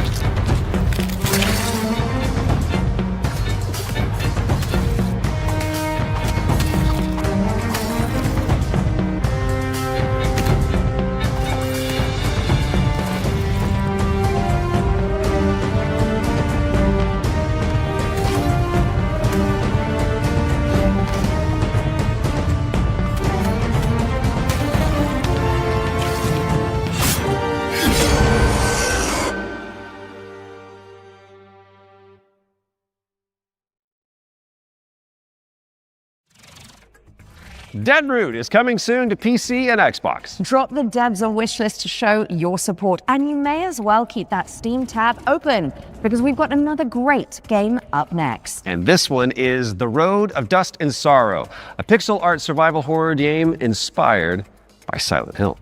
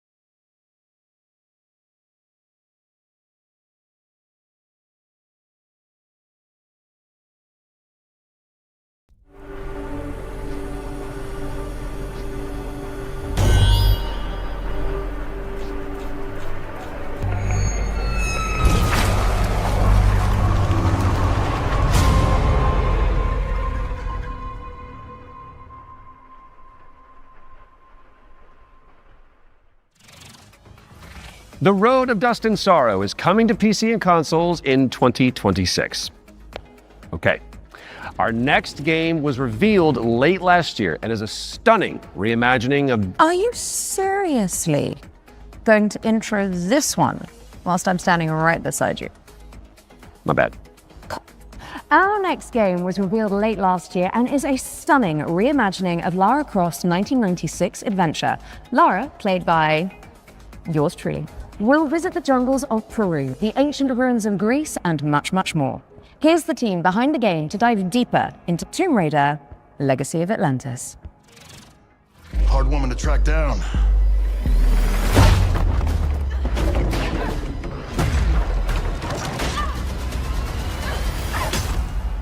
Well, you found me. Hi, I'm Hao Cicada, game director at Crystal Dynamics. Tomb Raider: Legacy of Atlantis is a stunning reimagining of Lara Croft's debut adventure. We've taken the legendary 1996 game and completely reimagined it from the ground up, with jaw-dropping visuals, modern gameplay, and a few new surprises. All while honoring the spirit of the original. Players will explore these extraordinarily dangerous worlds that have been lost to time. We're talking jungles of Peru, crumbling ruins of Greece, and the deserts of Egypt. Every location is packed with ancient artifacts and hidden secrets. Whether you are a longtime fan or someone picking up a Tomb Raider game for the very first time, this is the definitive way to experience the adventure that started it all. Tomb Raider pioneered 3D exploration back in 1996. With Legacy of Atlantis, we really wanted Lara's traversal to feel distinctively hers. It's precise, it's athletic, and deeply connected to the environments she's exploring.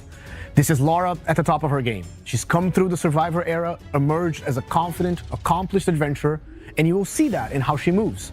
The swan dives, the handstands, the acrobatic flourishes, they're all expressions of her character, and it's a lot of fun to watch it, but it's even more fun to play. It's important for us to distinguish that this isn't a remake. A remake rebuilds what already exists with modern technology.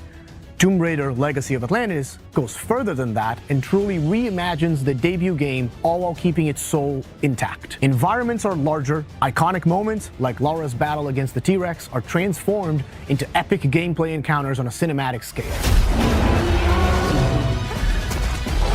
The puzzles in Legacy of Atlantis are really satisfying. You're manipulating water flow, redirecting light beams, you're activating pressure plates, deciphering ancient symbols, all of it to unseal secrets that have been locked away for centuries. Every solution requires you to piece together what you've uncovered and think creatively in how to do it. And then obviously there's combat, which you've got Lara's iconic dual pistols, plus some other weapons that you can unlock along the way. This is the legendary adventure fans remember, reimagined in ways that weren't possible 30 years ago, with some new surprises. Tomb Raider: Legacy of Atlantis launches on February 12, 2027. It comes out on PlayStation 5, Xbox Series X and S, Steam, and Nintendo Switch 2. You can pre-order the game now. From the bottom of my heart and the rest of the development team, we cannot wait for everyone to experience this. Thank you so much. Some legends are destined to be retold.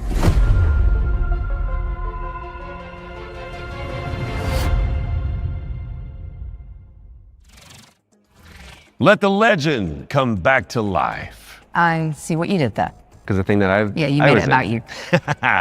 Tomb Raider Legacy of Atlantis is coming to PlayStation 5, Xbox Series X and S, PC, and Nintendo Switch 2 on February 12th, 2027. Which is 2 days before Lara's birthday. And if it's not on your wish list already, then this is me, Lara Croft, asking you nicely to add us. Don't make me use my nasty voice. She'll do it. Seen it. Kind of like it.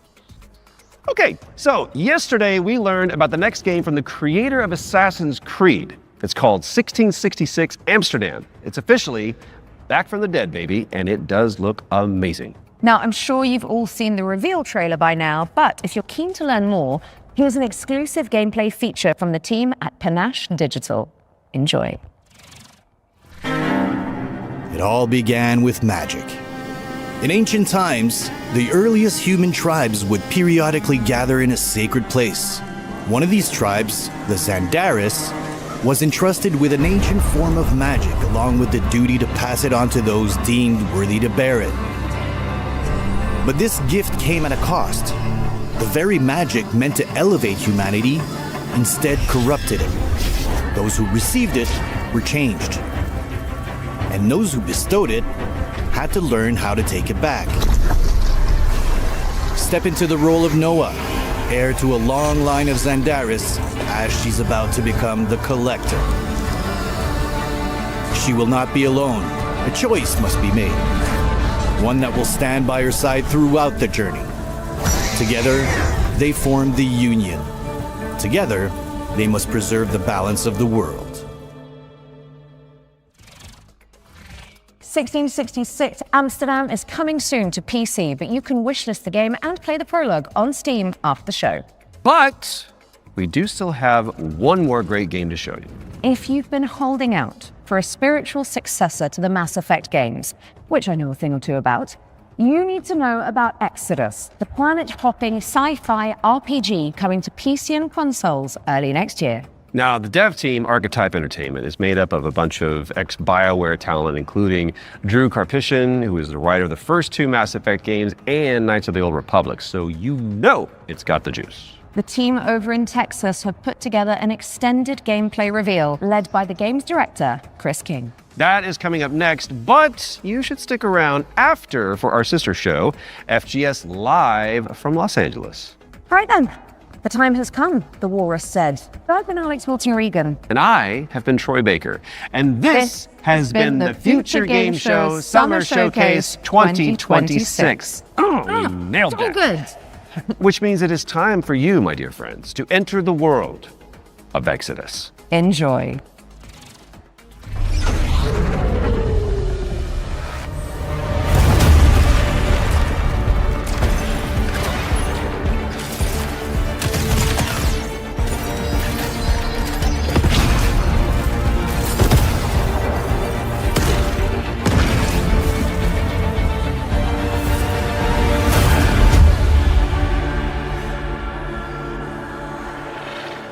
Hey everyone, I'm Chris King, Game Director on Exodus. In Exodus, you play as a traveler, venturing on dangerous missions deep into space, in search of powerful alien remnants that can save your dying homeworld. You'll journey to deadly planets, derelict ships, and the remains of lost worlds, while using your wits and teamwork to survive the terrifying creatures that try to stop you.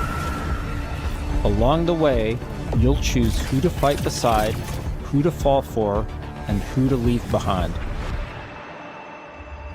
You play as June Aslan, a lowly salvager living on the outskirts of Leiden.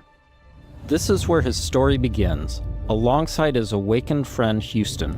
June, hey, come on. Houston? I'm here. Are you?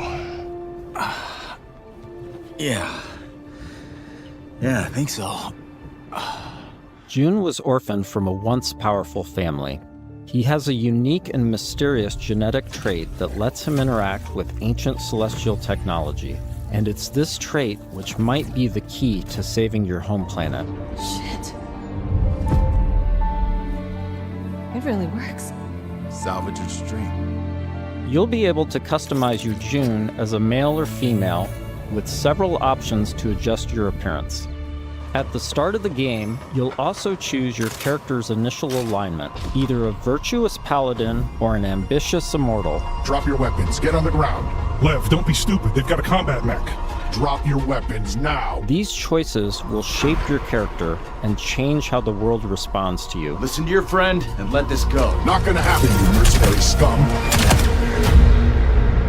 Let's check out some work-in-progress gameplay so you can get a feel for the systems, storytelling, choices, and characters that make up Exodus. The first two companions you meet are Alias and Tom. Alias is an impatient mech pilot that loves to blow stuff up and leans into brute force. Tom is an experienced traveler who helps teach June the ropes. He tends to be more cautious and provides June with moral perspective. Let's join them as they start a new salvage mission. All loaded up? Uh-huh. Gears in storage. My lovely suit. Good to go. Where's Tom? Last minute prep. Or drinking. Probably both. Does he do that often? Drinking right before a job? Man's got his vices, but he gets shit done, okay? Nothing else to say. Good. You made it. Let's hop on. Throughout your journey, you'll team up with a diverse crew of companions, like Salt, an awakened octopus. We got your back, June. You too, Salt. Not necessary. If you die, I leave. Contract void. Wow. You don't mince words, do you? It's an Octo thing. You'll get used to it. All right. Time to move out. You'll also meet other interesting characters, like the mysterious C.C. Orlev, voiced by Matthew McConaughey. Howdy, friend. Strange times we find ourselves in. Name's C.C. Orlev. In this scene, C.C. helps out June by giving him a recycler upgrade. With the new modification added, let's see how we can put it to good use in combat. June, what's it look like in there? A lot of mercs. But I think I can thin a few of them out without being seen. We got your back, June. Things go bad, we'll kick in that door and come running. How you engage the enemy is up to you. In this encounter, June has to deal with a deadly turret, along with Lycan, the leader of the Fire Eaters. He's heavily protected, and things could get out of hand quick. Let's use this new recycler mod to stealthily take out some enemies and make things a bit easier. About the way I'm running things now. You whining that better fall in line, or I'll start taking fingers. Next, let's use the scramble cloak to sneak up on some enemies. Lothar was a shit leader.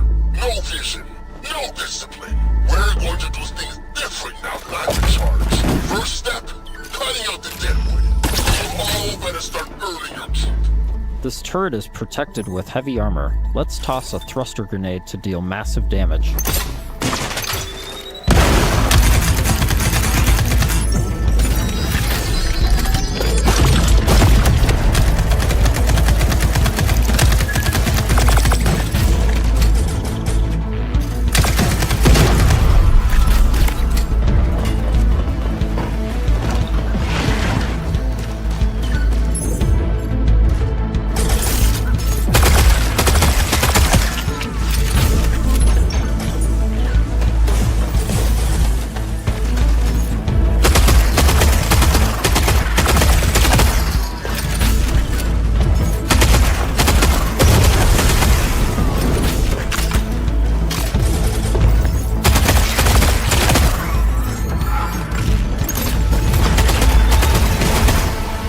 That did the trick. We now catch up to the team having made it to the salvage. However, rival mercenaries have already staked their claim. Gotta hand it to you. Never thought you pricks would make it this far. Too bad you reached the end of the road. We're just getting started! Making it past your friends was a breeze. I hope you're more of a challenge. We've got control of the auto-cannon. How's that for a challenge? Okay, that is going to be difficult. June and team have managed to push through the enemy defenses to the control room and now face a pivotal choice. June, time to do your thing. I'm in. Taking the guns offline now. Wait. This is a control room, right? Should be a way to open the airlock doors. Blast all those damn mercs out into space in one shot. Whoa, hold on. There could be dock workers and maintenance crew in there. We can't just vent the airlock. Fuck that! We're gonna walk up there to verify who's a merc and who's a zealot dock worker who might just kill us on sight anyway?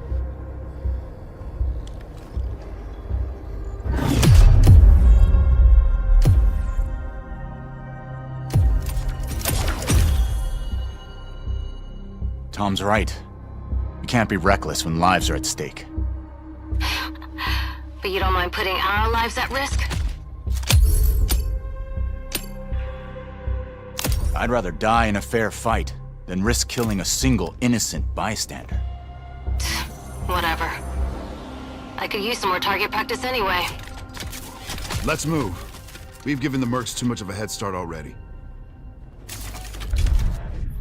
As you travel across the cluster, you will hear stories of those who have been affected by time, like Tom's account of why he can never go home. You know the strangest part of being out here? Years have already passed on Leiden. Exactly. Spend a few hours on this world, a few days, a few weeks.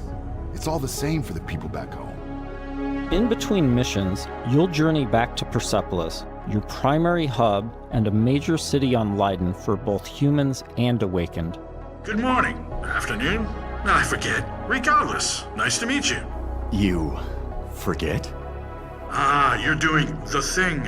The elephant forgot something. Is it better or worse if I notice or not? Here, you'll embark on new missions, experience how your choices shape the world around you, and meet new companions, like Phaedra Nath, a genius scientist and technician who's eager to help. Oh, I'm sorry. The lights, you need them, don't you? And you don't? No. The eyes, they don't work. So I built my own. Spectrum's different. External light sources are irrelevant, but it's close enough to what you would call, sight. Impressive. The rot's grown vicious, and it's only getting worse. People call it radiation, decay, but it's so much more than that. It rewrites celestial programming. Intelligently, adaptively. Intelligently? Like it's alive? Your homeworld of Leiden is facing extinction due to a celestial virus called the Rot. You'll need to travel across the Centauri cluster in search of a possible cure. Phaedra's grandfather was a legendary traveler named Elijah Nath. He left Leiden to investigate the Rot before disappearing decades ago. You travel with Phaedra to a planet called Sang, hoping to find some trace of his discoveries. I must thank you for this opportunity, June, for allowing me to be part of this. No point in waiting around. Next stop, Sang. Sang is a rocky exoplanet covered in a sulfurous atmosphere. You'll need to traverse across the deadly terrain to discover the ancient ruins where Elijah's ship crashed. Oh, wow. Not a dead moon at all. Okay, there were celestials here once. How remarkable. Along with Phaedra, we've decided to bring Salt. Her long-range sniper rifle and abilities that specialize in confusing enemies should come in handy. Limestone deposits on those rocks in the center of the lake. If I can get there, I should be able to make a path across. Right, perfect. I suppose we'll just, wait, here. Sang has always been extremely volatile. Completely unideal for civilization, even during the age of the detonator. Incredible. Your induction clearly shapes the limestone itself, but what dictates the extent? Oh, so many questions and possibilities. This is already shaping up to be a most fortuitous partnership. Early travelers explored this moon, but they never reported anything of interest. The ones that survived, anyway. Of course, there have always been rumors in certain circles that one of the Detonator factions may have hidden caches of treasure here. What kind of ghost is that? I don't know, but I'd wager it's not friendly.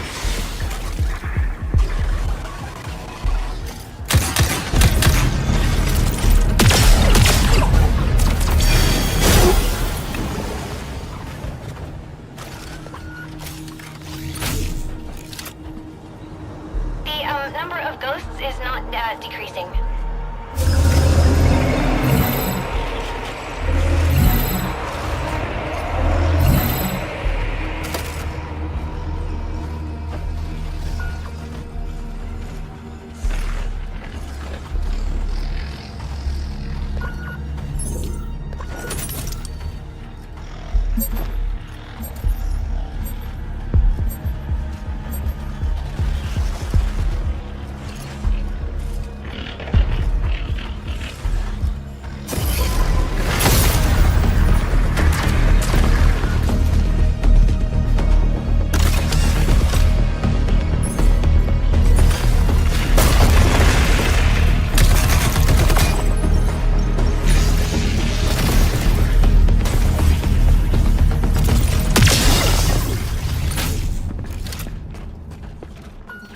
Interesting. That door is also celestial. It looks like...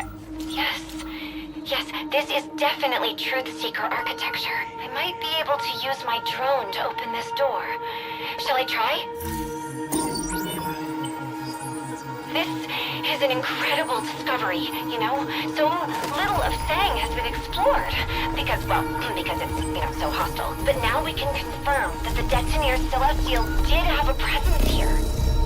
During missions, June will discover ancient technologies that upgrade his gauntlet, a powerful artifact passed down to him from his father.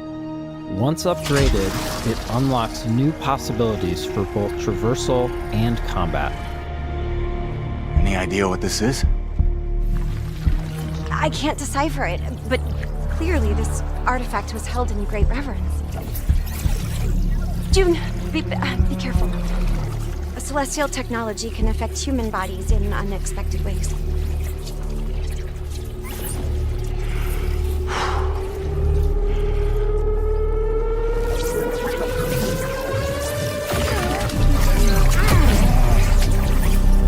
What happened? Are you all right? I'm fine. It took me by surprise. I've never felt anything so powerful. Let's see if this gets us past that bramble. Here we see June acquiring Lance, a powerful new gauntlet ability that can pierce and destroy bramble, a byproduct of the rot.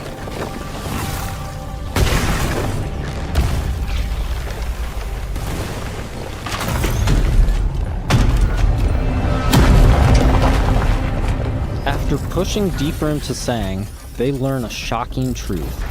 Phaedra's grandfather is still alive and guarding a terrible secret. You were warned. I told you to turn back. I told you there was nothing here for you but death. You've seen too much now.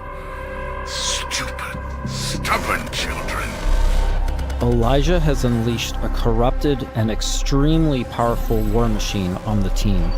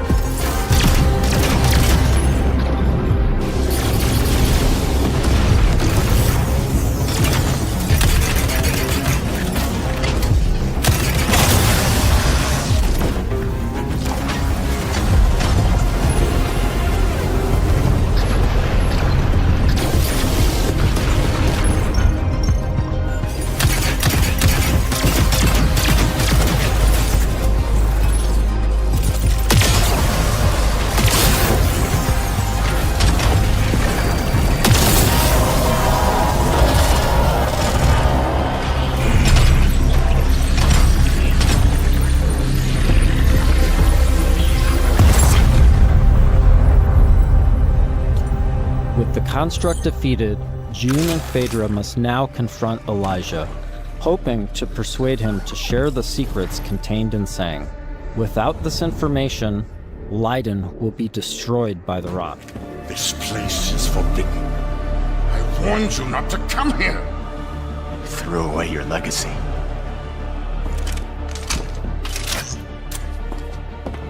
Phaedra! Elijah, please. Whatever you are afraid of, the answer isn't more bloodshed. I need a promise. A solemn oath. I cannot stop you from claiming the secrets of this world. But my dynasty will be no part of this. Elijah, what are you doing? The Nath bloodline ends here, my child. With me and with you. I will take our dynasty to the grave rather than allow it to fall to the sway of Orion's spawn. I don't want to kill you. Drop your weapon and this doesn't have to end in bloodshed. But my dynasty ends here.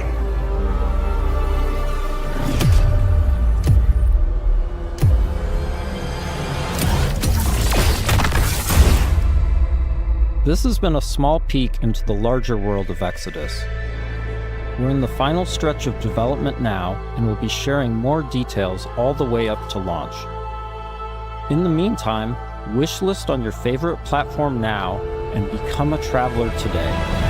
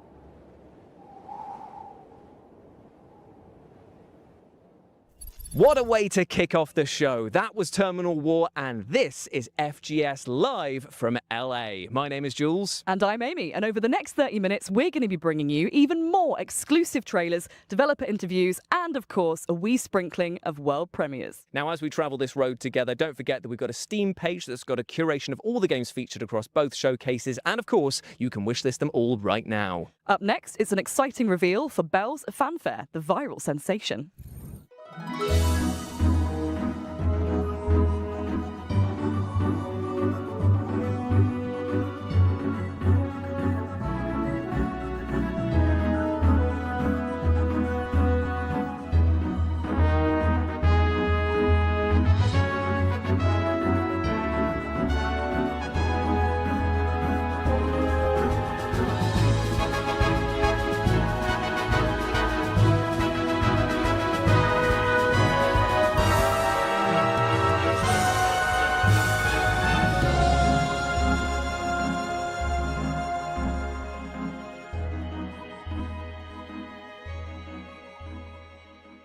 Oh man, I can't believe how good Bell's fanfare looks. I will be putting every notification bell on that I can because 2027 cannot come soon enough. Next, we're off to the action-packed world of Alcahest to take a look at the game's physics engine in action.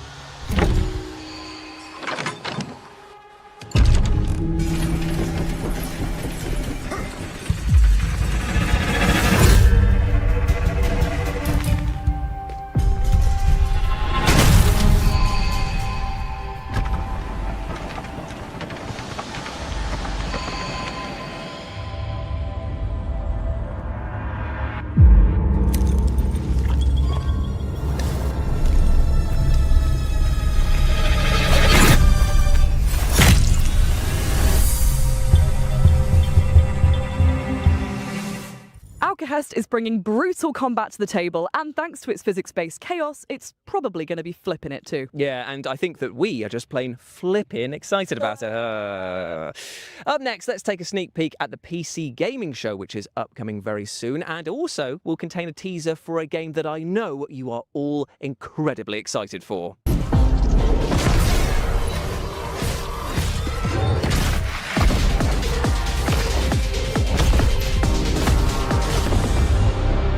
My name is Mikael Kasurinen, and I'm the creative director for Control Resonant.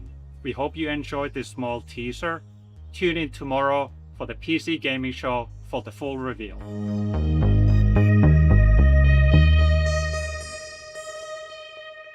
The PC Gaming Show will be going live tomorrow on the 7th of June at these times here, meaning that is a full weekend of gaming content from us all.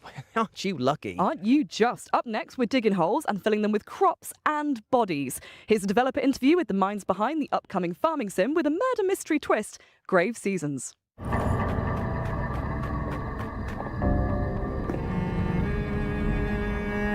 My name is Emmett Nail. I am the narrative director and co-founder at Perfect Garbage Studios, and we are creating Grave Seasons, our murder mystery farming simulator. In Grave Seasons, you not only have to grow your farm, build your relationships, but also figure out who the supernatural serial killer in town is going to target next. And as you play through, as you learn this killer's patterns, the year comes to an end, and as you start again, a different supernatural serial killer will be active at the start of the game.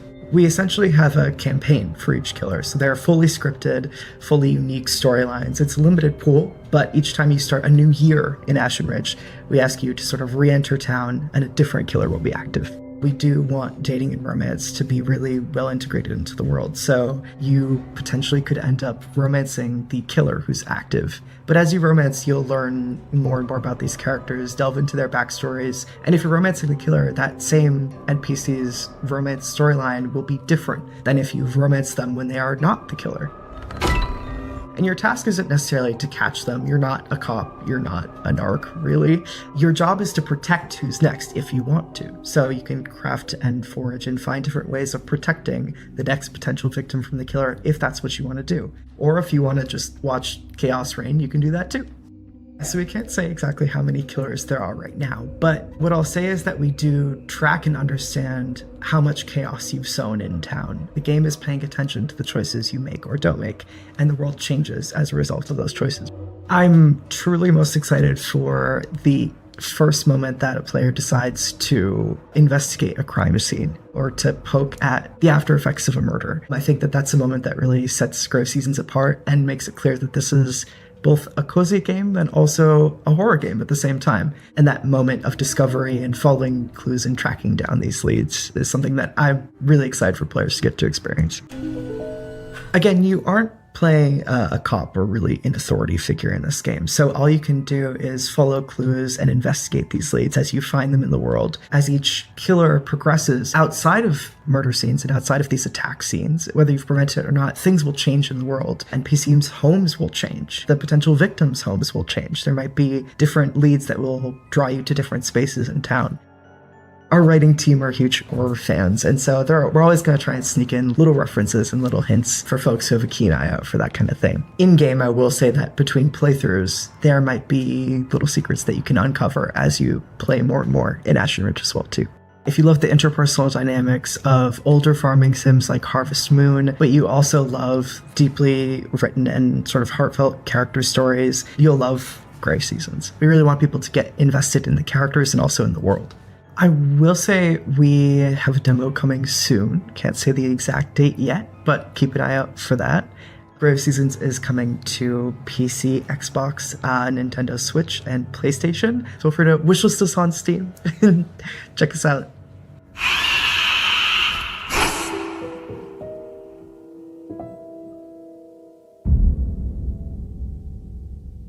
Thanks so much to the team at Grave Seasons for giving us that terrifying peek behind the turnips at their scary yet wholesome project. Up next, I think it's time for our first world premiere, right? Take a look.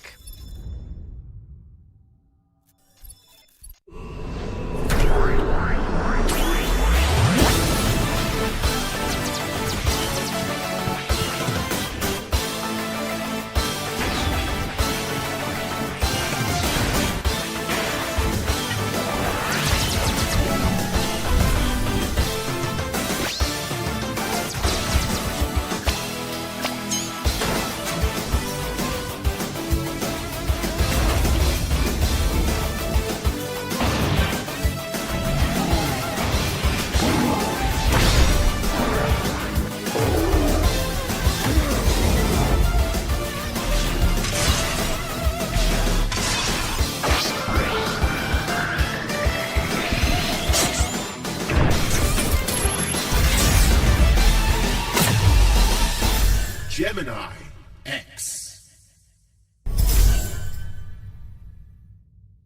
Mega Man fans the world over are going to be rejoicing with the reveal there of Gemini X. I mean, it's got robots, it's got sci-fi action, and it is slick and stylish to boot. While we cool down from the LA Sun and that spicy world premiere, here's some back-to-back trailers for amazing games that are heading your way very soon.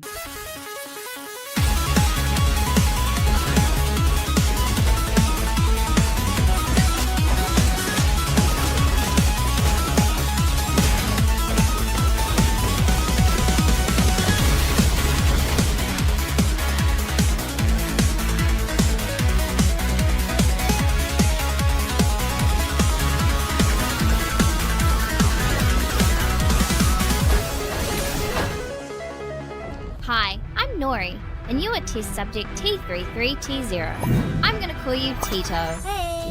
Together, we're gonna take the world back from a bunch of nasty shadows, and we're gonna save my lost baby Michaels.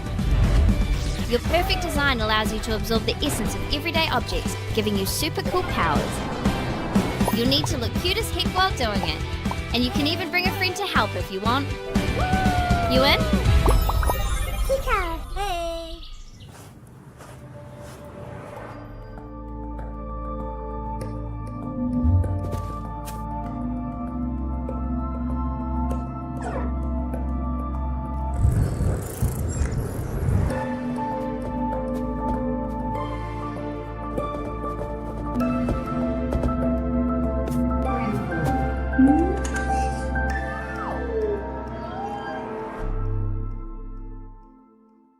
That was VED Recure, Tito, and Paradoxical for you to chew on, and they're all available to wishlist right now. Now, speaking of mouthfuls, our next game puts you in the rather horrible position of being a dentist performing operations on monstrous sharks. Sharks who might not be that pleased about having their teeth pulled, I might add. Yikes. This is Shark Dentist.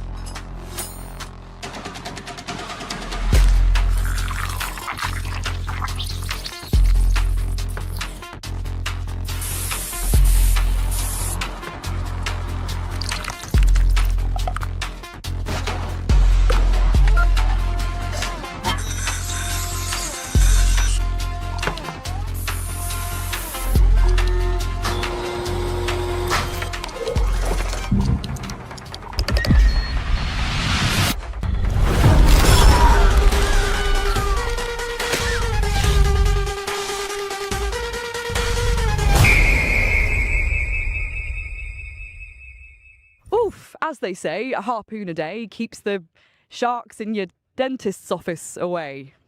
No one says that. Fair enough. Shark Dentist is coming soon, so wishlist it right now if you like the look of it.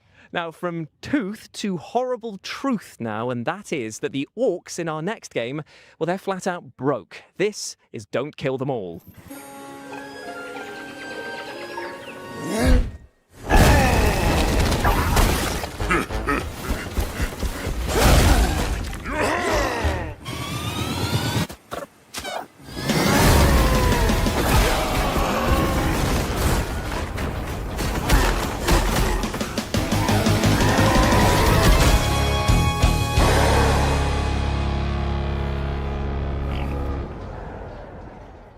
Dirty, smelly, and desperate to kill. Surely these orcs have got some competition with Jules. You can wishlist Don't Kill Them All right now, and there's also a free demo on Steam. Thank you, Amy, for those powerfully hurtful words. But thankfully, though, I can scrub that insult from my mind with our next game because it's time to chat to the developers behind the one and only Power Wash Simulator 2. Ooh. Power Wash Simulator 1 exceeded our expectations. Really happy with the reception that it got. It let us make the sequel as well, Power Wash Simulator 2. And what we're looking to do at the moment is expand that further. So we've got a lot of amazing paid DLC coming out with incredible collaborations, but we're also going to be releasing free jobs alongside those to expand the story of Power Wash Simulator itself and the universe that it is within. So in Power Wash 1, we had these free jobs called the Muckingham Files, and these are all contained within the town of Muckingham. In Power Wash 2, now that we're covering the whole county, we're calling the bonus jobs the Caldera Chronicles. So with the Caldera Chronicles, the first job that we've already released, which is a free job, is the miniature village, which sort of plays on the idea of you being a giant in a very small town. The next one we're going to be releasing soon is the bowling alley, which is set in the 1980s. It's kind of been frozen in time after an event tied to the main story occurred, and all the decor reflects that era. And we've also added a few interesting little things in there to play with the physics of the game. So there's also a bowling alley that you can interact with using your power washer to push the bowling ball down the lane, trying to knock the skittles down. If you were to do that successfully, you can get a little celebratory video on the 80s style TV in the room as well. The next job after that will be a bouncy castle, and here you will be able to jump higher than usual while bouncing around to get to those hard to reach spots. Power Simulator 2 is out now on Steam, PlayStation 5, Xbox Series X and S and Switch 2. The Miniature Village is out now, and the bowling alley and the bouncy castle will be coming later this year.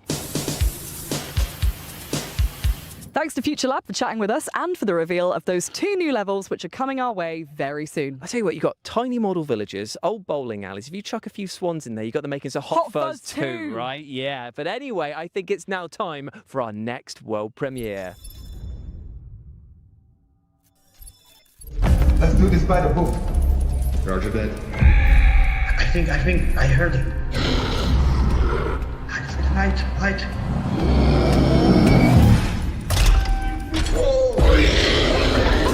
Run. No, wait.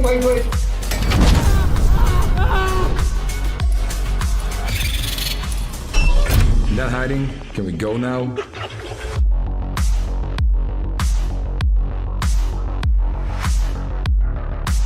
Expendabots is an upcoming Extraction title with a cool twist of the fact that your little robot has a tiny 3D printer built onto their backs, meaning they can craft as they go. What's not to love?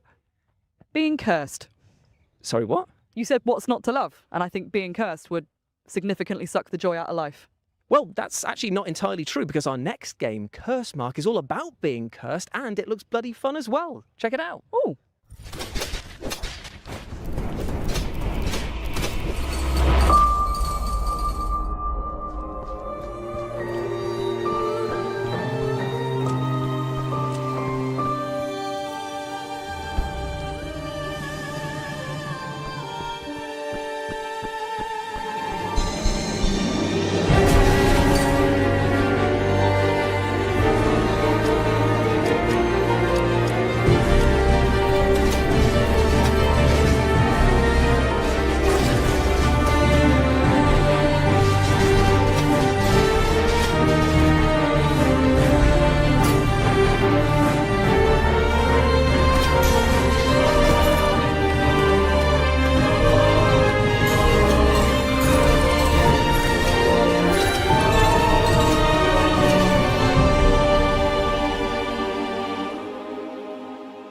With near infinite ways to tweak your build and customize your loadout, Curse Mark is going to keep roguelike fans engrossed for ages.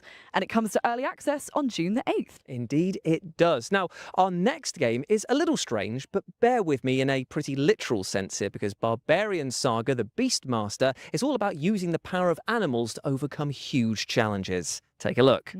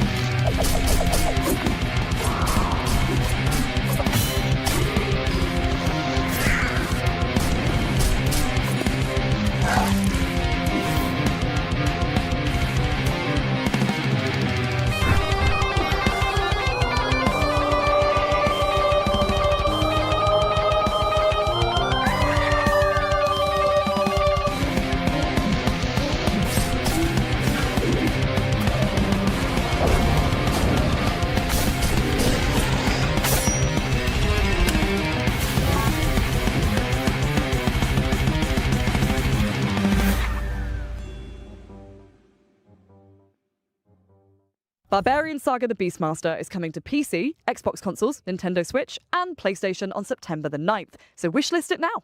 Next up, we're about to take a deep dive into the aquatic horror title Dark Mass, who have got a very special announcement for us all. This place has been buried for centuries.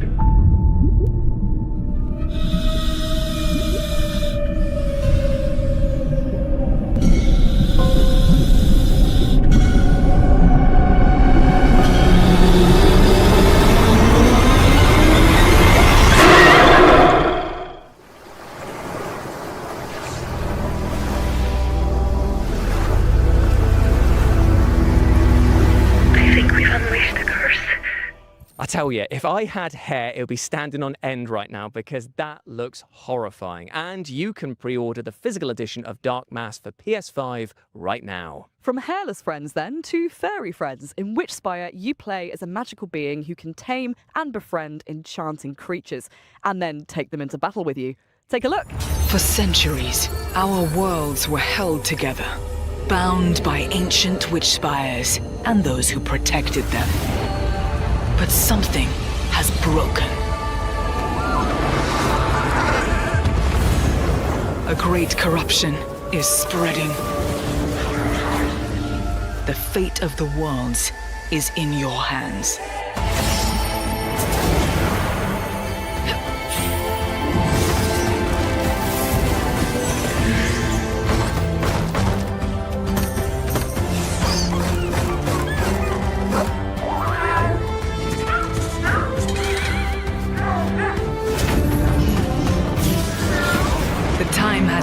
Chosen one.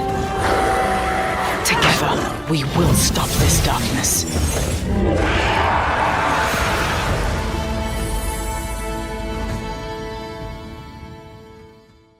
Witchspire is casting all the right spells on us, and I would not be surprised to see it magic itself onto your wishlist by the end of this show. And speaking of magic, let's continue to pull another banger out of our hats now, and trust me, this is a doozy. Here is a developer interview with the awesome-looking Rayman Legends Retold. They are docile enough to ride now. Best make haste. I don't know. How long do these calming biscuits work for? Can we take some extra? As I said, make haste. Rayman Legends Retold is an ambitious remake of a cult game released in 2013, Rayman Legends, and it's be expanded with new gameplays, new levels, new story. I think it will be, for new fans, a starting point. You discover Rayman for the very first time with voice acting, with storytelling, with a bit more stakes, with a villain. For fans, I think it's more of a canon version of the world of Rayman that you will rediscover and that will serve as a basis for the future. So I think that it could serve both for a new audience and returning Rayman fans. The early conversation we had was what's the best way to bring back the franchise with the best possible team, because we did not have a team anymore. Many of the people either left the company, went on another project. Some of them are still part of the core team on Beyond Gun and Evil 2 at the moment. So part of the thing was, how can we rebuild a team capable of making Rayman games again? Really quickly, we also defined what could make Rayman Legends a better game if we reinvent it in terms of flow, modernization, etc. And also, we defined really early that we wanted new content. That because it's a game that's not 30 years old or 20 years old like some older remakes, and that's how it led us naturally to a more musical level because they were cool and we made brand new ones. A new entire world, World of the Dead, with a new ability to have more of the platforming that people loved, and brand new levels in terms of gameplay. You know, in Rayman, there's always been some sort of mounts, like the mosquito level in Origin. So quickly, we thought that the dragon, obviously medieval themes, castle, dragons, they were playing a big part in Legends, but always kicking your ass. So we thought, okay, now let's reverse that. And we will use the dragon to kick people's ass. A bit, I would say, Panzer Dragoon, Star Fox style. So I'm in an exciting ride. I do barrel rolls. I shoot fireballs. I'm going to blow up stuff. Really quite simple gameplay in a way, but, you know, ambitious realization on top. The intention of the sixth world, it came from a will also to have a new tonality and a new side-scroll gameplay that were a bit on the more difficult side. And then as we were thinking about the new narration, especially introducing a new villain for the IP, that's how it led us to the theme of corruption, that villain that you will see in the trailer. And that guy basically is corrupting all the bosses, but also has took entire control of the World of the Dead. And so basically to kick his ass, you need to go in the World of the Dead, and to survive there, you will use that new ability, the power of light, to face enemies and obstacles. And it's more of, really cool platforming gameplay of Rayman Legends in brand new levels. Because they are brand new levels, we can play more with 3D.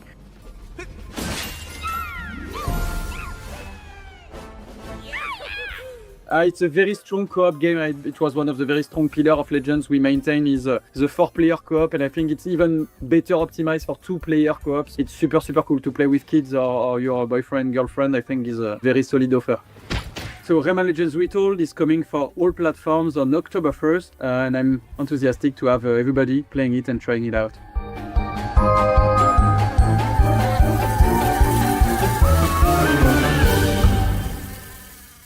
I tell you, this game sparks so much joy that I might actually self-combust. I didn't think it was possible for me to love Rayman Legends anymore, but there we are. Remake one of my favourite games ever, with new content and levels. It looks so good. Up next, we have the sequel to the outstanding Hellcard, unsurprisingly titled Hellcard 2.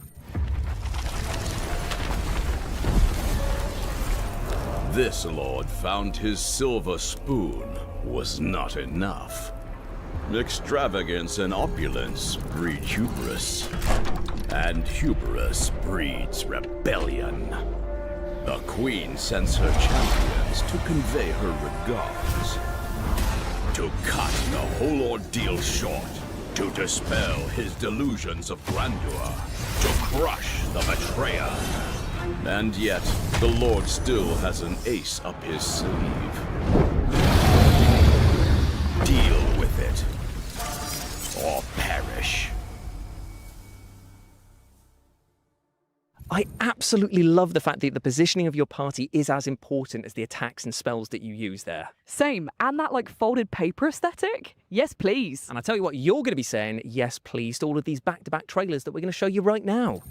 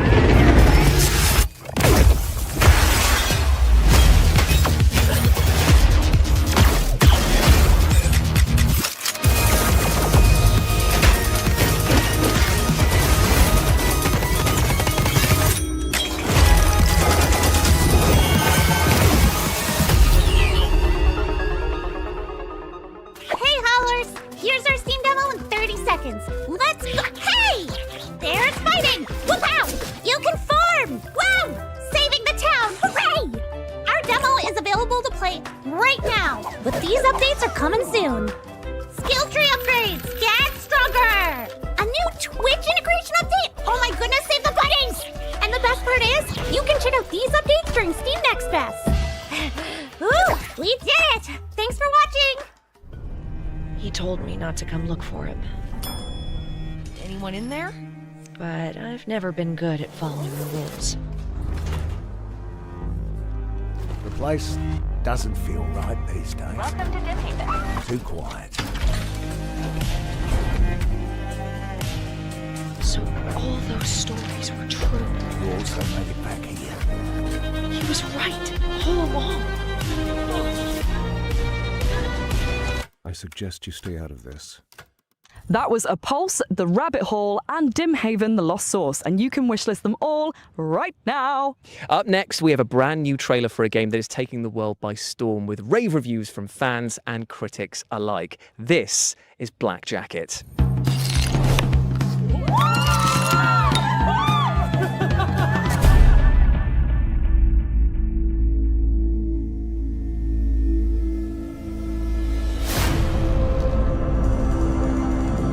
Show me what you can do. You never measure up.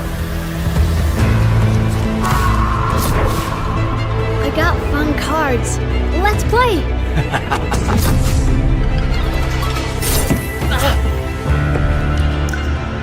Why do you keep coming back?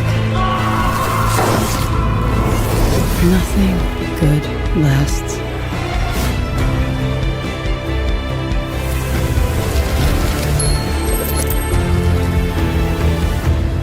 Take the coins.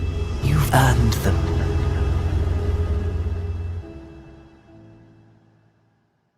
Poker? I hardly know her. Well, firstly, it's blackjack, and secondly, I'm phoning HR, all right? You are such a grass, honestly. Black Jacket is out now on PS5, PC, Xbox consoles, and Nintendo Switch. Indeed, it is. Now, you might have noticed this rather fashionable t-shirt that I'm wearing and thought to yourselves, oh, why is he wearing that? Well, I'd love to say it's because I'm a slave to fashion and just love wearing dark clothing on one of the sunniest days here ever in LA, but it's actually because it pertains to the final game of our showcase and our next world premiere. Woo! Before we see what that could be, we just want to extend a massive thank you to everyone who took part in the summer showcase and live from LA, to all of you at home for watching and the team that made this happen. Indeed, indeed. And if you go over to Steam and type in Future Game Show, you can see all of the titles that we've had across both showcases, and why not show the devs some love and wishlist them all, my friends. But as ever, I have been Jules. I've been Amy, and we'll see you in Cologne in August for our run of shows at Gamescom. Bye. Bye.